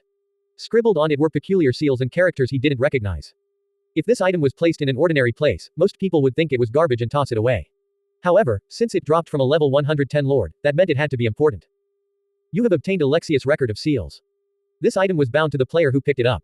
There were no other quest clues. Nie Yan could only turn his attention elsewhere for now. He would check what kind of characters were written on the parchment and head to the Color library to study them later. Nie Yan stored away a Lexius record of seals and the life emerald in his bag. As for the other items, he would leave it up to Blade Light and the others to divide it up between themselves. In addition, Nie Yan rewarded every team member with guild merit points. The mages sat on the ground and recovered their health and mana. The priests walked up to their fallen comrades and started reviving them. After Blade Light and the others revived, they approached Nie Yan. How did your smothering strike and other skills get so powerful? I'm guessing your skill training went well, Blade Light said. It was amazing that Nie Yan could keep a level 110 Lord CC'd for so long. Sun, king of the world, and the others gazed at Nie Yan in anticipation. They also wanted to know why his smothering strike and concussive blow were so much more powerful than theirs. My smothering strike is rank 8, Nie Yan laughed. He had no reason to hide anything from these close companions. Blade Light and the others sucked in a breath of cold air. They all understood what a rank 8 skill represented. Normally, it would take at least a year to train a skill like smothering strike to such a high rank. They all glanced at each other in shock. At rank 8, for smothering strike to have such a powerful effect wasn't surprising at all. A rank 8 smothering strike was already enough to amaze Blade Light and the others. If Nie Yan showed them the rest of his skills, he could only imagine their reactions. Would they faint from shock? Right, I saw other skills besides your smothering strike, Blade Light recalled. I have rank 11 backbreaker, rank 9 concussive blow. Nie Yan listed off his skills one by one. Everyone started with wide eyes. Nie Yan's skills were simply unbelievable. If it were only one skill, though shocking, it would still be within the realms of common sense. But he had a total of 19 rank 8 plus skills, with the highest being rank 15. No words could describe how mind-blowing this was. With so many powerful skills, Nie Yan could easily take on an equal level lord. As long as it wasn't a broken existence such as the Miasma Scorpion King, even challenging a lord over level 100 was possible. Rank 11 backbreaker, rank 10 reverse grip backstab, rank 10 counter, rank 10 phantom assassination, rank 10 flicker strike, rank 7 backstab, rank 8 smothering strike, rank 9 concussive blow, rank 15 kick. Any one of these skills was enough to drive a player mad with envy. Given Nie Yan had 5 freedom skills at rank 10 plus, his regular skills like smothering strike and concussive blow really didn't seem like much now. Unless you used some sort of special method, raising your skills to this level would take years. Man, I want to train my skills in that map too. Blade Light said in envy. The others likely felt the same way. It was a pity Vanitas Dreamland was exclusive to the Legend of the 10 Holy Paladins questline. A map for training skills, huh? Nie Yan suddenly recalled a certain map with an NPC that helped players train their skills. The rate at which they acquired skill proficiency would be significantly higher. When you guys reach level 120, I'll bring you to a map just like that. You'll gain about 3 times skill proficiency, maybe up to 8 times or even higher if you're skilled enough. Though nowhere near as good as Vanitas Dreamworld, that map still had its merit. Its location was fairly well hidden. A player only happened to stumble upon it by a stroke of luck in the previous timeline. The real trouble started when it became known to the public. Since that NPC only issued out this quest to 500 people a day, the number of disputes that broke out around him were too many to count. Victorious Return had once tried to monopolize this map for a period of time, incurring the fierce retaliation of all other guilds until they finally relented. After all, it wasn't like they discovered this map first. What right did they have to it? Ass-Kickers United would really hit the jackpot if they could monopolize this map. With higher ranking skills, leveling for their members would naturally become easier, allowing them to pull further ahead of their competition. As for any misgivings other guilds might have, since this map was discovered by Ass-Kickers United first, they had full authority over it. This was an unspoken rule among players. Hearing Nie Yan's words, Blade Light and the others showed strong interest. They always felt like the ranks of their skills were lacking, especially when leveling. It was having a serious impact on their development. They wanted to train their skills, but the process was too slow. They had to sacrifice a great deal of time. If there were some sort of shortcut, it would save them a lot of trouble. Everyone suddenly felt a strong urge to train their skills. Blade Light and the others were the top players in the Viridian Empire. If they put their minds to something, the results would be astonishing. After sorting everything out and recuperating, Blade Light's team prepared to continue exploring Griffin Woodlands. After all, flying mounts were of vital importance. If they could build a Griffin cage in the Crypt stronghold, Ass-Kickers United's aerial force would benefit immensely. Nie Yan was already at level 97, 78%. Level 100 wasn't far off. He could sense the title of Shadow Dancer was right within grasp. After Blade Light's group left, Nie Yan continued leveling. As Nie Yan neared level 100, leveling became all the more difficult. Grinding ordinary mobs simply wasn't efficient enough. A suitable target suddenly popped into his mind. With so many powerful skills, challenging ordinary level 100 plus lords probably wouldn't be an issue. Teleporting back to Kalor with a return scroll, Nie Yan set off on his Darkwing Dragon for the mountains to the north. It was a pity Nie Yan didn't gain any experience for monsters the Darkwing Dragon killed. Leveling would be much faster if he could take advantage of its powerful stats. About 20 minutes later, Nie Yan arrived in a forested mountain range. Circling in the sky, Nie Yan searched around. This place was like Solid Mountain in the Kuro mountain range. He discovered a clearing halfway up the mountain. It was devoid of any life, save for a large creature roaming around. Found it. Nie Yan unsummoned the Darkwing Dragon and dropped down into the trees. The field boss of this area was a Wendigo. It was on par with a behemoth in size. However, it was a glass cannon, possessing high attack power and weak defense. It only had physical attacks and lacked special skills. More importantly, it was slow and clumsy, making it fairly easy to deal with and an ideal target for a nimble thief. The Wendigo was a level 110 lord. Nie Yan had hunted the Wendigo with a team in his past life. He had ample knowledge of it. Wendigos were fairly territorial. They would eat all vegetation in a location and dig a burrow for themselves. If you saw a patch of barren earth near Solid Mountain, it was guaranteed a Wendigo was residing there. This was Nie Yan's first time soloing a level 100 plus lord. Compared to other equal level lords, the Wendigo was relatively easy to bully.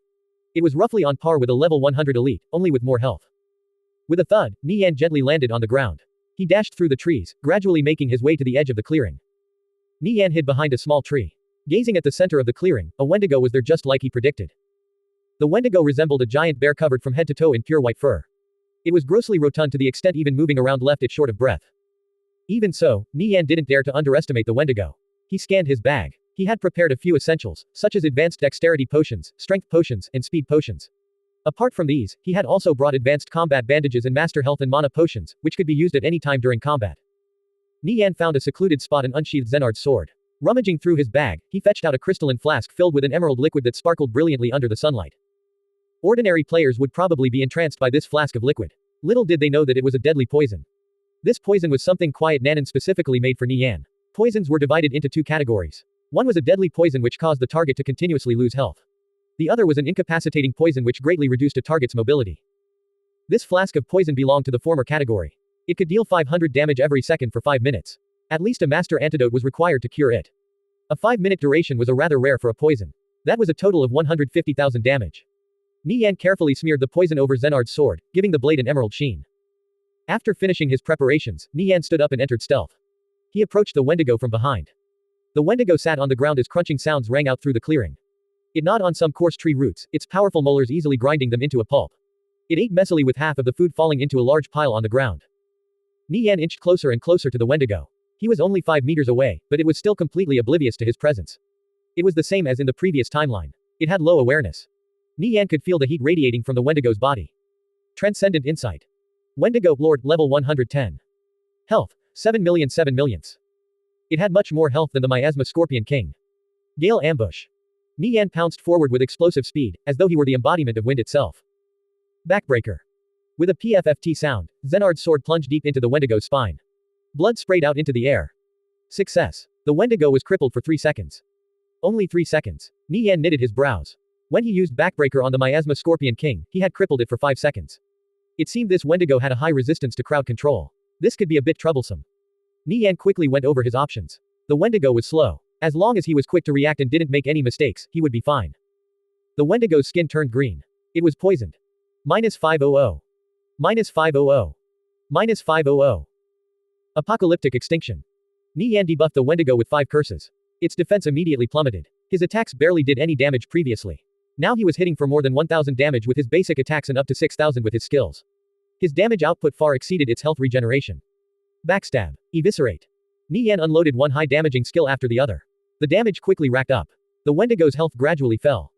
By the time Nie Yan cycled through all his crowd control skills, he had dealt 300,000 damage in total. With the combined effects from his bleed and poison, the Wendigo was taking more than 1000 damage every second. As the Wendigo recovered, it let out a furious roar. Its monstrous paws swatted toward Nie Yan. Its attacks were exceptionally powerful. A bloody glow emitted from its sharp claws. Even if Nie Yan survived one hit, he would definitely die after the second. Nie Yan employed shadow steps, as afterimages appeared to trail behind him. Every time it looked like he was going to get hit, he would always manage to dodge by a hair's breadth. Bang! Bang! Bang! The Wendigo left deep craters in the earth as rubble and dirt flew everywhere. From beginning to end, the Wendigo didn't manage to land a single hit. Its attack carried the destructive power of a raging tide but failed to deal any damage to Nie Yan. Letting out an enraged roar, its onslaught became even fiercer. Nie Yan dodged an attack with illusion steps, then threw out a kick, planting his foot deep into the Wendigo's abdomen. The Wendigo let out a groan and staggered several steps back. Nie Yan pounced forward and slashed out, drawing an arc across the Wendigo's throat with Zenard's sword. Pshhh. Blood sprayed into the air. Nie Yan was calm in the face of such a monstrous beast. He maintained a steady tempo. This definitely wasn't something he could accomplish relying solely on the 10 years of gaming experience from his past life. He had grown immensely since returning to the past, almost as if he were a whole new person. Instead of the mediocre thief of yesteryear, he was now the mad rogue Nirvana Flame. This was an unwavering conviction. In this life, whether his name resounded through the world or his body was torn and crushed to pieces, he would never allow himself to fall back to mediocrity. About 10 minutes later, as Nie Yan continuously chipped away the Wendigo's health, it gradually fell below half. As long as nothing unexpected happened, taking down the Wendigo would only be a matter of time. While Nie Yan faced off against the Wendigo, a silhouette was rapidly dashing through the forest at the foot of the mountain. A thief in silver leather Amur activated a speed-boosting skill. He was currently evading the attacks of a level 110 elite Mad Direwolf. It was much faster than him, but he was dodged its attacks thanks to his skilled maneuvering. Making use of the surrounding boulders, trees, and other obstacles, he gradually pulled farther away. After he put enough distance between them, he activated Gale Step and disappeared into stealth. The Mad Direwolf finally lost sight of him. He gazed down at the bundle in his hand. Inside was a level 110 dark gold grade necklace. He socketed it with a gem that lowered the level requirement. It was a fairly decent piece of equipment. Even though he had braved through great danger to open that chest, it was worth it. Since no one dared to explore high-level maps at this stage of the game, rare treasure chests often appeared in them. The items that came out of these chests were usually good. This was an opportunity waiting to be exploited, and so he did. He planned to snag himself a few pieces of level 100 plus gear to prepare himself for the future.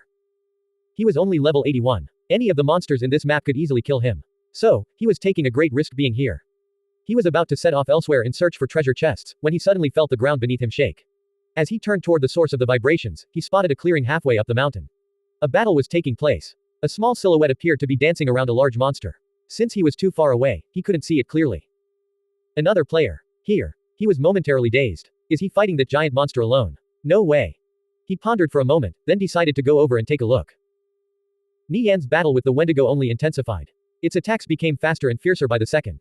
He was starting to have a hard time dodging with footwork alone. Whenever he was forced into a corner, he had no choice but to rely on his escape skills like Gale Step. The Wendigo only had 30% health left. Nie Yan glanced at his skill bar. Counter was already off cooldown. Seeing the Wendigo charging over, he sidestepped out of the way and ruthlessly planted his elbow into its sternum, briefly crippling it.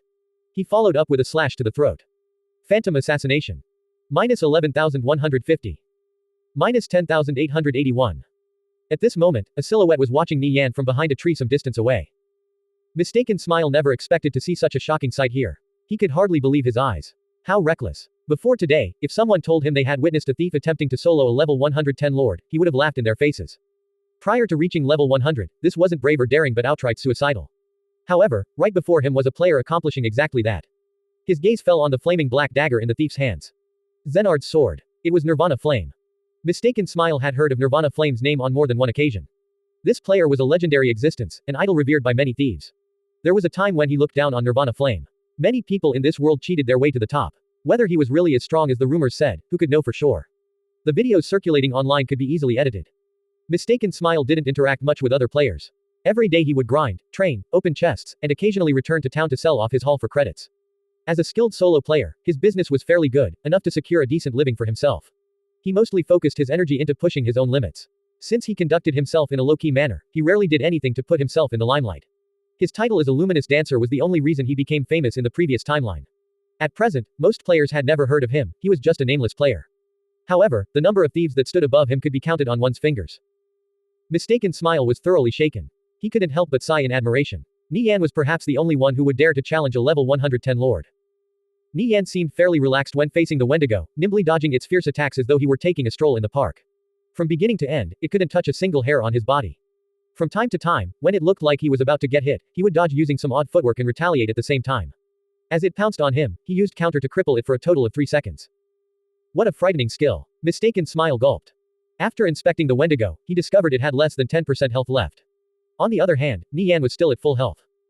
Mistaken Smile felt heartfelt admiration toward Nie Yan. This was someone who undoubtedly stood at the absolute pinnacle among thieves. Despite not participating in any rankings, Mistaken Smile was fairly proud of his skills. Many famous thieves only looked so-so in his eyes. However, after witnessing the legendary Mad Rogue in action, he lost all arrogance and started seriously re-evaluating his position among thieves. Nirvana Flame, you're my goal. Mistaken Smile clenched his fists. He could sense the large gap between them. If it were him up against that Wendigo, there were only two possible outcomes. He would either flee for his life or end up dying. He definitely wasn't a match for it. In the past, Mistaken Smile would sneer when he heard people calling Asskickers United a mecca of elites. Now, he was seriously reconsidering. A single person could only accomplish so much by themselves. They might even end up falling into mediocrity. If he continued fumbling ahead by himself, who knew how long it would take him to reach his goal? According to the rumors, Asskickers United had several other thieves who were only second to Nirvana Flame. It would be foolish to think that so many top thieves had gathered around him purely by coincidence. Mistaken Smile made a decision. As Nie Yan continued his assault, the Wendigo's health fell to critical levels. It let out a thunderous roar as its snow-white fur turned red. It had gone berserk. The Wendigo's attacks from before seemed simple and weak in comparison to now. It let loose like a raging hurricane. Nie Yan was really feeling the heat. The Wendigo's attacks were even fiercer than he expected. He was forced to use all his escape skills like Gale Step and Shadow Waltz to dodge. The Wendigo rushed forward like a bulldozer. Seeing he had no way of evading, Nie Yan shielded himself with the Dark Bright barrier. Bang! The Wendigo's paw slammed into Nie Yan's side. The Dark Bright barrier shattered like glass, and he was sent flying away. Nie Yan drank a Master Health Potion, restoring his health back to full. He felt a burning sensation all throughout his body. It seemed he was also inflicted with corrosion. He quickly drank a corrosion resistance potion. Seeing the Wendigo charging over, he dodged out of the way with Phantom Assassination and plunged Zenard's sword into its neck. After the previous encounter with the Miasma Scorpion King, Nie Yan didn't dare to rely on Hell Execution. He continued using his powerful skills to deal damage. The poison and bleed also continued to shave away at the Wendigo's health. As the Wendigo lunged forward, Nie Yan rapidly pulled back. Seeing it had less than 1% health left, he went in for the finish. Sacrificial Gambit. This was a skill from the Chapter of Freedom, now a part of the Glimpse of Darkness, which allowed Nie Yan to sacrifice 30% of his current health to unleash an explosive attack. With a large bang, Nie Yan's dagger embedded itself deep into the Wendigo's chest. Minus 52,091. A fountain of blood gushed out. The Wendigo let out a low whimper and crashed into the ground. Nie Yan finally killed the Wendigo. Enveloped by a brilliant radiance, he leveled up to level 98. It would normally take a large expedition team to take down a Lord-class monster like the Wendigo. Even so, the experience obtained after being divided up between several hundred players was still fairly ample. At this moment, Nie Yan received all this experience himself. Nie Yan walked up to the Wendigo's corpse and picked up the loot off the ground. It had dropped 2 pieces of level 110 equipment and several gems. This kind of harvest might be a windfall for ordinary players, but it was run-of-the-mill for him. Nie Yan threw the 2 pieces of equipment into his bag, then summoned his Darkwing Dragon. The Darkwing Dragon crouched down and nuzzled up against him. Nie Yan rubbed the Darkwing Dragon's head, then fed it a slab of meat. He planned to set off to find more level 100+ lords. There wasn't another lord within at least a several kilometer radius of here.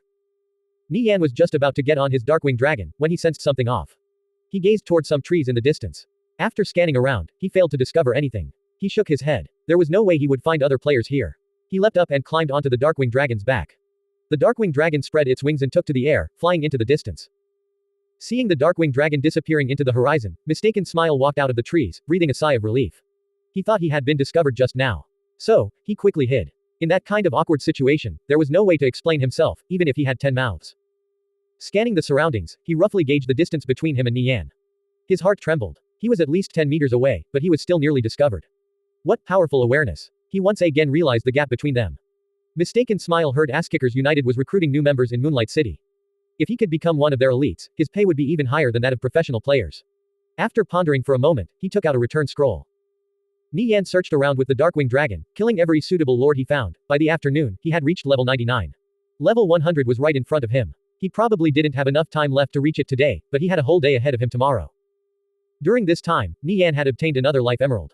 His luck was pretty good. This likely had to do with the increased drop rate from challenging lords above his level. He had obtained all sorts of great items, many of which were fairly rare drops. With 2 life emeralds, Nie Yan could craft another 2 wish necklaces when he returned to Kalor. After thinking for a bit, Nie Yan decided to craft the wish necklaces first.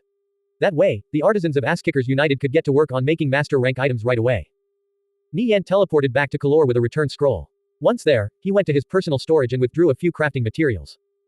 At this moment, Nie Yan suddenly received a call from Guo Wai. A thief wants to join Asskickers United, but he requested to enter as an elite. I told him if he could beat Paladin of the Elegy, Lofty Shadow, and Summer Bug, I would agree, Guo Wai explained in a gloomy tone. And, Nie Yan asked curiously. This fellow wanted to directly join the elites of Asskickers United. He was either grossly overestimating his abilities or actually had a bit of skill. Paladin of the Elegy already lost. That guy is currently fighting Lofty Shadow, and it looks like Lofty Shadow is at a disadvantage. I'll admit, he has the skill to back up his words. However, I have huge misgivings about him joining the guild. It's best not to accept such a shady character. I can't find anything about his background, Guo Wai said. Nie Yan chuckled. It's not that I don't understand your concerns. But let's say you were a guild leader. How would you sneak your people into a rival guild? Guo Wai sank into deep thought. Well, for me, I'd just have them join as an ordinary member and try not to attract too much attention. I'll have them gradually reveal more of their strength and slowly climb up the ranks. The longer they stay, the more trust they'll earn. I for sure won't have them barging in asking to be accepted as an elite. Besides, you'd want to be in the administrative layer if your goal was information. Once you're an elite, that's it. You're bound to the terms of your contract, and there's no chance of rising higher, Nie Yan said. No guild leader would use such a foolish method to sneak a spy into a rival guild. So, you're saying we can trust him? If that's the case, he's definitely qualified to join our elites. I think he's on the same level as King of the World and Sun. Lofty Shadow just lost, Guo Wai said. Ass-Kickers United's elites were famous for their strength and skill. Those who could beat them were few and far between. What's this player's name? Nie Yan asked. He was quite interested in this newcomer. Mistaken smile, Guo Wai replied. It's actually him. Nie Yan muttered under his breath. In terms of skill, Mistaken Smile definitely ranked at the top even among shadow dancers in the previous timeline. It was just that he kept a fairly low profile. It was almost impossible to find any information on him. Nie Yan had tried to personally recruit him before, only to discover that fellow had blocked all communication. He couldn't be found or contacted, leaving Nie Yan feeling quite helpless. Who could have expected that he would deliver himself to their doorsteps today? Give him a contract. If he has any conditions, agree to them as long as they aren't too excessive, Nie Yan instructed. Still not feeling reassured, he continued, whatever happens, don't let him get away. Understood. Guo Wai nodded. It appeared Nie Yan thought highly of Mistaken Smile. Nie Yan was elated that Mistaken Smile had taken the initiative to join. As Ass-Kickers United expanded their influence, all of the Viridian Empire's elites would gradually gather in one place. A vision formed in his mind, the guild rapidly developing, every day becoming stronger than the last. Until one day, under his leadership, they would become an everlasting legend. Nie Yan had withdrawn the materials necessary for crafting 2 wish necklaces from his personal storage. Putting the first portion into Pandora's box, Nie Yan hit confirm. Nie Yan wasn't nearly as tense as last time. With a bright flash of light, a necklace appeared in Pandora's box. Nie Yan examined the wish necklace, enchanting +1. The rest of the properties were the same as the previous necklace. The crafting of the second wish necklace was successful as well. It had tinkering +1. These 2 necklaces were even more precious than some sub-legendary grade equipment. In the future, Ass-Kickers United would definitely be the guild that produced the most master rank artisan goods. Nie Yan left these 2 wish necklaces for Bird to handle. After finishing up all his business, Nie Yan planned to head to the library. He still had the record of seals in his bag. He needed to find out what it was. The Viridian Empire Royal Library. It was the largest as well as the longest standing library in the Viridian Empire, with the most complete and comprehensive collection of books. Normally, few players would frequent this place. No one had the leisure to browse through books.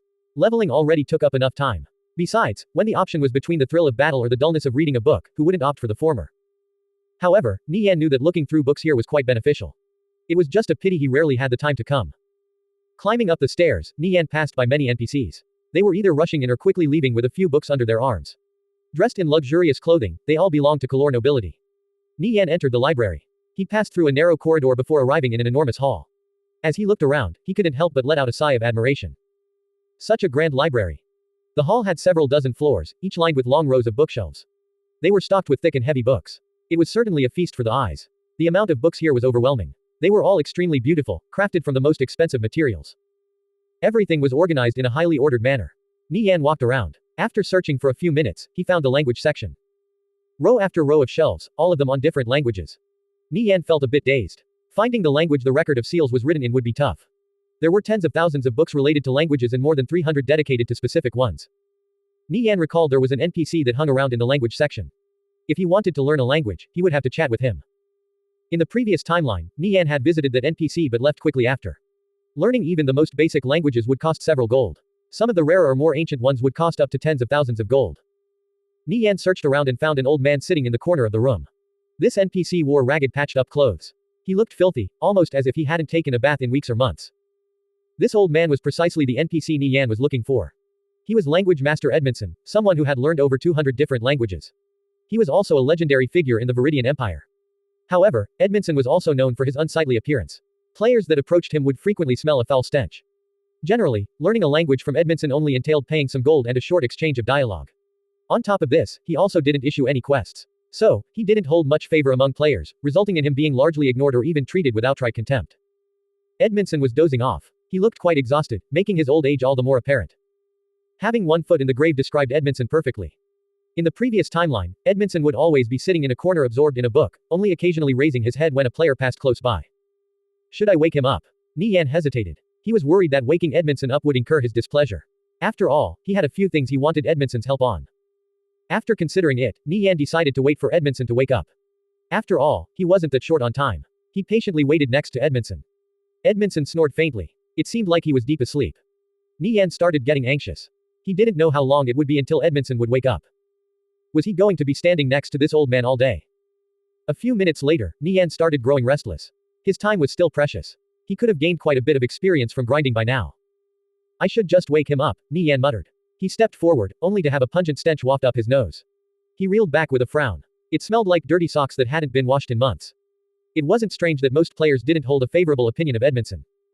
Edmondson looked like a homeless beggar. It was a wonder why the Royal Library would hire this NPC as an overseer. Nie Yan grimaced. This stench was really too foul. I should just get my business with him over with, so I can leave quickly. He was about to nudge Edmondson awake, when he thought of something and retreated back. Every NPC in Conviction had their own unique background. It wasn't wise to judge a book by its cover. After all, as a master of over 200 languages, Edmondson's status in the Viridian Empire could possibly be even higher than his. Waking up Edmondson like this might lead to unforeseen repercussions. Nie Yan hesitated. He knew too little about Edmondson to take the risk. Nie Yan self-reflected. One couldn't be rude to any NPC in Conviction. This was the most basic quality of a top-ranked player. Every NPC, no matter how lowly or weak, had the chance of giving you amazing rewards. Many opportunities might be missed simply because you were rude or acted indifferently. Nie Yan returned to his original spot and continued to wait. At this moment, his state of mind was much calmer than before. Nie Yan's impatience gradually faded away. He couldn't help but chuckle to himself. Even after returning to the past, he still hadn't fully learned how to wait. The clock slowly ticked away, 10 minutes, 15 minutes. Nie Yan was just about to leave and return an hour later, when Edmondson drowsily opened his eyes. He stretched out his limbs with a lazy yawn, whereupon he happened to notice Nie Yan and jolted to his feet. Sir Nirvana Flame. How can I help you? Edmondson greeted. He was trembling ever so faintly, exposing the nervousness in his heart. The status between the two of them was far too great. Nie Yan was a grand scholar, devil slayer, and more. Meanwhile, Edmondson was merely the overseer in the Royal Library. He didn't have a noble title. Even an ordinary citizen could bully him. Edmondson didn't dare to show Nie Yan any disrespect. Seeing this, Nie Yan confirmed Edmondson didn't have any status in the Viridian Empire. Hello, it's my pleasure to make your acquaintance, Language Master Edmondson.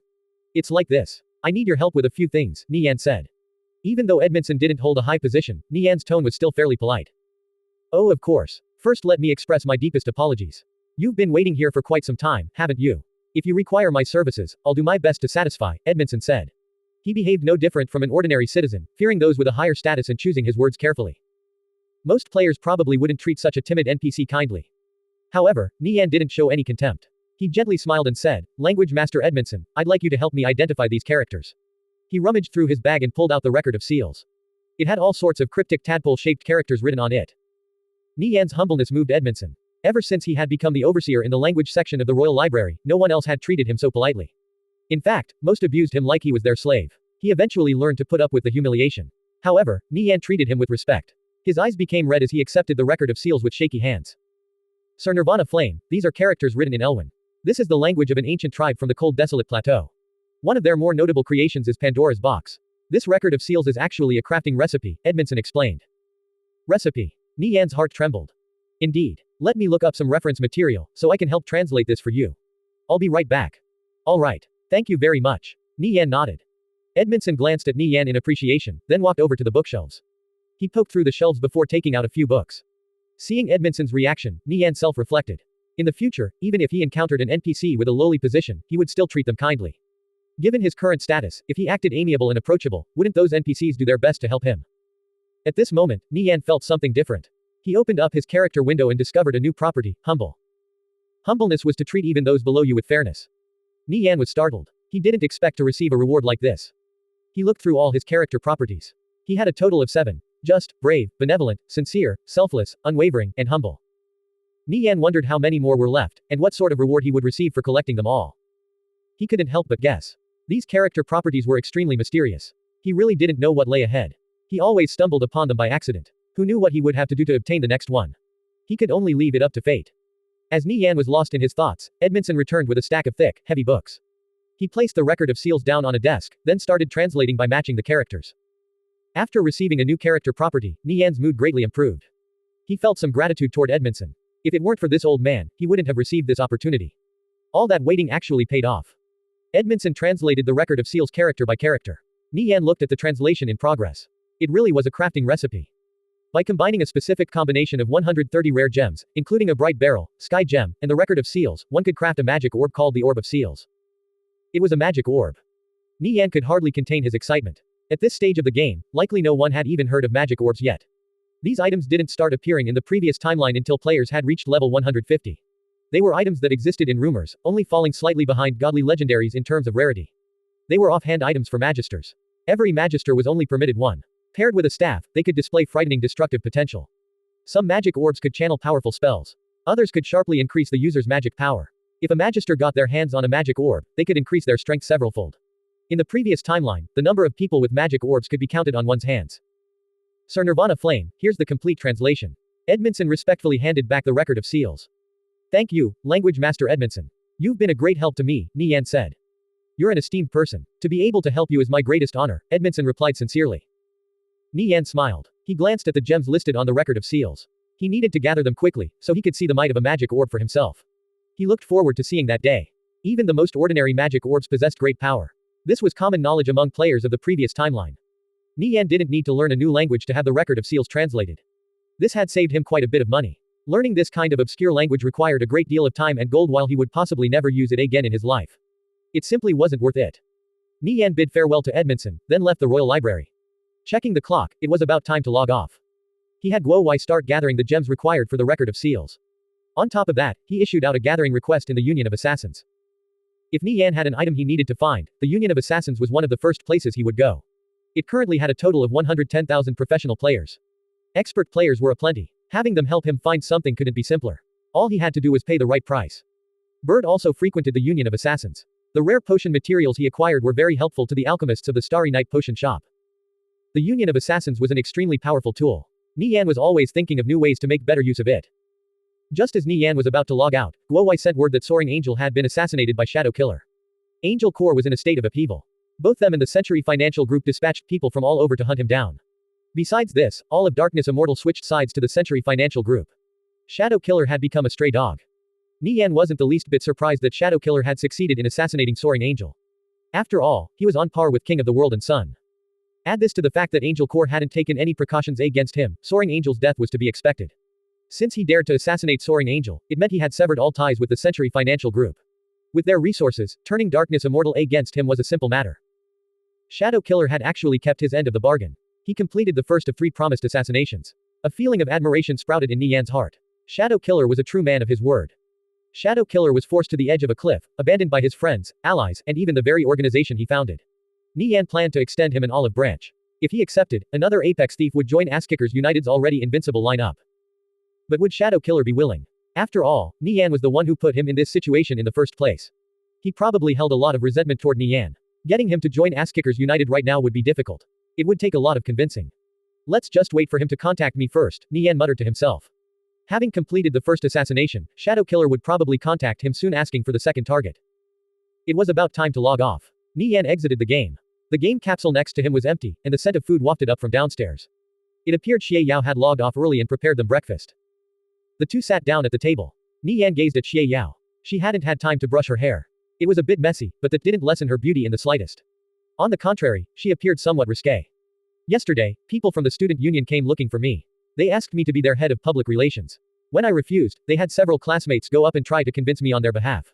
So annoying, Xie Yao grumbled. Nie Yan was a bit bewildered. Joining the student union was supposed to be voluntary. They were forcing people to become members now. If they keep bothering you, give me a call, Nie Yan said. Given their persistence, he suspected they had ulterior motives. All right. Xie Yao smiled. The two chatted about school life. Xie Yao enthusiastically talked about her classmates. The two of them had adapted fairly quickly to life here, having already made new friends. The only thing that left them with some doubts was the many different clubs. The clique mentality was prevalent here. Though, it made sense. The top military academy had many people with extraordinary backgrounds. They all competed against each other, recruiting other talented individuals to their cause and furthering their own ambitions. Naturally, many groups and factions came about from this. They behaved with a fair amount of restraint on school grounds but would frequently act against each other in the shadows. Few first years belonged to influential clubs, though this was different for second, third, and fourth years. Some of the more famous students belonged to more than a dozen clubs. They either came from extraordinary backgrounds or had amazing talents. However, Nie Yan didn't hold a favorable impression of them. Most were insufferably arrogant. Xie Yao talked about all the interesting things she'd heard. Seeing her cheerful appearance, Nie Yan gently smiled. Xie Yao seemed even more beautiful than before. After tasting the forbidden fruit, they couldn't bear to be apart even for just a day. They were practically attached at the hip. After finishing breakfast, Xie Yao went to wash the dishes. Seeing her busying herself in front of the sink, Nie Yan's heart stirred with emotion. It really felt as if they were already husband and wife. Xie Yao wore a tight-fitting nightgown that accentuated all her beautiful curves. Her perky bottom, which was as taut as a kettledrum, was especially alluring. Nie Yan suddenly pounced on Xie Yao from behind as his perverted hands tunneled into her nightgown. She still hadn't had the time to put on a bra. Free from any obstructions, he groped onto a pair of soft, overflowing mounds. He started to knead them softly. NNGH. Nie Yan. Stop playing around. Xie Yao pinched him. She didn't expect Nie Yan to suddenly appear from behind. He had caught her off guard. This kind of awkward posture filled her with embarrassment. As she struggled under his teasing, she felt his hands grope her bosom. Her face instantly burned hot. Recalling the intimate scenes from last time, Nie Yan's gaze turned heated. Xie Yao, put down the dishes for now. Xie Yao felt an electric current course through her body, draining her of all strength. Her cheeks flushed red. She couldn't help but let out a pleasurable moan. Nie Yan was captivated by the suppleness of Xie Yao's body. As he moved his hands downwards, he discovered this particular region was already soaked. After intimately enjoying each other's company these recent days, Xie Yao's body became all the more receptive. Feeling Xie Yao's body and hearing her alluring sounds of pleasure, Nie Yan couldn't hold back any longer. His carnal desires took over. The two kissed and pressed up against each other in a delirious stupor. Nie Yan. Not here. People can see, Xie Yao said. The light shining through the windows made her nervous. Don't worry. No one can see us, Nie Yan reassured. He picked Xie Yao up. The window panes were only see-through from one side. Xie Yao's heart calmed down. However, what happened next rocked her maiden's heart. Nie Yan caressed Xie Yao's flawless figure. Every inch of her body resembled an exquisitely carved jewel sculpture. Her slender, jade-white legs, which had been trained over the years through taekwondo, were particularly flexible. Enamored, he ran his hand up her thighs until he reached her buttocks. Giving them a squeeze, he felt an incomparably firm yet supple sensation. He leaned in at an angle and thrust upward. Xie Yao let out a deep moan. Her nails dug deeply into Nie Yan's back. The two lost themselves in pleasure, making a mess out of the kitchen counter and dining table before moving over to the living room. Nie Yan reclined on the sofa as Xie Yao's alluring figure mounted him.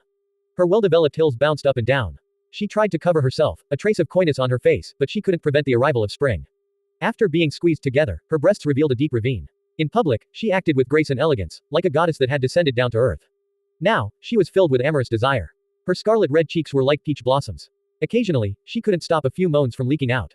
They brimmed with indescribable charm. After who knew how long, Nie Yan let out a war cry that rang out through the villa. The two were locked in embrace for a long time. With a rustling sound, Xie Yao got dressed under Nie Yan's gaze.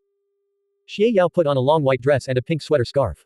She looked like a slender and elegant young lady. The redness in her cheeks still hadn't faded away, only adding to her charm. Nie Yan, let's go to school, or else we'll be late, Xie Yao said. She couldn't hide the bashfulness in her voice. The intimate scene from before flashed before her eyes. She never thought they would do something so brazen in the kitchen and living room. She shot Nie Yan a reproachful look. All right. Nie Yan smiled mischievously. Xie Yao was becoming all the more charming and beautiful. Her young and experienced self was finally ripening into a mature beauty. Thinking about this, he felt the urge to go for a round two. Nie Yan and Xie Yao left the house and arrived at the top military academy not much later. I'll be going to class, Xie Yao said. All right, hurry. Go. They were already late. Luckily, it was acceptable as long as it wasn't more than a few minutes. Xie Yao hurried. Nie Yan entered the command faculty classroom. The teacher had already started her lecture. He sat down at his assigned desk. Hey, you're here. How come you're so late? Shu Yan whispered. Traffic jam, Nie Yan replied with a random excuse. Shu Yan rolled his eyes. PFF'd, if you overslept, just admit it. Traffic jam, my ass. Who'd believe that? Nie Yan shrugged with a smile, not bothering to explain. Apart from being a bit mouthy and gossipy, Shu Yan was a pretty decent guy. He didn't bother bickering. People from the student union came looking for you just now, Shu Yan said. Huh, looking for me? Why? Nie Yan asked. The student union president this year seems pretty ambitious. All the outstanding first years received invites, Shu Yan said. He couldn't help but feel envious of Nie Yan. He had just entered the top military academy but was already being asked to join the student union. Nie Yan faintly smiled. In his eyes, those in the student union were nothing more than immature brats trying to imitate adult politics. He didn't have time to waste on such childish games. Who's the student union president? Nie Yan asked. That much he had to pay attention to. That would be Fang Ruji. Don't tell me you've never heard of him. Nope, Nie Yan said. He had indeed never heard of this Fang Ruji. He had no desire to learn about these kind of things. Xu Yan rolled his eyes. You don't even know him. Just like you, he ranked first in overall score but among the third years. He's a capable fighter. It's rumored he's second only to Lei Su, a fourth year. He placed third in the nationwide university fighting tournament, and he's the captain of the basketball team. He's definitely no pushover. I wonder who's stronger between the two of you. Nie Yan stretched out his limbs lazily. He didn't have the slightest interest in this Fang Ruji. He and Xie Yao had no plans of joining the student union. He hoped that fellow would stop bothering them. He left me a phone number so you can get in touch with him, Xu Yan said. He handed over a card to Nie Yan. Help me give him a reply. Tell him I'm not interested, Nie Yan replied. He then turned his attention to the lecture. Ah, sure, Xu Yan said. Numerous people wanted to join the student union, but Nie Yan directly refused without batting an eye. Nie Yan, the class is having a get-together in conviction. You interested? Fei Jie came from behind and patted Nie Yan's shoulder. Our beautiful class president is organizing it. I think I'll pass. You guys go ahead without me, Nie Yan said. He recalled the identity of their class president. She was an older sister-type beauty called Zhao Xiu. She had a tall, slender figure and frequently wore sexually provocative clothing. Though she did have the looks to have the boys in class swooning over her, she was far too lacking compared to Xie Yao. Even Zhang Yingyu completely trounced her. She had tried approaching him on multiple occasions with the excuse of wanting help on a question, but he rejected her advances every time. I see. That's disappointing. Without you, this kind of get-together will be a lot less lively, Fei Jie said regretfully. Haha, I'm sure I won't be missed that much. You guys have fun. Nie Yan smiled. Even though he also wanted to get to know his fellow students, him revealing his identity and conviction would cause too much of a stir. Before the day even ended, everyone in the top military academy would know he was Nirvana Flame. He wanted to stay low-key if possible. Xu Yan narrowed his eyes. Nie Yan's unwillingness to reveal his identity and conviction was making him more and more suspicious. I should join them next time. I probably won't be recognized with a cloak on.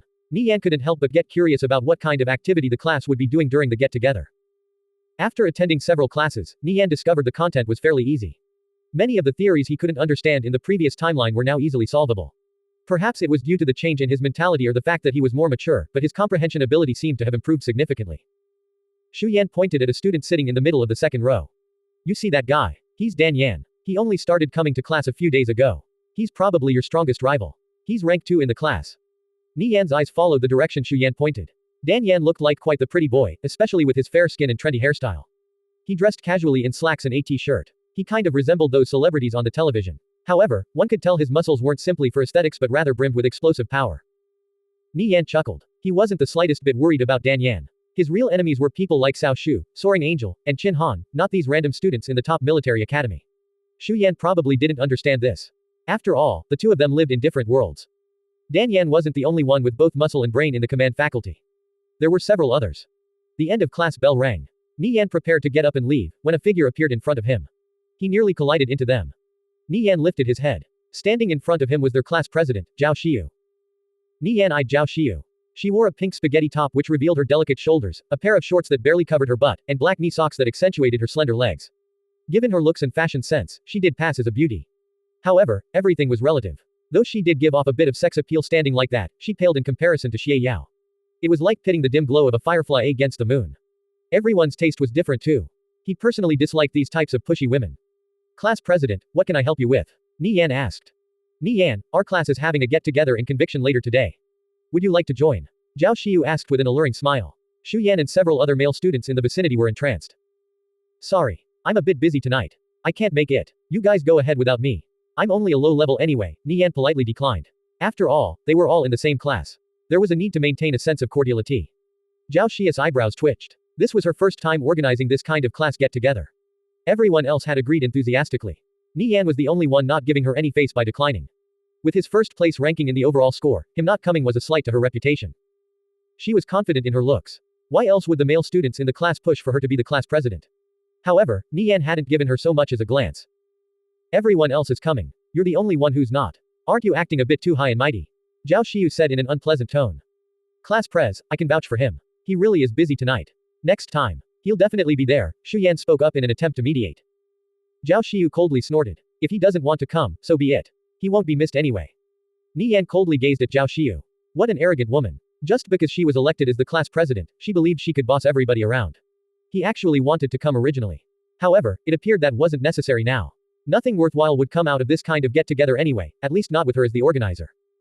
Nie Yan couldn't be bothered to pay attention to this kind of woman. Nie Yan, a beauty is looking for you. A student shouted from the door. Everyone turned their attention to the door and fell into a daze. The unexpected visitor was Zhang Yingyu. The boys in the class were immediately enamored by her figure. She was far more beautiful than Zhao Xiu.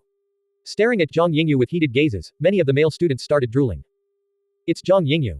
Why is she here? She's looking for Nie Yan too. I wonder what their relationship is.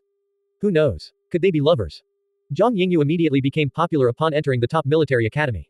She was elevated to a goddess in the hearts of the male students. Many people longed after her flawless figure. Few guys could resist having dirty thoughts surface in their hearts after seeing her alluring dance. However, now, this goddess was specifically looking for Nie Yan. Many of the male students in the class shot Nie Yan a jealous glare. Nie Yan stood up. Zhao Xiu was shocked and stepped aside. Seeing Zhang Yingyu standing at the doorway, she immediately felt her own luster dim as a feeling of inferiority washed over her. Zhang Yingyu stood around restlessly, her heart beating heavily in her chest. Thinking about the awkwardness of meeting Nie Yan, she wanted to turn around and run. Nie Yan walked up to the doorway. He looked at Zhang Yingyu and asked in an insipid tone, "Do you need something?" It's like this. I have a show in 2 days, and I'd really like it if you could come and watch. Here are some tickets. You can invite a few of your friends, Zhang Yingyu said after mustering up all her courage. She stared at Nie Yan in anticipation. I'll think about it, but I probably won't have the time. If you don't mind, can you give me those tickets? A lot of the guys in my class are probably interested in your show, Nie Yan said after thinking for a bit. From beginning to end, he didn't really have any interest in Zhang Yingyu. If it was just as a friend, he didn't really mind. After all, they both came out of Huahai High. They still had that bit of a connection. Alright, thank you. Zhang Yingyu nodded vigorously. Seeing that Nie Yan hadn't flat out rejected her, she was ecstatic as a cheerful smile blossomed on her face. Nie Yan was dumbstruck. Just who was thanking who? He accepted the tickets from Zhang Yingyu. There were 5 in total. She had prepared quite a few. After handing over the tickets, Zhang Yingyu left. Nie Yan walked back into the classroom, only to be greeted by a room full of glares. Their eyes were filled with naked envy. Nie Yan bitterly smiled. There was probably a huge misunderstanding. In this kind of situation, however, he couldn't explain himself even if he had 10 mouths. Forget it. His conscience was clear.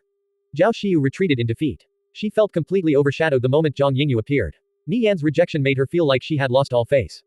A seed of resentment was planted deep in her heart. So, tell us, why did Zhang Yingyu come looking for you? Xu Yan approached like a housewife who had sniffed out some juicy drama and hung his arm around Nie Yan's neck. She's my old high school classmate. She gave me a few tickets for her performance. If you guys want, I can give them to you. Nie Yan handed over the tickets to Xu Yan and the others. Wait, really? Awesome. You're a godsend. I've been trying to get my hands on one, but I couldn't find them for sale anywhere. But 5 just plopped down into your hand like that. Fei Jie said. 1 per person, don't fight. Xu Yan shouted. Several people in the vicinity immediately made a mad scramble for a ticket. Thankfully, his hands were quick. He had also gotten himself one. Even a reserved fellow like Sha Tianyu fought for a ticket like he was possessed. Every person that managed to snag a ticket was extremely excited. Nie Yan was speechless. He had no interest in these kinds of performances. Nie Yan, if you get more tickets in the future, make sure to remember this brother here. Fei Jie patted Nie Yan's back with a hearty smile. Me too, Xu Yan added. Hey, tell us the truth. You and Zhang Yingyu aren't just classmates, right? Don't think no one saw how excited and happy she looked when you accepted those tickets. Seeing her like that, I thought I saw an angel descend to earth, Fei Jie said. MHHM. Xu Yan firmly nodded in agreement. Zhang Yingyu soon became the hot topic of everyone in the class. All the while Zhao Xiu sat to the side, fighting the urge to bash her head into her desk. With 20 more minutes to go before the next class, Nie Yan planned to go to the gym for some quick exercise. As he left his desk, someone called out to him. Hi, my name is Zheng Shu. The student extended his hand. Nie Yan sized up Zheng Shu. They were roughly the same height. He looked quite muscular. Though he wasn't much in the looks department, he was still passable. More importantly, Nie Yan could acutely detect the trace of hostility in his eyes. This fellow had come with malicious intentions.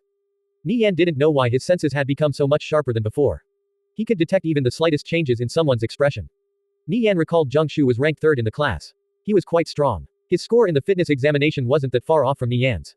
A difference of 100 to 200 kilograms in punch force, kick force, and so on could be easily made up for in a fight with skill. However, Nie Yan had grown immensely since the top military academy's entrance exams. If the two were to compete now, Zheng Shu would be in for a rude awakening. It's like this. I recently hit a bottleneck in my training. I've been looking for someone to give me some pointers, and I thought of you. Do you mind sparring with me for a bit? We can probably learn a thing or two from each other, Zheng Shu said. His tone was quite polite, but the corners of his lips flashed with a faint sneer.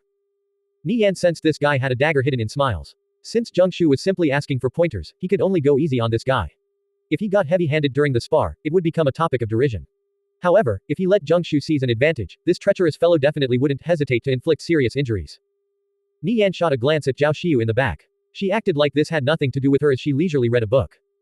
Nie Yan inwardly sneered. These sorts of childish tricks couldn't escape his eyes. Alright, let's meet in the gym. Nie Yan nodded. Zheng Shu's eyes flashed with a trace of excitement. Sure. He already started making his way toward the gym.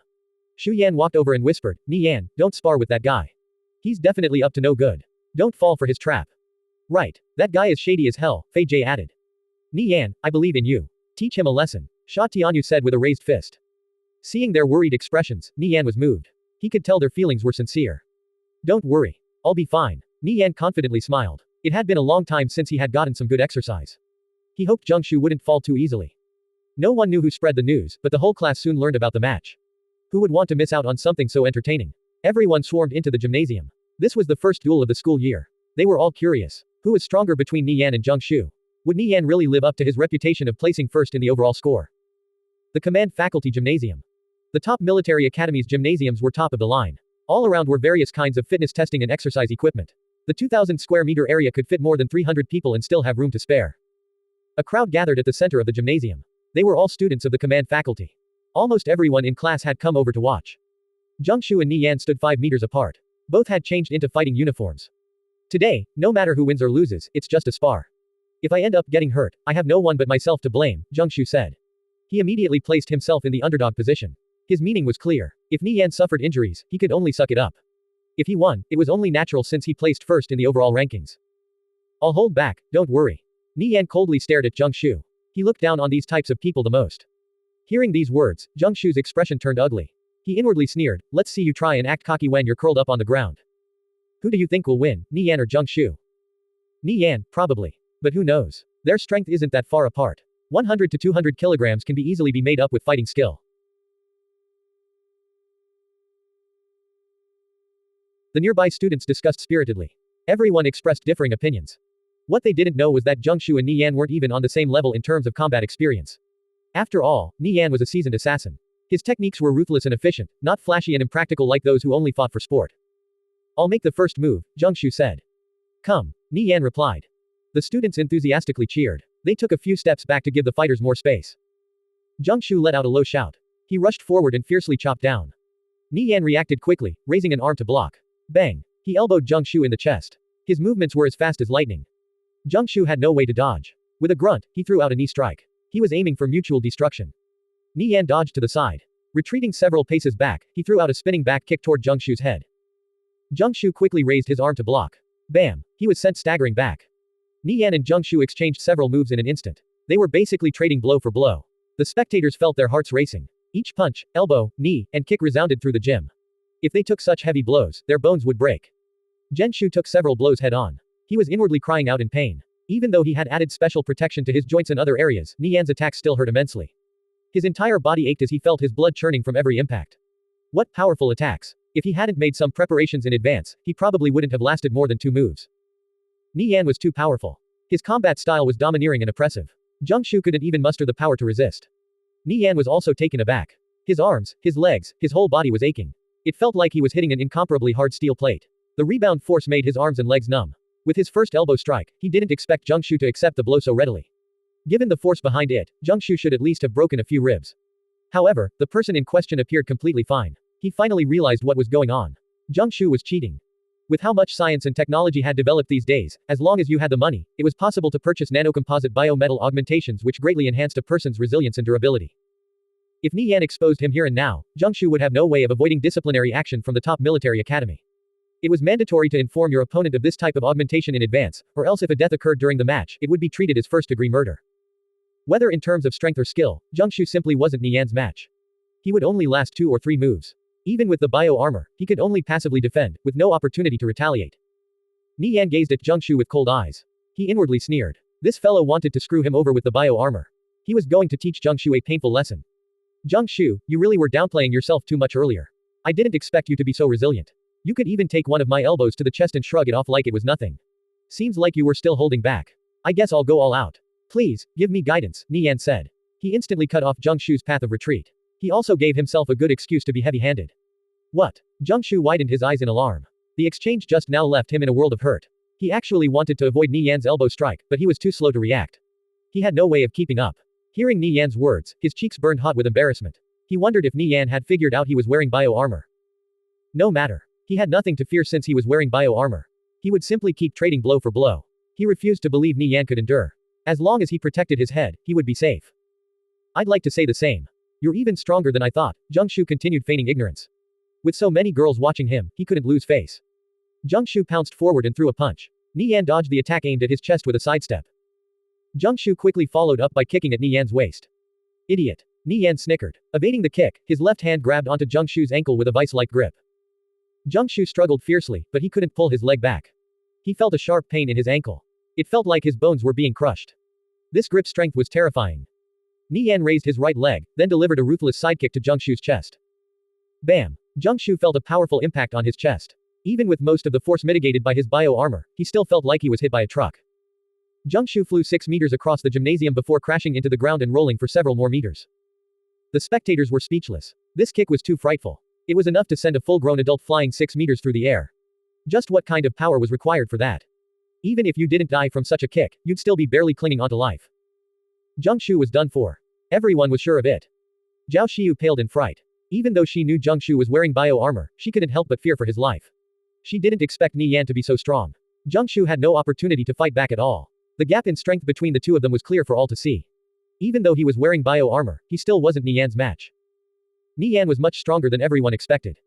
I think the only one who's a match for Nie Yan in the entire top military academy is Lei Su, a spectator said in a cold sweat. This was the first time Zheng Shu had been humiliated so badly. He wasn't willing to back down, especially since Zhao Xiyu promised him she would be his girlfriend if he won. Thinking to this point, he forced himself back to his feet. Thanks to the bio-armor, none of his injuries were too serious. It was just that he was aching from head to toe. Zheng Shu could actually still stand. The spectators immediately went into an uproar. Impossible. There's no way someone's body can be so resilient. He's cheating. He must be.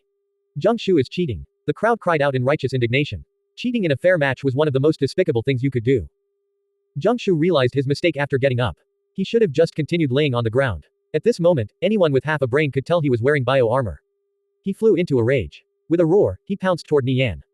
I've been waiting for this. Nie Yan sneered. He pulled back, deftly dodging Zheng Shu's attack. His left hand shot out and grabbed onto Zheng Shu's wrist. He turned his body to the side. Pushing off from his weight, he focused all his power into his right arm and punched out. Bang! Nie Yan's fist struck Zheng Shu in the chest, causing him to spit out blood. Nie Yan wasn't finished just yet. If he let a fellow like Zheng Shu off lightly, it would come back to bite him in the future. He wanted to make sure Zheng Shu would stay bedridden for at least several months. He wanted to engrave this memory deep into Zheng Shu's psyche, so that the next time they met, Zheng Shu would stay far away. Nie Yan threw out a roundhouse kick, ruthlessly striking Zheng Shu in the face. Zheng Shu let out a miserable cry as he collapsed to the ground. Even though Zheng Shu's body was protected by the bio-armor, he couldn't possibly have it on his face as well. Nie Yan came to a stop. Zheng Shu was curled up on the ground moaning. With this kind of damage, he would need at least a few months to recover. Even after recovering, he would probably never mess with Nie Yan again. Zheng Shu was the first to violate the rules. Even though Nie Yan acted heavy-handedly, the school would still place all the blame on Zheng Shu. Perhaps he would even receive demerits while nothing would happen to Nie Yan. Everything Nie Yan had done was within the rules. Injuries often occurred during matches. As long as no one died, it was fine. Zhao Xiyu quickly found the school's medical staff. Shortly after, Zheng Shu was transported to the medical center. The students in the class looked at Nie Yan in shock. The match just now left a lasting impression in their minds. Nie Yan wasn't someone to be provoked. Xu Yan, Fei Jie, and Sha Tianyu were dumbstruck. They didn't expect Nie Yan to dominate the fight so one-sidedly. Zheng Shu was wearing bio-armor, and he still couldn't even last a minute against Nie Yan. What an absolute freak. You're too amazing. I've decided. From now on, you're my boss. Xu Yan said excitedly. The match just now had his blood pumping. Hey, do you think you can teach us some of your moves? Fei Jie asked with a bright smile. He really admired Nie Yan's skills. If he could pass on some of that to them, it would definitely be beneficial. Sure. Nie Yan laughed. He had no problem sharing a few tricks. Sha Tianyu had previously still wanted to compete against Nie Yan. However, after watching the fight, those thoughts disappeared. He let go of his pride. Fighting a freak like Nie Yan was simply asking for trouble. The four chatted while returning to class. Zhao Xiyu stared at Nie Yan's departing figure with a complicated expression. After watching Zheng Shu's crushing defeat, she no longer had the courage to provoke Nie Yan. If she really pissed him off, she would be inviting disaster upon herself. Sha Tianyu, Fei Jie, and Xu Yan stuck closely to Nie Yan. Even though everyone treated each other equally as friends, his words started holding more sway and authority in the group. After the fight, everyone went back to class.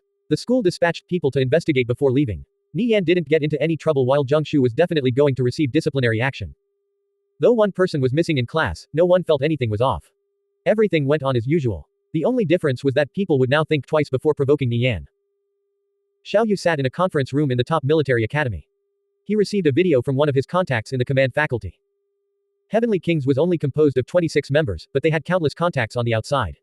Their influence reached every corner of the top military academy. Nothing could go on here without them knowing. After watching the video on his smartphone, Xiaoyu broke out in a cold sweat. Nie Yan was much stronger than he imagined. Last time, he simply showed he had a solid foundation with his high physical specs.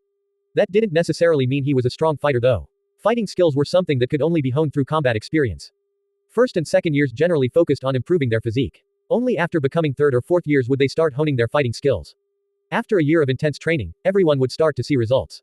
People with high specs like Nie Yan, for instance, would grow several times stronger. Xiaoyu initially believed Nie Yan's fighting skills couldn't be that great since he was only a first year. However, after watching the video, this notion fell like a brick through thin ice. Nie Yan showcased the skill of a seasoned fighter. His attacks were ruthless and decisive. It resembled the style taught in the military. Xiaoyu estimated Lei Su would have less than a 30% chance of winning against Nie Yan if the two fought. A freak like Nie Yan was simply too rare. If he possessed that kind of strength as a first year, how much stronger would he become in the future? Lei Su will definitely be interested in this video. Xiaoyu faintly smiled. He relished the idea of someone giving Lei Su a taste of his own medicine. At this moment, the door to the conference room swung open. Lei Su walked in while cracking his knuckles. He was looking at Xiaoyu like a trapped rat. Xiaoyu, you know what I'm here for, right? Lei Su coldly snorted. Lei Su, talk about the devil. I have something for you to watch. You'll definitely be interested. Xiaoyu chuckled awkwardly. Stop trying to weasel your way out of this. I don't care what you want to show me. Hand over those recordings, or else.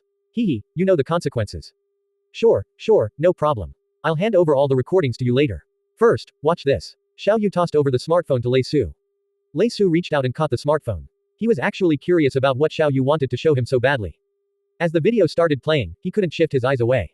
Oh man. Did you research his background? Is he an assassin, a mercenary maybe? Yeah, I've already researched his past. The data says he doesn't have that kind of experience. His dad is a veteran and probably passed on a few things to him. However, his old man didn't even pass the bare minimum requirements for entering the top military academy. Oh, one other thing. He has several dangerous individuals around him. You ever heard of Bayonet? Bayonet. Lei Su was shocked. Bayonet was one of the most famous figures in the mercenary world. Lei Su greatly admired these people who lived on a knife's edge. Bayonet is his bodyguard. That brat Nie Yan is really amazing. He even managed to recruit someone like that, Xiaoyu said. After researching deeper into Nie Yan's background, his curiosity only grew. Just what kind of person was Nie Yan? After finishing the video, Lei Su let out a deep sigh. So, how confident are you in beating him? Xiaoyu asked. Less than 30%, Lei Su replied. If they truly fought, it might even be lower. That's in line with my estimates too. That guy is too much of a freak. His attacks are so fierce. I'm pretty sure he was still holding back. If he really went all out, Zhengshu would have been dead on the ground in 10 seconds. He isn't trained in fighting, he's trained in killing. The fighting techniques we learn are more flashy and meant for sport, Lei Su observed. Many killing techniques could only be learned in the army, mercenary, or assassin organizations. Let's send this video to General Yuntian. I'm sure the elders will make a quick decision on who to pick between Nie Yan and Qin Han. When are we going to have him officially join Heavenly Kings? Lei Su asked. We'll have to wait for word from the elders. The conflict between Nie Yan and Qin Han will have to end sooner or later anyway, Xiaoyu said. As long as nothing unexpected came up, Nie Yan would be chosen. Fate was a cruel mistress. Qin Han was still racking his brain trying to figure out a way to join Heavenly Kings. Meanwhile, Heavenly Kings had already decided on Nie Yan. Qin Han was destined to become a stepping stone. Nie Yan and Xie Yao ate lunch together in the cafeteria. There was only one more class in the afternoon, an introduction to fighting. At 3 o'clock, the school day finally ended. Nie Yan, where do you live? Let's walk together, Shu Yan said. Yeah, let's go together. Sha Tianyu chimed in.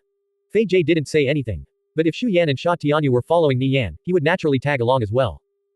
Sorry, guys. I'm a bit busy. Next time, Nie Yan said, finding a random excuse. He was going to go home with Xie Yao. Nie Yan bid farewell to Shu Yan and the others. His figure disappeared behind a corner. That guy really is heartless, leaving by himself like that, Sha Tianyu lamented. The three of them could only walk together. I bet he's going to look for his girl. It's probably that Zhang Yingyu, don't you think? Ah, what a traitor. Abandoning a single bros for a girl, Shu Yan said. Should we follow him and see for ourselves? Sha Tianyu smirked. There's definitely something fishy going on. After a bit of discussion, the three caught up to Nie Yan. A few minutes later, they saw him meeting up with a girl. The two of them left for the school gates. Shu Yan glanced at Fei Jie and Sha Tianyu in shock. Hey, that's not Zhang Yingyu. A side chick. Maybe he's in a polygamous relationship. Sha Tianyu said. I think that's Xie Yao. Shu Yan said. Xie Yao. The flower of the management faculty. Sha Tianyu said in shock. There were several famous beauties among the first years. Xie Yao was one of them. Many even placed her above Zhang Yingyu. However, due to Xie Yao being relatively low-key and her already having a boyfriend, fewer people talked about her. Ah, that bastard. What did he do in his past life to be so lucky with women? He has Xie Yao in one arm and Zhang Yingyu in the other. Like damn, leave some for the rest of us. Maybe we got it wrong. I think Xie Yao is Nie Yan's girlfriend, not Zhang Yingyu, Fei Jie said after seeing Nie Yan and Xie Yao being so intimate. If it really were like what Fei Jie said, Nie Yan wouldn't be together with Xie Yao so openly. Nie Yan, that brat. Acting all sweet and lovey-dovey with Xie Yao while he has Zhang Yingyu looking at him like some lovesick puppy. What a hateful person. Why can't I have such a good life? Xu Yan grumbled. Fei Jie shrugged. I think Nie Yan and Xie Yao look like a good couple. If you're so jealous, how about you try beating him? Xu Yan rolled his eyes. Fighting with Nie Yan. No thank you. He still had plans for his life. We should grill him on how he snagged a beauty like Xie Yao. Maybe he'll teach us his ways, and we'll escape the single bro life, Sha Tianyu sighed. Right, we definitely have to ask. Xu Yan nodded vigorously. While they were chatting, Nie Yan and Xie Yao had already left school grounds. I heard there's a school-wide gathering tomorrow. The date was moved up. Many people are attending, including members from Asskickers United. Are you interested? Xie Yao asked. Yeah, if I have the time, I'll go take a look, Nie Yan replied. He wanted to see what this gathering was about. He would simply be an observer. Many people with powerful backgrounds already knew he was Nirvana Flame, they simply weren't revealing it to the outside. If he could remain low-key, he would. Nie Yan didn't want to enter the eyes of every student and teacher in the top military academy. The name Nirvana Flame was simply too famous. He didn't want that kind of attention. After leaving school, Nie Yan and Xie Yao got on the bus. They walked through town and spent the next few hours outside before returning home. Looking at the time, conviction servers were about to come online. The two quickly finished dinner, then entered the game. Nie Yan was in color. If he put his all into leveling today, he could probably reach level 100. Then he could make preparations for tackling the Luminous Dancer class advancement quest. After stocking up on consumables, Nie Yan set off on his Darkwing Dragon, heading for the mountains in the distance. He planned to continue where he left off from yesterday and resume hunting lords to level up. Most of the lords he killed yesterday had already respawned. Nie Yan returned to the Wendigo's spawn point. With the knowledge and experience gained from the day prior, Nie Yan appeared much more comfortable when fighting these lords again. After grinding for 5 hours straight, Nie Yan reached level 99, 62%. It was faster than he predicted.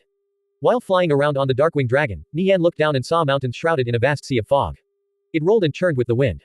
Past this area was a Lord-class tribal chief. That was Nie Yan's next target. As Nie Yan flew past this sea of white, he discovered the holy stone in his inventory emitting a faint glow. There's a piece of the Tyrant Abok set here. Nie Yan's mind trembled.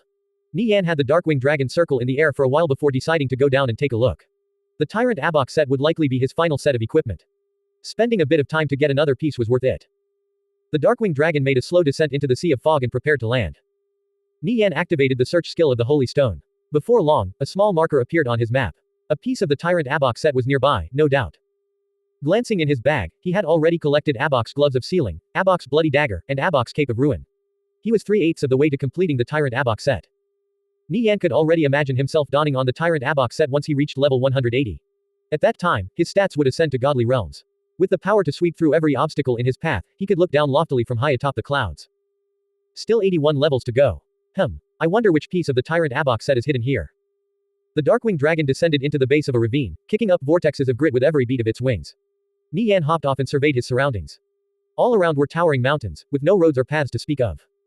It should be somewhere south of here, Nie Yan muttered. All he saw in that direction was endless rocks and oddly shaped boulders, veiled by a dense curtain of fog. Nie Yan recalled the Darkwing Dragon into his pet space.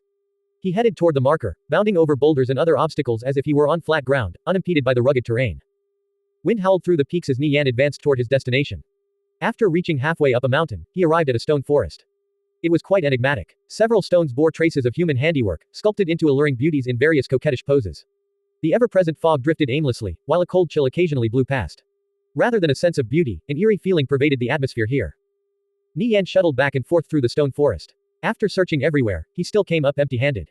That's strange. The marker clearly points here, why can't I find anything? Forget it. I'm already here. I might as well keep looking. It's probably hidden off in some corner. Nie Yan resumed his search. As he made his way out of a crevice sandwiched between two cliff walls, he spotted a cave entrance up ahead. It was surrounded by demonic statues of women bearing sharp teeth and malevolent expressions. I guess this is the place. Nie Yan headed inside. The cave was damp and dimly lit. Nie Yan could faintly make out the path ahead thanks to his high night vision. He proceeded forward. A clear dripping sound entered his ears. It appeared to be coming from deeper inside. At about 300 meters in length, this cave was devoid of any monsters. Its narrow and winding tunnels led to some faraway location. Nie Yan leaned his hand against the wall as he walked forward. His palm suddenly came in contact with something rough and coarse. The darkish gray rocks here were made out of some kind of metal. He had encountered an ore deposit. Slashing the wall with Zenard's sword, a nugget-sized piece was carved off and fell into Nie Yan's palm. After closely examining the color, luster, and composition, Nie Yan confirmed it was Habo Platinum. Habo Platinum was a top-quality crafting material. It could be forged into level 100 dark gold grade equipment. The higher the purity, the better the stats of the equipment produced. Due to the rarity of this metal, a nugget of Habo Platinum 5 could sell for up to 600 gold, a sky-high price for just a single ore. Nie Yan sent word to Guo Wai. He would have Tang Yao and the other flying mount riders escort the guild's advanced miners here and start excavating right away. Since there were no monsters here, the miners wouldn't have to worry about getting attacked. After arranging everything, Nie Yan continued exploring. The further in he went, the more spacious the cave became. Finally, he reached a giant stone door with the lights flickering inside. It was an enormous underground tomb. While Nie Yan was shocked by this discovery, a notification popped up. You have discovered Pharaoh Farna's tomb. Nie Yan recalled such a figure in Conviction's history. Farnas was a powerful warlock who led a tribe that worshipped an evil god. Due to their propensity for violence and slaughter, the tribe was labeled as heretics by the Holy Church. A punitive campaign was launched against them, and Farnas was captured and summarily executed. The twist in the story came later, when his corpse mysteriously disappeared. This became an unsolvable mystery. Nie Yan spent a lot of time studying Conviction's history in his past life. After familiarizing himself with these texts, the knowledge would often come in handy. At the very least, he wouldn't be stumped every time he encountered something with a bit of history. After stepping into the tomb, all around were the shadows of monsters roaming the area. Nie Yan entered stealth. He inched closer and inspected one of the monsters with transcendent insight. Dark Maiden, level 110.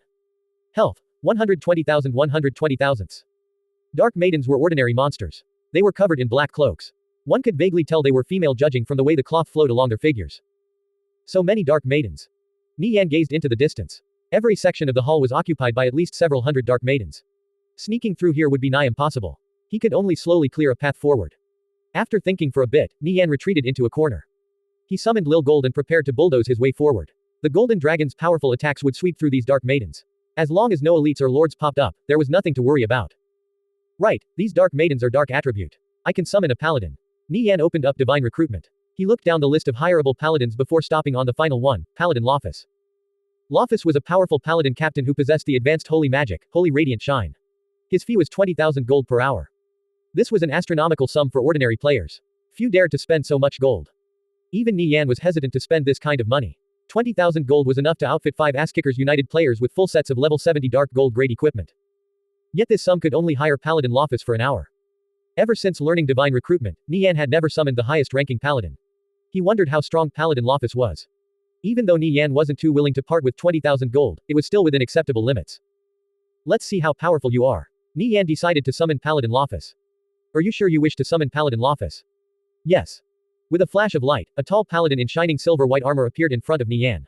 He looked like a man in his 40s with sideburns and a solemn expression. A powerful holy aura emanated from him, enveloping his body in a brilliant radiance.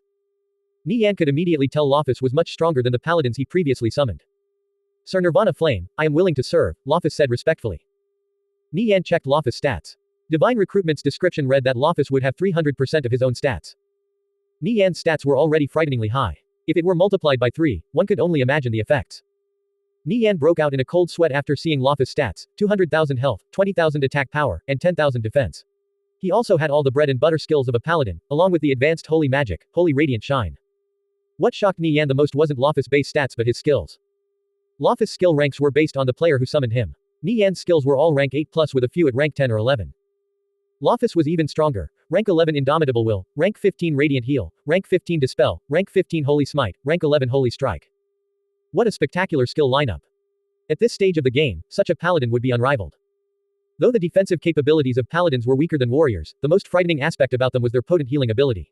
Their sustainability was definitely the highest among melee units. Minor Radiant Heal normally only restored 20% to 30% health. However, due to Lofus' skill ranks being abnormally high, he could easily restore his health back to full with a minor Radiant Heal.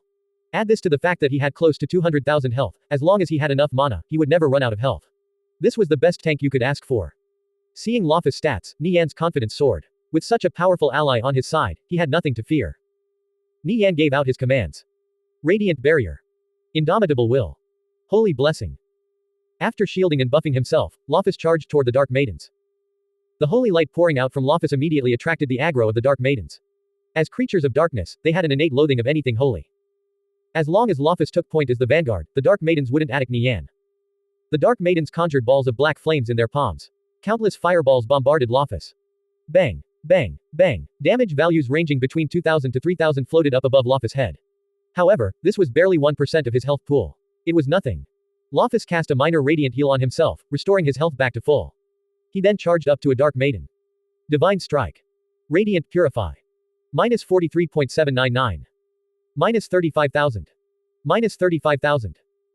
With a poof, the Dark Maiden collapsed to the ground. Loftus started slaughtering Dark Maidens with every step he took. Seeing Loftus' valiant display of might, Nie Yan couldn't help but sigh in admiration. Nie Yan and Lil Gold trailed after Paladin Loftus. As Lil Gold spewed out scorching hot dragon breath, the Dark Maidens were collapsing in droves. With a ding-dong, a level up notification rang out. Lil Gold had reached level 89. Thanks to Lil Gold's powerful innate skill, the higher his level, the exponentially stronger he became. His stats gains would be several times greater per level up compared to ordinary pets. This was the benefit of a high growth rate. The ground was littered with corpses. Even Nie Yan was speechless when he saw Loftus shrug off the attacks of several dozen Dark Maidens like they were nothing. Loftus tanked at the front while Lil Gold provided ranged support from the back.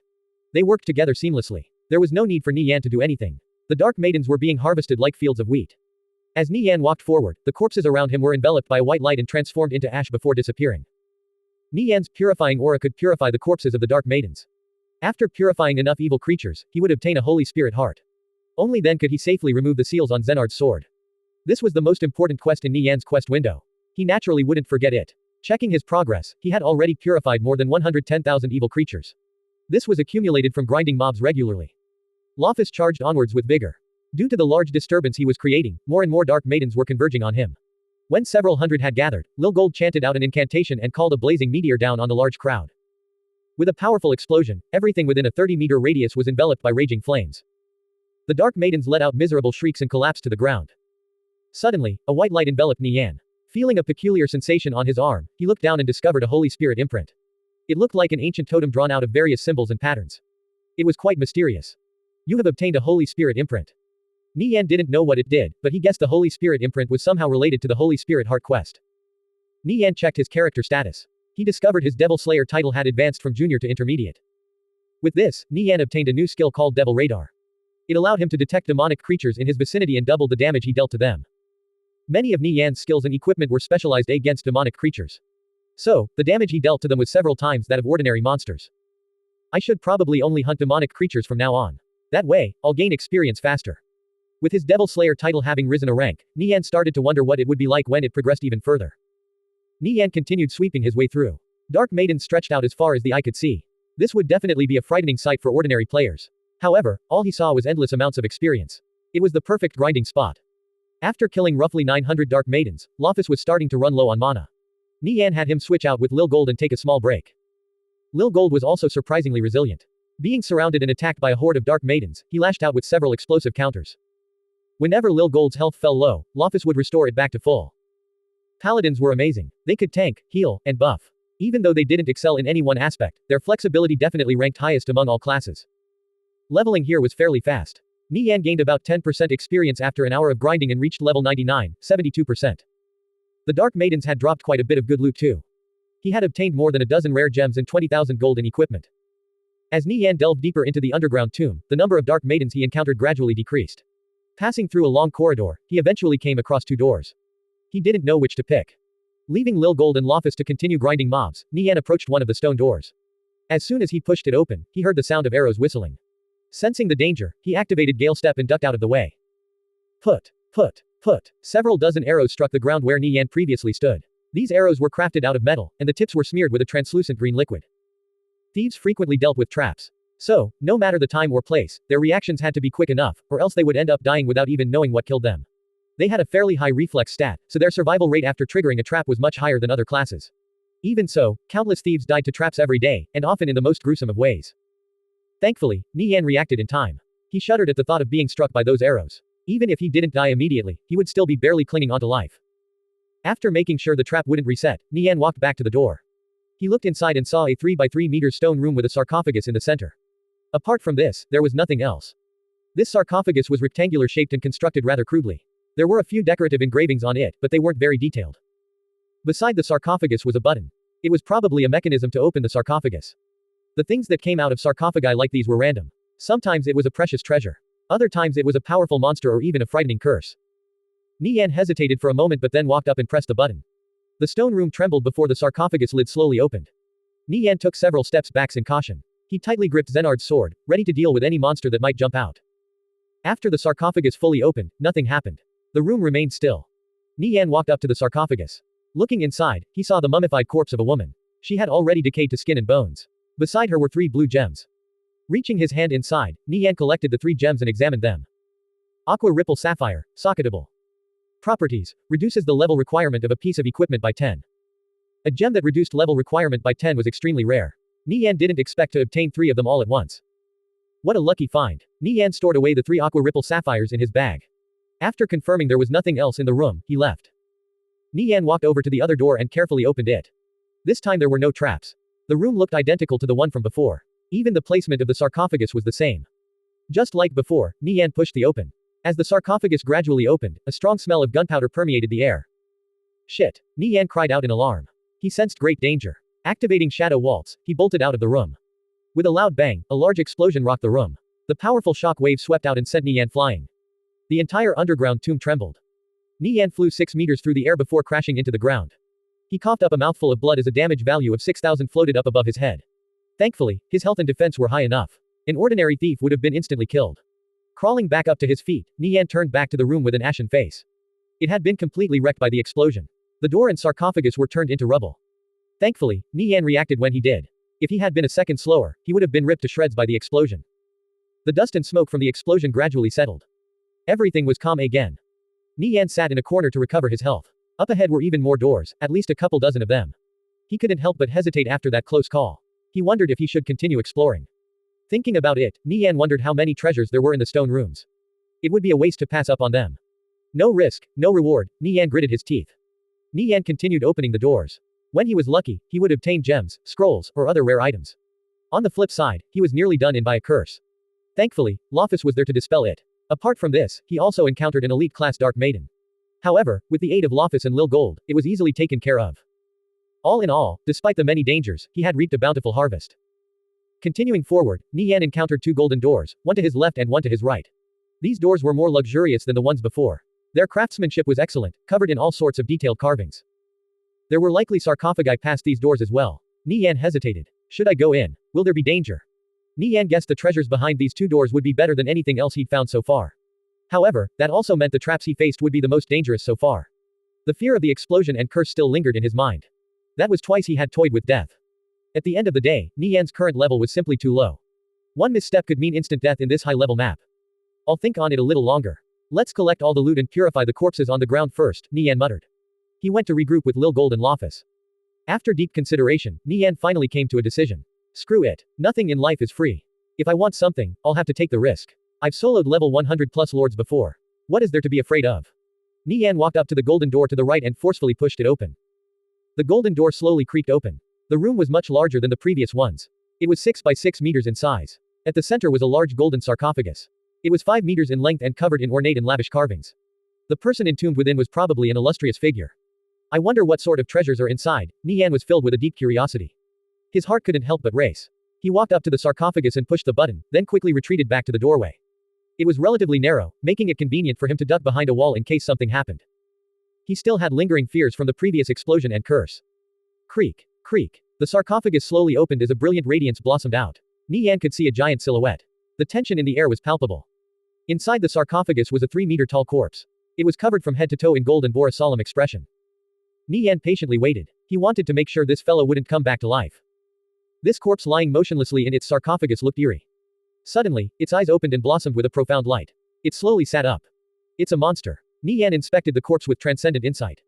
Pharaoh Brannigan, Lord, level 110 Death Magister. Health, 3 millions. Shit, it's a Magister. If it were only a level 110 Lord, Nie Yan could probably still manage. However, this fellow was a Death Magister. It was a whole step above ordinary lords. In this kind of situation, running away was one of the most foolish things you could do. Nie Yan glanced at his surroundings, then immediately had Lil Gold and Lofus seal off the doorway. Brannigan couldn't be allowed to leave this room, or else he would be impossible to kill. Even a shadow dancer wouldn't dare to challenge a Magister in a wide open space. You have disturbed my slumber. Lowly wretch, I will tear you apart from limb to limb. Pharaoh Brannigan declared in a voice full of wrath. Brannigan climbed out of his golden sarcophagus. A long scepter materialized in his hand. Nie Yan gazed at Brannigan. Resembling a gold statue, his entire body shone with a golden radiance. His 2-meter-long scepter was crafted out of a mysterious metal, the tip adorned with a large sapphire which emitted an azure glow. Brannigan appeared to be constrained. His sarcophagus took up a large portion of the room, so there wasn't much space left for him to move around in. Nie Yan instantly spotted this. Luckily, he already had Lil Gold blocking the doorway. No matter what, Brannigan couldn't be allowed out of this room, or else they would be done for. We are the most ancient race. All those that dare to obstruct us will be turned into dust. Scram, filthy beast. Brannigan swung his scepter toward Lil Gold. Nie Yan hurriedly had Lil Gold duck out of the way. Klang. Brannigan's scepter struck the doorway. It trembled violently but didn't collapse. A door forged out of solid metal wouldn't crumble that easily. This room was too cramped. Brannigan had no way of attacking effectively. He attempted to get out through the doorway, but Lil Gold stubbornly refused to move. With a dragon breath, he blasted Brannigan with scorching hot flames. Bang! Brannigan staggered back a step. A damage value of 5,000 floated up above his head. Lil Gold managed to deal some decent damage. Brannigan was a caster, so his defense wasn't high. Brannigan was infuriated. He raised his staff and sent a bolt of lightning streaking towards Lil Gold. Zap! Electrical currents pierced through Lil Gold's body. Minus 61,491. Lil Gold instantly lost a third of his health. What frightening damage. Nie Yan had a hard time imagining a fighter capable of withstanding such a powerful attack. A champion was probably required. Lofus hurriedly restored Lil Gold's health back to full. The rank 15 radiant heal was extremely useful in this situation. Nie Yan had Lil Gold keep blocking the doorway. Within this small space, Brannigan couldn't even display a third of his strength. All around him were hindrances. Sometimes when he raised his staff it would end up bumping into the ceiling. Not a bad spot, Nie Yan smirked. He took out his Dullahan cavalry crossbow and fired. Whoosh, whoosh, whoosh. 5 bolts flew toward Brannigan. Put. The bolts struck Brannigan's body, dealing several hundred damage each. Nie Yan didn't dare to enter the room, for fear of being killed by Brannigan the moment he stepped foot inside. He could only fire his crossbow from outside. Brannigan let out a furious roar. However, he had no way of leaving the room. Lil Gold was like an immovable boulder. Magic bombarded Lil Gold's body. But since no spell could instantly kill him, they were all useless. Lofus heals were too potent. As long as Lil Gold had even a sliver of health left, he could be healed back to full. Lil Gold had so much health. It would be incredibly difficult for Brannigan to instantly kill him. If a magister couldn't cast their most frightening spells, they were no different from ordinary mages. Seeing that his strategy was working, Nie Yan allowed Lofus to sit down and take a rest. He would only make a move when Lil Gold required healing. As long as Lofus didn't run out of mana, there would be no issue. Nie Yan was a bit annoyed with himself. Why didn't he bring a few master mana potions with him before he set out? That way, Lofus could make use of them. With Lofus mana pool and mana recovery speed, there wouldn't be any problems for the time being. Explosive counter. Explosive counter. Lil Gold lashed out with multiple explosive counters in a row, shaving away 200,000 of Brannigan's health. Explosive counter only had a certain chance of activating. If you were lucky, it would activate multiple times consecutively. If you were unlucky, you would go ages without it activating even once. Brannigan furiously swung his scepter. His spell casts had been interrupted multiple times by Lil Gold. In this kind of cramped space, magisters were at a huge disadvantage. Lil Gold called forth a ball of raging flames, transforming the room into a burning hellscape. About 15 minutes later, Brannigan's health dropped to 20%. This is so easy. Nie Yan happily remarked. He previously believed Brannigan was going to kill him for sure. Thankfully, the environment was to his advantage. Sometimes, this could make all the difference. With his health falling below 20%, Brannigan started becoming restless and raised his staff. FWOOSH. A wave of frost swept out and struck Lil Gold, covering him in a thick layer of ice. Brannigan rushed at Lil Gold with an onslaught of attacks, forcing Lil Gold back one step at a time. It appeared Brannigan was finally going to break out of this prison. Seeing the situation going south, Nie Yan had Lofus stand back up. Indomitable will. Radiant barrier. Lofus charged toward Brannigan. One man and one dragon halted Brannigan's advance. Brannigan raised his scepter and swung it down. Quang. Lofus staggered several steps back as he lost a third of his health. The radiant barrier protecting him trembled violently but didn't shatter. After all, a rank 11 radiant barrier was extremely durable. Lofus cast holy warmth on Lil Gold, gradually melting all the ice off his body. After recovering fully, Lil Gold forced Brannigan back into the room. Brannigan staggered back step by step until he returned to his original position. He raised his staff and summoned 3 skeleton warriors. They were 3 meters tall, clad in metal armor, and wielded large war axes. One could tell they were extremely powerful at a glance. Unfortunately, this made the already small room even more cramped. They couldn't move without getting into each other's way. At the end of the day, Brannigan was a monster with low artificial intelligence. He was incapable of thinking strategically. Summoning minions was completely useless here. The 3 skeleton warriors at the back had no way of reaching Lil Gold and Lofus. Brannigan entered a berserk state as his health fell below 5%. His body emitted a blood-red radiance as black skulls floated around him. Nie Yan's heart trembled. Brannigan was using his ultimate skill. Lofus retreated to the back and chanted out an incantation. Holy Radiant Shine. A powerful pillar of holy light came down from the air and struck Brannigan. Wherever the light touched, his body would make sizzling sounds and release gray smoke. He let out a painful shout. He was slowly being exorcised by the holy light. Holy Radiant Shine had a chance of instantly purifying all creatures within a 15-meter radius. If the creature couldn't be purified, they would still take enormous damage. Arggh. Brannigan suddenly let out a roar. He braved through the Holy Radiant Shine and charged toward Lil Gold with large strides. Darkness Retribution. Bang! A dark shock wave blasted Lil Gold in the chest, sending him flying directly out of the room and crashing into the opposite wall. Brannigan ducked his head under the doorway and stepped out of the room.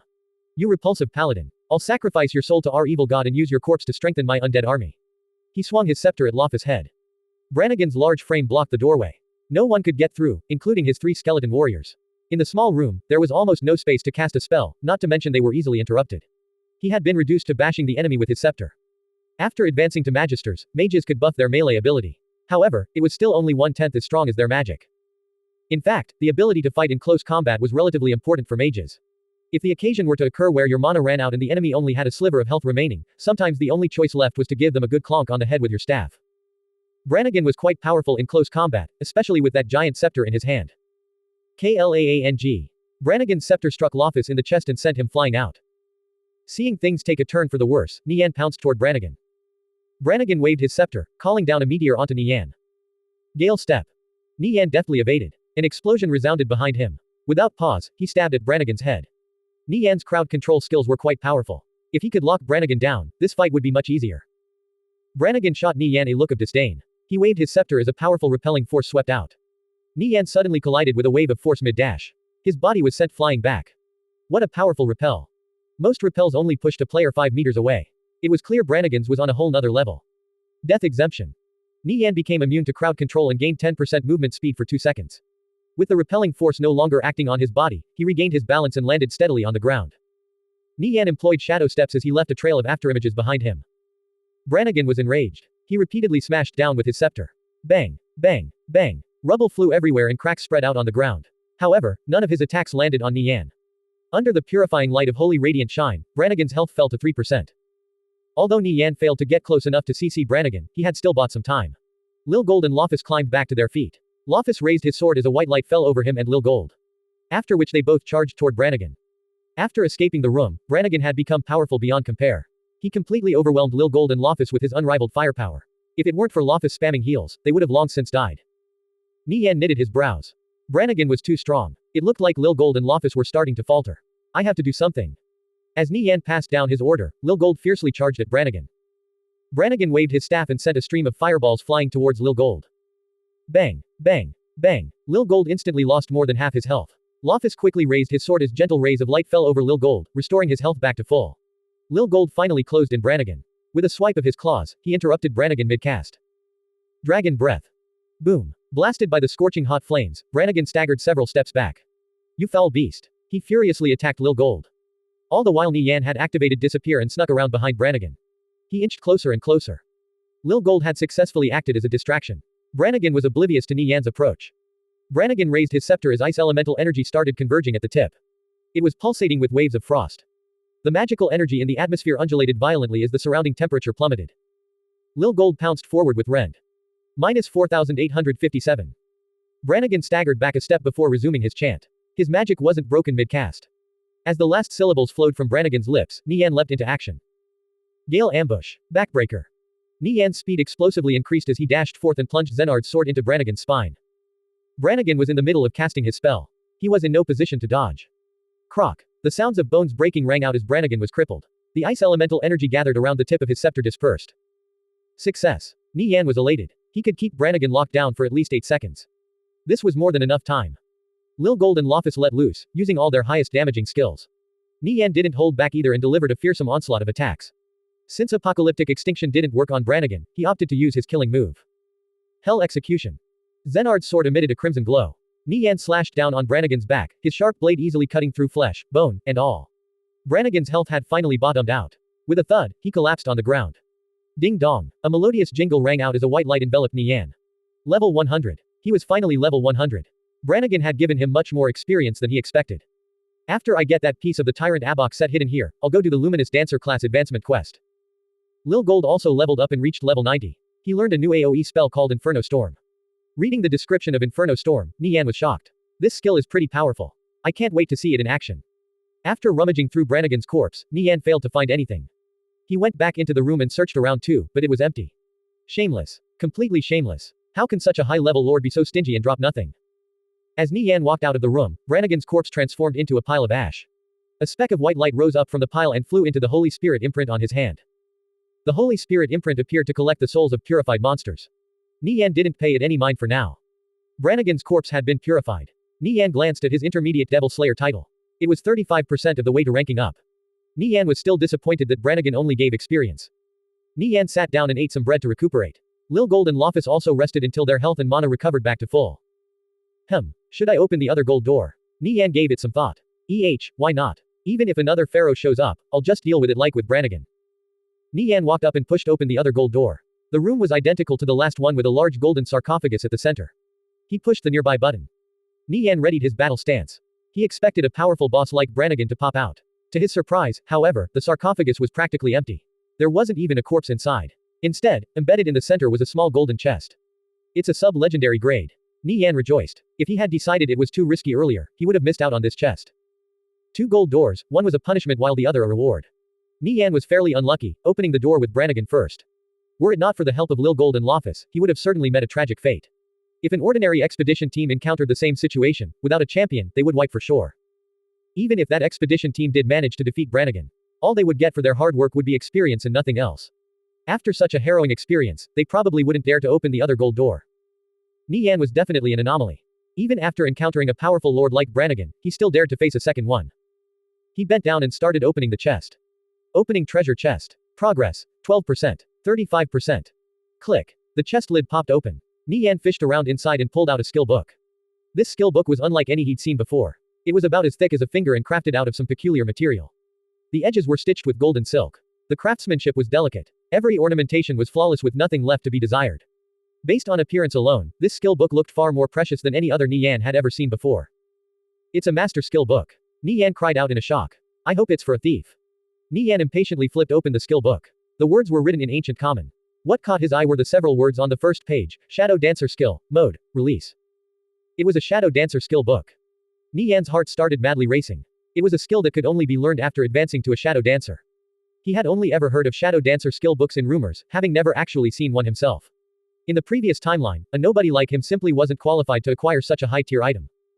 Shadow Dancer skills were exceedingly rare. Even most Shadow Dancers didn't have one. However, those who did and mastered it to perfection would become incredibly powerful.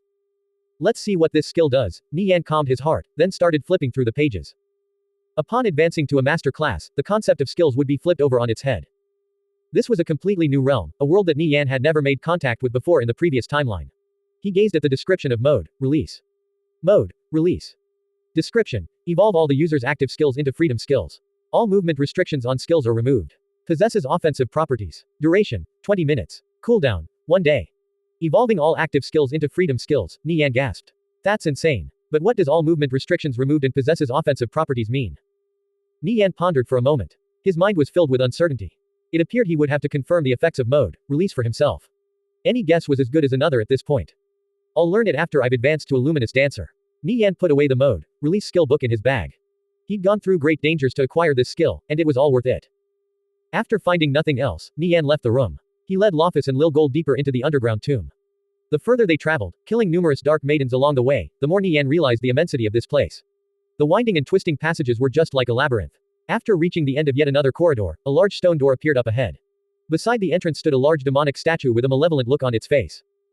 The door was slightly ajar, leaving just enough of an opening for a single person to slip through. Nie Yan peered inside and saw more than 20 humanoid monsters in blood-red robes roaming around. They clearly weren't dark maidens. He didn't dare to barge in. He had Lil Gold and Lofus remain on standby, then stealthily approached himself.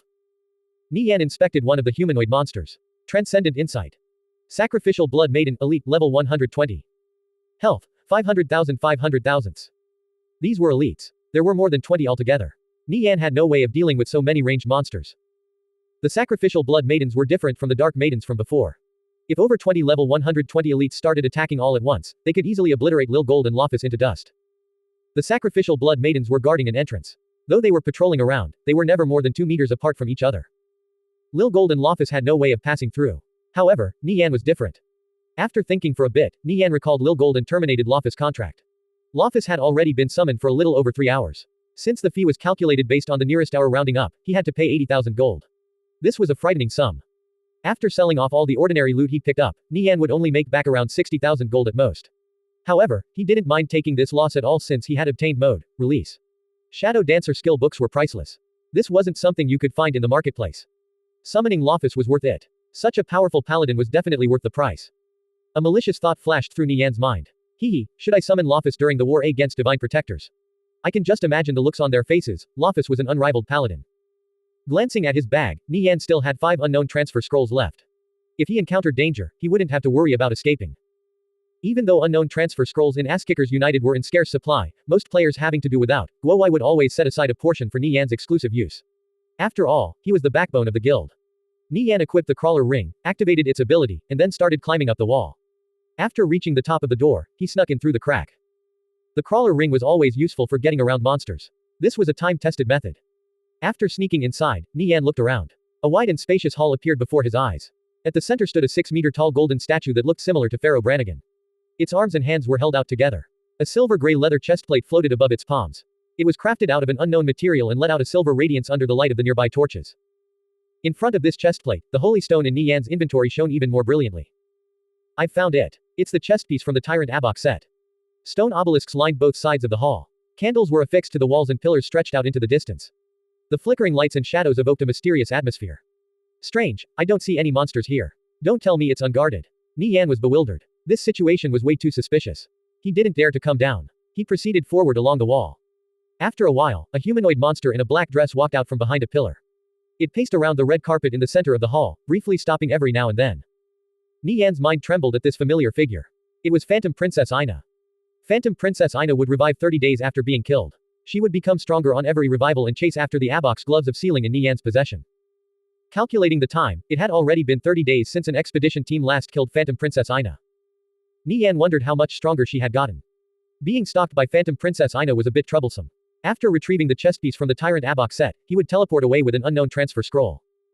Nie Yan pondered for a moment. A plan took shape in his mind to obtain the chestpiece without alerting Phantom Princess Ina of his presence. The statue was about 10 meters away from the closest wall. Like a gecko, Nie Yan crawled in that direction. Phantom Princess Ina seemed to sense something and looked over in Nie Yan's direction. Nie Yan immediately froze in place, not daring to budge an inch. He activated several skills that increased his cloaking and stealth.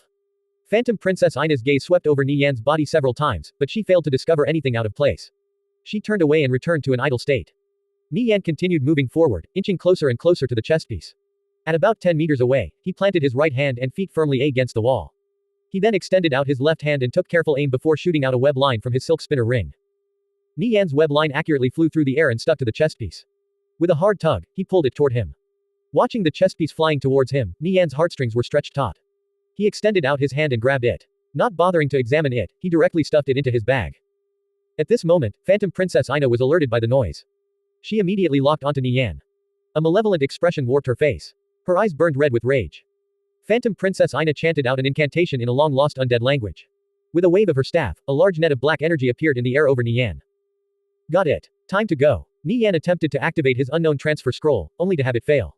He glanced at his status bar. He was under a new status effect, Soul Lock. Soul Lock was Phantom Princess Ina's curse. It prevented the target from using any teleportation items. Damn it. Seeing the black energy net about to trap him, Nie Yan leapt out of the way. He disappeared into stealth with Gale Step and fled toward the exit.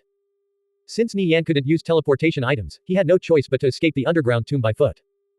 Phantom Princess Ina raised her staff. A black energy sphere flew into the air. Upon finding Nie Yan's location, she swung her staff down.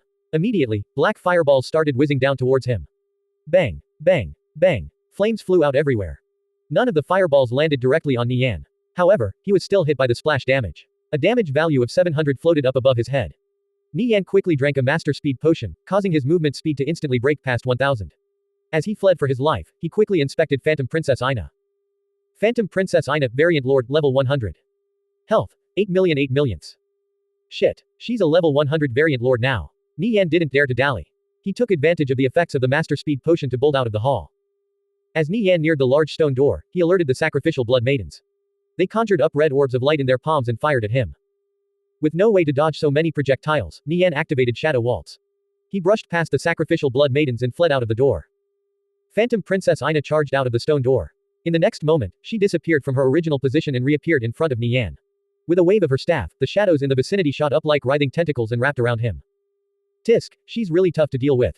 Nie Yan ignored the shadow bind with death exemption and rushed straight at Phantom Princess Ina. Seeing Nie Yan close in on her, Phantom Princess Ina opened her mouth and let out an ear-piercing shriek. Howl of terror. Nie Yan expected this move. He instantly activated Mind Immune. The sharp scream swept past Nie Yan. His ears were ringing badly, as if someone sounded an air horn in his face. Thankfully, he had activated Mind Immune just in time.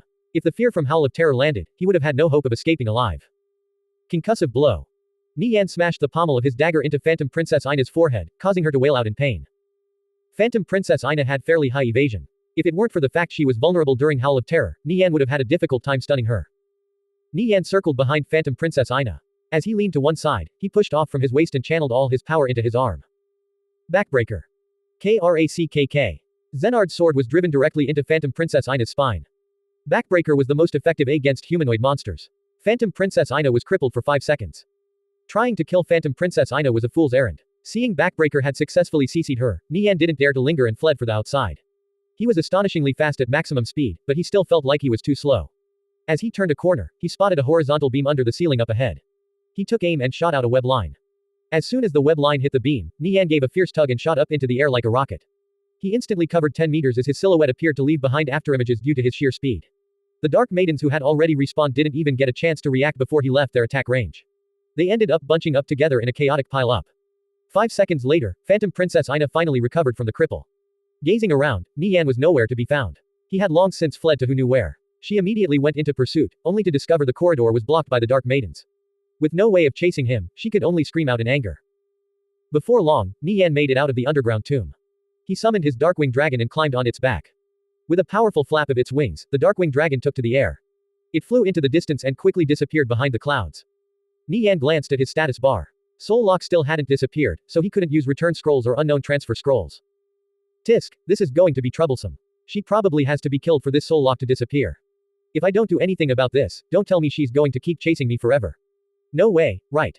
Despite knowing what had to be done, Nie Yan knew he wasn't a match for a level 100 variant lord. If I return to Kalor, she definitely won't follow me there. Only the most powerful monsters will attack a large city. Maybe I could lure her into a small town or village and have the NPCs kill her like I did with the Guardian of Order. Level 100 variant lords wouldn't approach large cities, but instances of them attacking small towns and villages were quite common. Nie Yan immediately thought of the ideal place. I'll lead her to Crassus. Crassus was a small town that few players frequented. However, the NPCs there were quite strong. They were all level 90 or higher. The town had more than 300 NPCs. This force was probably strong enough to deal with Phantom Princess Ina. If I can lead her to Crassus, it should be fun. Nie Yan smirked. Like this, he could simply push aside most of the work to others. Having him deal with Phantom Princess Ina alone was undoubtedly suicidal. Nie Yan flew north on his Darkwing Dragon. A small town gradually came into view 10 minutes later. Crassus, rather than a town, was better described as an enormous manor. Surrounded by fortified wood walls and numerous crossbow turrets, the defenses here were solid. Frequently besieged by large lord-class monsters, the residents of Crassus were all fairly strong. The weakest were level 90 elites while the mayor was a level 100 lord. This was mainly why Nie Yan chose to lead Phantom Princess Ina here. Towns below level 100 rarely had such strong defenses. As for towns level 100 and up, it was doubtful Phantom Princess Ina would follow Nie Yan there. Nie Yan had the Darkwing Dragon alight on the outskirts of Crassus. After unsummoning his Darkwing Dragon, he headed into town. Donning a black cloak, Nie Yan walked through the main gates. He saw shops scattered here and there on both sides of the street. They didn't appear to have much business, only carrying the most basic consumables, weapons, and armor. He would occasionally cross paths with the odd player. They were all at least level 70 since the maps in the vicinity were fairly high level. Players generally only came to Crassus if it was related to some quest. The allure of exploring new lands was far greater. Nie Yan observed the NPCs in town. I don't know how long it'll take Phantom Princess Ina to arrive. I guess I'll just have to keep waiting until then. What should I do to kill some time?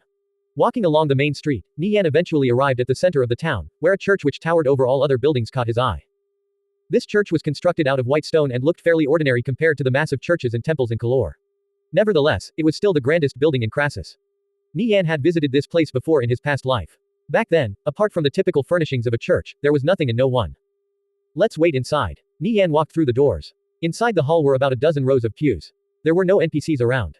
The place was empty. Up at the front stood the statue of a goddess. It was poorly maintained, perhaps due to months or even years of neglect, and covered in a thick layer of dust.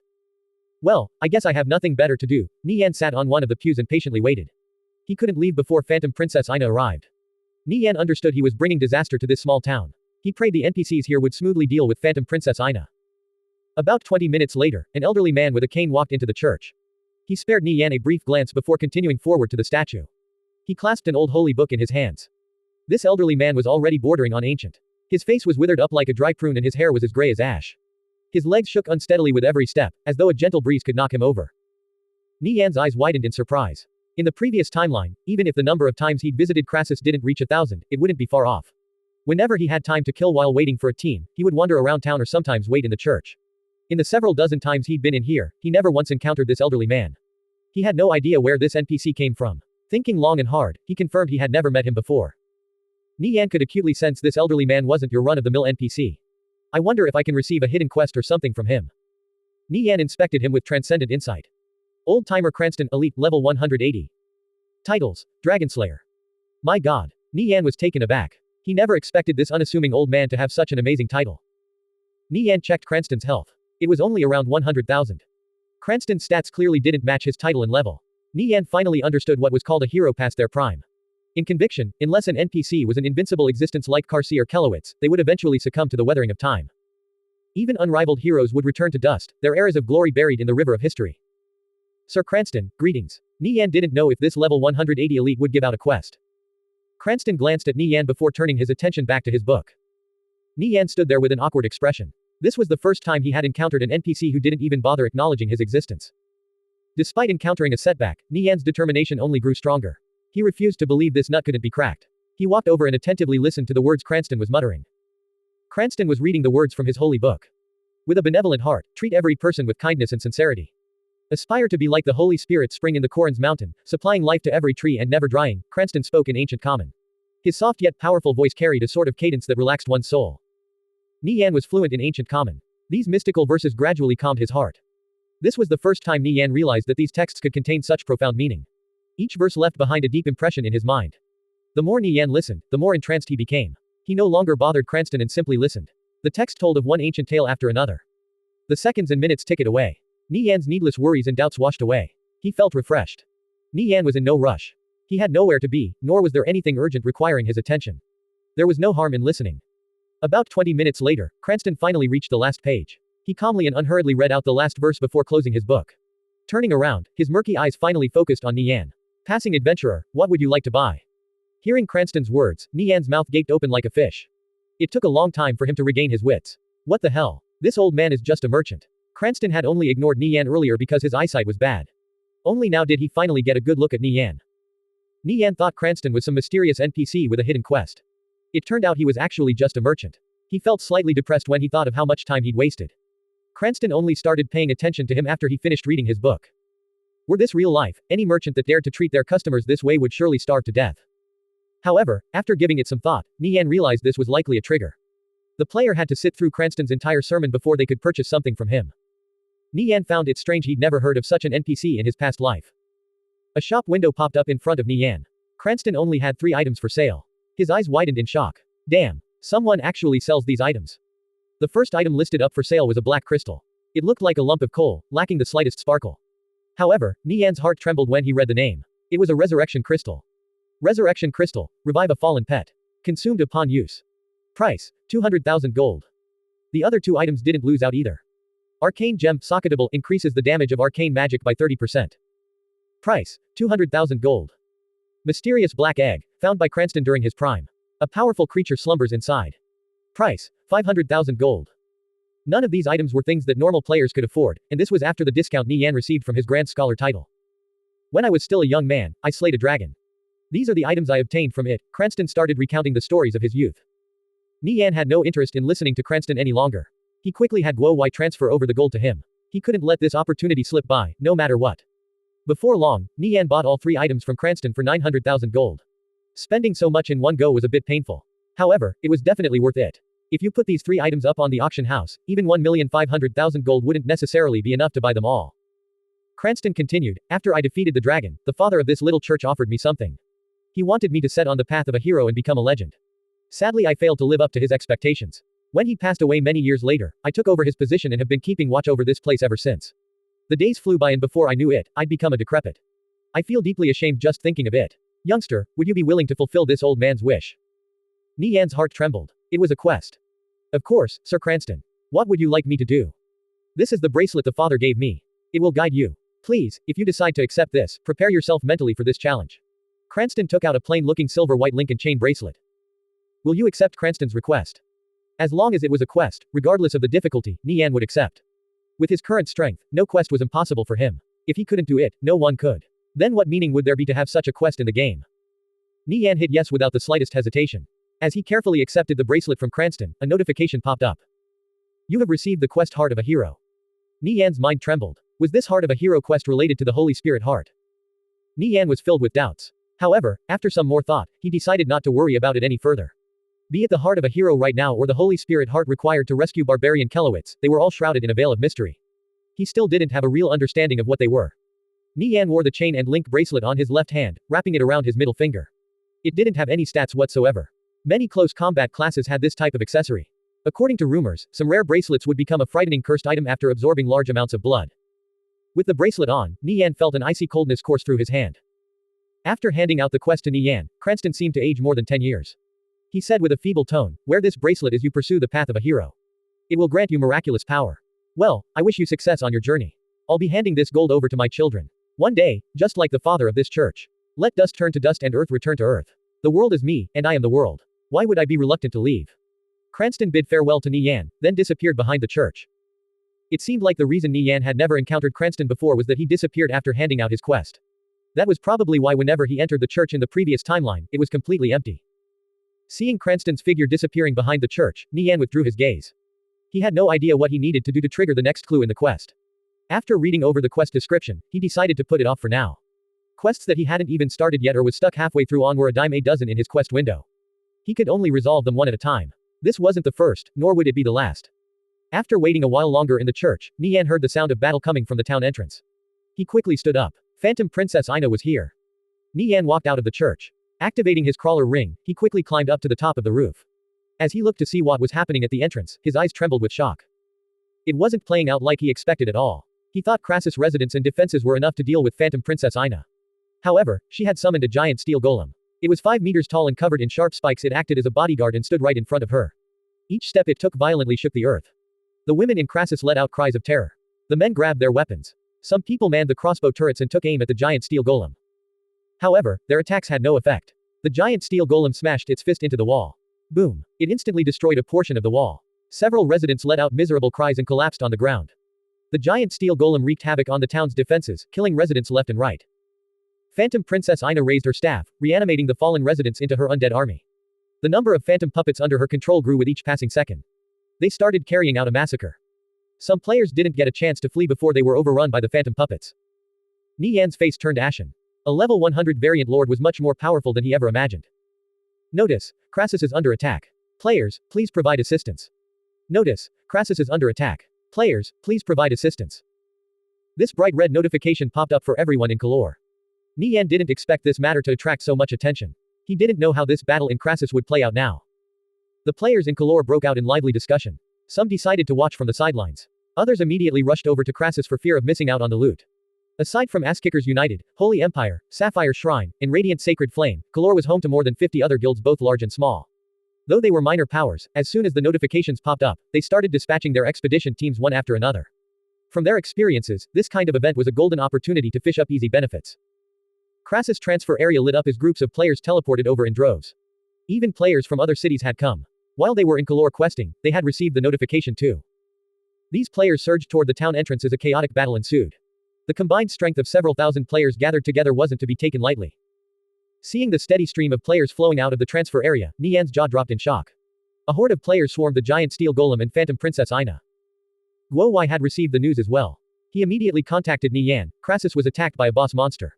Should we send people over to fight for the honor? It appeared this matter had caught Guo Wai's interest too. Nie Yan bitterly smiled. No one knew the person responsible for all this chaos in Crassus was him. Hold off for a moment. I'm at Crassus right now. I'll let you know if it's necessary, Nie Yan said. Killing Phantom Princess Ina wouldn't be easy for players at this stage of the game. After all, she was a level 100 variant lord. Huh, how are you there already?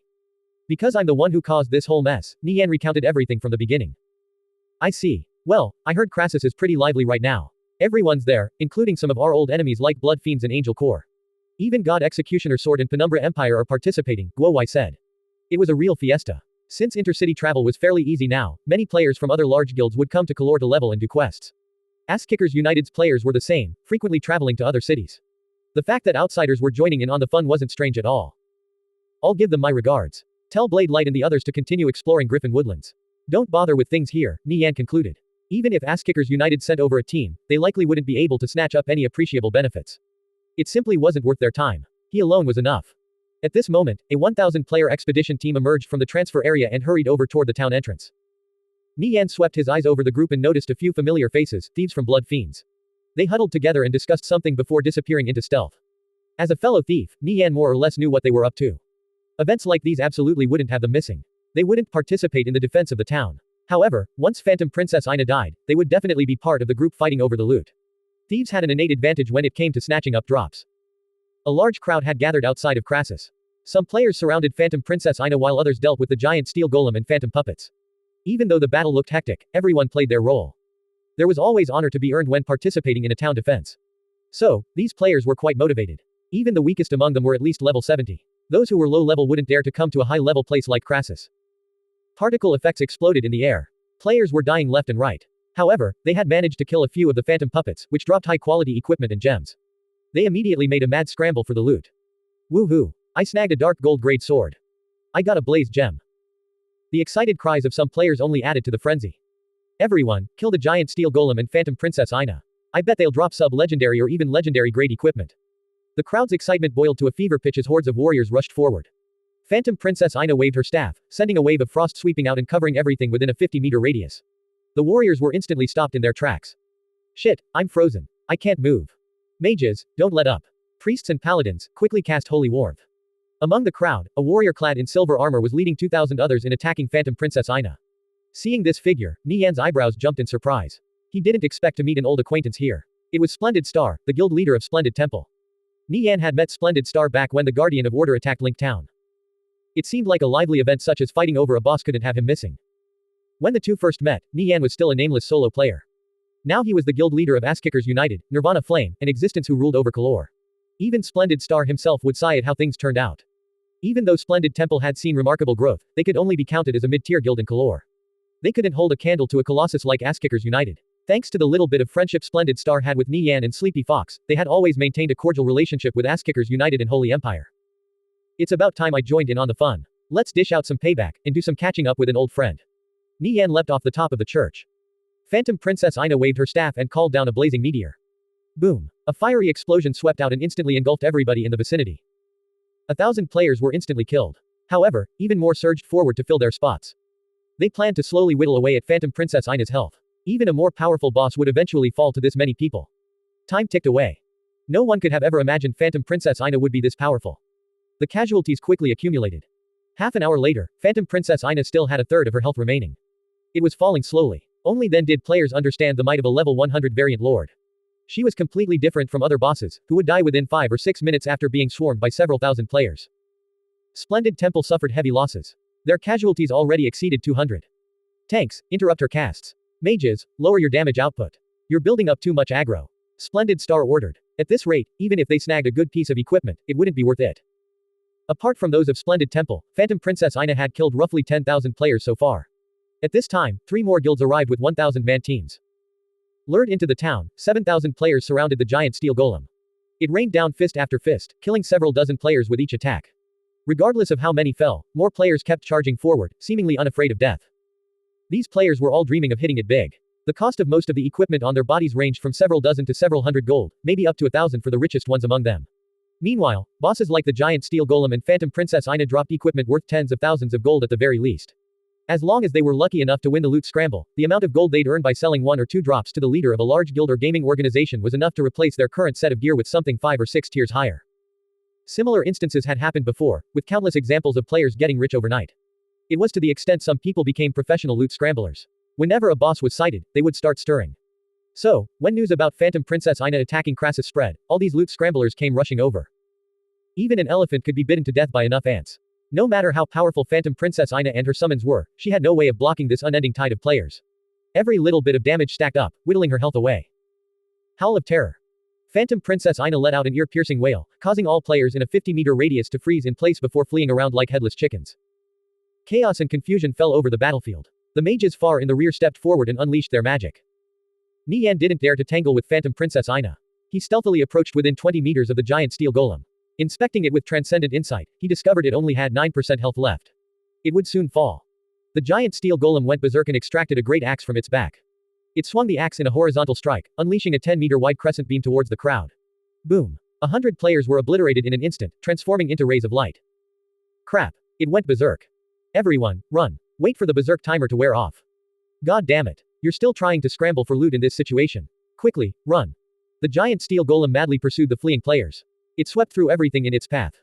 Nie Yan hid among the crowd. Seeing the giant steel golem winding up for another swing, he dodged out of the way with Gale Step. As the blade cleaved down, he heard miserable cries coming from behind him. Glancing back, close to 100 corpses were lying on the ground. The weak could only serve as cannon fodder. The giant steel golem left behind a trail of carnage and destruction wherever it passed. Nie Yan circled behind the giant steel golem. He was about 10 meters away. He closely eyed its back. With the giant steel golem's health falling to 3%, everyone anxiously waited for the finishing blow to be dealt. However, no one dared to charge forward. It was simply too dangerous. Anyone that approached would be instantly cleaved in half.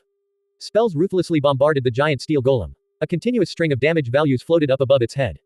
The giant steel golem's health finally dropped below 1%. It's almost dead. We can do this. I'm counting on you guys to cover me when I go to snatch the drops.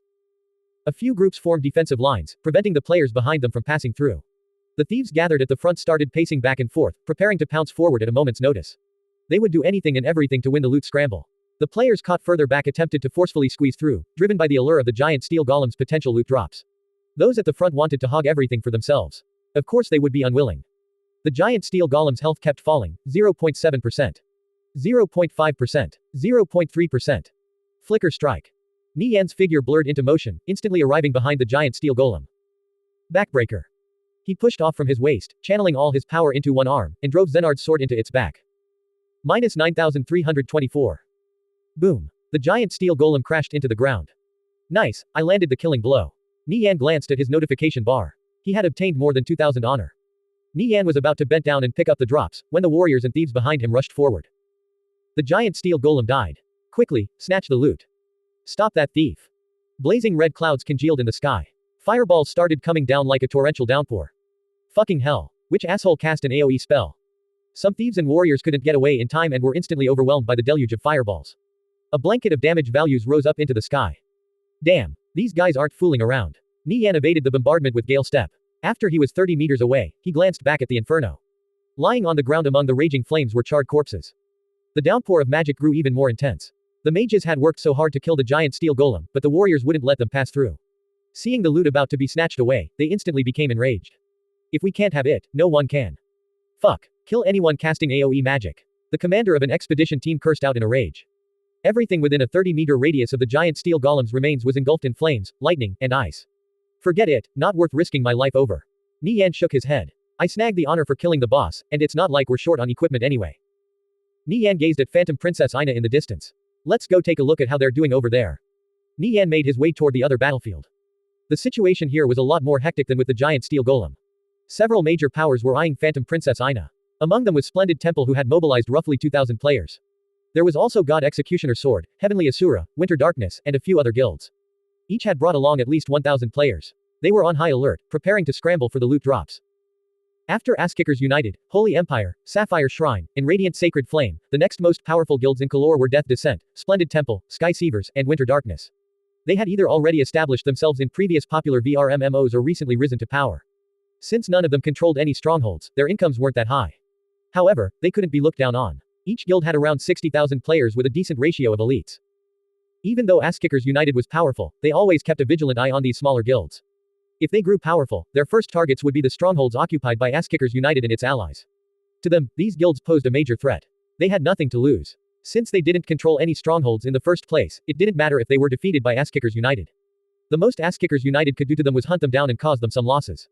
If worse came to worst, they could simply dissolve and restart elsewhere with their core members. Asskickers United had everything to lose and very little to gain, while these guilds had everything to gain and very little to lose. So, for Asskickers United to secure their foundation, these second-rate guilds couldn't be allowed to grow more powerful. At the first signs of anything untoward, they would be smothered to death in the cradle. The guild leaders of these four guilds were at the front lines commanding their troops. Nie Yan looked around and spotted the silhouettes of the 5 thieves from Blood Fiends. They were lingering around in an area 20 meters away from Phantom Princess Ina. It was rumored that Blood Fiends was a student club in the top military academy. 2 of the members were current students while the other 3 had already graduated. They were called Dark, Ardent, Shadow, Night, and Seal. The people under them were also all thieves. Since Nie Yan was going to be studying at the top military academy for the next 4 years, they were bound to bump into each other sooner or later. Last time, I almost died to your ambush. Now it's my turn to return the favor. Nie Yan's eyes flashed with a cold light. Nie Yan had grown much stronger since their last meeting. The main 5 from Blood Fiends were indeed skilled. It wasn't strange that they advanced to Shadow Dancers in the previous timeline. However, the current him could be described as a cheat. Nie Yan played with the dagger in his hand before making his approach. In the middle of the battlefield, several guilds were keeping each other in check. They all glared at each other with hostility. However, none of them made a move. With Phantom Princess Ina still alive, there was no benefit in them fighting amongst each other. Not to mention they were all roughly equal in strength. If a fight broke out, everyone would incur heavy losses. Winter Darkness Guild leader was an elementalist called Ice Age. He was a man in his 30s with a slim build and average features, the sort that would easily blend into a crowd. However, his azure robes were far from ordinary. He had 3 pieces of sub-legendary grade equipment on his body, while the rest were dark gold grade. He was far better off than most of his counterparts. Fighters, stand your ground. Don't let Phantom Princess Ina come over to our side. Ice Age hollered. The fighters of Winter Darkness planted their great shields into the ground and formed a shield wall. It was clear Ice Age had properly trained the players under him. Ice Age opened his chat. He created a private group with the guild leaders of Death Descent and Sky Sivir, Reaper's Breath and Skynet. Skynet, Reaper, have you guys thought about it? Are we doing this or what? Give me a reply. A simple yes or no is fine. Reaper's Breath gritted his teeth. Damn it. Fine, I'm in. Tell me what you want us to do. Good, that's what I like to hear. We've all suffered at the hands of Splendid Temple. Recently, they snatched away 2 mines my people found. You guys have probably encountered similar situations before, no? I recall just a few days ago Splendid Temple's forces wiped out 2 100-man expedition teams from Sky Sivir. Anyway, I know they have a slight connection with Asskickers United, but that's simply because they're a bit stronger than us. I'm sure once we take them down a notch, Asskickers United will toss them aside like a dirty rag. So, Skynet, can we count you in? Alright, I'm in, Skynet replied after thinking it over. Unbeknownst to Splendid Star, while his forces were focused on dealing with Phantom Princess Ina and preparing to snatch the loot, Winter Darkness, Death Descent, and Sky Sivir were plotting against him. I've also recruited the help of Blood Fiends. With 30 top thieves acting together, none of the priests from Splendid Temple should even think about surviving. Ice Age chuckled.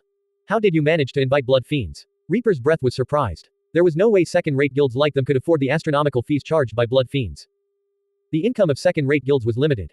Aside from membership dues, their only other sources of income came from hunting bosses, grinding mobs, and excavating mines. Since they weren't strong enough to monopolize higher-level maps, they could only pick up the leftovers of more powerful guilds. No financial groups were willing to invest in them, and the guild leaders couldn't keep paying out of their own pockets. So, funding for guild activities was fairly strained. I found a backer. He's willing to invest in Winter Darkness. Blood Fiends is also under his control. With extra funding, we can finally start recruiting more people, Ice Age said in a gloating tone. Who would be willing to invest in second-rate guilds like us? You're pulling our legs, aren't you? Reaper's Breath bitterly smiled. He couldn't help but feel helpless at their current situation. I agree. Only a blind person or someone with nothing better to do would bother investing in prospectless guilds like ours, Skynet chimed in. Well, that's where you guys are wrong. Sure, Asskickers United might be strong. But they aren't invincible. We have more than 20 second-rate guilds, 40 third-rate guilds, and even more smaller guild with at least 10,000 members in Kalor. If all of them were gathered together, could you imagine how powerful of a force that would be? It would outnumber Asskickers United by at least 6 to 1. Ice Age said. That's true, but these guilds are like grains of sand floating in the wind. Who could possibly gather them all together? Challenging Asskickers United in Kalor, that's ridiculous. Even in the entirety of the Viridian Empire, there isn't a guild that can match them. Seeing that Reaper's Breath and Skynet weren't convinced, Ice Age continued, it doesn't matter if you guys believe me or not. You'll find out soon enough. The Century Financial Group recently struck a deal with another financial group, and agreed to transfer over all their assets in the Viridian Empire. As for the name of this financial group, I won't say.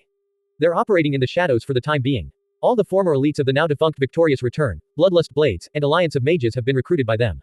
Divine Protectors, God Executioner Sword, Penumbra Empire, and 50 other guilds both large and small are also under their control, naturally, Winter Darkness too. I estimate it won't be long before their people get in touch with you guys too. Ice Age felt smug being privy to knowledge Reaper's Breath and Skynet weren't aware of first. Winter Darkness' position in the Alliance would surely be higher than that of Death Descent and Sky Sivir. Ice Age's words rang like claps of thunder in the ears of Reaper's Breath and Skynet. My god. What kind of financial group has that much money? Reaper's Breath exclaimed in shock. If what Ice Age was saying was true, there would be another huge shakeup in the power balance of the Viridian Empire. The Century Financial Group has already abandoned Alliance of Mages and Divine Protectors. Why didn't we hear about this? Skynet asked. It would be strange if you did. Just wait, in a few months, Kalor will no longer belong to Asskickers United. Ice Age declared. Really? Reaper's Breath and Skynet were filled with doubts. If a financial group had really gathered such a large force, it would be hard to say if Asskickers United could maintain their dominance. However, why hadn't they heard of anything until now? Ice Age wasn't trying to hoodwink them, right? Dark, Ardent, Shadow, Night, and Seal chatted as they carefully avoided Phantom Princess Ina's attacks. Phantom Princess Ina doesn't have much health left. Prepare to scramble for the loot. Dark reminded. He was the oldest in the group, and so his words held the most sway. Watch out for the players in the back casting AoE magic, Ardent warned. Don't worry. I have something that will protect me. When the time comes, leave everything to me, Dark said. He had recently obtained an advanced skill that would make him immune to magic for 5 seconds, more than enough time for him to snatch the loot and make a quick getaway. All preparations were complete. When Phantom Princess Ina died, they would take action. At this moment, Dark received a message. He turned to Ardent and the others. Winter Darkness wants to take action against Splendid Temple. What did the boss say? The boss approved it. Since the boss approved, they had no choice but to comply with the request. The plot to deal with Splendid Temple was beginning. Nie Yan inched closer to Dark and the others. These 5 thieves were truly inseparable. There was no more than 2 meters between them at any time, leaving no opportunity for an ambush. Looking elsewhere, he noticed Winter Darkness, Death Descent, and Sky Silver slowly but surely closing in on Splendid Temple. He immediately sensed something wrong. We're almost there. Phantom Princess Ina only has 2% health left. Imp, you scramble for the loot. We'll cover you. Splendid Star shouted. Boss, Winter Darkness is attacking us. Boss, Death Descent is attacking us. Boss, Sky Silver is closing in on us. Do we attack? What? Splendid Star cried out in alarm. Looking back, he saw red clouds form in the sky. Before long, fireballs started pouring down, wiping out his players in droves. Several dozen thieves snuck into the backline and started massacring the priests of Splendid Temple. Boss, their thieves are too strong. We've already lost 30 priests. Ice Age, Reaper, Skynet, you scheming sons of bitches. I'll remember this. Just wait, I'll make you assholes pay for this. Splendid Star boiled with rage. His players were being slaughtered left and right. Boss, what do we do? Give up on Phantom Princess Ina. Retreat. Fucking bastards, if they want to fight, we'll give it to them. Warriors, charge. Splendid Star roared. He led several dozen warriors toward the forces of Winter Darkness. Splendid Temple was attacked from all sides. They had lost around 600 players, over a quarter of their original force. It looked like they were going to suffer a disastrous defeat. Winter Darkness, Death Descent, and Sky Silver had conspired together to deal with Splendid Temple. They outnumbered Splendid Temple 2 to 1. Thanks to the ambush, they seized the initiative and were dictating the flow of battle. Furthermore, with the interference of the thieves from Blood Fiends, Splendid Temple instantly lost the support from their priests in the rear. Their casualties were quickly accumulating. Those motherfuckers. Splendid Star cursed. He was normally friendly and amiable, rarely ever having such angry outbursts. If it wasn't for this ambush, we definitely wouldn't have suffered this many casualties. Splendid Star and his several dozen warriors clashed with the front line of Winter Darkness. However, lacking support from their priests in the rear, they were at a clear disadvantage. They were fighting an uphill battle. Nie Yan knitted his brows. He still shared some friendship with Splendid Star. Their 2 guilds also had a cooperative relationship. Seeing Splendid Temple suffer such heavy losses, he couldn't sit around and do nothing. The Darkwing Dragon is too distinct. They'll instantly know it's me. I should just summon Lofus. Nie Yan opened the window for divine recruitment. Do you wish to summon Paladin Lofus? Yes. With a flash of light, Paladin Lofus emerged on the battlefield. The forces of Winter Darkness, Death Descent, and Sky Silver held the absolute advantage. Even though they met fierce resistance from Splendid Star, they progressed smoothly. Splendid Temple only had 500 players left from their initial 2,000. Meanwhile, their combined casualties barely exceeded 200. Splendid Star and his troops were in their death throes. Dark, Ardent, and the other 3 thieves from Blood Fiends surrounded 6 priests and made short work of them. The 30 thieves from Blood Fiends moved like a pack of wolves. Acting in groups of 3 or 4, they would pop out of nowhere, leaving behind a pile of corpses before disappearing without a trace. This tactic proved effective. More than half the priests from Splendid Temple died at the hands of these thieves. Die, you son of a bitch. Splendid Star roared as he charged at Ice Age. Ice Age sneered, come and try if you think you have the ability. We've killed more than half your elites already. I'd like to see how Splendid Temple will make a recovery from this. Aren't you buddies with Asskickers United? Where are they? Why haven't they come to rescue you yet? Ice Age kept throwing out insults and taunts, even in the face of Splendid Star's charge, while retreating toward the back. Several dozen warriors came out from behind him. They rushed forward to intercept Splendid Star. Charge. Intercept. The warriors blocked Splendid Star's advance. Splendid Star's group was completely surrounded. Of the dozen or so warriors that charged into battle with him, only 2 were left alive. They were Bitter Coffee and Lone Falling Leaf. The 2 warriors stood in front of Splendid Star. Boss, quickly escape with an unknown transfer scroll. We'll cover you. Bitter Coffee anxiously yelled. Screw that. I'm going to kill Ice Age even if it costs me my life. Splendid Star cursed. Barbarian Strength. Seismic Slam. H. Splendid Star slammed his great sword into the earth and sent 3 enemy warriors flying. He then charged at Ice Age. Boss. Protect the boss. Lone Falling Leaf yelled after seeing he couldn't dissuade Splendid Star. Charge. He rushed forward to provide support. This is bad. We won't last without any healing. Bitter Coffee anxiously shouted. The Shadow Priests locked down Splendid Star, Bitter Coffee, and Lone Falling Leaf with shackles of strife. Teleporting away was no longer possible. A shower of spells rained down from the sky and bombarded Bitter Coffee. His health bar bottomed out, and he collapsed on the ground. A thief appeared out of stealth and picked up the equipment Bitter Coffee dropped. Damn, this guy has some pretty good equipment. Several warriors ganged up on Lone Falling Leaf. After a fierce struggle, he was also cut down. Seeing his two closest subordinates dying, Splendid Star's eyes reddened with rage. With a whirlwind slash, he cleared away the last of the warriors between him and Ice Age. Ice Age, face me like a man if you have the balls. The blood-soaked Splendid Star resembled a god of slaughter. Ice Age felt fear creep over him. He anxiously retreated, while simultaneously putting on a brave front and shouting, "Mages, kill him. He's only one person." Splendid Star barreled forward and knocked aside two thieves attempting to intercept him. 10 meters. 7 meters. 3 meters. He was fast approaching Ice Age. Ice Age was a mage. Once Splendid Star entered within melee range of him, he would be dead for sure. He quickly turned tail and fled. He only has 30% health left. Finish him off. Spells arced through the air and rained down on Splendid Star. Splendid Star quickly drank an advanced health potion. You think this will stop me? Get back here, you coward. He braved through the shower of spells, his focus only on Ice Age. Fuck. Just die already. Ice Age cried out. Splendid Star quickly caught up to Ice Age and cleaved down with his great sword. Die. Splendid Star roared with bloodshot eyes. Splendid Star's fury was truly frightening. As his blade was about to land, Ice Age shielded himself with ice barrier. A white membrane enveloped his body. Crack. Splendid Star's attack shattered the ice barrier and slammed into Ice Age's chest, knocking him several meters back. Minus 1637. Ice Age was frightened out of his mind. If he hadn't cast ice barrier in time, he would be a cold corpse on the ground right now. Scrambling back to his feet, Ice Age fled for dear life. Splendid Star immediately gave chase. The players of Winter Darkness were completely awestruck. They had never met someone so fearless and unrelenting in the face of death. Save the boss. Mages, don't stop firing. Warriors, intercept him. Ice Age cut a sorry figure as he crawled and rolled out of the way of Splendid Star's attacks. He was being chased down like a dog. It didn't matter how many spells he had. With Splendid Star hot on his heels, Ice Age didn't have the time to cast any one of them. Flame Slash. Splendid Star's sword ignited with raging flames as he chopped down. It looked to be the end of the road for Ice Age. Charge. Intercept. 5 warriors from Winter Darkness arrived just in time. Splendid Star slashed down with his sword and sent one of the warriors flying. He watched as Ice Age escaped further and further away. Fucking hell. Kill that bastard already. Ice Age cursed in a fit of anger. He had embarrassed himself greatly while running away from Splendid Star. The several warriors closed in. Splendid Star only had 10% health left. This was the end of the road. It was impossible to reverse the tide. Ice Age. Every debt has a debtor, every injustice a perpetrator. Today you've cut down 2,000 of my people. I won't forget this enmity.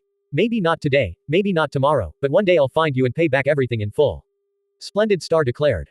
A dense shower of spells whizzed through the sky and rained down on Splendid Star. Splendid Star closed his eyes, resigning himself to death. At this time, a white light suddenly fell over him and instantly restored his health back to full. Bang, bang, bang. After the dust and smoke cleared, Splendid Star was surprised to discover he was still alive. His health was also restored to full. What happened next filled him with far greater shock. After the healing, several more rays of light fell over him. A barrier of holy light enveloped Splendid Star. He felt energy flowing into him, seeping into every muscle fiber of his body. He was brimming with strength. As Splendid Star lowered his head to glance at his stats, his jaws dropped in shock.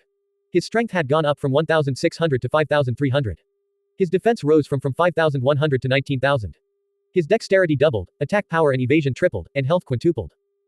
These stats could only be described as cheats. Splendid Star knew there wasn't a single warrior capable of rivaling him right now.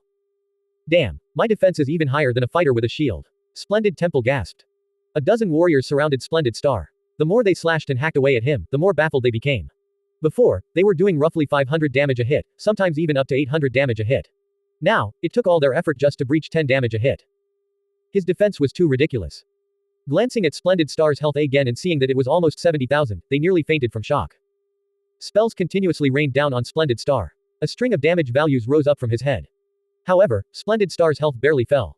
Splendid Star finally regained his wits. He raised his great sword and chopped down, instantly killing a warrior with 5,000 health. One slash after the other, Splendid Star cut down 10 warriors in a row like he was chopping vegetables. He didn't even have to rely on any techniques. A feeling of incomparable bliss washed over him. My attacks are so powerful. Just what's going on? When Splendid Star looked around for the answer, he saw a paladin sweeping through the forces of Winter Darkness, slaughtering players left and right.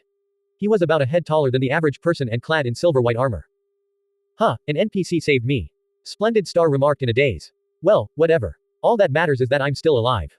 Splendid Star's eyes flashed with a cold light as he locked onto a certain figure in the distance. Ice Age, wash your neck. It's time for you to die. Seeing Splendid Star charging over, Ice Age's face paled in fright. He quickly turned and fled. Splendid Star was already difficult to deal with before. Now with his stats buffed by so much, he had become a super cheat. Ice Age couldn't fathom for the life of him how the situation took such a turn. Why did an NPC of all things come to Splendid Star's rescue? It appeared out of nowhere and ruined everything. Winter Darkness battle formation was in complete disarray. This NPC was precisely Paladin Lofus. Nie Yan hid some distance away and remotely ordered Lofus to aid Splendid Star. Lofus' blessings were all rank 10 or higher. Their effects were naturally outstanding. After buffing Splendid Star, he turned from a mortal into a god of war. He was invincible. After decimating Winter Darkness forces, Paladin Lofus had only used up 30% of his mana while his health was still full. Lofus chanted out an incantation. A curtain of light fell over the surviving 200 players of Splendid Temple. After several AoE blessings, they instantly felt reinvigorated and were brimming with strength. Wow. My strength tripled. My health quintupled. This is crazy. This is our comeback. Everyone, let's slaughter Death Descent. Kill those bastards. They let out thunderous battle cries as they charged at the forces of Death Descent and Sky Sivir. A blessing that could at least double one's stats was called a godly blessing by players. If a paladin or priest learned such a blessing, their value would increase 5 or 6-fold. Using this kind of blessing at a crucial moment inside a dungeon would often have extraordinary effects. This was also why guardians and archbishops were so highly regarded in the previous timeline. Their godly blessings had an enormous impact on any team. Paladin Lofus had at least 8 such skills. These blessings were originally fairly ordinary skills. However, due to their ranks being so high, all of them at rank 10 or higher, they had become awe-inspiring skills.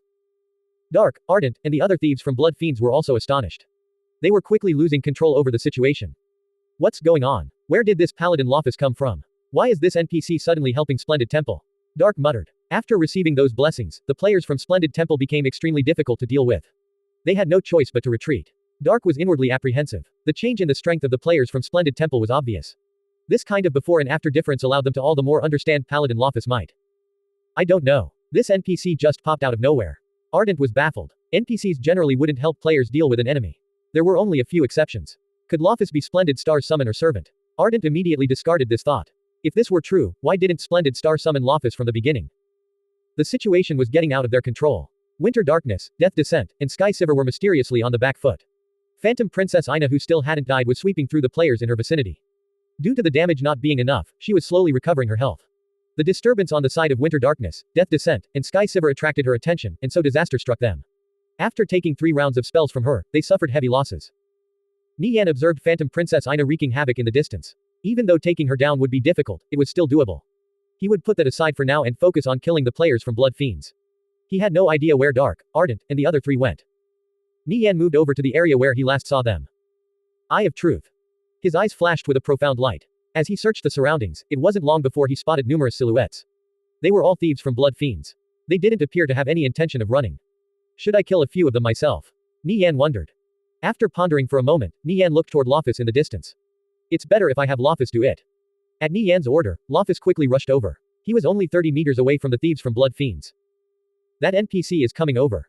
Should we leave? Seal asked. With their strength, defeating Lofus would pose some challenge. Winter Darkness, Death Descent, and Sky Sivir were currently at a disadvantage. If they revealed themselves at this crucial moment, perhaps they could flip the balance of the battle back to their favor. I doubt he can discover us. Let's keep waiting. He's just an NPC. He probably doesn't have much intelligence, Dark said. After interacting with so many lords and NPCs, he came to realize that their biggest weakness was their poor AI. As long as you grasped certain tricks, they were easy to deal with. What Dark and the others failed to realize was that Paladin Lofus was being controlled by a player. So, his combat senses weren't any worse than a player's. Lofus slaughtered the players from Sky Sivir while inching closer toward Dark and the others. He appeared completely oblivious to their existence. Dark and the others carefully probed Lofus. After discovering that he still hadn't noticed them even after approaching within 5 meters of him, they became bolder. They continued trying to find out his detection range. Nie Yan's gaze fell on the skills in Lofus' skill bar. With so many overpowered skills, killing 1 or 2 thieves couldn't be simpler. Dark and the others weren't the slightest bit aware that they had fallen into Nie Yan's trap. This NPC's awareness is really low. Dark, how about we try killing him? Ardent said. He was starting to get restless. They figured out that Paladin Lofus' detection range was only 3 meters. At that range, they could easily pull off an ambush. Like this, the 5 of them could CC him to death. Who's going to take the lead? Dark asked. I'll do it, Seal replied. He was the youngest out of all of them. Alright, you take the lead in CCing that NPC. When he's stunned, we'll all pounce on him. Dark said. Aside from having powerful blessings and high health, Lofus' other stats didn't seem like much. Seal started approaching Lofus from behind. Seeing a silhouette gradually approaching Lofus, Nie Yan smirked. It was finally starting. After arriving within 3 meters of Lofus, Seal pounced toward his back. At this moment, Lofus protected himself with Holy Right, which made him immune to all crowd control. Clang! Seal struck Lofus in the back. The crowd control skill had no effect. Seal was dumbstruck. He didn't expect Lofus to have such sharp senses. Lofus had activated Holy Right at the same instant he pounced forward. A feeling of dread washed over him. Eyes of the divine. Lofus' eyes suddenly shone with a golden light. He immediately locked onto Seal, Ardent, Dark, and the others. All the thieves in the vicinity were revealed before him. Before Seal's feet could even touch the ground, Lofus cast Holy Binding, locking down all the thieves. Holy Strike. Lofus cleaved down onto Seal's body. His blade easily cut through Seal's armor. It was an instant kill. Shit, we've been baited. Lofus' combat senses were much sharper than they originally imagined. Everyone, run! Dark anxiously shouted. They activated skills like Gale Step to escape. Seeing Dark and the others fleeing, Nie Yan's eyes flashed with a cold light. You want to run. It won't be that easy. Indomitable will. Lofus' speed sharply increased severalfold. He barreled toward Dark and the others like a tank at full throttle. Even though Dark and the others were quite fast with the speed buff from Gale Step, they were moving at a snail's pace compared to Lofus. Even Nie Yan couldn't hope to outrun him, let alone them. Fucking hell. That NPC is way too strong. Everyone, use your unknown transfer scrolls. Retreat. The thieves from Blood Fiends split up in different directions. Lofus immediately went into pursuit. Dark pulled out an unknown transfer scroll, only to be instantly silenced by Lofus. His face paled. Damn it, what kind of combat AI is this? This NPC is more frightening than a top-ranked player. Holy Judgment. Lofus raised his sword high. A beam of holy light descended from the sky and struck Dark. Boom. He was sent flying. Unable to use any scrolls or skills, Dark was completely helpless. Without the slightest chance of escape, tragedy was his only fate.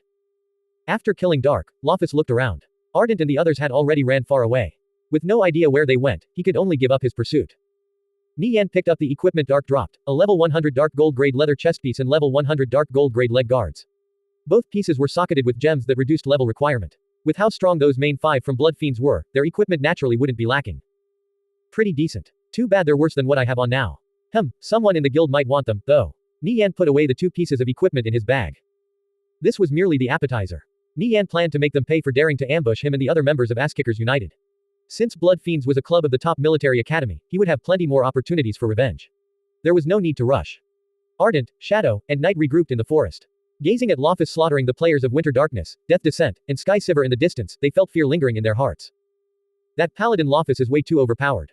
If we hadn't quickly made a run for it, all of us would be dead right now, Ardent said in a gloomy tone. This was the first time they had suffered such a large setback, and it was at the hands of an NPC. That NPC is smarter than most players. Someone has to be controlling him. That's the only explanation that makes any sense. Shadow said. I think so too, Night agreed. He wondered which person had a bone to pick with Winter Darkness, Death Descent, and Sky Siver. Before long, Dark and Seal resurrected from the graveyard. Ardent, Night, and Shadow disappeared into stealth and left the battlefield. They were determined to find out the identity of Lofus' owner. After Blood Fiends withdrew, even more tragedy befell the forces of Winter Darkness, Death Descent, and Sky Siver. Their corpses littered the ground. Ice Age was cut down by Splendid Star, while the other elites fell to Lofus and Splendid Temple. Only a few small fry managed to escape with their lives. Splendid Temple vented their anger. With thousands of players watching, they massacred 3 large rival guilds.